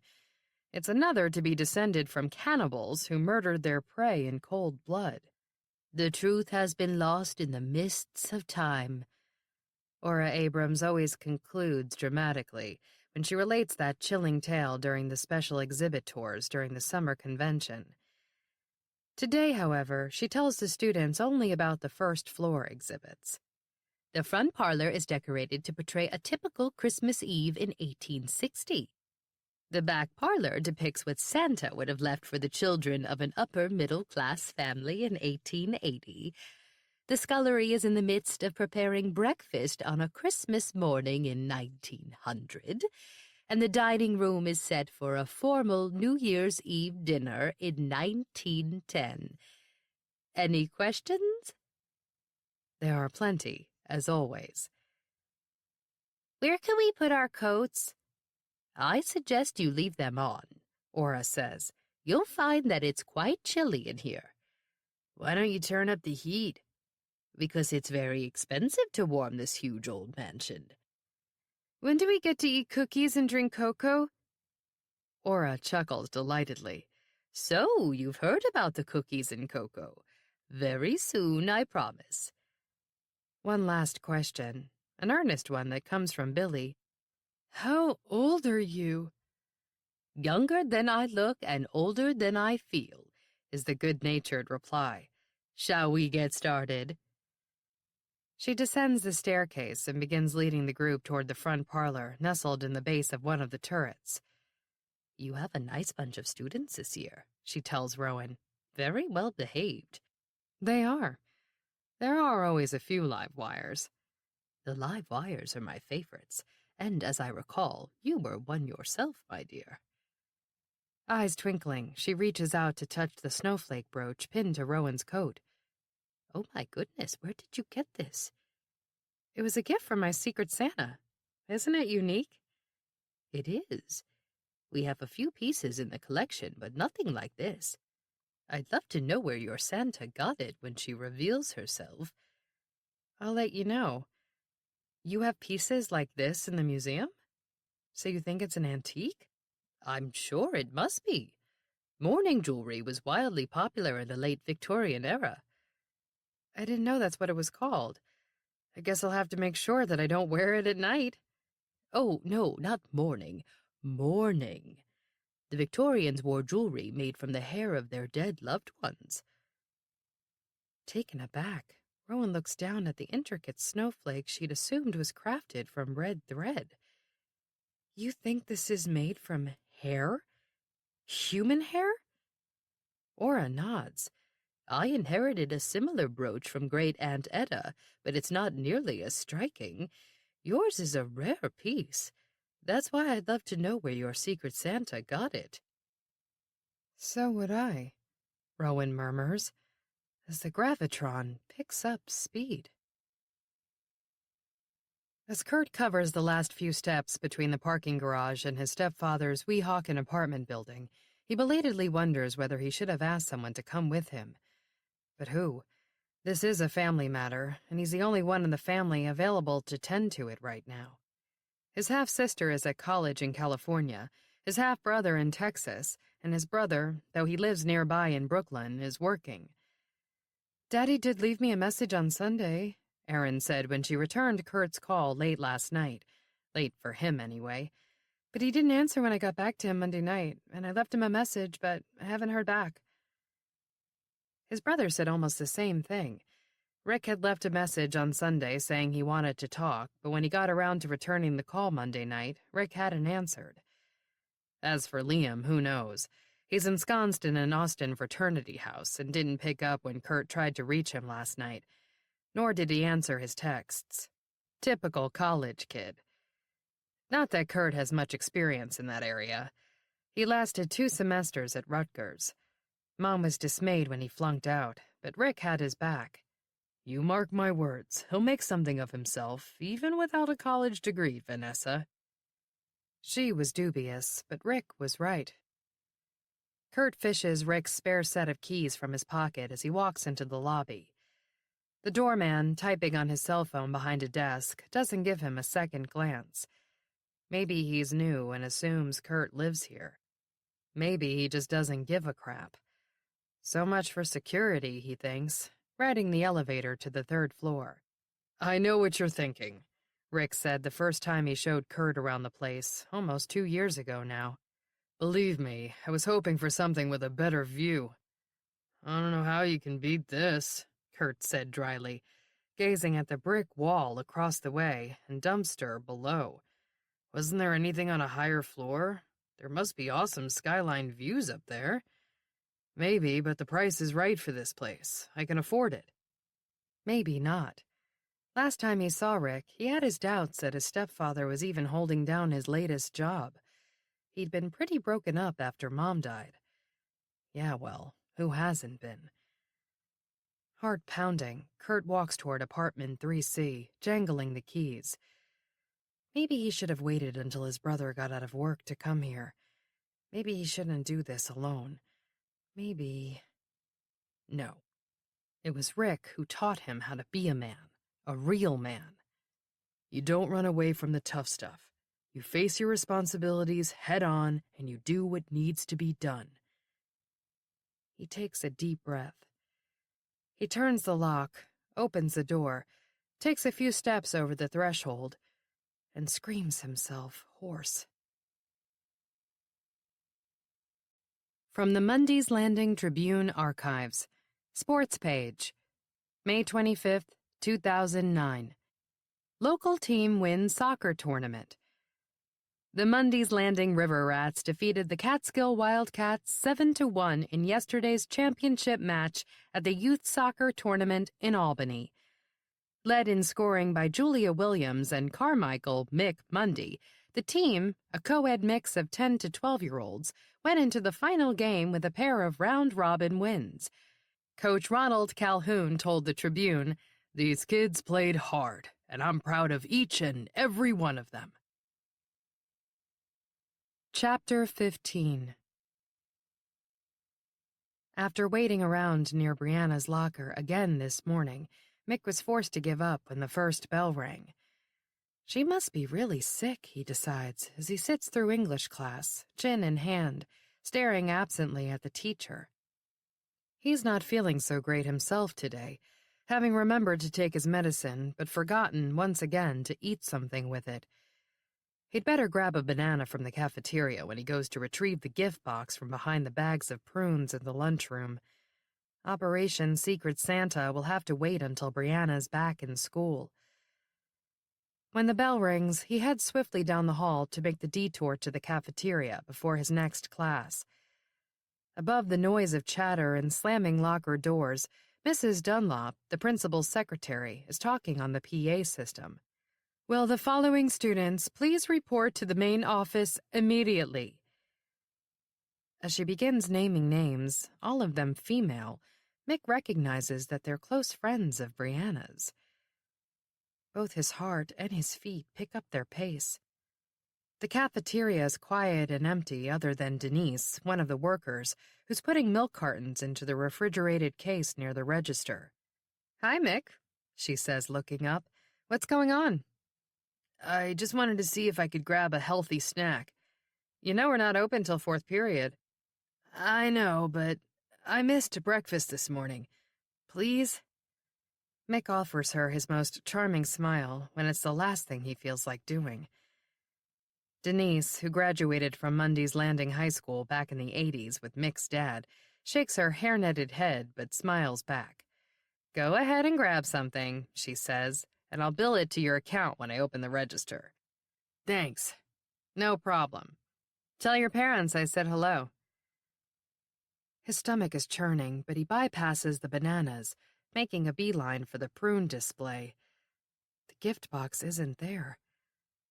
Frowning, he roots around trying to find it, but it's definitely gone. Realizing Denise is watching him, he grabs a bag of prunes just as the bell rings, signaling the start of next period. He shows it to her, saying, "I'll take this. Bill me for a banana too, okay? I grabbed one yesterday when no one was here. Thanks, Denise." "No problem. Now get moving." As he heads for the hall, he hears her laugh and repeat, "Get moving. Ha! Good one." Mick is too concerned about Brianna and the missing gift to be mortified. Passing the bulletin board in the empty hallway, he pauses to lift the Toys for Tots flyer, intending to remove the written clue he'd left there for Brianna. It, too, is missing. Since he's already late for class, he detours past a few other spots where he planted notes, only to find that all have been removed. Even more disturbing, through the glass window of the main office, he can see a pair of uniformed police officers, along with several of Brianna's friends, all of whom are crying. After spending the night combing case files, Sully got home at 4 a.m. to find that her upstairs neighbor was apparently spending the night at her boyfriend's because her teenage son, an avid drummer, was having a party. And the insomniac old man downstairs was blasting his television so loudly that you could hear every word of Life Begins for Andy Hardy on Turner Classic Movies. Reminded of her father, who had been a big fan of old movies and Mickey Rooney, she downed a shot of Irish whiskey, crawled into bed, and managed to sleep soundly until 9. She'd have kept right on sleeping if she hadn't been awakened by a call from Barnes, reporting that a teenage girl had gone missing up in the Hudson Valley, and she might have crossed paths with their redhead stalker. Maybe, but probably not. Brianna Armbruster is younger than the other victims, still living at home with her parents. She vanished on a sunny morning, not on the heels of a catastrophic storm. When small-town teenage girls go missing, the vast majority of them disappeared voluntarily. Often they've had a fight with their parents or boyfriend, or they are simply in the mood for a change of scenery or searching for some big city excitement. Still, she lived on the Hudson River just up the Taconic Parkway from New York, and she's an attractive girl whose most striking feature is her long red hair. At that news, Sully bounded out of bed and jumped into the shower. Now she's juggling rest-stop tea and a bagel in the passenger seat as Stockton follows the foggy gray ribbon of highway, stretching along the Hudson River with the Catskill Mountains looming to the west. They're well aware that the trail is fairly cold by now. The girl had likely been missing for hours before anyone realized she was gone. No one had seen her since she'd gone to bed on Monday night. Those poor parents. Sully shakes her head. Can you imagine the guilt? "I can. That's why I never had kids. It doesn't mix with this job." Both Armbrusters are successful professionals with demanding state government careers in Albany. They'd assumed when they left for work yesterday morning that their daughter was out jogging, as was her early morning habit. "At least they're both cleared as suspects," Barnes points out. "That saves everyone a whole lot of extra anguish." Yes, the couple's solid alibis spared them the unique hell Sully and Stockton have encountered many times in the past. Parents often fall under the umbrella of suspicion in a child's disappearance, and it's a challenge to stride the fine line between compassion and skepticism when investigating a case like that. It's just incredible that in this age of overcommunication, the system failed so spectacularly, Sully says with a sigh, giving up on the bagel and shoving the remains into Barnes' coffee cup parked in the console. "Hey, It's empty. This is garbage. I thought you were starved. I was, but even I have to draw the line somewhere. Like I said, that's garbage. You can't get a good bagel north of the George Washington Bridge. She brushes the crumbs from her hands and pulls out her notes, going over the facts of the case. When Brianna didn't show up at school yesterday morning, the attendance office assumed she was out sick and followed procedure, which was to leave a message at the house to confirm the absence. No one was home. After school, her younger brother was wearing gaming headphones and parked in front of the Xbox console in his room, too engrossed to notice that his sister hadn't come home as usual. When the parents arrived later that night, they found nothing amiss and assumed their daughter had come and gone to her waitressing job. It turned out she'd never arrived there either, but when the restaurant called looking for her, the 12-year-old video game junkie never heard the phone ring. The thing that gets me is that the parents never checked their voicemail when they got home, Barnes comments, shaking his head. I don't bother to do that very often either, Sully tells him. If people want to reach me, they call my cell. Lately, only the telemarketers bother calling my landline. But you don't have kids. True, but I can imagine these people are probably like every other working parent we've ever met. Overextended, overwhelmed, overtired from a long day, long commute. You're right. And they really didn't have any reason to think anything was wrong until they realized their daughter hadn't come home from work. She nods. It was well past 10 o'clock when the Armbrusters began to worry, belatedly discovering the messages from the school and the restaurant. They panicked and called the police.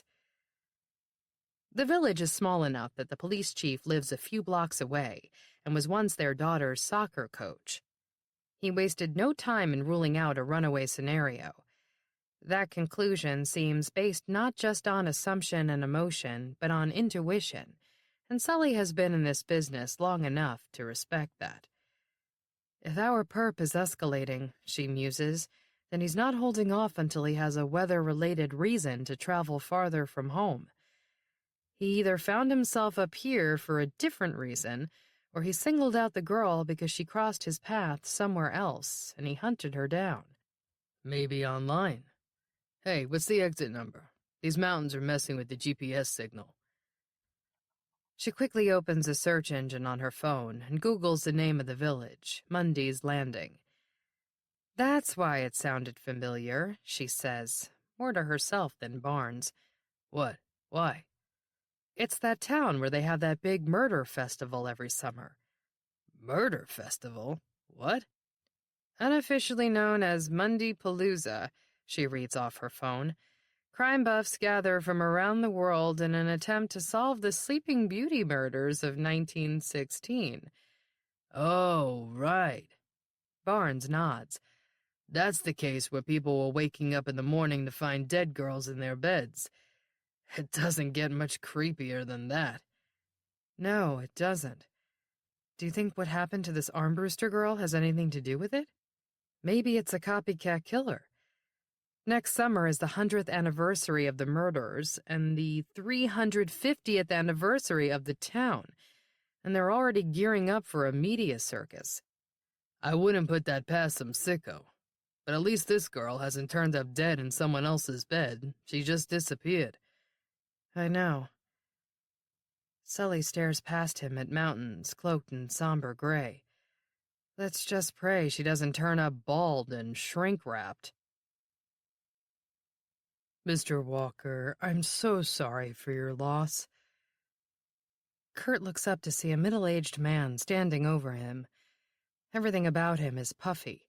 Curly blonde hair, navy down jacket, even his face and breath, both of which bear the florid evidence of boozy nights. He lowers himself into the seat opposite Kurt. They're in a small office just off the building lobby, where the first cops on the scene escorted Kurt to get him away from his stepfather's dead body. That was almost an hour ago. He had no idea who summoned the police. Most likely one of the third-floor neighbors called in response to his screams.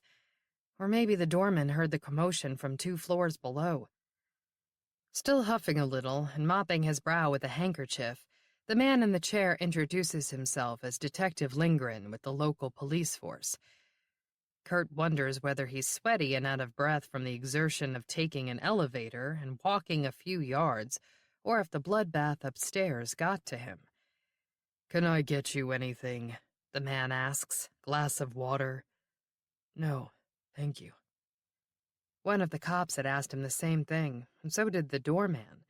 It happened when his mother died as well. Why, he wonders, do people assume that proximity to death is accompanied by great thirst? "I need to tell my brothers and my sister what happened," he tells Detective Lindgren. "Are they close by?" "One is. I'll go tell him in person. I'm going to have to call the younger two. They're away in college. They're going to have to make travel arrangements, and..." He looks at his watch. "They'll want to come right away. Today." "I understand. I just have a few questions for you if you feel like you can answer them right now. I know this is a terrible time, but the sooner we get this out of the way, the better." He inhales and exhales shakily, nodding. "I'll answer them if I can."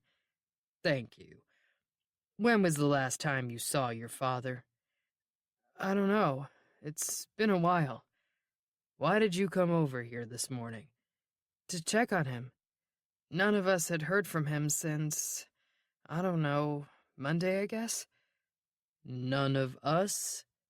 "Me, my brother, my half-sister and half-brother, and my dad's friend Bob. He's in Florida.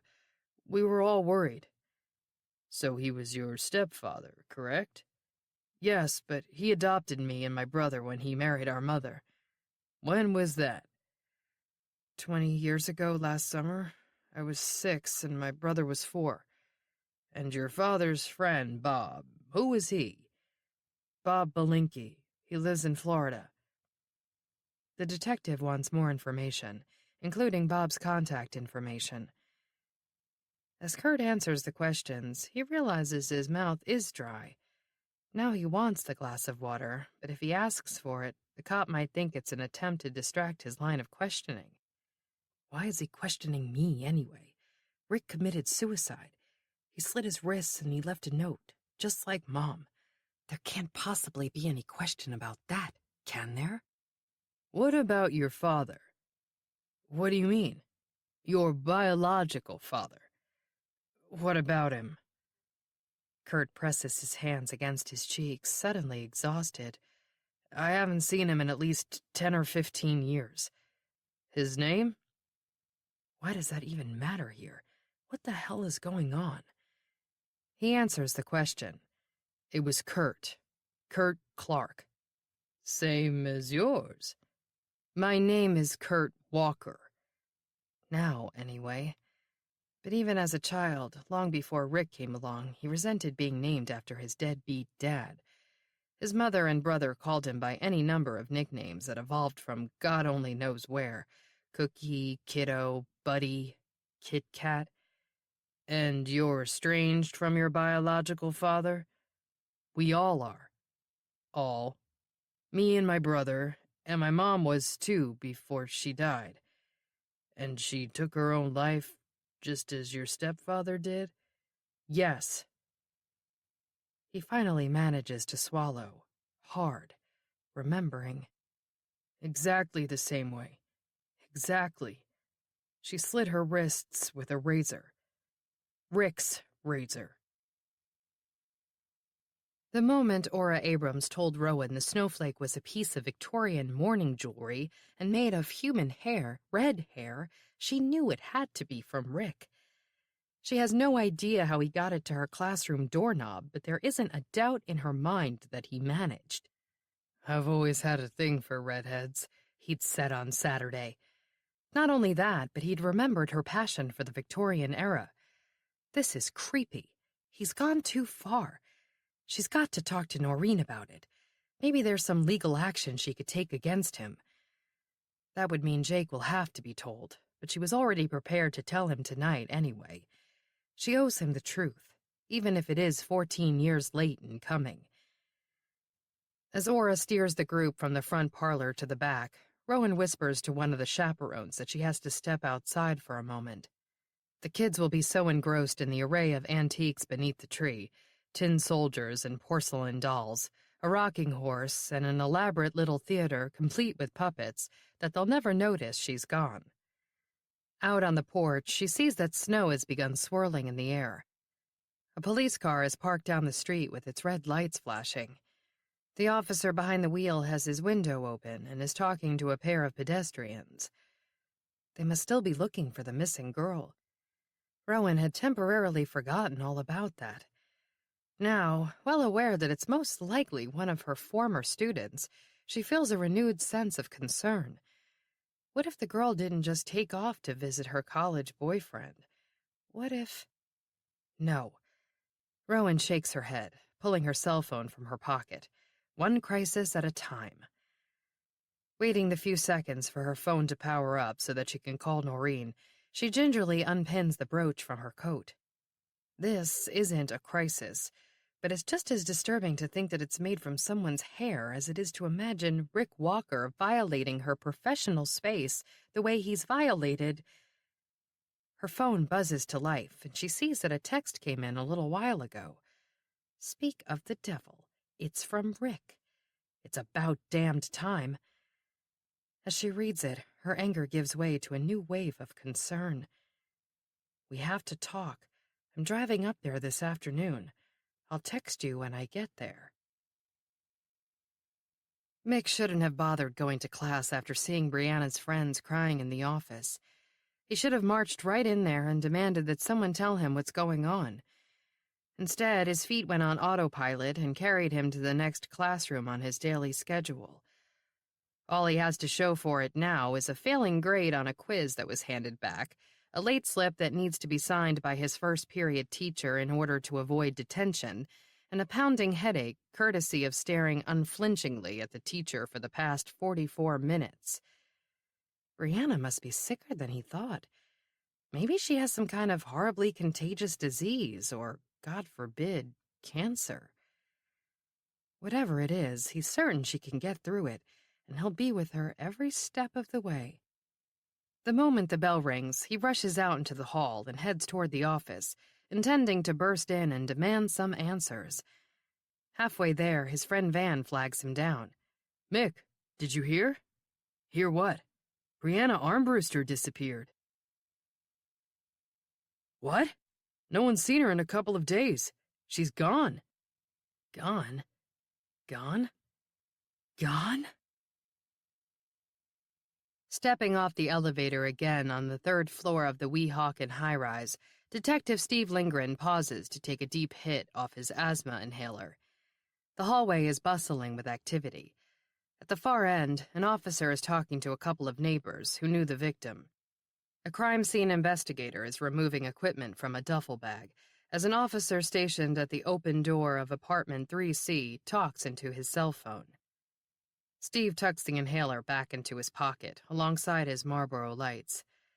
Ordinarily, he'd have stepped outside to smoke both before and after meeting with Kurt Walker, but he's cutting back to a pack a day.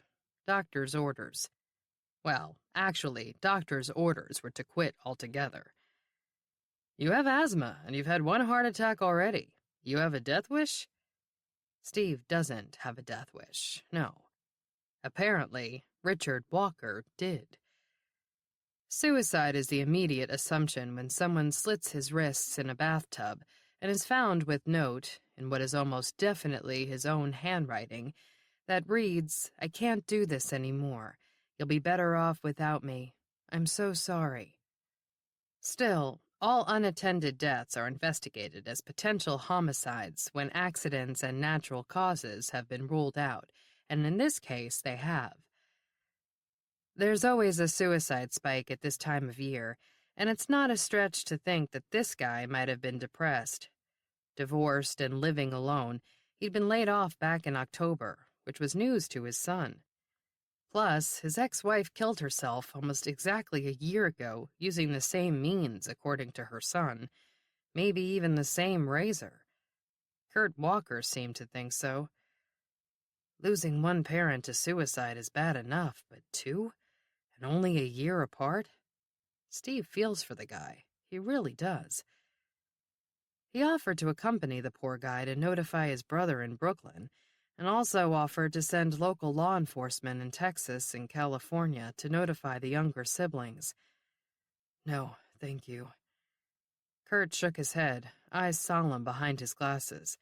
I have to tell them myself. It's my responsibility. My father taught me to do whatever has to be done, no matter how hard it is. He sounds like a wise man. I'm sure he'd be proud of you. As they shook hands in the lobby, Steve promised to be in touch later today. You let me know if you or your family need anything at all, okay? Kurt nodded and walked out into the cold, head bent, hands shoved deep into his pockets.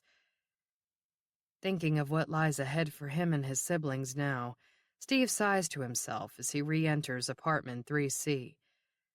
The place is bustling with investigative activity, most of it centered around the body in the bathtub. The ME will be here in about 20 minutes. One of the officers, Jimmy Hogan, informs Steve. I'm just confirming we've got an ID on the victim, and it's Richard Walker, the guy who lives here? Yeah, that's him, according to his son. He's the one who found him. That's rough. Steve shakes his head. You don't know how rough.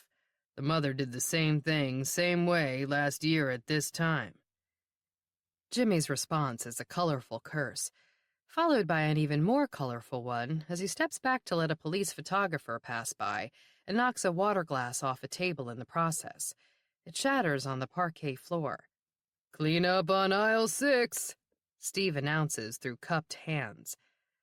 Yeah, funny. See if there's a broom in that closet behind you there. Steve opens the door. The closet is jammed. He begins pulling things out, finds a broom, and hands it to Jimmy. Got a dustpan? What do I look like, Molly maid? Steve continues rummaging in the closet. He doesn't find a dustpan. He finds something that's a hell of a lot more interesting. What the hell? He swiftly pushes his way into the bathroom to take another look at the body in the tub. Hey, careful, Lindgren, the photographer protests. I'm setting up a shot here. Sorry, hang on. I just gotta check something. Steve checks and nods. Hey, fellas, I think this one's a homicide after all. From the Mundy's Landing Tribune Archives. Community Notes. June 14th, 1916. Young and old persons alike anticipate the arrival of summer for refreshing delights no other season can offer. Envision the perfect day. Open-air luncheon in a shady picnic grove, donning a bathing costume and splashing away a sultry afternoon at the water's edge, indulging one sweet tooth with a bowl of rich, delicious ice cream or an effervescent root beer, and winding down the evening with the foxtrot in an open-air dance hall, a vaudeville performance, or a ragtime serenade beneath the stars. One can fulfill all of these desires and more at the new Valley Cove Electric Pleasure Park in Mundy's Landing. Now open for the season and just in time for next month's sesquicentennial extravaganza, the riverfront park is accessible via streetcar to the end of the River West Line and is located adjacent to the 1665 Settlement Monument. Amusements include a carousel, a Ferris wheel, and a figure-8 thrill coaster. Along the boardwalk are an arcade, a shooting gallery, and a food concession pier, including a root beer stand and a confectioner's stall. Strolling the well-lit grounds, parkgoers will find modern bathhouses, picnic shelters, a roller skating rink, bandstand, theater, and dance pavilion. Plans for expansion include a baseball diamond, a grandstand, and a swimming pool. While there have been concerns among the upstanding citizenship of our fair village, particularly those of a gentle female persuasion, that the park might draw vagrants and unsavory characters from far afield, management offers utmost assurance that this is a family-friendly endeavor. Undesirables shall be refused admittance. All others are invited to visit at 10 cents for the day. Chapter 16. Ordinarily, Noreen doesn't leave the office at lunchtime, opting to stay at her desk and eat Greek yogurt or a protein bar, if anything at all. Today, however, she heads home at noon to grab a brief she'd left behind in her haste to clear away the breakfast things and get out the door with the kids. Luz helps when she's here, but she's off on Wednesdays. Kevin wasn't working, but had reserved an indoor court at the club and was already gone when she got up at 6:30. She was hoping he wouldn't be home now, but sees his Lexus parked in the garage when she raises the electronic door. Terrific. It's already been a lousy day after a sleepless night on the guest room mattress, and she's dreading this afternoon's meeting with one of her more difficult clients. Having come to terms not just with the separation, but with the likelihood of a divorce, she wishes he'd just get out of her house and her life. But of course he can't. Unfortunately, neither can she, not even just overnight. She doesn't have the luxury of an escape chute to the hospital, a rented condo, or wherever the hell it is that he sleeps when he's not here. Walking into the kitchen, she finds a mess. An array of chopped fruit sits on a cutting board, rinds and peels litter the sink, and the juicer is filled with a pumpkin-colored sludge that's spattered on the counter and backsplash. Goliath's muddy paw prints are tracked over the floor, and the dog himself apparently toppled his bowl of dry food and is undoubtedly cowering someplace in shame. She fights the urge to grab a sponge and start cleaning, instead striding through the house to the foot of the stairs. "Kevin," she calls. No answer. She stomps up the flight and sees that the master bedroom door is closed. What if he's in there with someone? That gives her pause. Then, realizing her heart wouldn't be broken and it would be ammunition for the divorce settlement, she embraces this scenario and strides toward the room. Opening the door, she braces herself to see her husband in the arms of another woman. Instead, she finds him sound asleep, wearing his shoes on top of the white silk comforter. The scream that's been building inside her for months bubbles dangerously close to the surface. "Are you kidding me? Are you freaking kidding me? You're sleeping in the middle of the day after making a disgusting mess and leaving it there for someone else to clean up?" He blinks, sitting up. "What are you doing home?"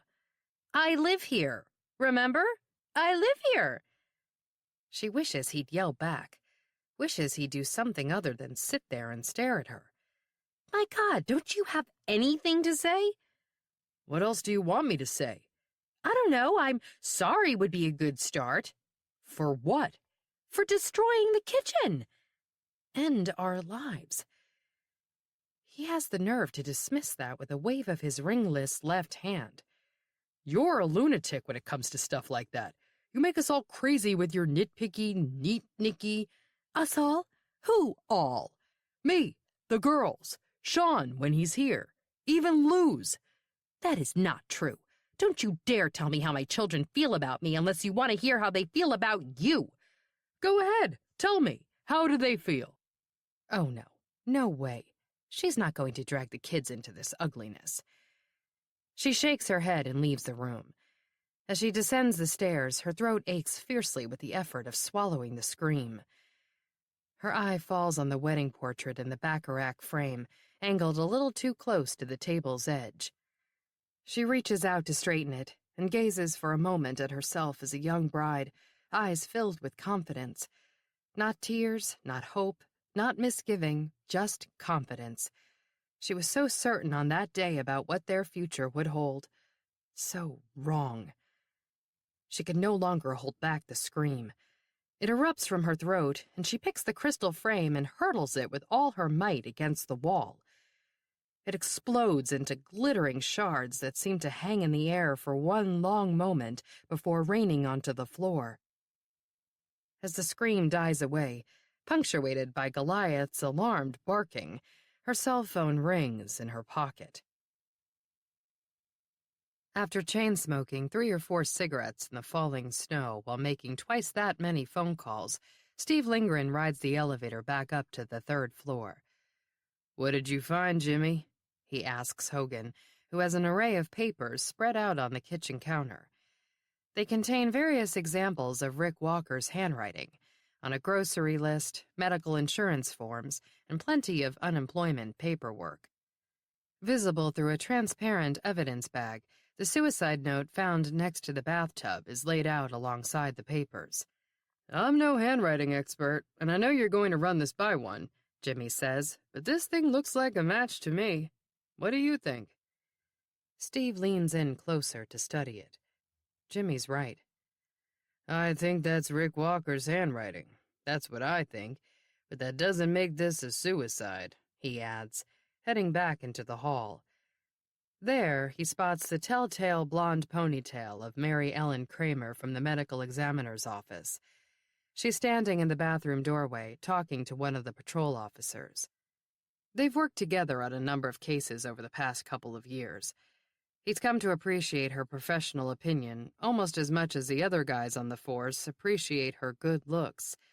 Not that Steve doesn't appreciate a beautiful woman, but he's been happily married longer than Mary Ellen's even been alive.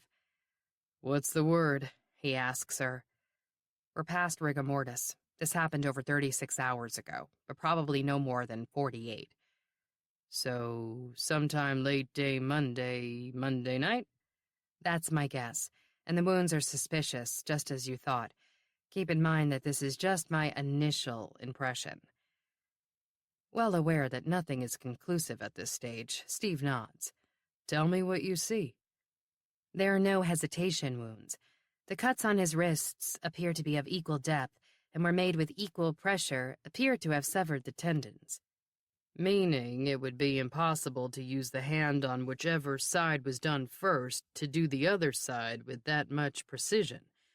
Meaning he definitely didn't do it himself."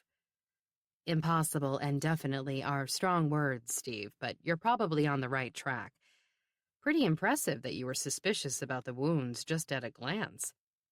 "He's holding the knife in his left hand, and he's left-handed." "And you know this because there's a set of left-handed golf clubs in the hall closet." "Maybe someone else is storing them here," Mary Ellen points out. "His name is on the tag on the bag. Anyway, he'd instinctively make the first cut with the dominant hand, the left, and then switch to the other hand, the right. That's where the knife should be." "Whoever killed him must not have known him very well then." "Or knew him, and was so caught up in the emotion that went along with killing him that he slipped up. Even the most meticulous killers make mistakes, and there are a few other things that don't add up to suicide." "Like what?" "Like we didn't find a cell phone here, and we searched every inch of the place." "Maybe he doesn't have one. Maybe—" "There's no landline, and there's a cell phone charger plugged into that outlet on the kitchen counter." Again, Mary Ellen plays devil's advocate. "Maybe he lost his phone." "Or maybe there was something on it that someone didn't want anyone to see." "Wait, so you're just leaving?" Kevin asks as Noreen tosses toiletries into an overnight bag in the master bathroom. "I'm going to see my sister, like I said, for one night." "What about the girls?" "What about them?" She strides back into the bedroom and opens a bureau drawer to find something warm to sleep in. Rowan's house was cold and drafty the one time she visited, much too cold for the silk nightgown she was wearing. "What am I supposed to tell them?" "Tell them the truth, that Aunt Rowan needed me to come help her with something, and I'll be back tomorrow." "What exactly are you helping her with?" She shrugs and shakes her head, already having informed him twice that she can't tell him that, and it's none of his business. "Are you sleeping with someone?" Kevin demands. If the mighty scream were still lurking in her gut, that question, under these circumstances, might have set it free. She merely laughs and shakes her head. "No, I'm not sleeping with anyone." Not tonight. Not in a while, actually. Her last dalliance was with a horse trainer at the barn where Sabrina rides, and that was last August. Even if she'd had the energy or the heart to fool around since Kevin told her he wanted to separate, she's much too smart for that. Bag packed, she heads for the hall. He follows her down the stairs. "What the hell is that?" he asks, catching sight of the shattered picture frame. "Leave it. I wouldn't want to drive you crazy with my neat-nicky nitpicking." She slams the door behind her, climbs into the car, rests her forehead against the steering wheel, and exhales, perhaps for the first time in months. Then, as she pulls out of the driveway, she starts making phone calls. She has to cancel her meeting, clear her calendar, let the carpool moms know that Kevin will be driving tonight instead. She starts with her partner, telling Jennifer that something came up, family emergency, and she has to leave town. "Oh no, are the kids okay?" "They're fine. It's not the kids. It's a long story. I'll explain later." She hangs up and lets out a deep breath, oddly calm now that the scream is gone. Her sister didn't ask her to drive up there. She sees the opportunity like a parachute in the midst of a harrowing freefall. "Are you serious? You'll really come? I can't believe I don't have to deal with this alone. I know how busy you are and can't believe you'd do that for me." "I wouldn't," Noreen thinks, as she pulls out onto the main road, ready to begin the long trip back to Mundy's Landing. "I'm doing it for me." Standing by his open locker, Mick reaches for his jacket, then thinks better of it. He still can't find his good down coat, but this building is too overheated to consider putting on even the lightweight windbreaker he wore this morning. He fights back another wave of nausea, thinking that he can't get sick now. He has to find Brianna. Has to... "Going somewhere, Mr. Mundy?" a voice asks as he puts one arm into his sleeve. He turns to see Mr. Goodall, the principal. He isn't alone. "We'd like to have a word with you, please." The uniformed police officer with him is familiar. He's the same cop who offered Mick a ride home from Dunkin' Donuts last Saturday night. The Eagle Scout who once knew Braden. He isn't smiling today. "Is it about Brianna?" Mick asks, heart pounding. The two men exchange a glance. "We'll talk in my office," Mr. Goodall says. "But, come on." The cop rests a strong hand on Mick's shoulder. "Let's go." For Casey, the decision to take care of Rowan Mundy today was born of frustration and practicality. The storm in the west is bearing down on the country's midsection. If it hits with its projected ferocity, that would mean being away from here for days, maybe longer, and that wouldn't be good.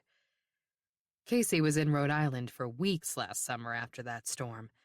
Free moments were scarce, but every one of them was spent searching for a suitable stand-in. It was dangerous to strike in such an insular location. Yet you took the chance, and now you've been taking chances again. If you take another one now, the wrong chance, you'll never get back to Rowan. Funny, Casey almost doesn't care much what happens after that. The plan was to make things right, and then put all this in the past and move on. But maybe a fresh start someplace else as an artist or a craftsman is too ambitious or too mundane. If this is going to be your claim to fame, why give up now? Why not continue? This might have begun as an effort to punish Rowan Mundy, and that hasn't changed.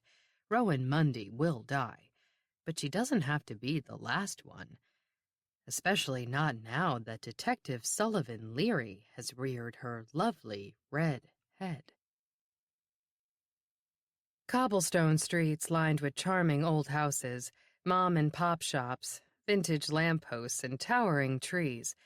Mundy's Landing is precisely the kind of village where Sully imagines herself living whenever she's fed up with homicide and city stress, which isn't, surprisingly, every single day of her life. "Are you kidding? You'd go stir-crazy in a place like this, Ginger Snap," Barnes informs her, as they park in a diagonal spot along the town square, decked out for the holidays, and dotted with fountains and statues, benches, and an old-fashioned bandstand that currently houses a lit Christmas tree. I would not go stir-crazy. I'd sit in that nice park with a book. You can do that back home. Yes, but here no one would bother me. Look how peaceful it is. No crowds, no panhandlers, no naked raving lunatics. There was just one naked raving lunatic, and that was a few years ago. That's one too many. Plus, she continues, there are no sirens. There's no construction. Because the weather's crappy, and it's a weekday. He zips his coat as they get out of the car. I bet this place is jammed at high noon on a Saturday in July. I bet Central Park is jammed right now, she returns, noticing an apartments for rent sign in the window of a mansard-roofed mansion that houses law and dental offices. Reading her mind, Barnes says, You don't want to live there. It's got to be haunted. Ghosts? Pfft, she shrugs. That's nothing compared to what we've seen, and I'm not even talking about the naked lunatic. He can't argue with that logic, which ordinarily doesn't stop him, but this time he refrains. Instead, he points out that it's starting to snow. See that? It's just like I told you the other day. This isn't city snow. Sadistic snow. Right. This isn't sadistic snow. It's a Christmassy snow. Kind, gentle, small-town snow. You have to admit that there's something to be said for this Main Street USA stuff. You have to admit that if you lived here, you'd never find a decent bagel or a black and white cookie. Sure I would. Look at that. She points to a painted shingle hanging alongside the door of a bakery. It's called the Ginger Snap Sweet Shop. I think it's an omen. He raises an eyebrow. Okay, well, try finding sanshan soup and shredded beef with spicy Asian green chili leeks and white rice around here. There's more to life than food, Barnes. You're right. There's sex. Leave it to you. She rolls her eyes, grinning. Well, come on. Who are you gonna date when you move up here? Them? He points at a trio of elderly men chatting in front of the cafe, and another one getting out of an enormous white car. All are wearing the suburban great-grandpa uniform, newsboy caps and galoshes. They're a step up from my dating pool back home. Anyway, don't worry. I'm not gonna do it, because then there would be no one around to keep you in line. I didn't even know moving here was an option until now. Neither did I. Barnes shakes his dark head. You'll never leave New York. He's right, of course. Yet as they walk down the steps to police headquarters, she can't help but compare it to the chaotic, strictly functional precinct back home. This one is housed on the basement level of a stately brick building that was once, according to a historic placard, an opera house. Now it's a movie theater, showing an art house film that just opened in New York. 5 minutes later, they're seated in a cozy office with the darkly handsome Lieutenant Nick Colonimos and clutching fragrant, steaming beverages. Coffee for Barnes, tea for Sully. Not whole leaf, but she had her pick of Earl Grey or chamomile. The chairs beneath them are vintage and upholstered, facing a sidewalk-level window high in the wall. There are no bars on the glass, and beyond it, the locals are visible strolling, not scurrying, about their daily business. Colonimos quickly briefs them on the case, then asks, Did you find any evidence that Julia Sexton had a stalker in the days leading up to her murder? Sully and Stockton look at each other and shake their heads. Well, Brianna Armbruster was receiving gifts from someone calling himself her Secret Santa, Colonimos informs them. A neighbor says she saw someone lurking around her house on Monday afternoon. What were the gifts? Sully asks. Those bracelet beads the girls are collecting. You know what I mean? Painted, enamel, with little stick figures. Trinkets, I think they're called. She shakes her head, and Barnes informs Colonimos, You're asking the wrong person. That's not really her thing. What's not really my thing? I love bracelets and beads and trinkets. Since when? Since always. I mean, I'm not going to wear that stuff to work, but... She scowls at Barnes before asking Kolonimos, who really is drop-dead gorgeous, to tell them more about the beads. He spins his chair around to face the polished wood console perpendicular to his desk. After pulling up an image on his laptop, he turns the screen to face them. This is the Trinkets website, just to show you what they are. You have to buy them online? No, some higher-end boutiques carry them too, but they're still catching on, so there aren't many. A store right here in town sells them, and I have an officer over there right now. He clicks from the array of painted enamel beads to a search screen and types something in, talking the whole time. When we searched Brianna's locker at the high school, we found that he'd set out a whole treasure hunt for her. We confiscated a bead he'd hidden in the cafeteria. This is the one. He zooms in on an image of a stick figure depicted in a classic runner pose, with the word runner etched beneath. Her parents found another one in her bedroom. It was this. Sully's eyes widen as he zeroes in on the design. A stick figure, crowned by long crimson curls, and etched with the word redhead. From the Mundy's Landing Tribune Archives. Lifestyles. October 1999. Historical Society acquires Conroy Fitch Mansion. When she stepped in to helm the Mundy's Landing Historical Society upon the retirement of her great-aunt Etta in 1956, Ora Abrams inherited a subterranean, closet-like office, a heap of unpaid bills, and a trove of artifacts relegated to numbered bins in a cramped space between the boiler and the janitor's sink. She also inherited her aunt's fondest dream, one that wasn't meant to come to fruition in Etta Abrams' lifetime, but it's about to be realized in her niece Aura's. Housed for nearly a century in the basement of the Ellsworth Ransom Library, the Society is at last about to move into a home of its own, with the purchase of a grand stone mansion that dates back to the late 19th century. Built in 1891 at 62 Prospect Street, on the site of the former Penrod Hotel, which burned to the ground several years earlier, the home was a lavish wedding gift from banker Barnaby Fitch to his bride, Edith Conroy. Childless and widowed young, she bequeathed the home to her only heir, great-nephew Rudolph Conroy, a concert pianist. Mr. Conroy resided there until his death in 1985, leaving it to his longtime companion, Kenneth Stone, from whose estate the Historical Society purchased it.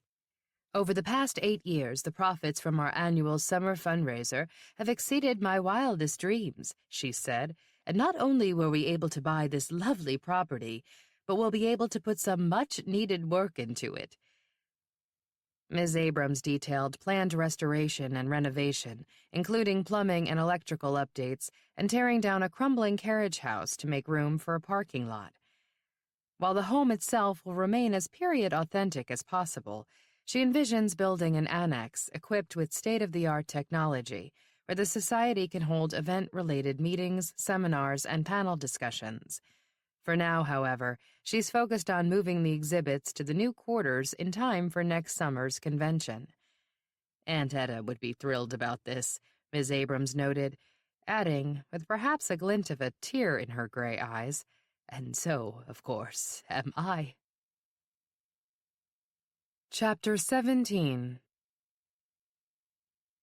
Rowan was hoping the sing-along in what was once the Conroy Fitch Mansion's music room would banish I Would Die For You from her head. It's been playing in the back of her mind all morning, ever since she thought about the time she ran away to the Prince concert in Hartford. But as Ora jauntily plays carols on the upright piano, Rowan finds that I Would Die For You mingles discordantly with old favorites like I Saw Mommy Kissing Santa Claus, which has suddenly taken on an ominous significance.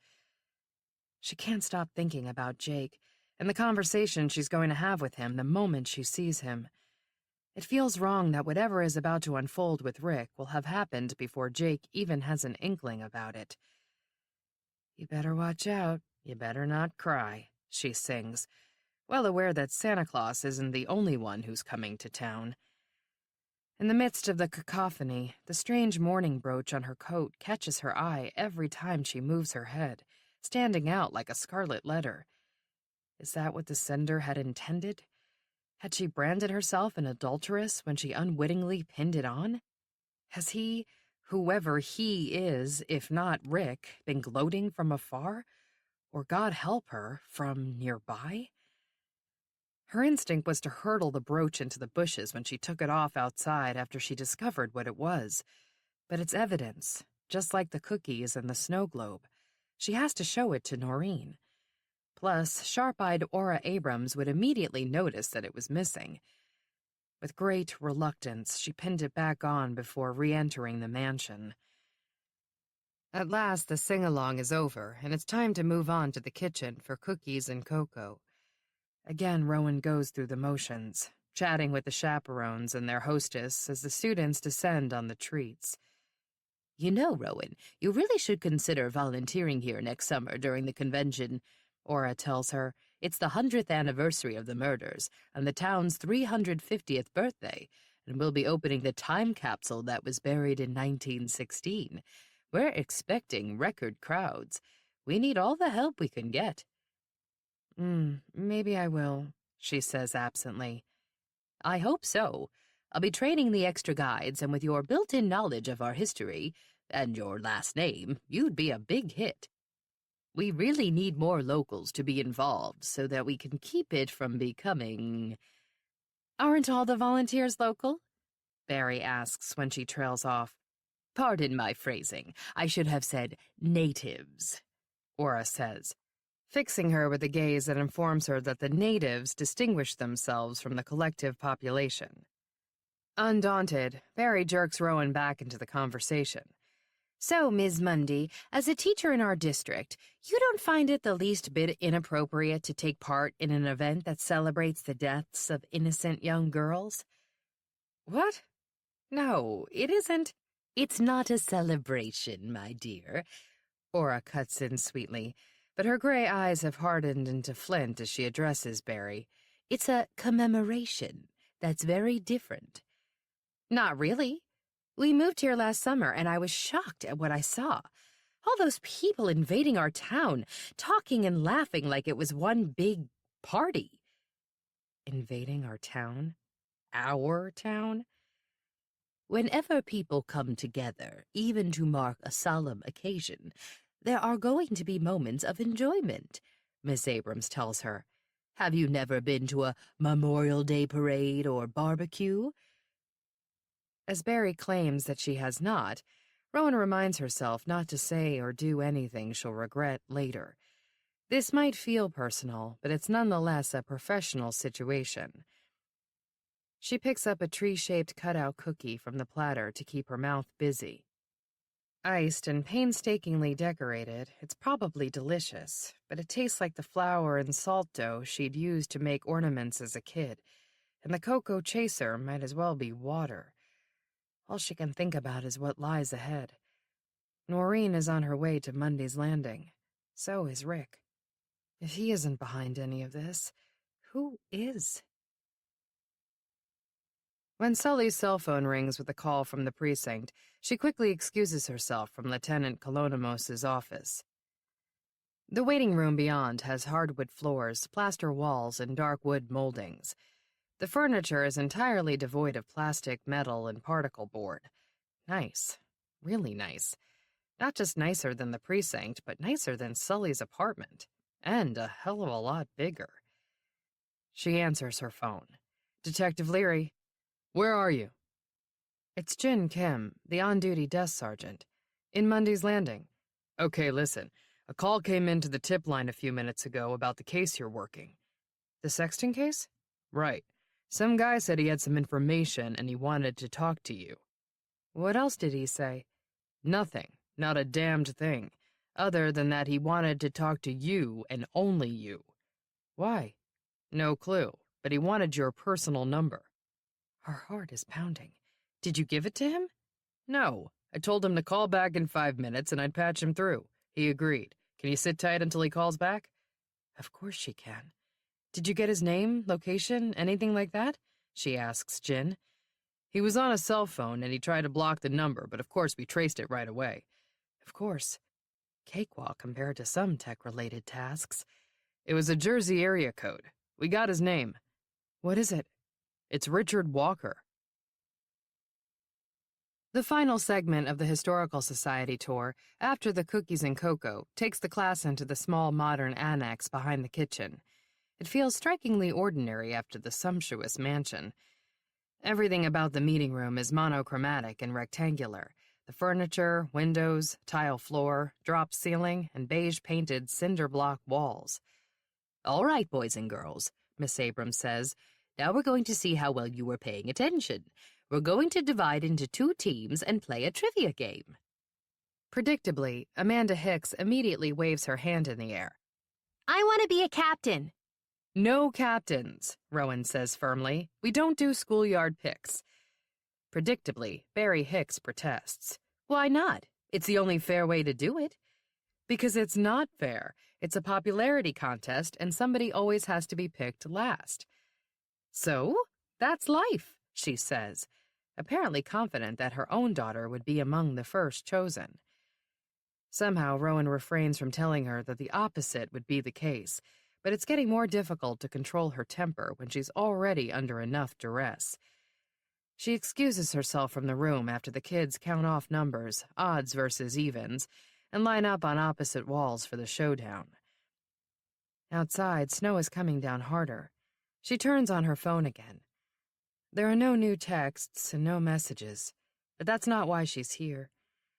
She takes a few deep breaths in an ineffectual effort to steady her nerves, then shakily dials Jake's number. "Why you?" Barnes asks predictably when Sully tells him and Colonimos about the tip line caller's request. "We were both mentioned by the media in connection with the case." "Yes, but I'm the one with the sparkling personality." "You're also the one with the red hair." "Yeah, no kidding." She and Barnes exchange a long look. He's obviously thinking the same thing, that the caller, Rick Walker, might very well be the killer. Her phone rings right on cue. She picks it up immediately. "This is Detective Leary." "Hello there, Detective." Rick Walker's voice is mid-range, pleasant, unaccented. There's music playing in the background. "With whom do I have the pleasure of speaking?"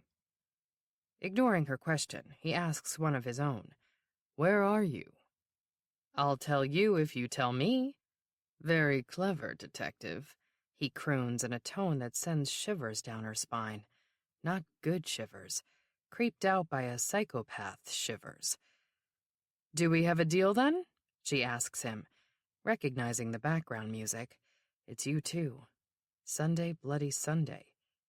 Bloody? She wonders if he's trying to send her a message. "You'd have to promise to be honest with me if we do this, Detective Leary." Sully looks at Barnes, who nods. "Absolutely, and you'd have to promise to be honest with me." "Of course, although promises are never quite as convincing as proof, do you agree?" "Absolutely," she says again. "Well, you really are brilliant. We can text photographs to prove our locations. Make sure that yours is a selfie. I'd dearly love a photo of you." "And I'd love one of you." He laughs. "Nice try. A photo of my surroundings will have to suffice." "It wouldn't prove anything unless you're in it." Barnes jots something on the pad and shows it to Colonimos as the caller laughs again, saying, "Now that would be stupid of me, wouldn't it? To send you a picture of myself? I enjoy my anonymity. Really, I do." "Yeah, so did I," she thinks grimly, realizing she's going to be looking over her shoulder until they catch this guy. Colonimos nods at whatever Barnes wrote on the pad. Barnes slides it toward and mouths, "Keep him talking." The call is being recorded, of course, back at the precinct, and they'll be attempting to trace it. The longer she keeps the guy on the line, the better. "If you sent a photograph, how would I even know you took it right now?" she asks. "It could be any old picture stored in your phone." "You're right, it could. I have to admit, you're very, very clever, Detective." The way he says it suggests that he's certain she's not as clever as he is. We'll just see about that. She glances at the note on the pad in front of her and nods at Barnes and Colonimos. Okay, she says into the phone, here's what I want. I want you to pull up a map on your phone that can show GPS coordinates of your location, and then I want you to take a screenshot and send it to me. A screenshot?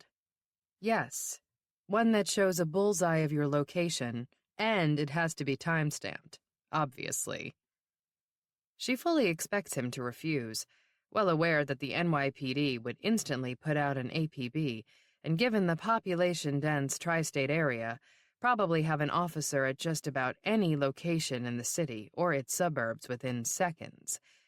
There are so many security cameras in the area that even if it took a few minutes to get a live person on the scene, they'd have a virtual eye on his location right away and track him if he tried to get away. Fair enough, he says to her surprise. You tell me, and then I tell you. No, you tell me, and then I tell you. I may be accommodating, but I'm not stupid, and neither are you. You first, and I want a photo. Deal? She hesitates for only a moment, glad she's well over 100 miles away from the city and the New Jersey suburbs where his phone is registered. It's not as if he's going to materialize here in a matter of seconds, even if he is by chance responsible for Brianna Armbruster's disappearance. Deal, she says. Good thinking. Where are you? I'm in a little town in upstate New York called Mundy's Landing.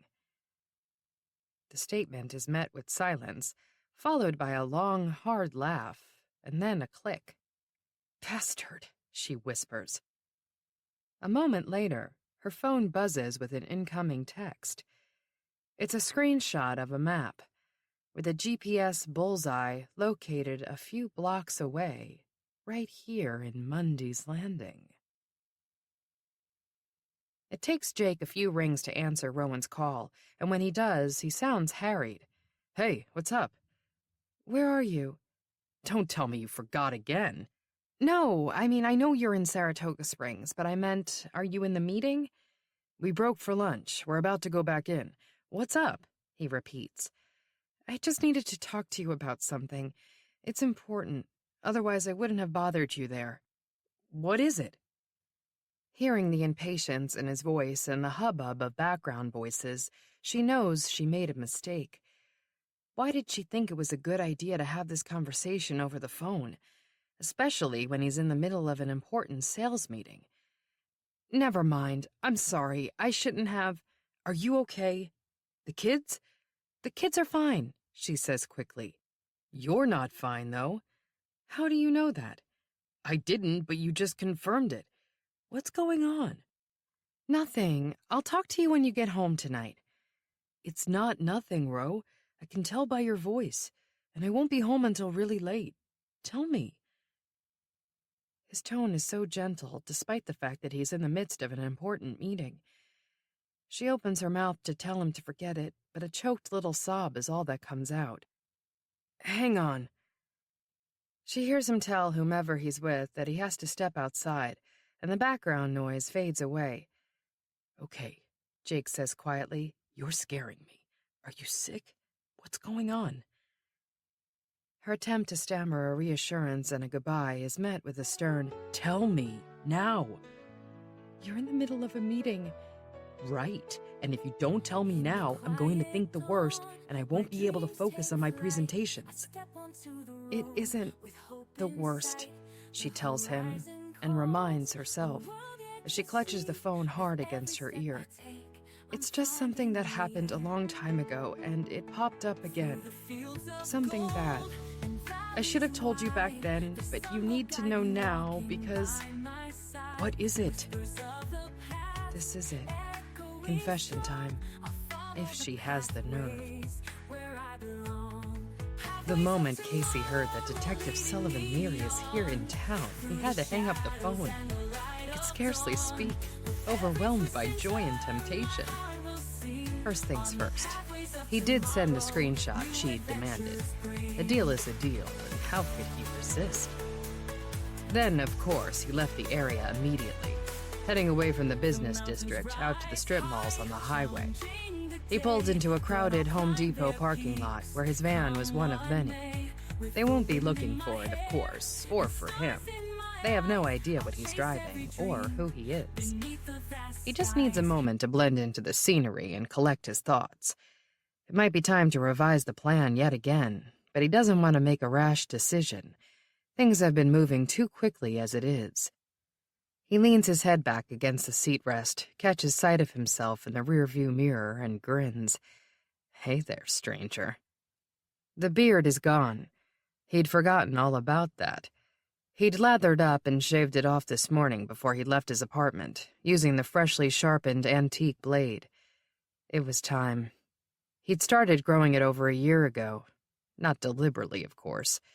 He'd never been a fan of facial hair. But after someone you love slits her wrists with a razor blade, you don't handle one lightly. No, not at all. Not on yourself. He'd stopped wearing his contact lenses, too. When you've been through a loss like that, you find yourself crying at any random moment, and tears make contacts cloudy. But today, Casey was finally ready to put all that behind him.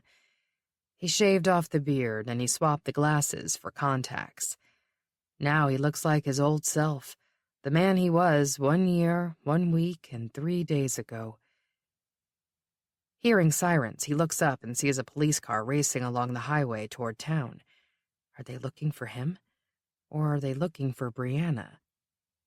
He drove her up into the mountains and left her far off the trail. When the snow comes, it'll cover her. Chances are they're not going to find her for a long, long time. And they're never going to find me. And Rowan Mundy and Sullivan Leary? What about them? Imagine having them both at once. 2 beautiful redheads, one representing good, the other evil. Which would win in the end? Neither. I'm in control. I decide who wins and loses, lives and dies. I decide how and when and where. So, maybe it should be right here in Mundy's Landing after all. Maybe 2 of them together will be enough. So exquisite that when all is said and done, he'll be satisfied at last. If that's the case, why not stay? Why not live right here among the locals? They'll never suspect that the most brilliant killer of their time is right there in their midst. For all he knows, the Sleeping Beauty killer did the same thing. Do you remember Rick Walker? Rowan asks Jake, her voice shaking as she says the name. It's met with a moment of silence, then a taut, "What about him?" Jake curses softly. I knew it. What? What did you know? I knew you and he were. I knew it. No, we weren't. We didn't. Then what? She hesitates, hearing someone calling Jake's name in the background. It wasn't like that. It wasn't what? You didn't what? Now she can't find her voice at all. Did you sleep with that guy, Rowan? She swallows hard. No, I didn't sleep with him. I stopped it before it went that far. He made a move on me, and I... Slapped him across the face? He asks. Did you slap him across the face? No. And you didn't tell me so that I could slap him across the face? Or... He breaks off to call to someone on the other end. I know. Sorry, I'll be right there. Jake, listen. He cuts her off. How long did it go on? A little more than 8 minutes. 8 minutes, and I burned the cookies. It wasn't like that, Jake. It didn't go on. He made a pass, and I didn't stop it right away, and it didn't go any further than that. I barely saw him again after that day. But you did see him. Not that way. The kids were friends. He lived next door. And after we moved away, I never saw him again. Damn it. She swallows miserably before concluding the sentence, until last week. You saw him last week? Where? Did you run into him? No. I got a package in the mail, and I thought it was from him. Why? because it arrived on the exact day that the anniversary. So you remember the exact date? After how many years? 14. How could I forget it? I was so upset after it happened. It was horrible. Yeah, I'll bet. Jake. So you didn't see him for 14 years, and then out of the blue, he sent you a gift on your anniversary? I don't have an anniversary with him, Jake. It was the anniversary. And it wasn't a gift. It was something stupid that he knew would remind me of him. Mercifully, he doesn't ask what it is. She can't stomach the thought of painting a vivid verbal image involving the smoke alarm and burnt cookies. So you saw him when? Saturday. Saturday, Jake echoes, and she can sense the wheels turning. So you lied about going shopping? You were with him instead? Oh, how she wishes she could lie again. Those days are over. Own it, damn it. Own what you did. Ask for forgiveness. I really did go shopping, but I saw him, too, only to find out why he'd sent the package and to tell him to leave me alone. And did you? He didn't send it. Yeah, sure. I know. I don't believe him either. I mean, I didn't. Now I don't know what to believe. I've gotten 2 other weird packages since then, and if they're not from him, I don't know who they're from. She waits for the logical follow-up question, who else did you tell? But he doesn't ask it. She can picture him sitting there outside some hotel conference room, trying to process it all. If he weren't there, if they were together, alone at home, would he be so quiet? Or would he be ranting at her, walking out on her? I'm so sorry I didn't tell you what happened, Jake. I was afraid to. I was afraid you'd think the wrong thing. I was afraid of losing you. But you have to believe me. What I've just told you is the entire truth. I have nothing else to hide. Please believe me. Silence. And then, how can I ever believe you again when you kept something like this from me for all those years? How could you? You were never around back when it first happened, and because I was working to keep a roof over our heads, just like I'm doing right now, he says over someone calling his name in the background. So if you're trying to blame this on me, I'm not. I'm blaming it on myself. It was 100% my fault. But what you asked me was how I could have kept it from you. The answer is that it wasn't very hard. She pauses. Silence, interrupted after a few moments by, I'll be right there. Sorry. But he isn't talking to her. Jake, remember how it was back then? You were gone for days on end, and nights, too. When you were around, our time together and with the kids was either so hectic or so precious that I could never find the right moment. I knew we wouldn't have had time to heal something that huge. Was that the right decision? No. I'd never make that decision now. But I was a different person back then. We both were. I've never lied to you. Never. She absorbs that. If you had ever come right out and asked me if something like this had happened, back then or in the years since, I wouldn't have lied about it. How would I know to even ask something like that? You wouldn't. I'm just saying. I get it. I have to go. She wants to protest, needs to keep talking until they've found resolution, until they've healed. Well aware that it's not going to happen right now, or today, or maybe even soon, she says only, I'm so sorry. Please forgive me. The last thing I'd ever want to do is hurt you. But you did. I know, and I'm sorry, and I love you. She waits for him to say it back. He doesn't. Not this time. She hears only a click as he disconnects the call. From the Mundy's Landing Tribune Archives. News. July 15th, 1916. Sesquicentennial festivities to resume. Memorabilia chest will be buried. The spate of inexplicable murders over recent weeks put a grisly halt to the merry celebration of our 2.5-century-old village, which will recommence tomorrow. The tragic and mysterious deaths of 3 anonymous schoolgirls notwithstanding, Mayor Cornelius Holmes said from his office in Village Hall.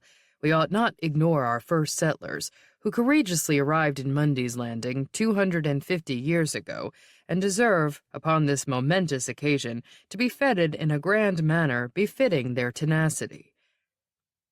Gently reminded that the first settlers arrived a year prior, the mayor returned that the village has perennially recognized its official birth date as 1666. Indeed, it was then that the vast majority of our forebears arrived on an overdue supply ship from England, only to discover that nearly all members of the existing colony had succumbed to starvation over the course of their first treacherous winter in the New World. The aghast newcomers determined that two of the surviving quintet, James and Elizabeth Mundy, had butchered and cannibalized their fellow settlers. After their parents had been executed for their dastardly crimes, the couple's 3 children were mercifully allowed to stay on in the home their father had built. Charity Mundy passed away in her teens, but Jeremiah Mundy and his sister Priscilla lived well into their dotage after marrying and raising children of their own. Many of their descendants live and work among us to this day, most notably Horace J. Mundy, one of several prominent American financiers who met with J.P. Morgan and the late Senator Nelson W. Aldrich on Jekyll Island, Georgia, to draft legislation for the new Federal Reserve System that was subsequently signed into law by President Wilson. Although he passes the winter months in Georgia, Mr. Mundy summers at his Prospect Street mansion and shall preside as honorary chairman of tomorrow's festivities as planned. At 2:00 in the afternoon, a parade featuring the award-winning Duchess Fife Drum and Bugle Corps will step off from the Mason Street Schoolhouse and march to the village common. There, Miss Etta Abrams will deliver a noble oration covering the town's history. Miss Mildred Haynes, president of the Ladies' Aid Society, will then step forward to close the treasure chest containing pertinent vestiges of our time.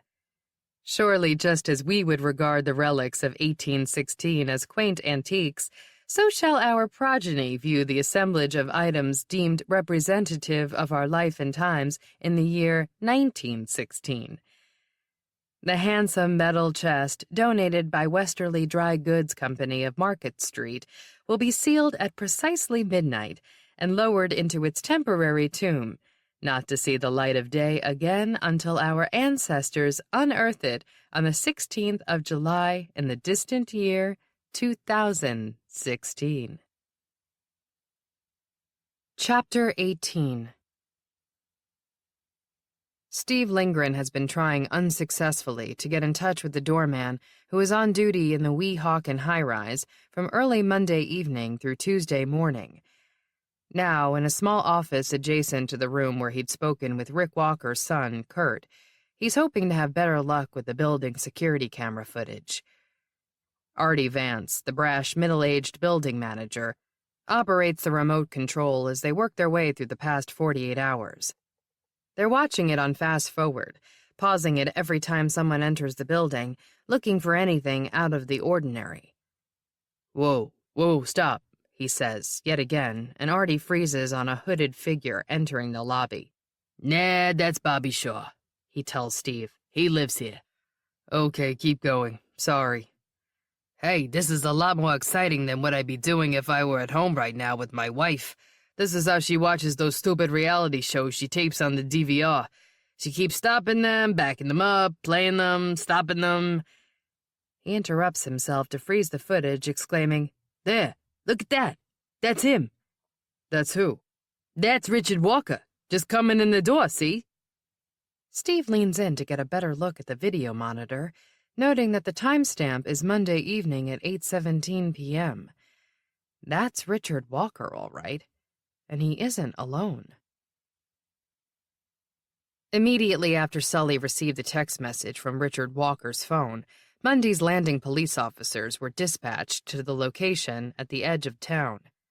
"What did they expect?" Barnes mutters to Sully after Colonimos received the call that they'd found nothing out of the ordinary. Now he's down the hall, summoned by one of the detectives, leaving Sully and Stockton to mull things over. It's not like this guy was going to be standing by the side of the road flagging them down, Barnes says, you know. But he's here someplace. Only if the GPS screenshot was legitimate. You think he faked it? It wouldn't be all that hard to pull something like that together. But in a split second? He couldn't have known I was going to ask him for a GPS location screenshot ahead of time. And he couldn't have known I was going to be in Mundy's Landing. I didn't even know it myself until 20 minutes before we left New York. Unless... Unless what?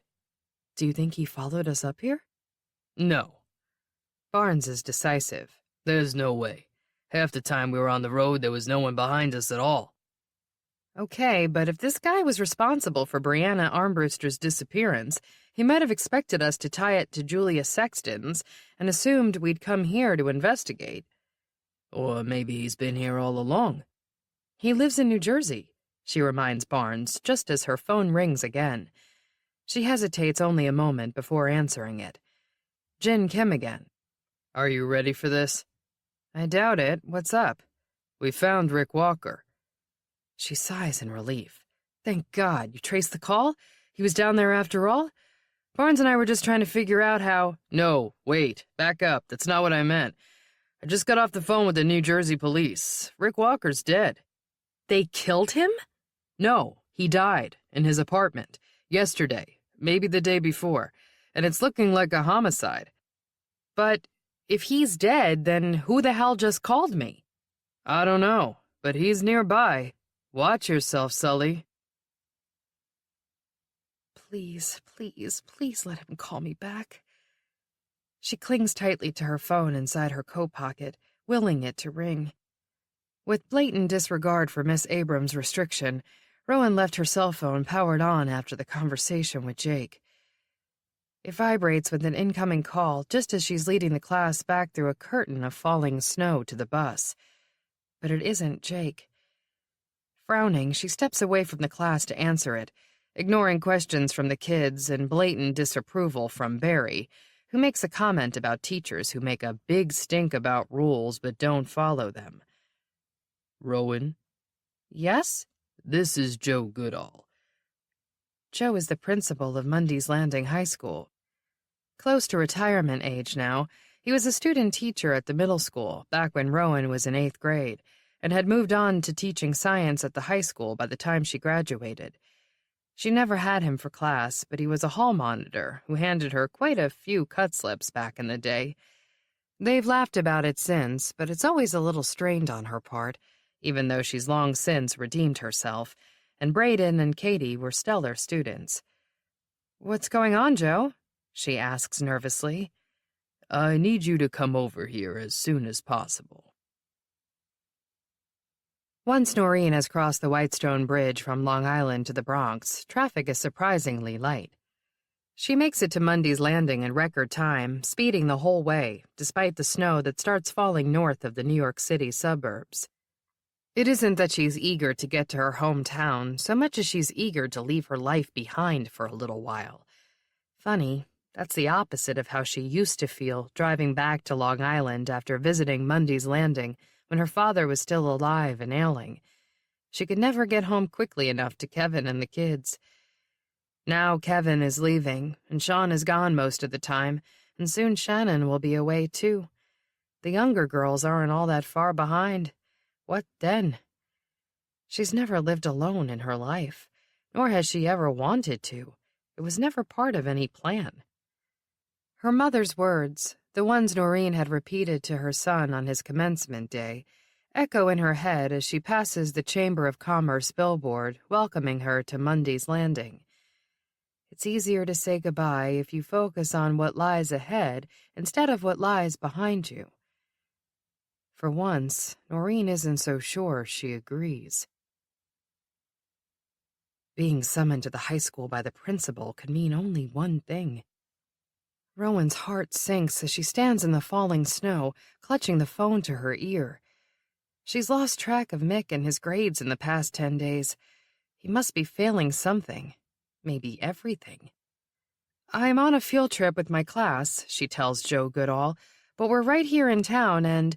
When can you get here? We're on our way back to the school now.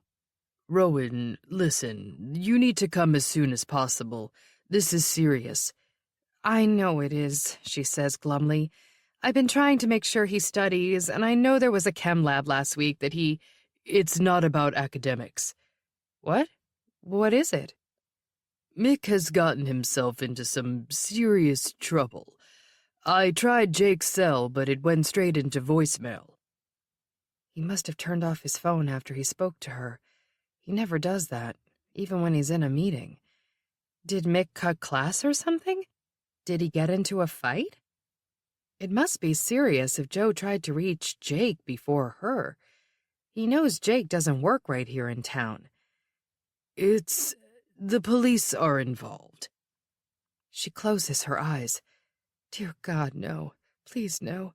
Please don't let it be drugs or theft or... What else could it be? What could he have done? Come on, Rowan. Who knows better than you what kind of trouble a hot-headed, impetuous high school kid can get into? Okay, she tells Joe resolutely. Okay, I'll get my class back over to the school and find someone to cover for me. I should be there in 15, 20 minutes. It isn't until after she's hung up that she remembers, with a flicker of apprehension, the missing girl. As Noreen drives through the outskirts of Mundy's Landing, she tries to recall the last time she was here. 2 years ago? 3, maybe? She didn't make it here for her niece or nephew's graduations, even though her sister was in Oyster Bay for Sean's. That's different, Noreen remembers telling herself at the time. Rowan wasn't nearly as busy as she was, and visiting Long Island didn't mean confronting childhood memories at every turn. Noreen passes the deserted roadside stand where her mom used to buy homegrown tomatoes and corn every August. The site of the drive-in movie theater that closed when she was in high school and was torn down shortly after. The barn where she took her first and only horseback riding lesson before her parents realized they couldn't afford it. When I have a daughter, Noreen decided then, reeling with disappointment, she'll take riding lessons. They did, all 3 of them, according to plan. She drives past the turn that would lead her to Rowan's house, choosing instead to drive into town, not according to plan. The business district has perked up quite a bit in the past couple of years. Vacant parking spots along the common are few and far between, and the municipal lots are crowded. The ugly, oversized vinyl candy canes that adorn the light poles every December have been replaced with simple green wreaths. Formerly deserted storefronts have transitioned into shops and restaurants. Just off the common, the 3-story Dapplebrook Inn on Prospect Street, once the Gilded Age mansion of Jake's ancestor, Horace J. Mundy, has been restored to its Victorian grandeur. The houses on neighboring streets are well kept, with only 1 or 2 in need of a paint job. There's a noticeable police presence in town. Plenty of cops patrolling the streets on foot and in cars. Pulling up to a stop sign, Noreen flicks her turn signal to drive down State Street, past the house where she grew up. If you're doing the memory lane thing, you might as well go big or stay home. She hasn't been back to the Heights since she and her sister packed their childhood into boxes and garbage bags. She tried to keep a level head that long weekend almost 2 decades ago, but sentimentality kept seeping in, much like the damaging spring thaws that had infiltrated fissures in the foundation of their childhood home, only to later freeze and crack the stone. She remembers warning Rowan that the house wasn't going to be an easy sell between the structural damage, the cosmetic issues, and the location. Rowan disagreed. Surprise, surprise. A lot of people want fixer-uppers, she said, and she was right about that. The couple who bought their parents' Dutch Colonial were planning a complete renovation.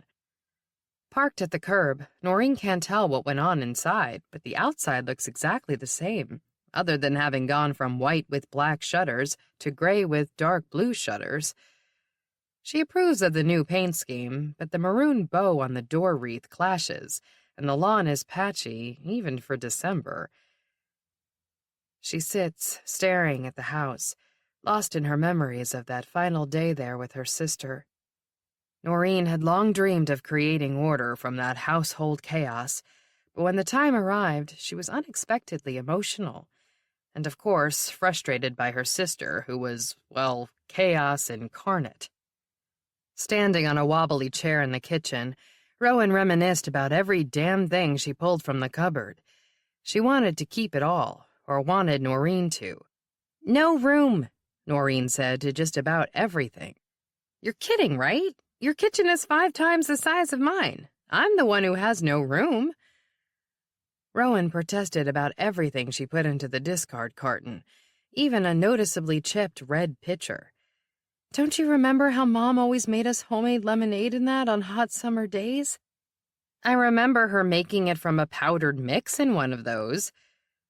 Noreen pointed at a couple of dime store plastic pitchers they'd already tossed into the carton. "That was later, after she went back to work. But when I was really little, she'd let me help her squeeze lemons and stir the sugar into that pitcher. I'll take it if you don't want it." "I thought you had no room." "I'll make room. Add it to my box." Rowan's box of kitchen keepsakes was already overflowing with everything from a stack of plastic cereal bowls that had been obtained by collecting cereal box tops 40 years ago to an entire set of tin cookie cutters. Noreen carefully wrapped the pitcher in several layers of newspaper as her sister went back to rummaging in the cupboard, saying, "Whoever would have imagined that this day would come? It was inevitable, Ro. Parents pass away. We can't keep the house." "I know, but it breaks my heart to get rid of it. You'd think at least one of us 4 would have stayed here in town. It's a dreary place. I'd never raise my family here." "Dreary? It's not dreary." Rowan waved a hand around the kitchen, with the blue and white gingham curtains Mom had sewn, and the old cabinets and paneling she'd talked Dad into painting white years ago because they couldn't afford to replace or even refurbish them. "I don't mean the house. I mean the town itself. The weather is crappy, and everything is so shabby, and there are no businesses left downtown, and the schools are going downhill, and there are no jobs." "Oh, you and your rose-colored glasses," Rowan quipped. "Well, it's the truth. Times are tough everywhere. A lot of towns are in the same boat. Things will turn around here eventually. Places can change, you know, just like people. Not always for the better. Sometimes, though." "Come on. The only reason Mundy's Landing is even on the map is because a lot of people died horrible, bloody, violent deaths here.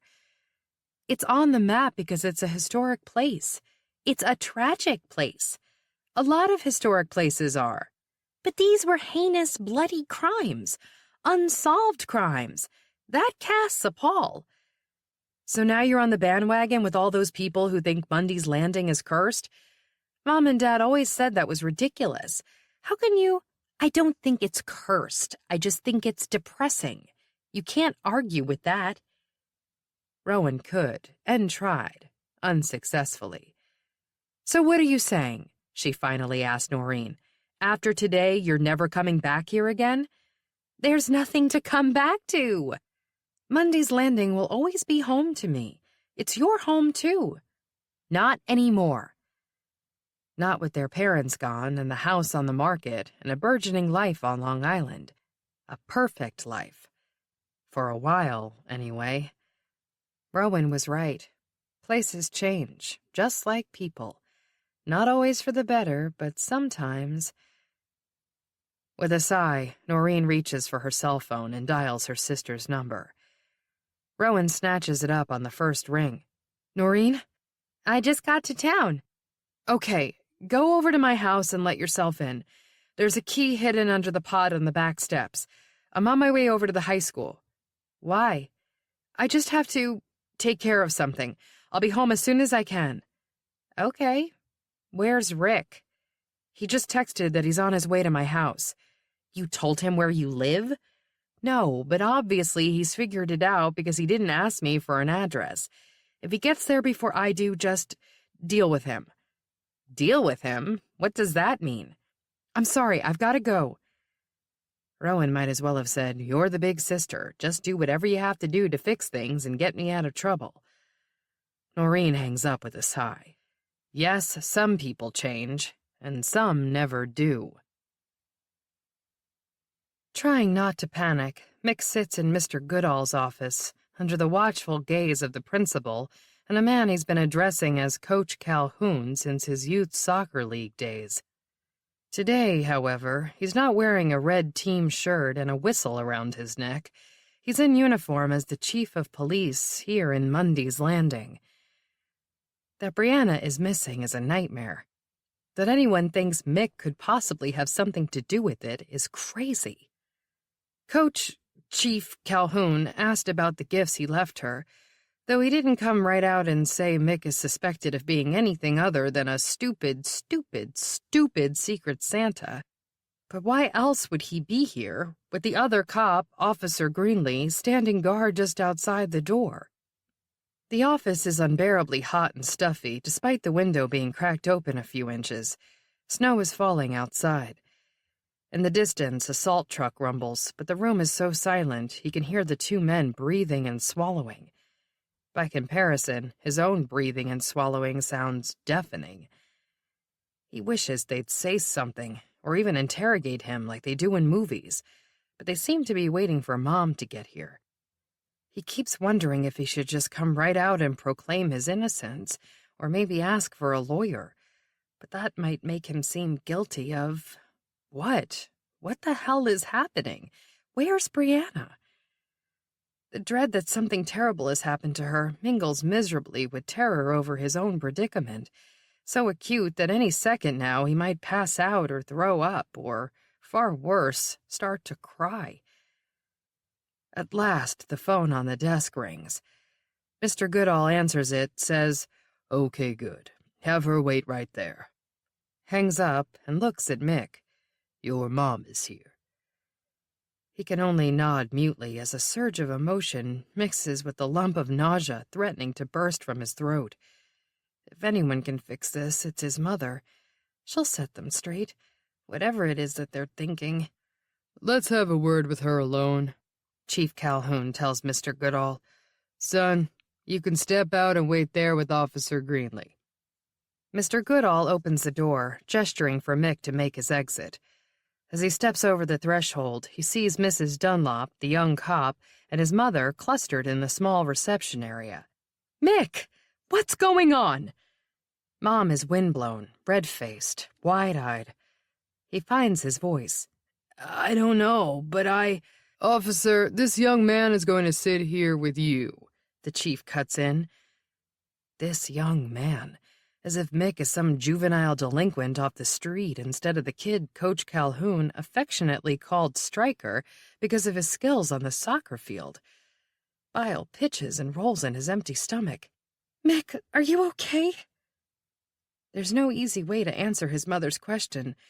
He shrugs and bows his head to avoid the confused concern in her eyes, afraid she'll see the tears that have sprung to his.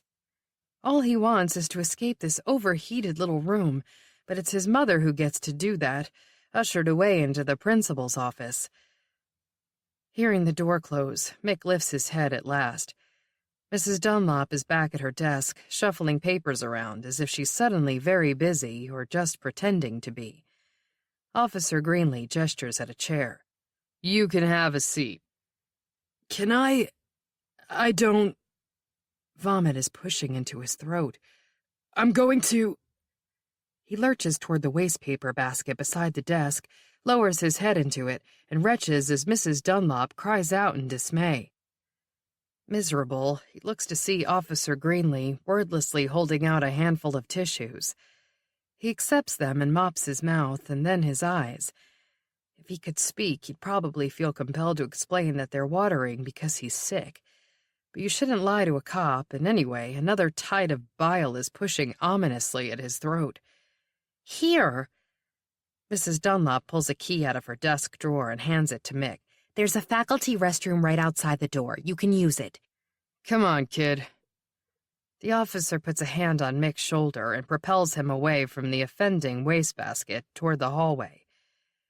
He's relieved to see that the corridor is deserted. Everyone is in class right now, so there's no one to see him let himself into the faculty restroom as a police officer stations himself right outside. Locked inside, he tosses the key on the sink, kneels in front of the toilet, and vomits again. Then, racked by dry heaves, he thinks about what's waiting for him beyond the door, and he thinks about Brianna. This is crazy. If he could just find her, everything would be okay. More than okay. He'd be her hero. Hers and everyone else's. He stands on shaky legs, reaches out to flush the toilet, and hesitates with his fingers on the handle, noticing something. There's a window above the sink. It's propped open with a stick, and it's large. Much larger than the high, small windows in the boys' restrooms in the building's newer wings. Large enough for someone to climb through? Conscious of the police officer stationed outside the door, Mick makes another loud retching sound as he walks over to examine the window. In his own house, they used prop sticks to keep some of the old windows from crashing down, and others are almost impossible to open at all. Mick tugs to see if it will open wider. It does. Without stopping to consider the wisdom of his newfound plan, he scrambles onto the sill, climbs out, and hits the ground running. Either Rick's stepson forgot about his promise to check in on him, or he did check in on him but forgot to update Bob afterward. Those are the two conclusions Bob drew as he spent the morning on the endless errands that are necessary after a long absence. He went from the bank to the pharmacy, to the post office, to the dry cleaner, with long lines at every stop, then met a couple of friends for a late breakfast that stretched past lunchtime. Now he's home again, checking the voicemail in the futile hope of finding a message that will put his mind at ease. Frustrated, he tries yet again to call Rick. No answer. Bob scrolls through his recent calls, finds the number he dialed last night, and hits redial. So what if Rick's stepson thinks he's a pain in the ass? The phone is answered with an automated outgoing message. At the beep, Bob says simply, "Casey, it's Bob again. Did you check in on Rick? Call me back as soon as you can." The gravitron spins on. An hour ago, Rowan would have bet her life that there was nothing, absolutely nothing, that could make what had happened with Jake and with Rick Walker seem insignificant. She'd have lost. Visiting the high school principal's office for the first time in 30 years, she's reverted right back to the bad old days, full-blown denial. "No," she says, shaking her head vehemently. "No way. Absolutely not. There's just no way." "Rowan, we have a witness," Ron Calhoun, the chief of police, gently tells her. They've known each other all their lives. He graduated with her brother Danny and was both Braden and Mick's soccer coach. He doesn't want to believe this any more than she does, and yet he seems to. So does Joe, who is saying very little and nervously toying with a pen. Beyond the closed door, Mick is waiting in the reception area with Officer Greenlee, who was once a fourth grader known as Ryan G. There were two other Ryans in Rowan's class that year, Ryan K. and Ryan L. Ryan G. was the round-faced one who lisped and smelled like Fritos. Now, in a bizarre twist, he's armed with a badge and standing guard over her son. Of course, Rowan didn't realize that when she walked in. Her heart lurched when she saw the cop, but she assumed Mick had done something mischievous, not what they think. This is crazy. There's no way. "One of the neighbors was out walking her dog," Ron is saying, "and she saw Mick lurking around the Armbruster's house late Monday afternoon, looking suspicious." "He has other friends who live on Prospect Street. It doesn't mean that he was on their driveway, and when the neighbor spoke to him, he was acting strange and evasive." "He's a 16-year-old boy. They all act strange and evasive around adults." "Look, no one is saying that he's responsible for Brianna's disappearance," Ron says, but a clerk at Vernon's confirmed that he bought the beads that were anonymously left for Brianna. spinning, faster, back against the wall. "But you said yourself that they were from a Secret Santa," she protests. "As far as anyone knows, Brianna wasn't involved in any kind of Secret Santa exchange." She remembers the day she explained to Mick what a Secret Santa is, remembers the bizarre gift supposedly left by her own Secret Santa. What if... Can Brianna's disappearance possibly be connected to Rick? It seems crazy, but right now, what doesn't? Spinning. Faster. She'll have to tell Ron about Rick Walker, just in case. Privately. Now that Jake knows.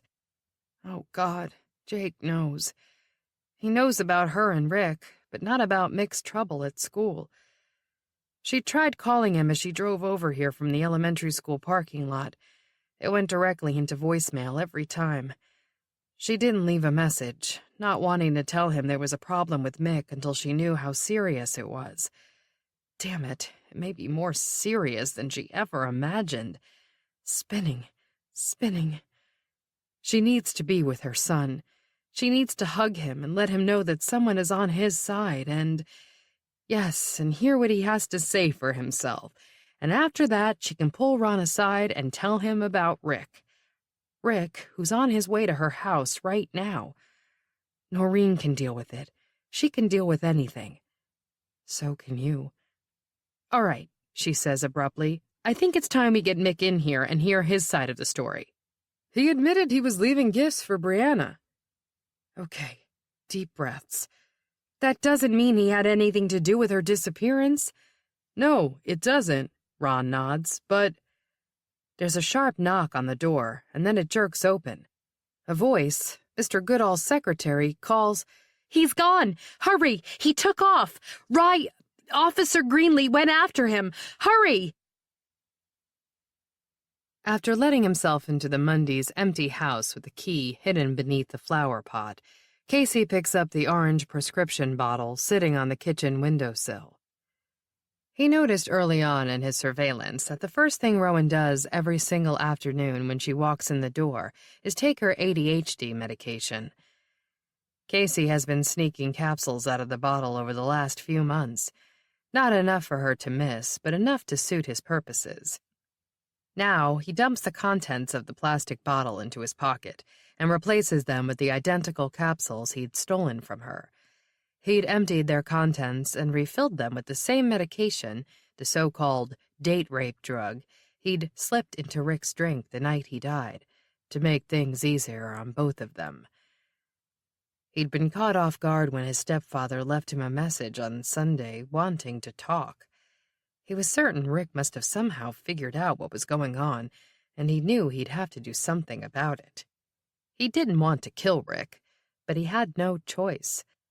Rick sounded glad to hear from him on Monday night and claimed he only wanted to reestablish the connection that had been lost in the year since Vanessa had died. He said he'd been on his way to meet a friend for dinner, but his plans had changed last minute and suggested that they connect for a drink. Thinking quickly, Casey lied that he was in Jersey City on a local job and offered to meet Rick at his apartment. He arrived at the building just as Rick did, and his stepfather greeted him with a warm hug. He didn't seem suspicious, but maybe he was covering up. Casey proceeded with the plan, but there was no joy in it. When Rick had passed out, he dragged him to the tub, ran a bath, and slit both his wrists with Rick's straight razor from the medicine cabinet. It wasn't the one Vanessa had used, though Casey had kept that. Casey had kept a lot of things. One memento he'd preserved in Vanessa's scrapbook had come in especially handy. Rick had left her a note when he walked out on her the first time. She'd crumpled it and thrown it away, but Casey had plucked it from the trash. "I can't do this anymore.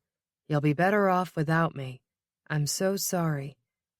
It was the perfect suicide note. Rick had written it himself. Casey hated to part with that keepsake, but now he has an even better one. Rick's cell phone. Fleeing the school, Mick has no idea where he's going exactly. He only knows that he has to find Brianna. He starts out running at top speed. A safe distance away, he slows to a trot and then a walk, feeling weak and still a little nauseated. He's panting, and his heart seems to be beating in time to the mantra in his head. Find her. Save her. He pulls his phone from his pocket to see what he can learn from social media. Great. His phone battery is almost dead. Again. At least it lasts long enough for him to find several links to an official missing persons bulletin that features a photo of Brianna and a physical description. She hasn't been seen since she went to bed on Monday evening. A few of her friends mentioned having heard from her late that night. The presumption is that she got up and went jogging as usual. Find her. Save her. Where does she go when she runs? What if she fell and hit her head and is wandering around with amnesia? Worst yet, what if she's lying unconscious somewhere? He shoves his dead cell phone back into his pocket. As he strides along Highland Street toward town, Mick realizes two things. He has no idea where to start looking, and it's snowing even harder than it was when he first glimpsed it from Mr. Goodall's office window. She's going to freeze to death if he doesn't find her. Find her. Save her. Rowan tells herself she shouldn't be alarmed when Mick's phone, like Jake's, rings directly into voicemail. She knows too well that her son frequently forgets to charge it. The battery could have run down. Even the fact that he skipped out of school wouldn't be alarming under ordinary circumstances.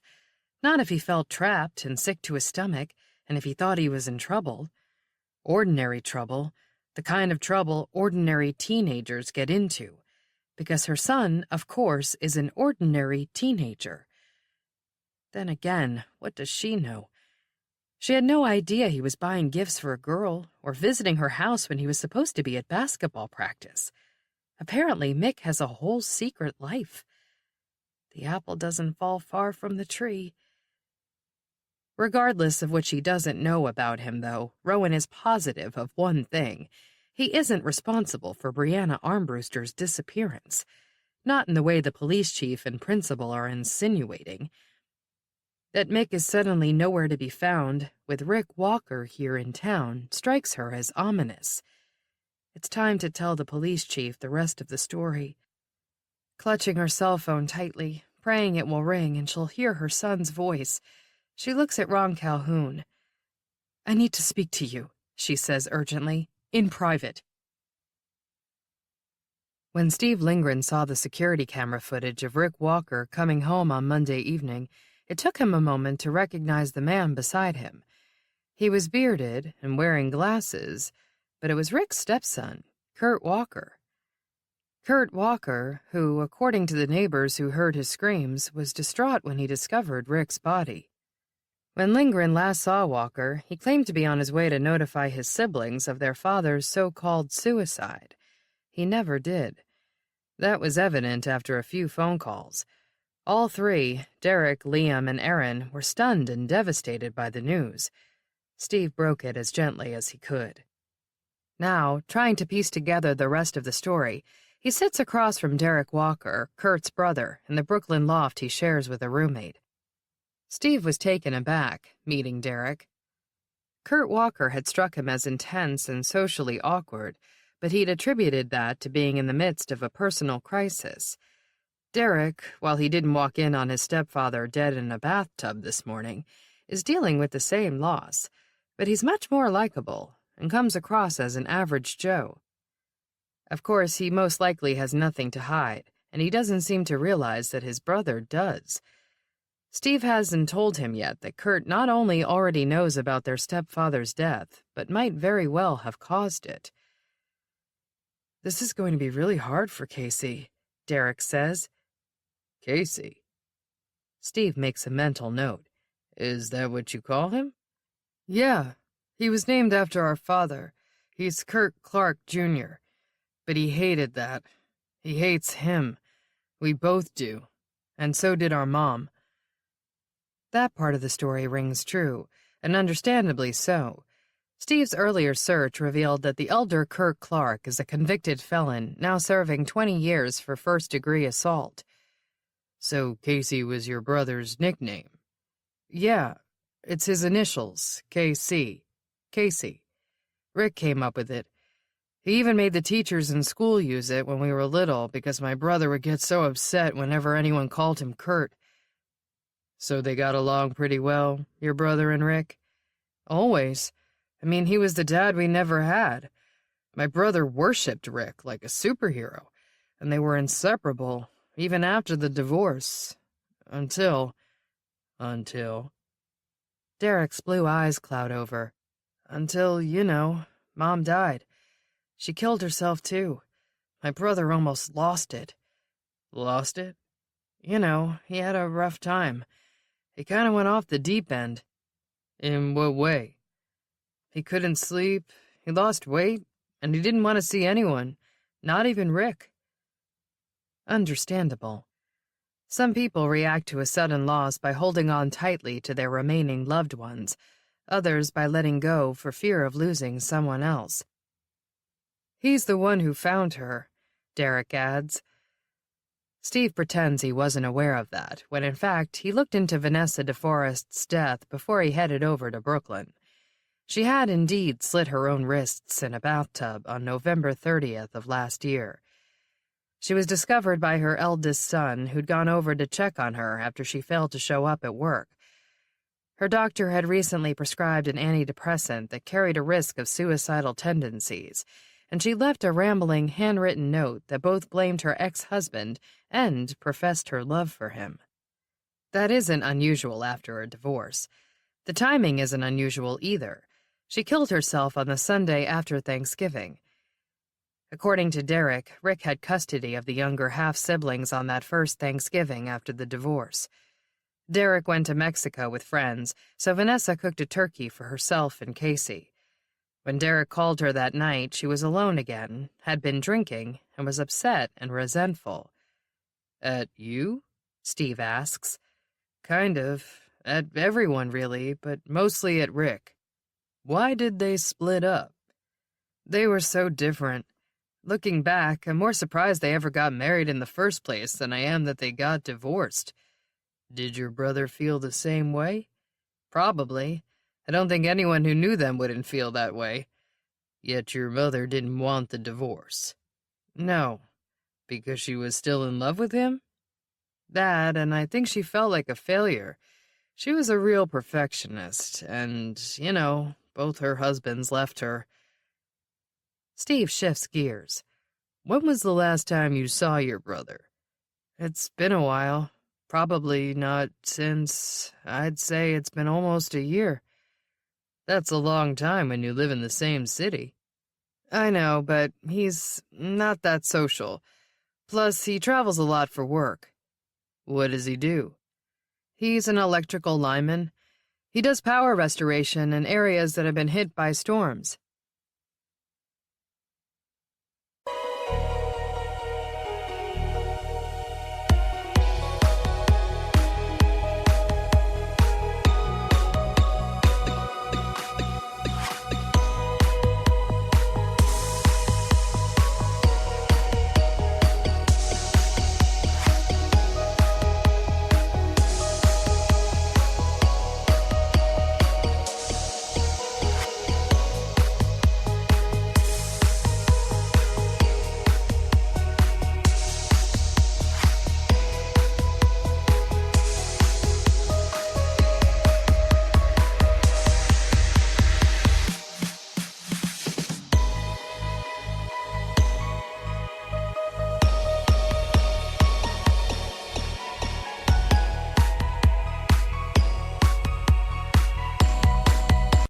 From the Mundy's Landing Tribune Archives. Front page, July 8, 1916. Second young woman murdered. Bloodied corpse at G.H. Purcell residence. Village in uproar at news. At approximately 10:30 this morning, Mrs. Florence S. Purcell of 46 Bridge Street was greeted by a horrific sight upon entering the second-floor guest room to prepare it for weekend visitors. A young woman lay beneath the coverlet, with her head resting upon a pillow, eyes closed as if in slumber. Had Mrs. Purcell not been aware of a similar discovery earlier in the week at the home of Dr. and Mrs. Silas O'Brown of 65 Prospect Street, She might have approached and attempted to awaken the sleeping intruder, as did the unfortunate Mrs. Brown. Correctly surmising that the bed's occupant was deceased, Mrs. Purcell began shrieking, which greatly frightened her children, Miss Augusta A. Purcell and Master Frederick G. Purcell. Hastening to the scene were Mr. Homer M. Sampson, who resides across the way at 49 Bridge Street, and Niall Devlin, a stable hand at Harrison's Livery on Fulton Avenue, whose barns are located adjacent to the rear of the Purcell property. After ushering the distraught Mrs. Purcell and her children to the safety of a neighboring home, Mr. Sampson dispatched the Devlin lad to fetch both the police and Mr. Purcell, who at the time was in his office at the First National Bank on Fulton Avenue. This follows the aforementioned incident that took place last Friday morning when the lifeless body of an unidentified young girl was found in the former bedroom of Miss Maud Brown, the eldest daughter of Dr. and Mrs. Brown, who was spending the year abroad. In that case, as in this one, there were no witnesses to the dastardly deed. No assassin was readily apprehended, nor were any suspects questioned. At press time, a full investigation was underway.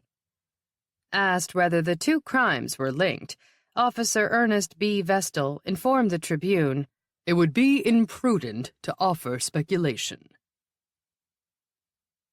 Chapter 19.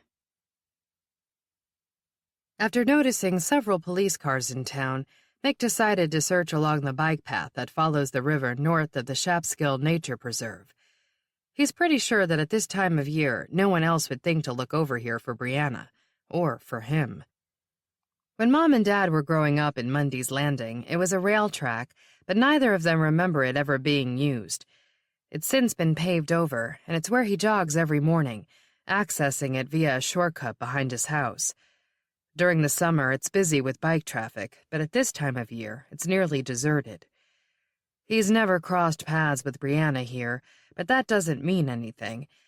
Maybe she goes earlier or later than he does. He can't keep tabs on her every move, though he regrets that now.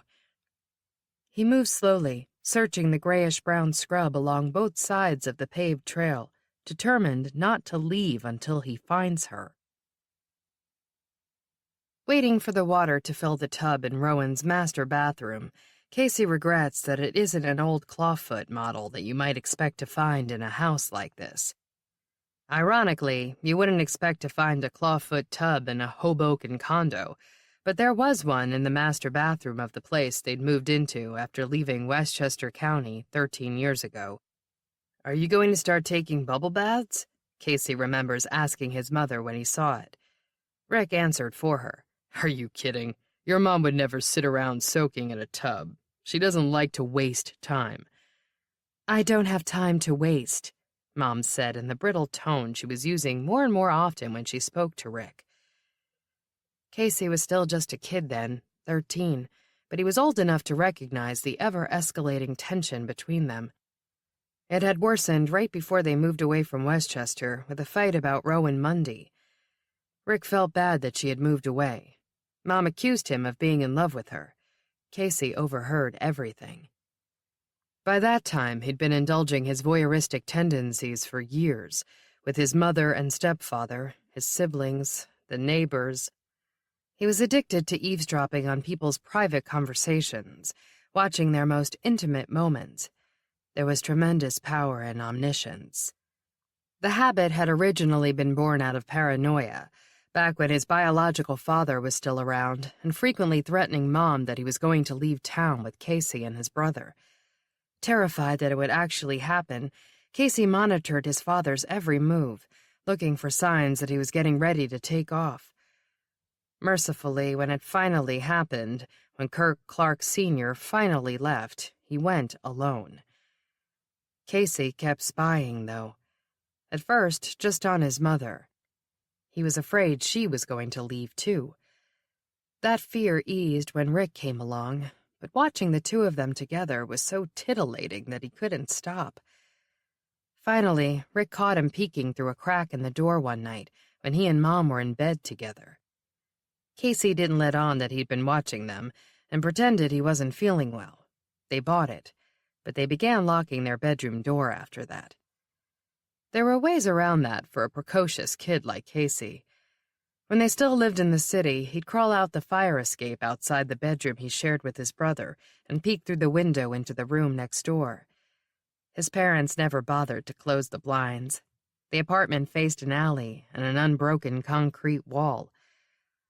When they moved to the house in Westchester, the master bedroom was on the ground floor, making it even easier for him to spy from outside. But as time went on, he rarely caught his mother and Rick naked in each other's arms. Most nights they were just sleeping. That was okay. By then, he'd discovered Rowan. He wasn't much interested in her when they first met. She was just a mom, hugely pregnant. But one day, soon after she had the baby, she bared her breast to nurse him right there in front of Casey. He was mesmerized, watching the baby suckling, his tiny fingers toying with his mother's long red hair. Mesmerized and insanely, irrationally jealous. From that moment on, he watched Rowan Mundy every chance he got and pleasured himself to fantasies that involved her. From the treehouse, he could see over the fence into the yard next door. Sometimes, at night when the lights were on, he could see directly into her house from his own. Having spent so much time inside the house during the day, he knew the layout of the rooms, well aware which windows belonged to the master bedroom and which to the bathroom. The curtains were always closed at night, so he never glimpsed anything more erotic than Rowan nursing her baby, but his imagination conjured plenty of tantalizing scenarios that were undoubtedly unfolding across the way. He longed to glimpse her showering or disrobing or making love with her husband. It didn't happen. Something else did. Always a stickler for details, for numbers, Casey remembered the date clearly. November 30th. That was the day his stepfather finally did what Casey had long fantasized about doing to Rowan. Naturally, he was spying on them from the next room. In the throes of adolescence, hormones raging, he didn't blame Rick for finding her irresistible. Nor did he resent the woman in the arms of his mother's husband. Not at first. But that day was the turning point. Afterward, everything changed. She changed. Until November 30th, Rowan was always so open, so affectionate, not just with Rick, but with Casey. To be fair, she was that way with everyone. Casey's younger brother, Derek, his half-brother, Liam, and his sister, Erin, too. But overnight, she went from loving and warm to ice-cold. Not long after, a for sale sign went up, and she was gone. Eavesdropping on his mother and Rick's argument after the Mundys had moved away, Casey felt torn. He loved his mother more than anything in the world, and he didn't want her to be unhappy. But he loved Rick, too, almost as much. Rick was his hero. He'd saved Casey from being the kid with the loser dad, or the kid with no dad at all. He'd made everything okay.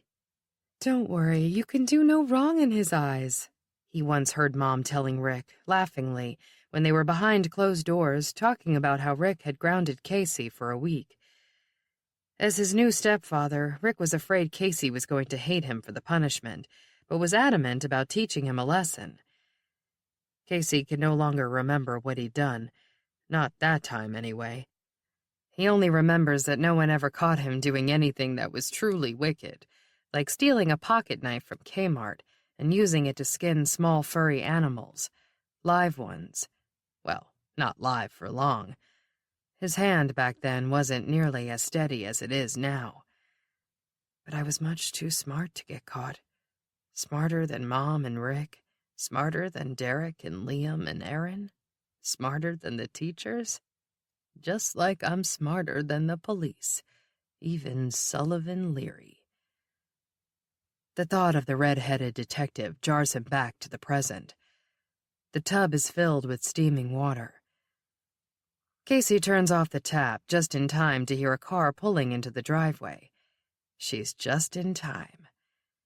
He smiles, pleased, and takes out Rick's cell phone to make a quick final call. Biting into a flaky apple pastry dusted with cinnamon and sugar, Sully forgets momentarily about the disturbing screenshot and about the homicide and even about bagels. Good bagels, bad bagels, who needs bagels? She could live here and subsist on this pastry. That's not lunch, Stockton points out as he unwraps a ham and cheese sandwich on a croissant. That's dessert. It's not lunchtime, she replies with a shrug. Anyway, there's nothing wrong with dessert for lunch, especially when it's mid-afternoon and you had absolutely no appetite when you placed your order. But the secretary stationed outside Colonimos's office had encouraged her and Stockton to order something when she'd passed around a menu earlier. It's going to be a long day. Every day is a long day where they come from, but in the few hours they've been here, they've become well aware that Mundy's landing police force isn't accustomed to this intense state of overdrive. They're efficient, but small. From what Sully gathers, they deal mostly with petty crimes, parking tickets, and crowd control during the summer festival. Now they're dealing with not one, but two missing teens. They identified a high school kid who was reportedly stalking Brianna Armbruster, only to have him slip away before they could question him. Mick Mundy, Sully echoed when she heard the name, as in Mundy's Landing? Right. His dad's family is descended from the first settlers here.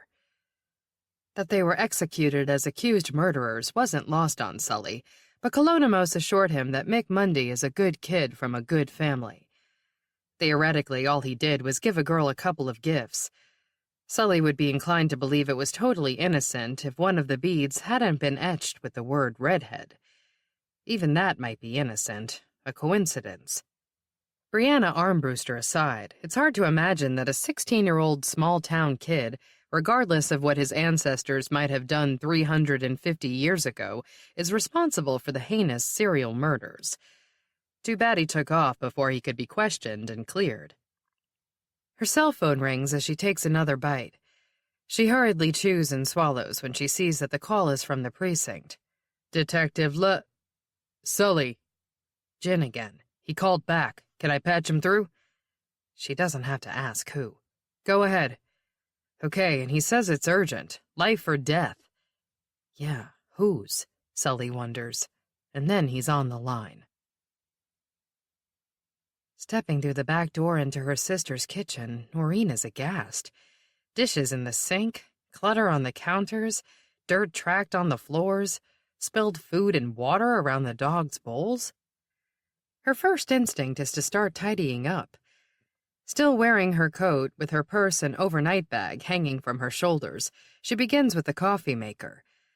After pouring this morning's stale brew down the drain, she dumps the cold, wet grounds into the nearly overflowing, of course, garbage can and opens the dishwasher. It, too, is full, and someone, gee, I wonder who, forgot to run it. The dishes inside weren't rinsed, so they're caked in crud. Among them is the chipped red pitcher from their childhood home. Noreen closes the dishwasher and steps away. She's not here to clean up this mess. She's here to clean up the bigger one. Maybe if she can set this loser Rick Walker straight and help her sister get past this marital setback, she'll feel better about all the things she can't fix in her own life. Still, she walks through the first floor with a critical eye. Throw rugs are slightly askew, closet doors ajar, coats draped over chairs, shoes are scattered on the floor. The dog, when she comes across him napping on the sofa, shouldn't be shedding on the furniture, and he should be barking at her presence. And there are far too many framed family photos, she decides when she reaches the front hall, especially on the wall leading up the stairs, where they're hung in mismatched frames of all shapes and sizes. Hearing a rustling sound behind her, she spins around. No one is there. She never did like old houses. She doesn't believe that they're haunted, but they do creak and groan. Settling noises, her parents used to call them, which never made sense to Noreen because old houses should have had plenty of time to settle. Again she hears the sound. Again she whirls around. This time, someone is there. This is the moment Casey has anticipated for months, years. Yet now it's finally arrived. It isn't quite right. It isn't right at all. Coming face to face with Rowan Mundy at last, Casey confirms that all the familiar components are accounted for. The compact build, fine bone structure, speckled green eyes, long, lovely cinnamon-colored hair. It's all there, but different. Off. Why? Casey wonders, his brain muddled in confusion. Is it because of time passing? Proximity? Perspective? It's been a few weeks now since he last glimpsed her, even from afar, but still. Close up, she seems taller and leaner than she should. There's not a hint of freckle on her face. Her hair, her beautiful hair, is pulled back in a severe ponytail. She never wears it that way. But it's her eyes, the expression in her eyes that is most startling. She isn't just wary or even frightened or furious. Her gaze is calm and cold, stone cold. So is her voice when she addresses him, the pitch lower and barely recognizable. "You're not Rick Walker." "No." He pushes aside his confusion, forcing a laugh. "I know you were expecting him, but he's incapacitated." "Who are you?" "Oh, Rowan, you don't recognize me? Really?" "I'm not—" "I'd be insulted," he goes on, cutting her off abruptly, "if I believed you." "You don't?" "Of course not." There's a subtle shift in her gaze as she stares at him. She tilts her head, studying him, and then shakes it. It's obvious that she's stalling, buying time by pretending not to know who he is, but that's okay. He's the one in control here. "My memory isn't what it used to be," she says. "People change." "You have a point. I was just a boy the last time we saw each other. Now I'm a man. A real man." He stretches a hand toward her. As if she senses that his intent is not to shake hands but to caress her, she recoils quickly, too quickly. That, too, is wrong. Her reflexes should be slowing already. Maybe she forgot to take her medication when she came in. If so, then she's going to put up a fight.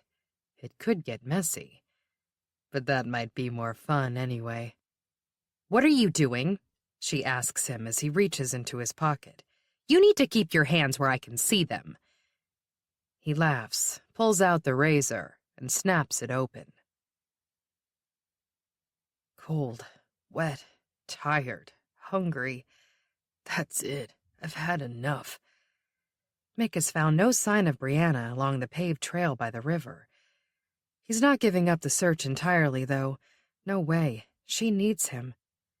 He's just taking a short break. He needs to change his clothes, eat something, and rest for a little while in a warm, dry place. Luckily, home is right down the path. He heads in that direction. The first strike catches Noreen in the arm as she tries to get away from the intruder. The razor blade slices neatly through the sleeve of her blouse and into her flesh. Stunned, she looks down to see blood seeping over the white silk fabric. The stinging pain doesn't hit her for a few seconds after that. Those seconds are spent realizing that the attack was meant for her sister. If she corrects his mistaken assumption that she's Rowan, he might stop and flee. But he might not. He might continue to hurt her, and then go after Rowan, too. Rowan's not as strong as Noreen. She won't be able to fight him off. She'll get hurt. I told her I'll deal with this, and I will. There's searing pain now in her right arm where he cut her, and he's holding her left so tightly that she can't wrench herself free. She lifts her leg and kicks him hard, going for the groin. Not hard enough, not high enough. The razor flashes again. Suddenly, Noreen is afraid. What if he hurts her badly? What if...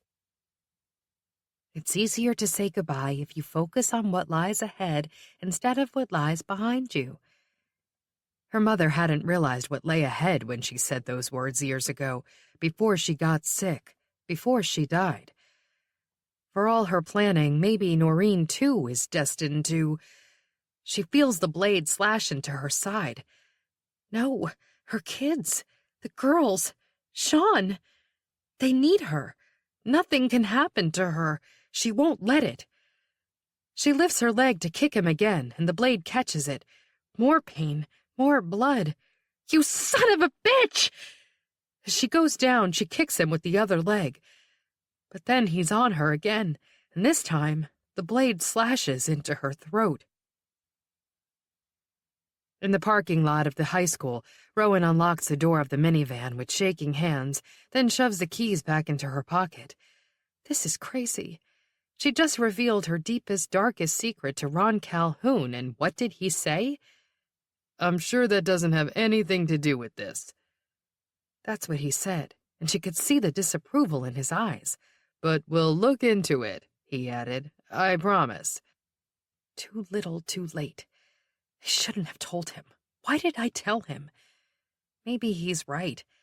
Maybe it's a stretch to think that... What? What does she even think? That Rick Walker kidnapped Brianna Armbruster? What exactly would that accomplish in the grand scheme of things? Nothing. Absolutely nothing. It makes no sense. She's just dizzy with stress and exhaustion, and that damn song is still looping through her head. I would die for you. As she climbs behind the wheel, she catches sight of the red snowflake still pinned to her lapel and lets out a frustrated cry. She strips off the coat and tosses it into the back seat. She needs to get home. Thoughts spinning, she quickly texts Noreen that she's on her way. Rick must be there by now, but she just has to find Mick. Noreen can help her. Her keys. Where are her keys? Why can't she ever find her damn keys?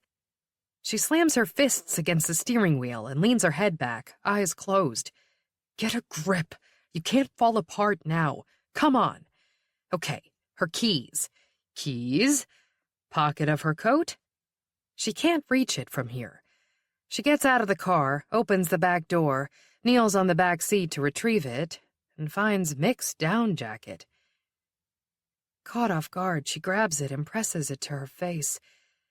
She breathes in the faint scent of some kind of body spray he must have used the last time he wore it, probably trying to impress a girl. Brianna? Even so, I know my son. I might not know what he's doing every moment of every day, but I know who he is.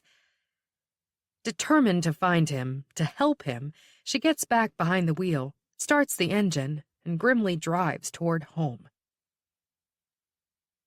In the split second before Casey slashed Rowan's throat, a single word escaped it. Why? Now standing over her, watching her bleed all over her scuffed hardwood floor, he answers it. Because you destroyed us! That's why! She doesn't reply, of course. She's too busy bleeding, moaning. Soon she'll be unconscious. But on the off chance she can still hear him, he explains. Before you came along, we were a family. My mom and Rick were so happy, and we were normal, and then you ruined everything. You and your stupid... He kicks her in the head, the hair with his work boot. She groans a little. She's still alive. Good. She should hear this. Nothing was ever the same after that. You moved, we moved, but it was like you infected us with some kind of virus. And my mom, she knew you were trying to take him away from us. She knew. Years later, on that lonely Thanksgiving weekend when it was just the two of them, Mom tried to convince Casey that Rowan hadn't caused the divorce. She acted as though she barely remembered Rowan. But he knew better. You couldn't forget a woman like that. He never had, and he was certain when Rick left his mother a few years ago that Rick never had either. On Monday night when Casey asked him about her, he admitted he'd seen Rowan again recently, but claimed it was innocent, and insisted that Mom's death wasn't her fault. How can you say that? She killed herself on the same day that you and Rowan... It had nothing to do with that. She was overwhelmed at work. The days were getting shorter and darker. Winter was coming. Your mom always hated that time of year. And she'd just gone through a miserable holiday and a miserable weekend. So she killed herself? Come on. she struggled with depression all her life. And that date wasn't just meaningful to me and Rowan. It was meaningful to me and your mother. We met on November 30th.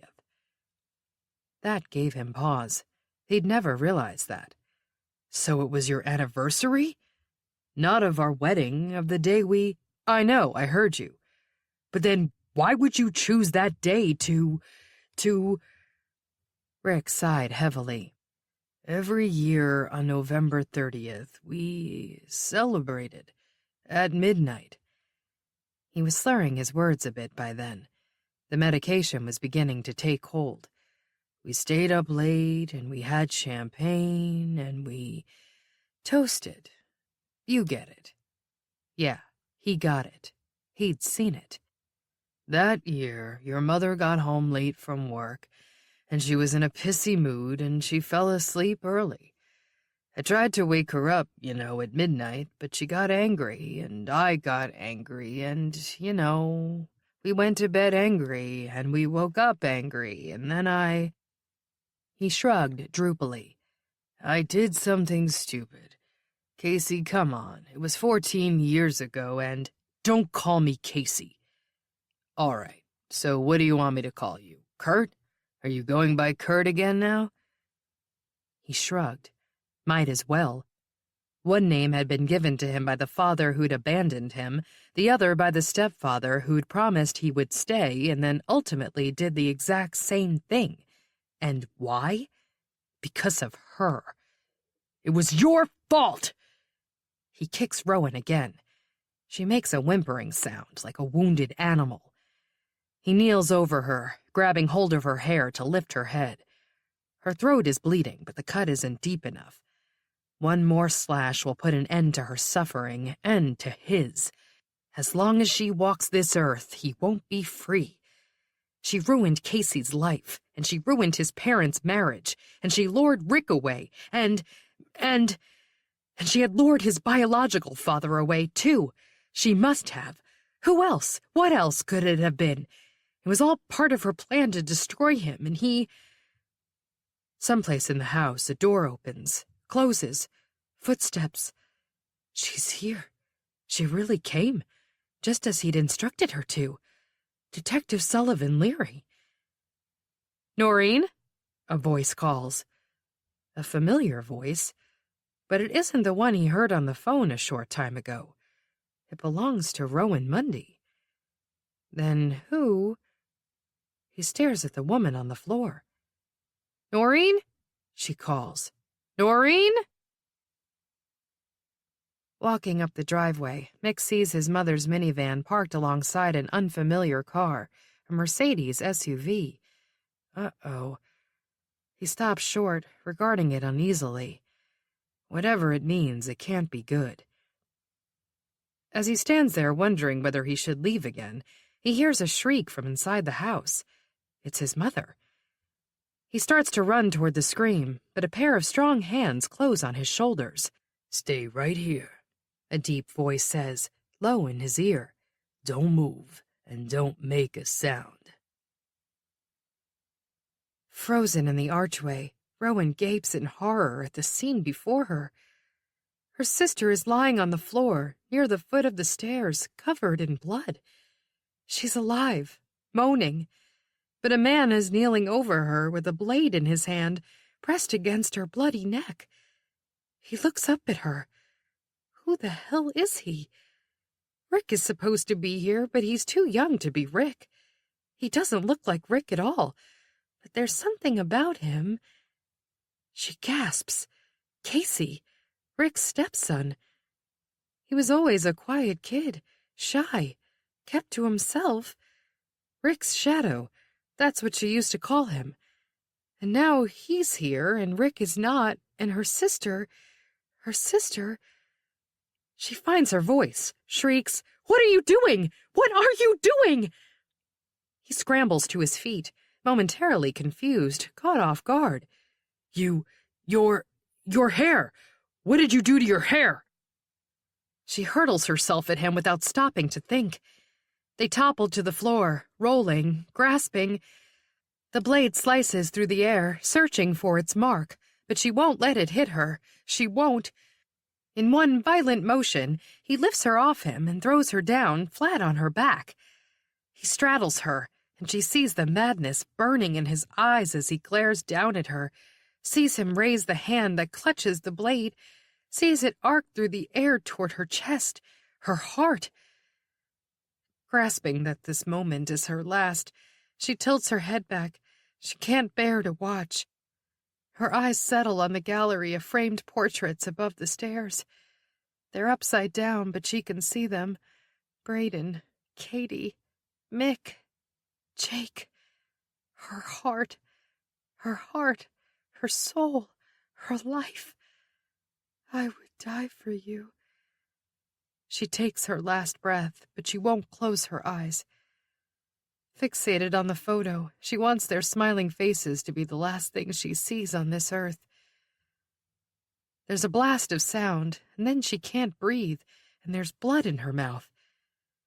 This is what it's like to die, she realizes. It will be over soon, and then... It isn't. Time goes on, and she can taste blood, smell it, but it isn't her own. It's Casey's. He's on top of her, crushing her, because... A muffled, far-off voice shouts something that sounds like, "Sully!" "I got him, Barnes!"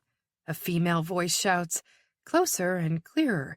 "We need the medics right away! Hurry! There are 2 females here, and one's in really bad shape." She hears a commotion, and then the dead weight is being lifted off Rowan, and she sees a red-headed woman standing over her. "Are you okay?" she asks, holstering a gun and leaning in. "Did he hurt you?" "My sister. Please help my sister." "It's okay. Let me take a look at you. Take deep breaths. Just breathe." Breathe. She breathes. She can breathe. She's alive. Paramedics lunge through the door toward Noreen. One twists a tourniquet onto her arm, another takes her pulse. Another crouches beside her, talking to her, telling her to hang on, hang on, hang on. There are cops now, too, swarming in, closing around the man on the floor. He's bleeding from a gunshot wound to his chest. Rowan doesn't give a damn whether he's alive or dead. She only cares about her family. Damn it. He tried to hurt her family. Tried to... "Noreen!" she calls. "Noreen!" The woman turns back toward Rowan. "Shh, she's going to be all right." "Are you... Who are you?" "I'm Detective Leary. Here, can you sit up?" She stretches out a hand, and Rowan grasps it. The woman's grip is warm and reassuring. "You've got to help me, Detective. Please. I need to find my son. He disappeared, and they think..." She pauses, closing her eyes just for a moment, trying to collect her thoughts. Mick. She has to find Mick. "Your son disappeared?" The detective is solemn, but there's a little twinkle in her eye. "Can you describe him?" "He's 6'2", lanky, with green eyes and red hair." "Red hair? I'm kind of partial to that. Let me see what I can find out." The detective steps closer to the door and calls, "Hey, Barnes, can you come in here now? And bring your pal?" A moment later, a large black man steps through the front door, his arm around Mick. Rowan closes her eyes, this time in silent, thankful prayer. Then her boy is there, hugging her. "He got here just as we did," Detective Leary tells Rowan. "He heard you scream, and he was running toward the house, but my partner, Detective Barnes here, stopped him so that he wouldn't get hurt." "What happened?" Mick asks over and over as the paramedics rush Noreen out the door on a stretcher. "What happened?" Rowan just shakes her head, spinning. She has a feeling that it will be a long time before she can answer that question. Right now, as long as she has her boy back safely and her sister is in good hands, there's only one other thing that matters. On her feet at last, she steps away from the bedlam, through the doorway into her study. She dials Jake's number. This time, when it goes into voicemail, she'll leave him a message. She'll say, what the hell are you going to say? But it doesn't go into voicemail. Jake, you answered. I've been trying to call you. Yeah, I've been in a meeting, but now I'm out. I saw that you called a few times. Listen, I can't talk about this, right? It's not that. It's something else. It's... What? She looks around, spinning on the gravitron. Spinning, and it's all a blur. Mick, the detectives, Casey, the blood. Rowan! Can you come home? Her voice cracks. Damn it. I'm in Saratoga. I know, but something happened, and... She swallows a sob. I need you, Jake. What happened? Is it Mick? Is he okay? Are you okay? Concern nudges the anger from his voice. The spinning slows. Her gaze settles on a framed photo of herself and Jake on her desk. Arm in arm, smiling, wearing jeans and holding shovels. The day they planted the oak tree to replace the one felled by the storm. She hesitates. No more lies. We're not exactly okay. Not right now. We need you home. Please. What happened? What's wrong? Please, Jake. Her voice breaks. Please, just come home. Okay, I'm on my way. Before he hangs up, Jake adds 2 last words. Love you. At last, the world stops spinning. The ground is solid beneath her feet once more. I love you too.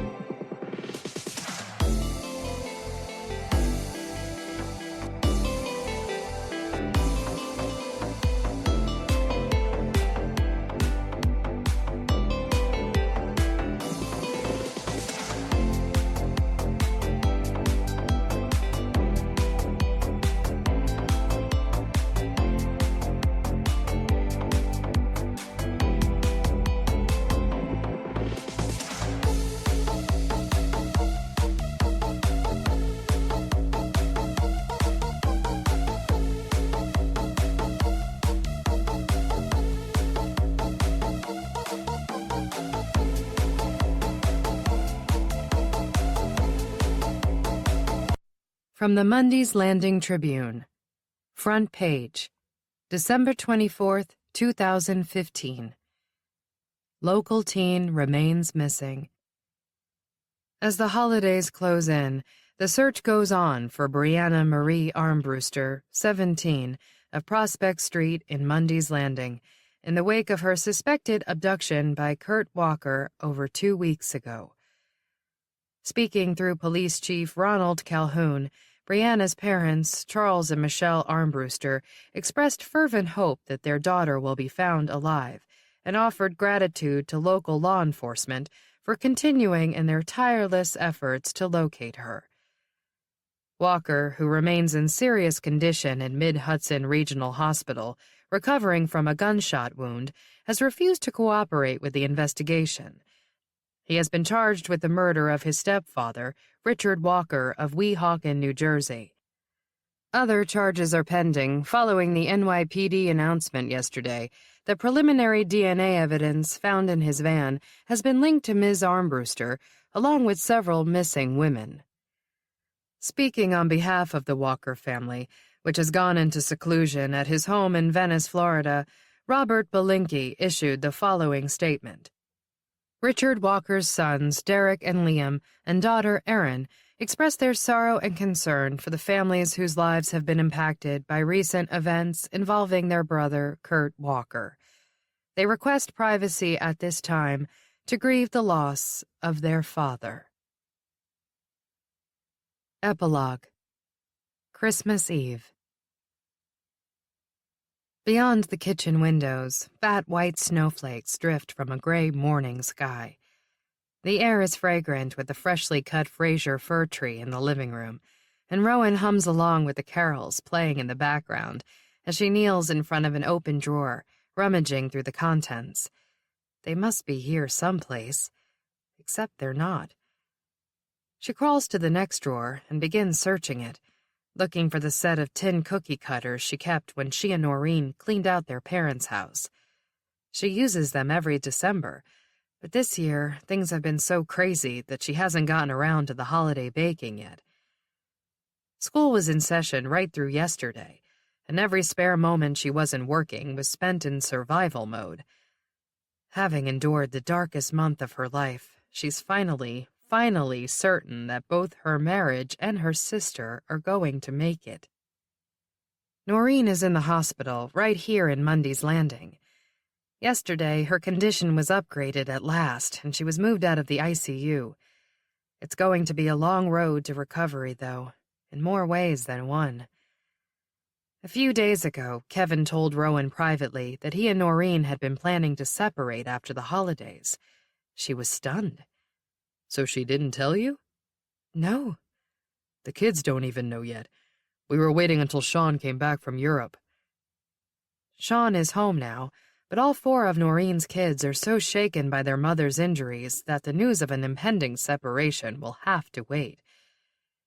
Rowan was initially hoping that her sister and brother-in-law might be able to work it out, but it isn't looking likely.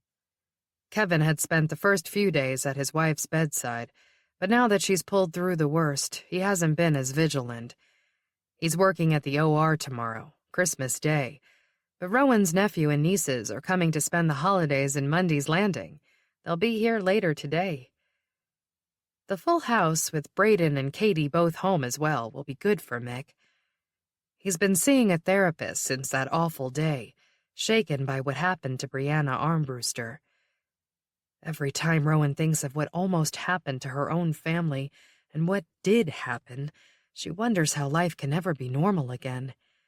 But they're all still alive, still here. Jake is still here, and he's promised he's not going anywhere.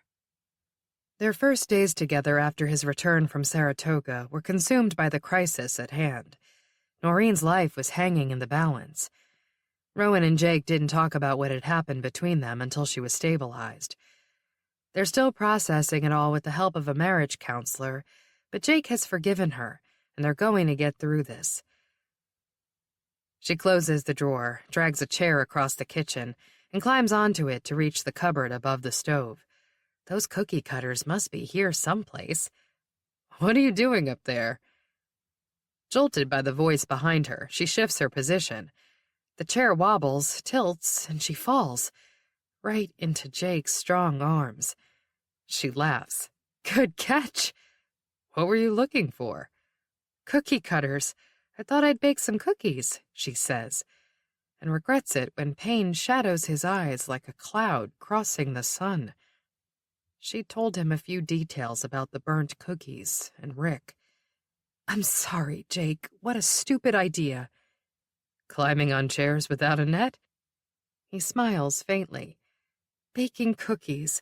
It was a spur-of-the-moment thing, and I should have known better. Why don't I ever stop to think things through? But Jake is shaking his head. You do think things through. The things that count. It wasn't a stupid idea. It's Christmas. You always bake cookies for Christmas. I know, but...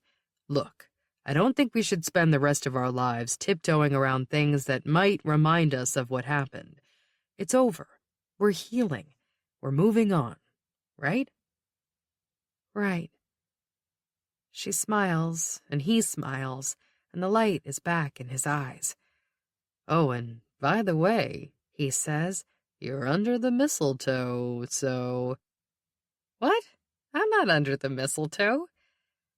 He lifts his hand and dangles a plastic sprig of green over their heads. You are now. Hey, where'd you get that? It was in the pocket of my sweatshirt when I put it on. I have no idea how it got there. She knows how. He'd let her wear the sweatshirt to warm up the morning they were in the attic getting the boxes of Christmas decorations. She'd been so worried he'd discover her secret. But Jake is right. It's over. They're moving on. And they're under the mistletoe. This is Allison Ryan. We hope you have enjoyed this unabridged production of Blood Red, Mundy's Landing, Book 1, by Wendy Corsi Staub. This program was produced by B Audio. Executive producer, Katie Ostroka.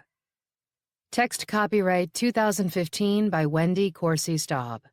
Production copyright 2015 by HarperCollins Publishers.